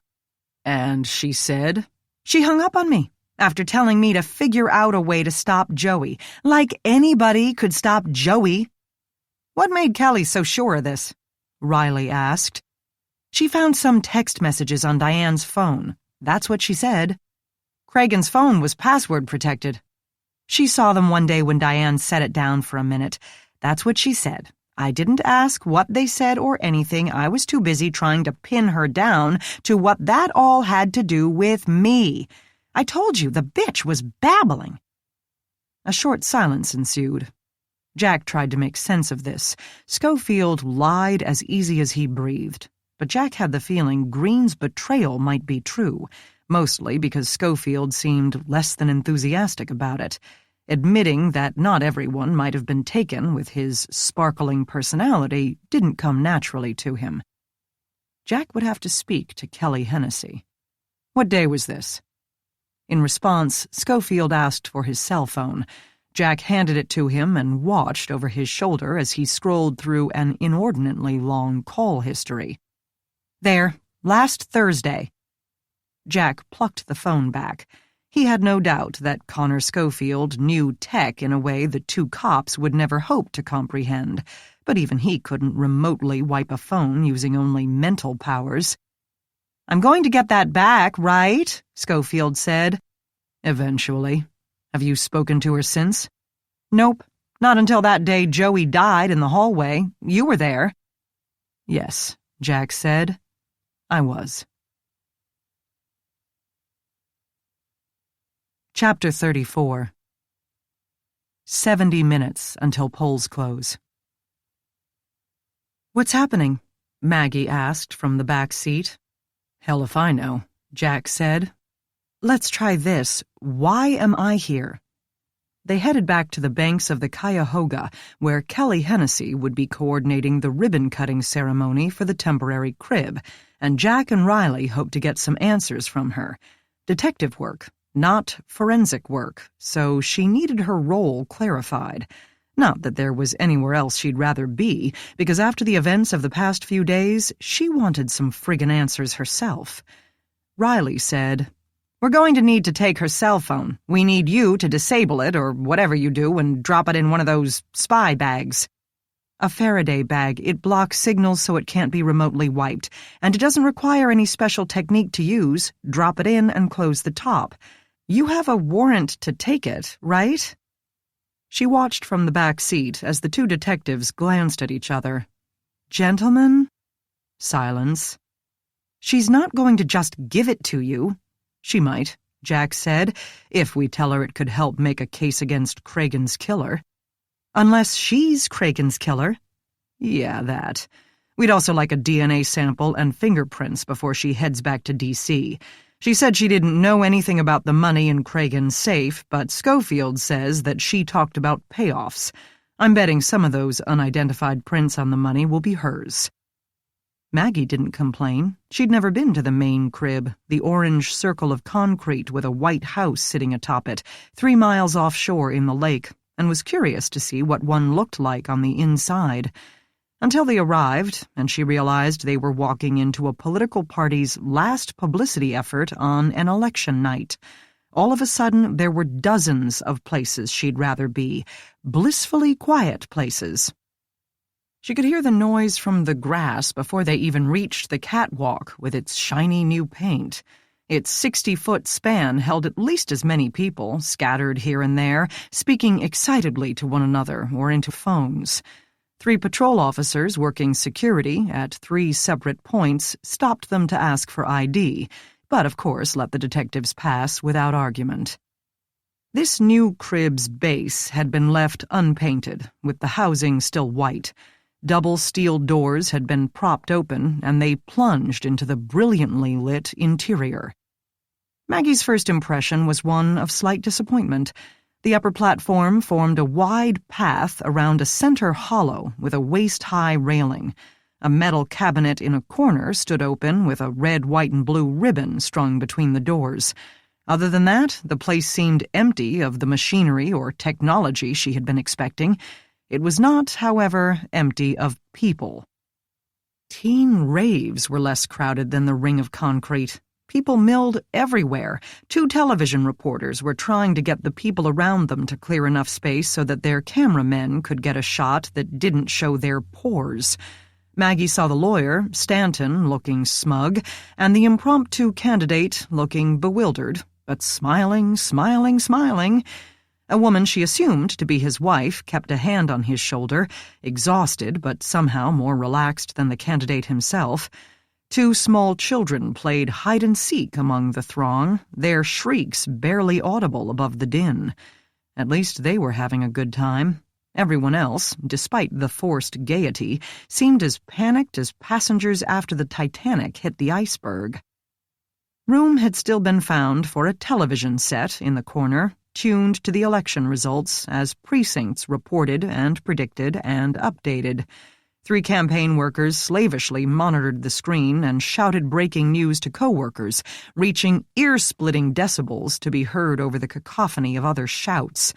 Even the chill November air through the open doorways couldn't keep up with the body heat. Phones rang ceaselessly in an endless variety of music and tones. Jack spotted Kelly near the railing and tugged on Maggie's hand. They squeezed through the crowd. The woman looked worse than Maggie had seen her yet, as if she hadn't slept, eaten, showered, or paused in days.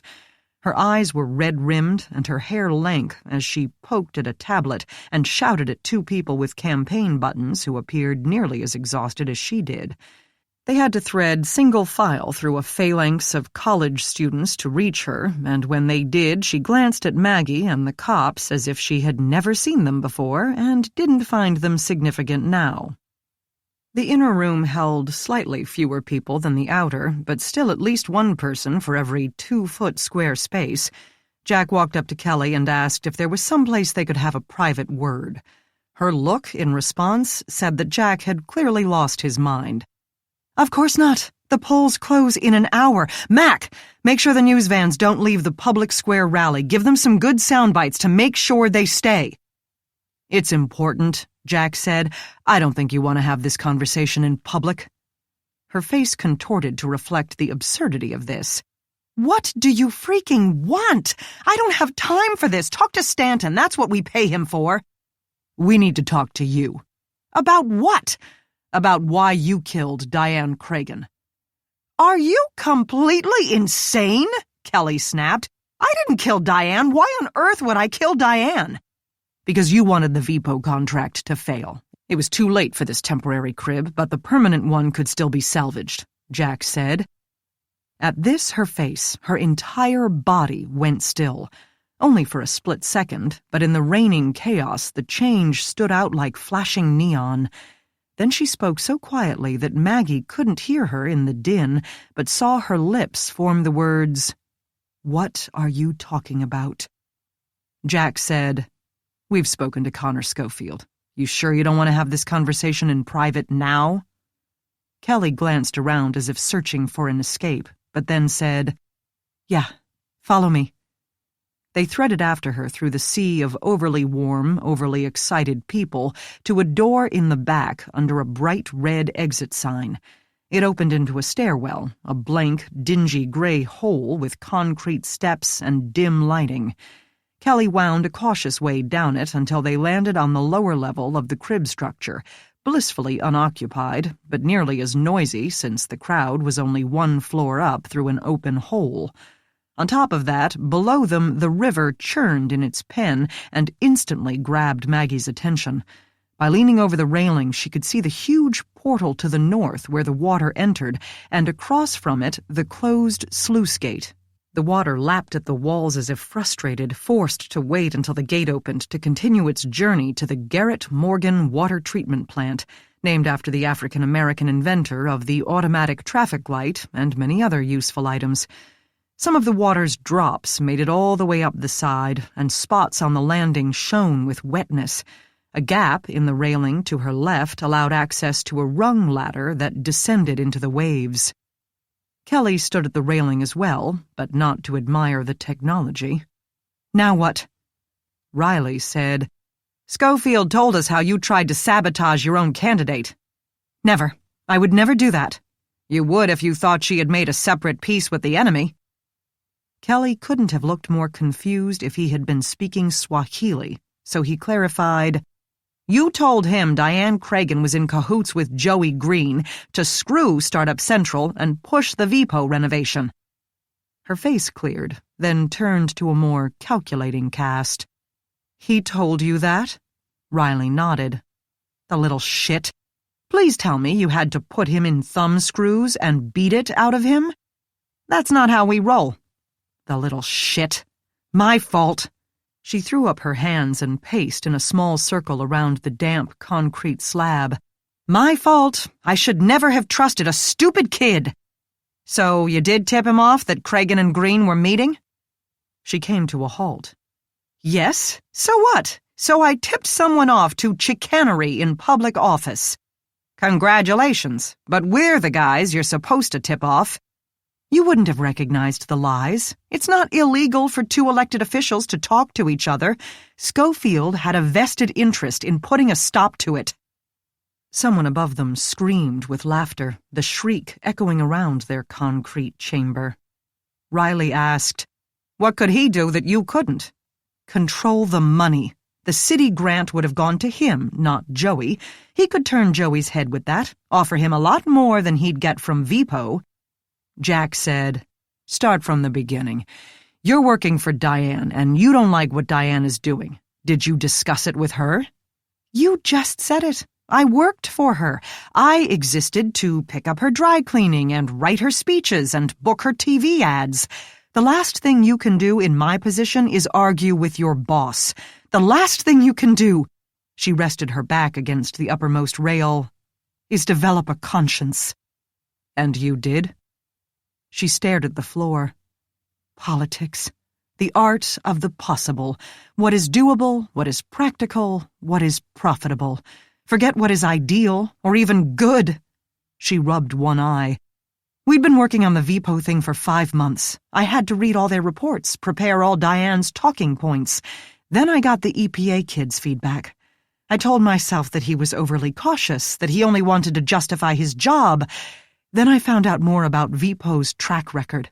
Then Startup came along, and even I could figure out that if they kicked up all the toxins in the soil while VPO's system would already be compromised, disaster. Pure disaster." "And the senator?" "I tried that. I gave her all those facts. She didn't listen. I tried to couch it in political terms, that her career would blow up if she had VPO do the renovation and then they killed a bunch of people. She didn't believe it. I said, they're going to kill a bunch of people, period. She didn't care. It was just so much money. Frankly, she wouldn't admit it, but I think she planned to retire for good at the end of the next term. She had stocks and accounts and, of course, the retirement plan up the wazoo, but the tax-free cash. She needed to pad that nest egg for all she was worth." "So you sabotaged your own boss?" Kelly looked as if he'd slapped her. "No, I wanted to stop her." "Again, we're the guys you're supposed to tip off. Why not call us, or at least alert the media, or the Senate Ethics Committee or whatever? No, you waited until she was dead, and then steered us toward Harold Beaudelet. Let him tell us about the whole VPO mess." Again, that look as if he were truly a mental deficient. "Because this is my job. Turn in my boss? Expose her? Yeah, that looks great on a resume." She turned and paced the circular railing, shaking her hands away from her body, as if she could shake off her disgust at his cluelessness. Maggie didn't move, and neither did the cops. Kelly had to be drawn out at her own pace. Directly opposite them, Kelly spoke over the water. "Remember how I told you everyone in the world is just trying to keep their job? That's all I was doing. No matter what happened with Diane, I have a lot more years to go.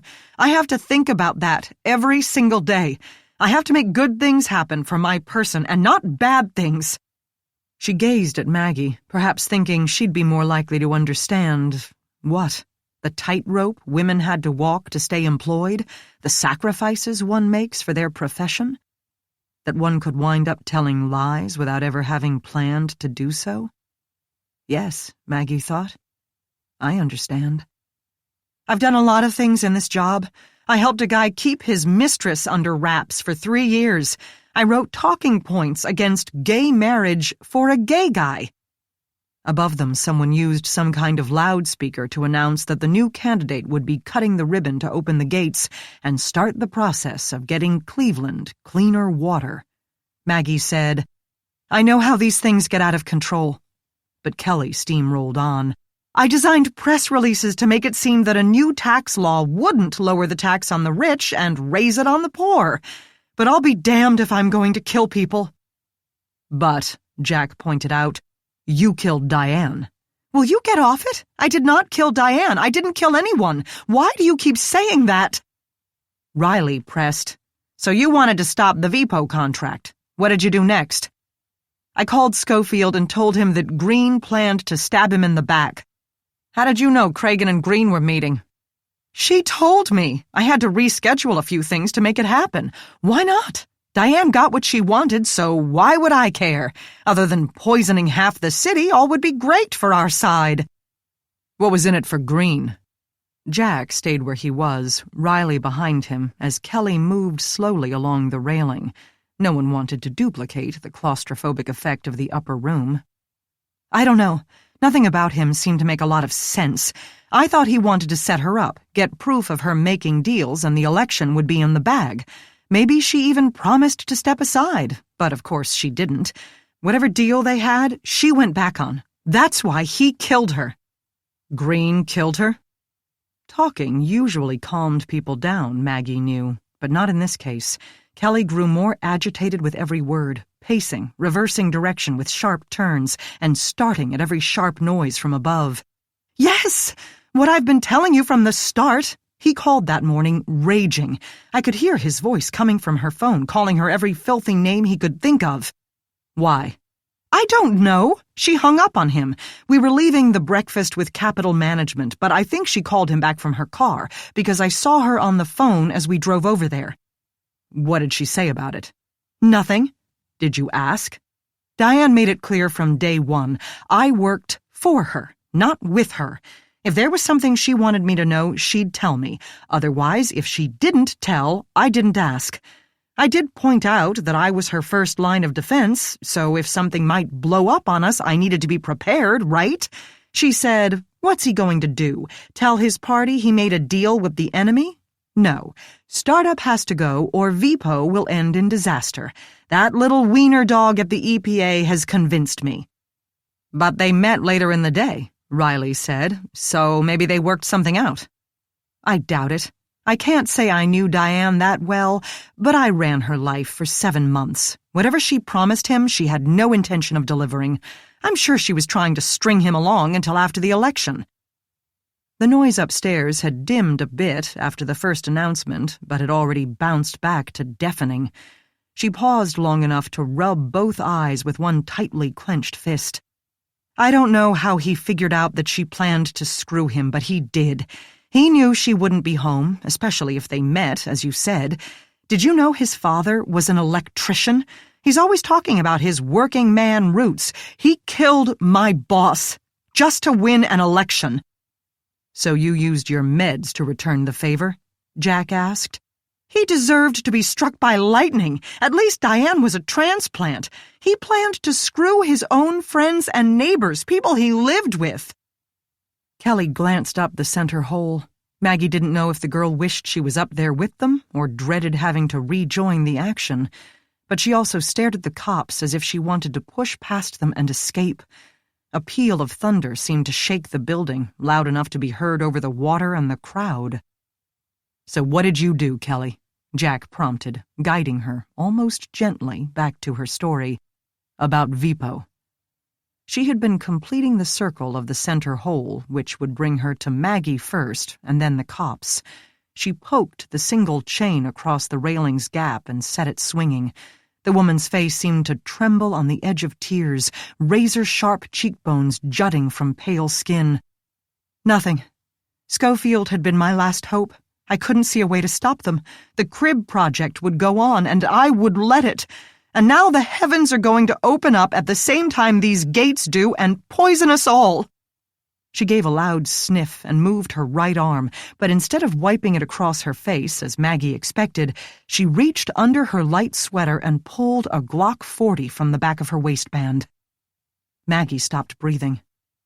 From the corner of her eye, she saw Jack reach for her arm, no doubt to pull her back and away from Kelly, but the woman swung the gun at the two men and said, "Don't move!"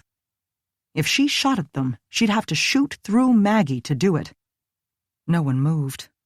But Kelly didn't seem interested in pointing it at anyone. She used it more to gesture with, waving it in exasperated agitation. "Just leave me alone. Give me 5 minutes." She rested her hip against the rail, facing all three of them, the gun at her side but with her finger clearly on the trigger. And Glocks, Maggie knew, had no safeties. If she pulled that small crescent of metal, it would fire. "Kelly," she began. Just don't! There's nothing you can say." "I know." Maggie kept her voice as gentle as she could and still be heard above the loudspeaker as the speaker announced handing a pair of scissors to the new senator from Ohio.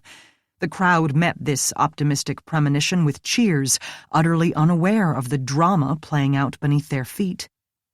Kelly didn't want to kill anyone, Maggie knew. She had simply been forced into a corner, literally and figuratively, both by them and by her own actions. "You're exhausted. You've been through a ringer in the past few days, and—" "Stop!" She pointed the gun at all three of them, but mostly at the two cops, swinging her arm from one to the other. She had to know Maggie would be unarmed. "Back up! Go away!" "Maggie," Jack said, his voice a low warning.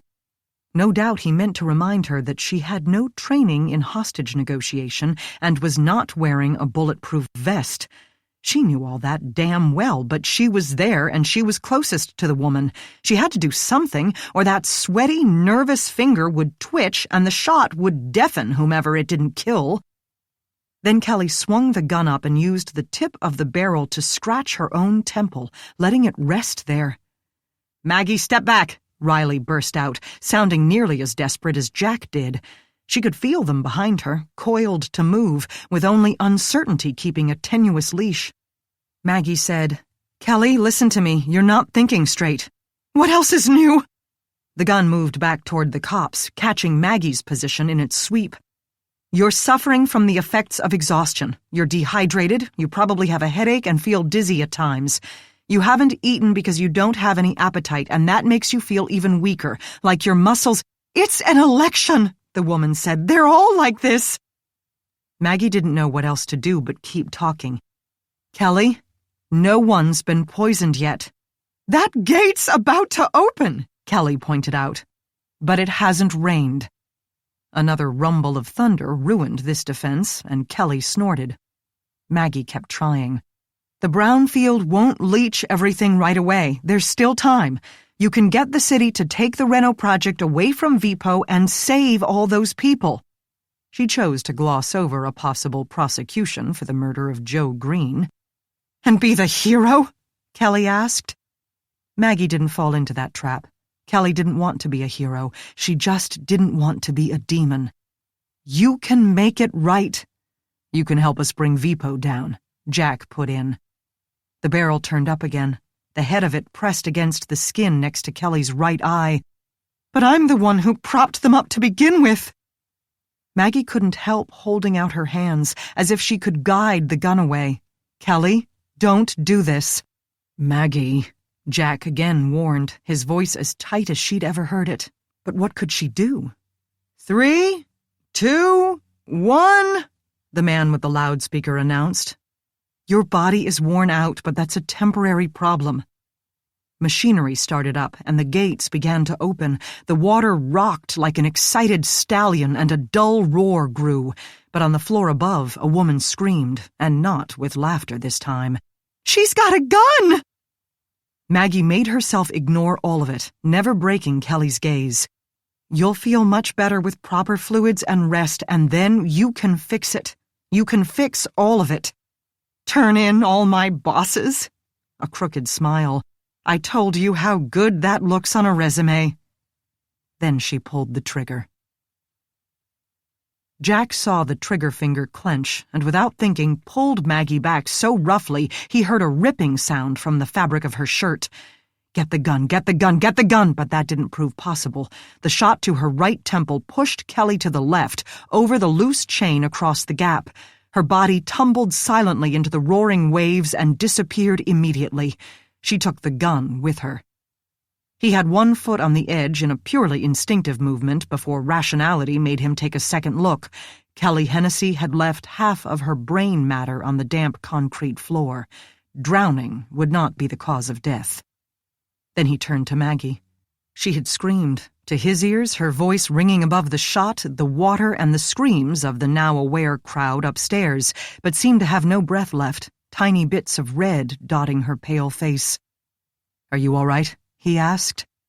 She stared at him the way a toddler stares at something new and possibly not pleasant, with a pensive, tiny frown, not afraid, but deeply concerned. And that scared him, because there had never been anything remotely childlike about Maggie. He moved toward her and pulled her into his arms.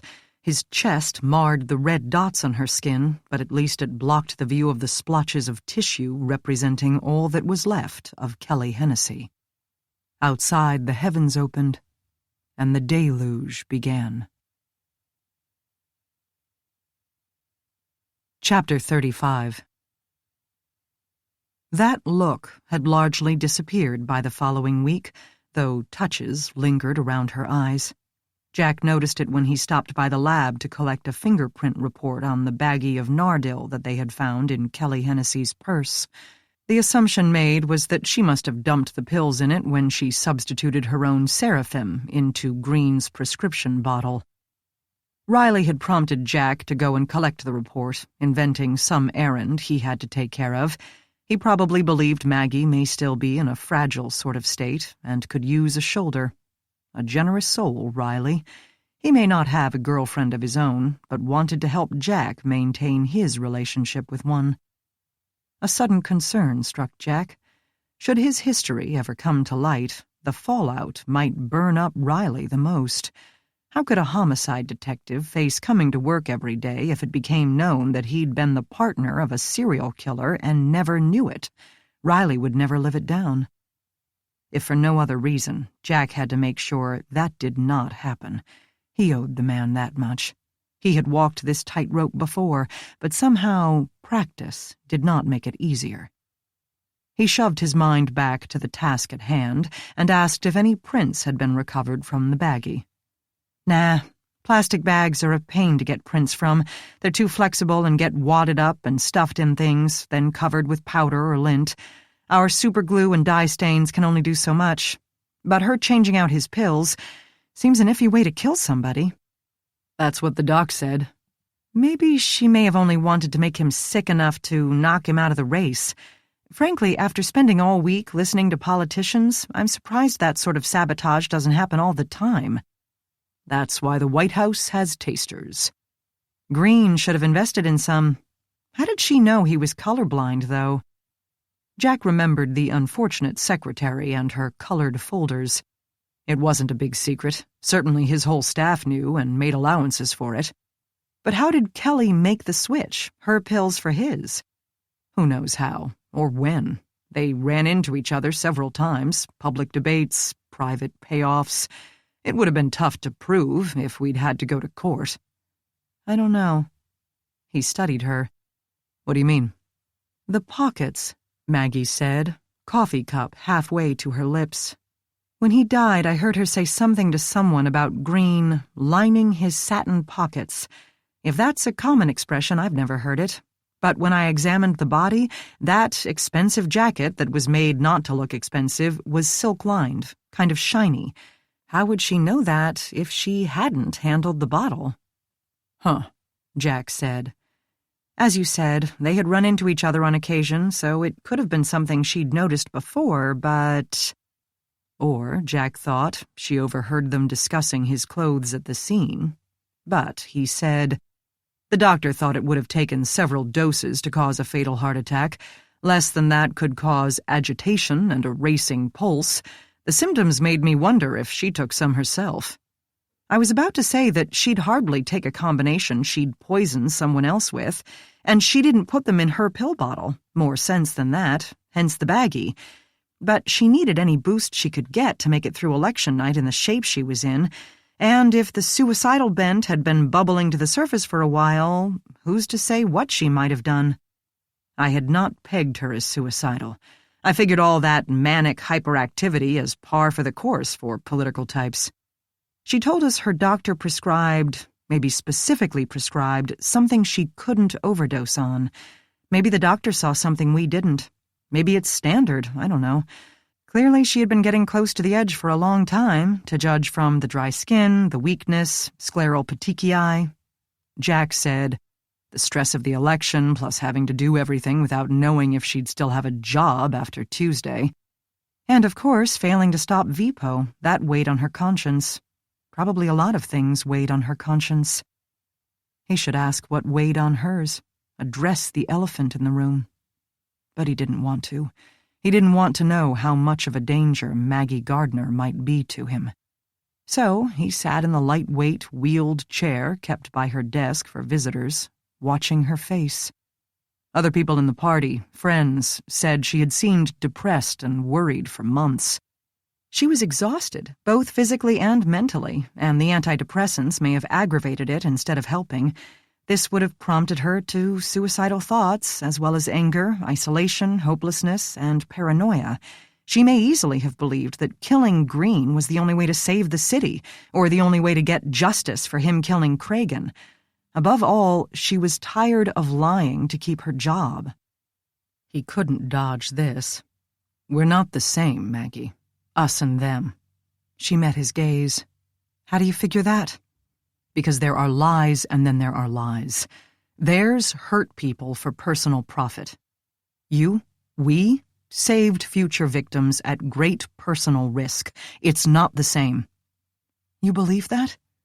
He heard hope in her voice. And so do you, or we wouldn't be sitting here. She considered this, and him, for some time. Then the sounds of Denny bustling around the mass spec in the other room jolted the silence, and the conversation moved back to safe ground. She said, Kelly also had the stress of waiting to see if Green might expose her, or blackmail her, or whatever. She no longer had the safety net of Diane's influence. You think that might be why she killed him? Maybe more than getting revenge for her boss? Huh. Hadn't thought of that, but I guess it could be. No one ever does anything for only one reason. Is that one of Locard's principles? No, Maggie said. That's one of my principles. At least the city is re-examining the VPO contract. Is the party cooperating? Stanton's trying to find a way to distance all of them from the fact that they were running a candidate who planned to poison a good chunk of the city, but aside from that, they're more than willing to throw VPO to the wolves. The party improves their environmental record, and it will keep them too busy to ask for their money back. Your little friend David is front and center. You still don't like him? On the contrary, now that he's no longer a suspect in 2 murders, I'll graciously step aside and set you free to see him. Even if he's a little dorky and can't remember the right code word when he needs to. No, thanks. He's a very nice guy, but I think his head has been turned by Colette Manella, who may soon be a very wealthy woman thanks to all that cash that no one is able to claim without admitting to a number of felonies. The city had turned the brand-new crib off again, closing the sluice gates until the water in the river could be analyzed to everyone's satisfaction. The jury remained out on what to do with the startup lot, since the environmental damage had already been done. The future of the business depended upon how much financial support Connor Schofield could get once his bribe activity came to light. Not a lot, Jack would guess, which was too bad in a lot of ways.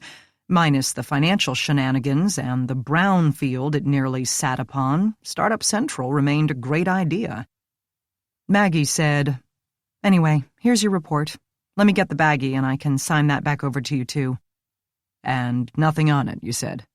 Some pieces parts along the top edge, she said, using her own terminology for small wisps of fingerprints, but nothing I could work with.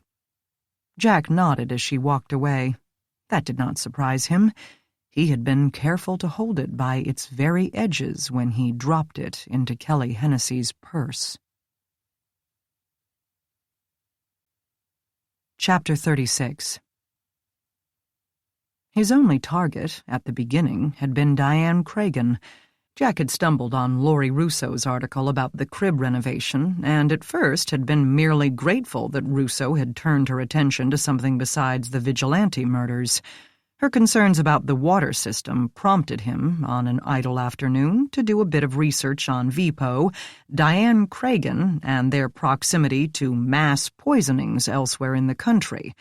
The experiences in Flint, Michigan also popped onto his radar. Jack also seemed to be the only person in the city reading David Carlisle's EPA reports, which were posted online as public record.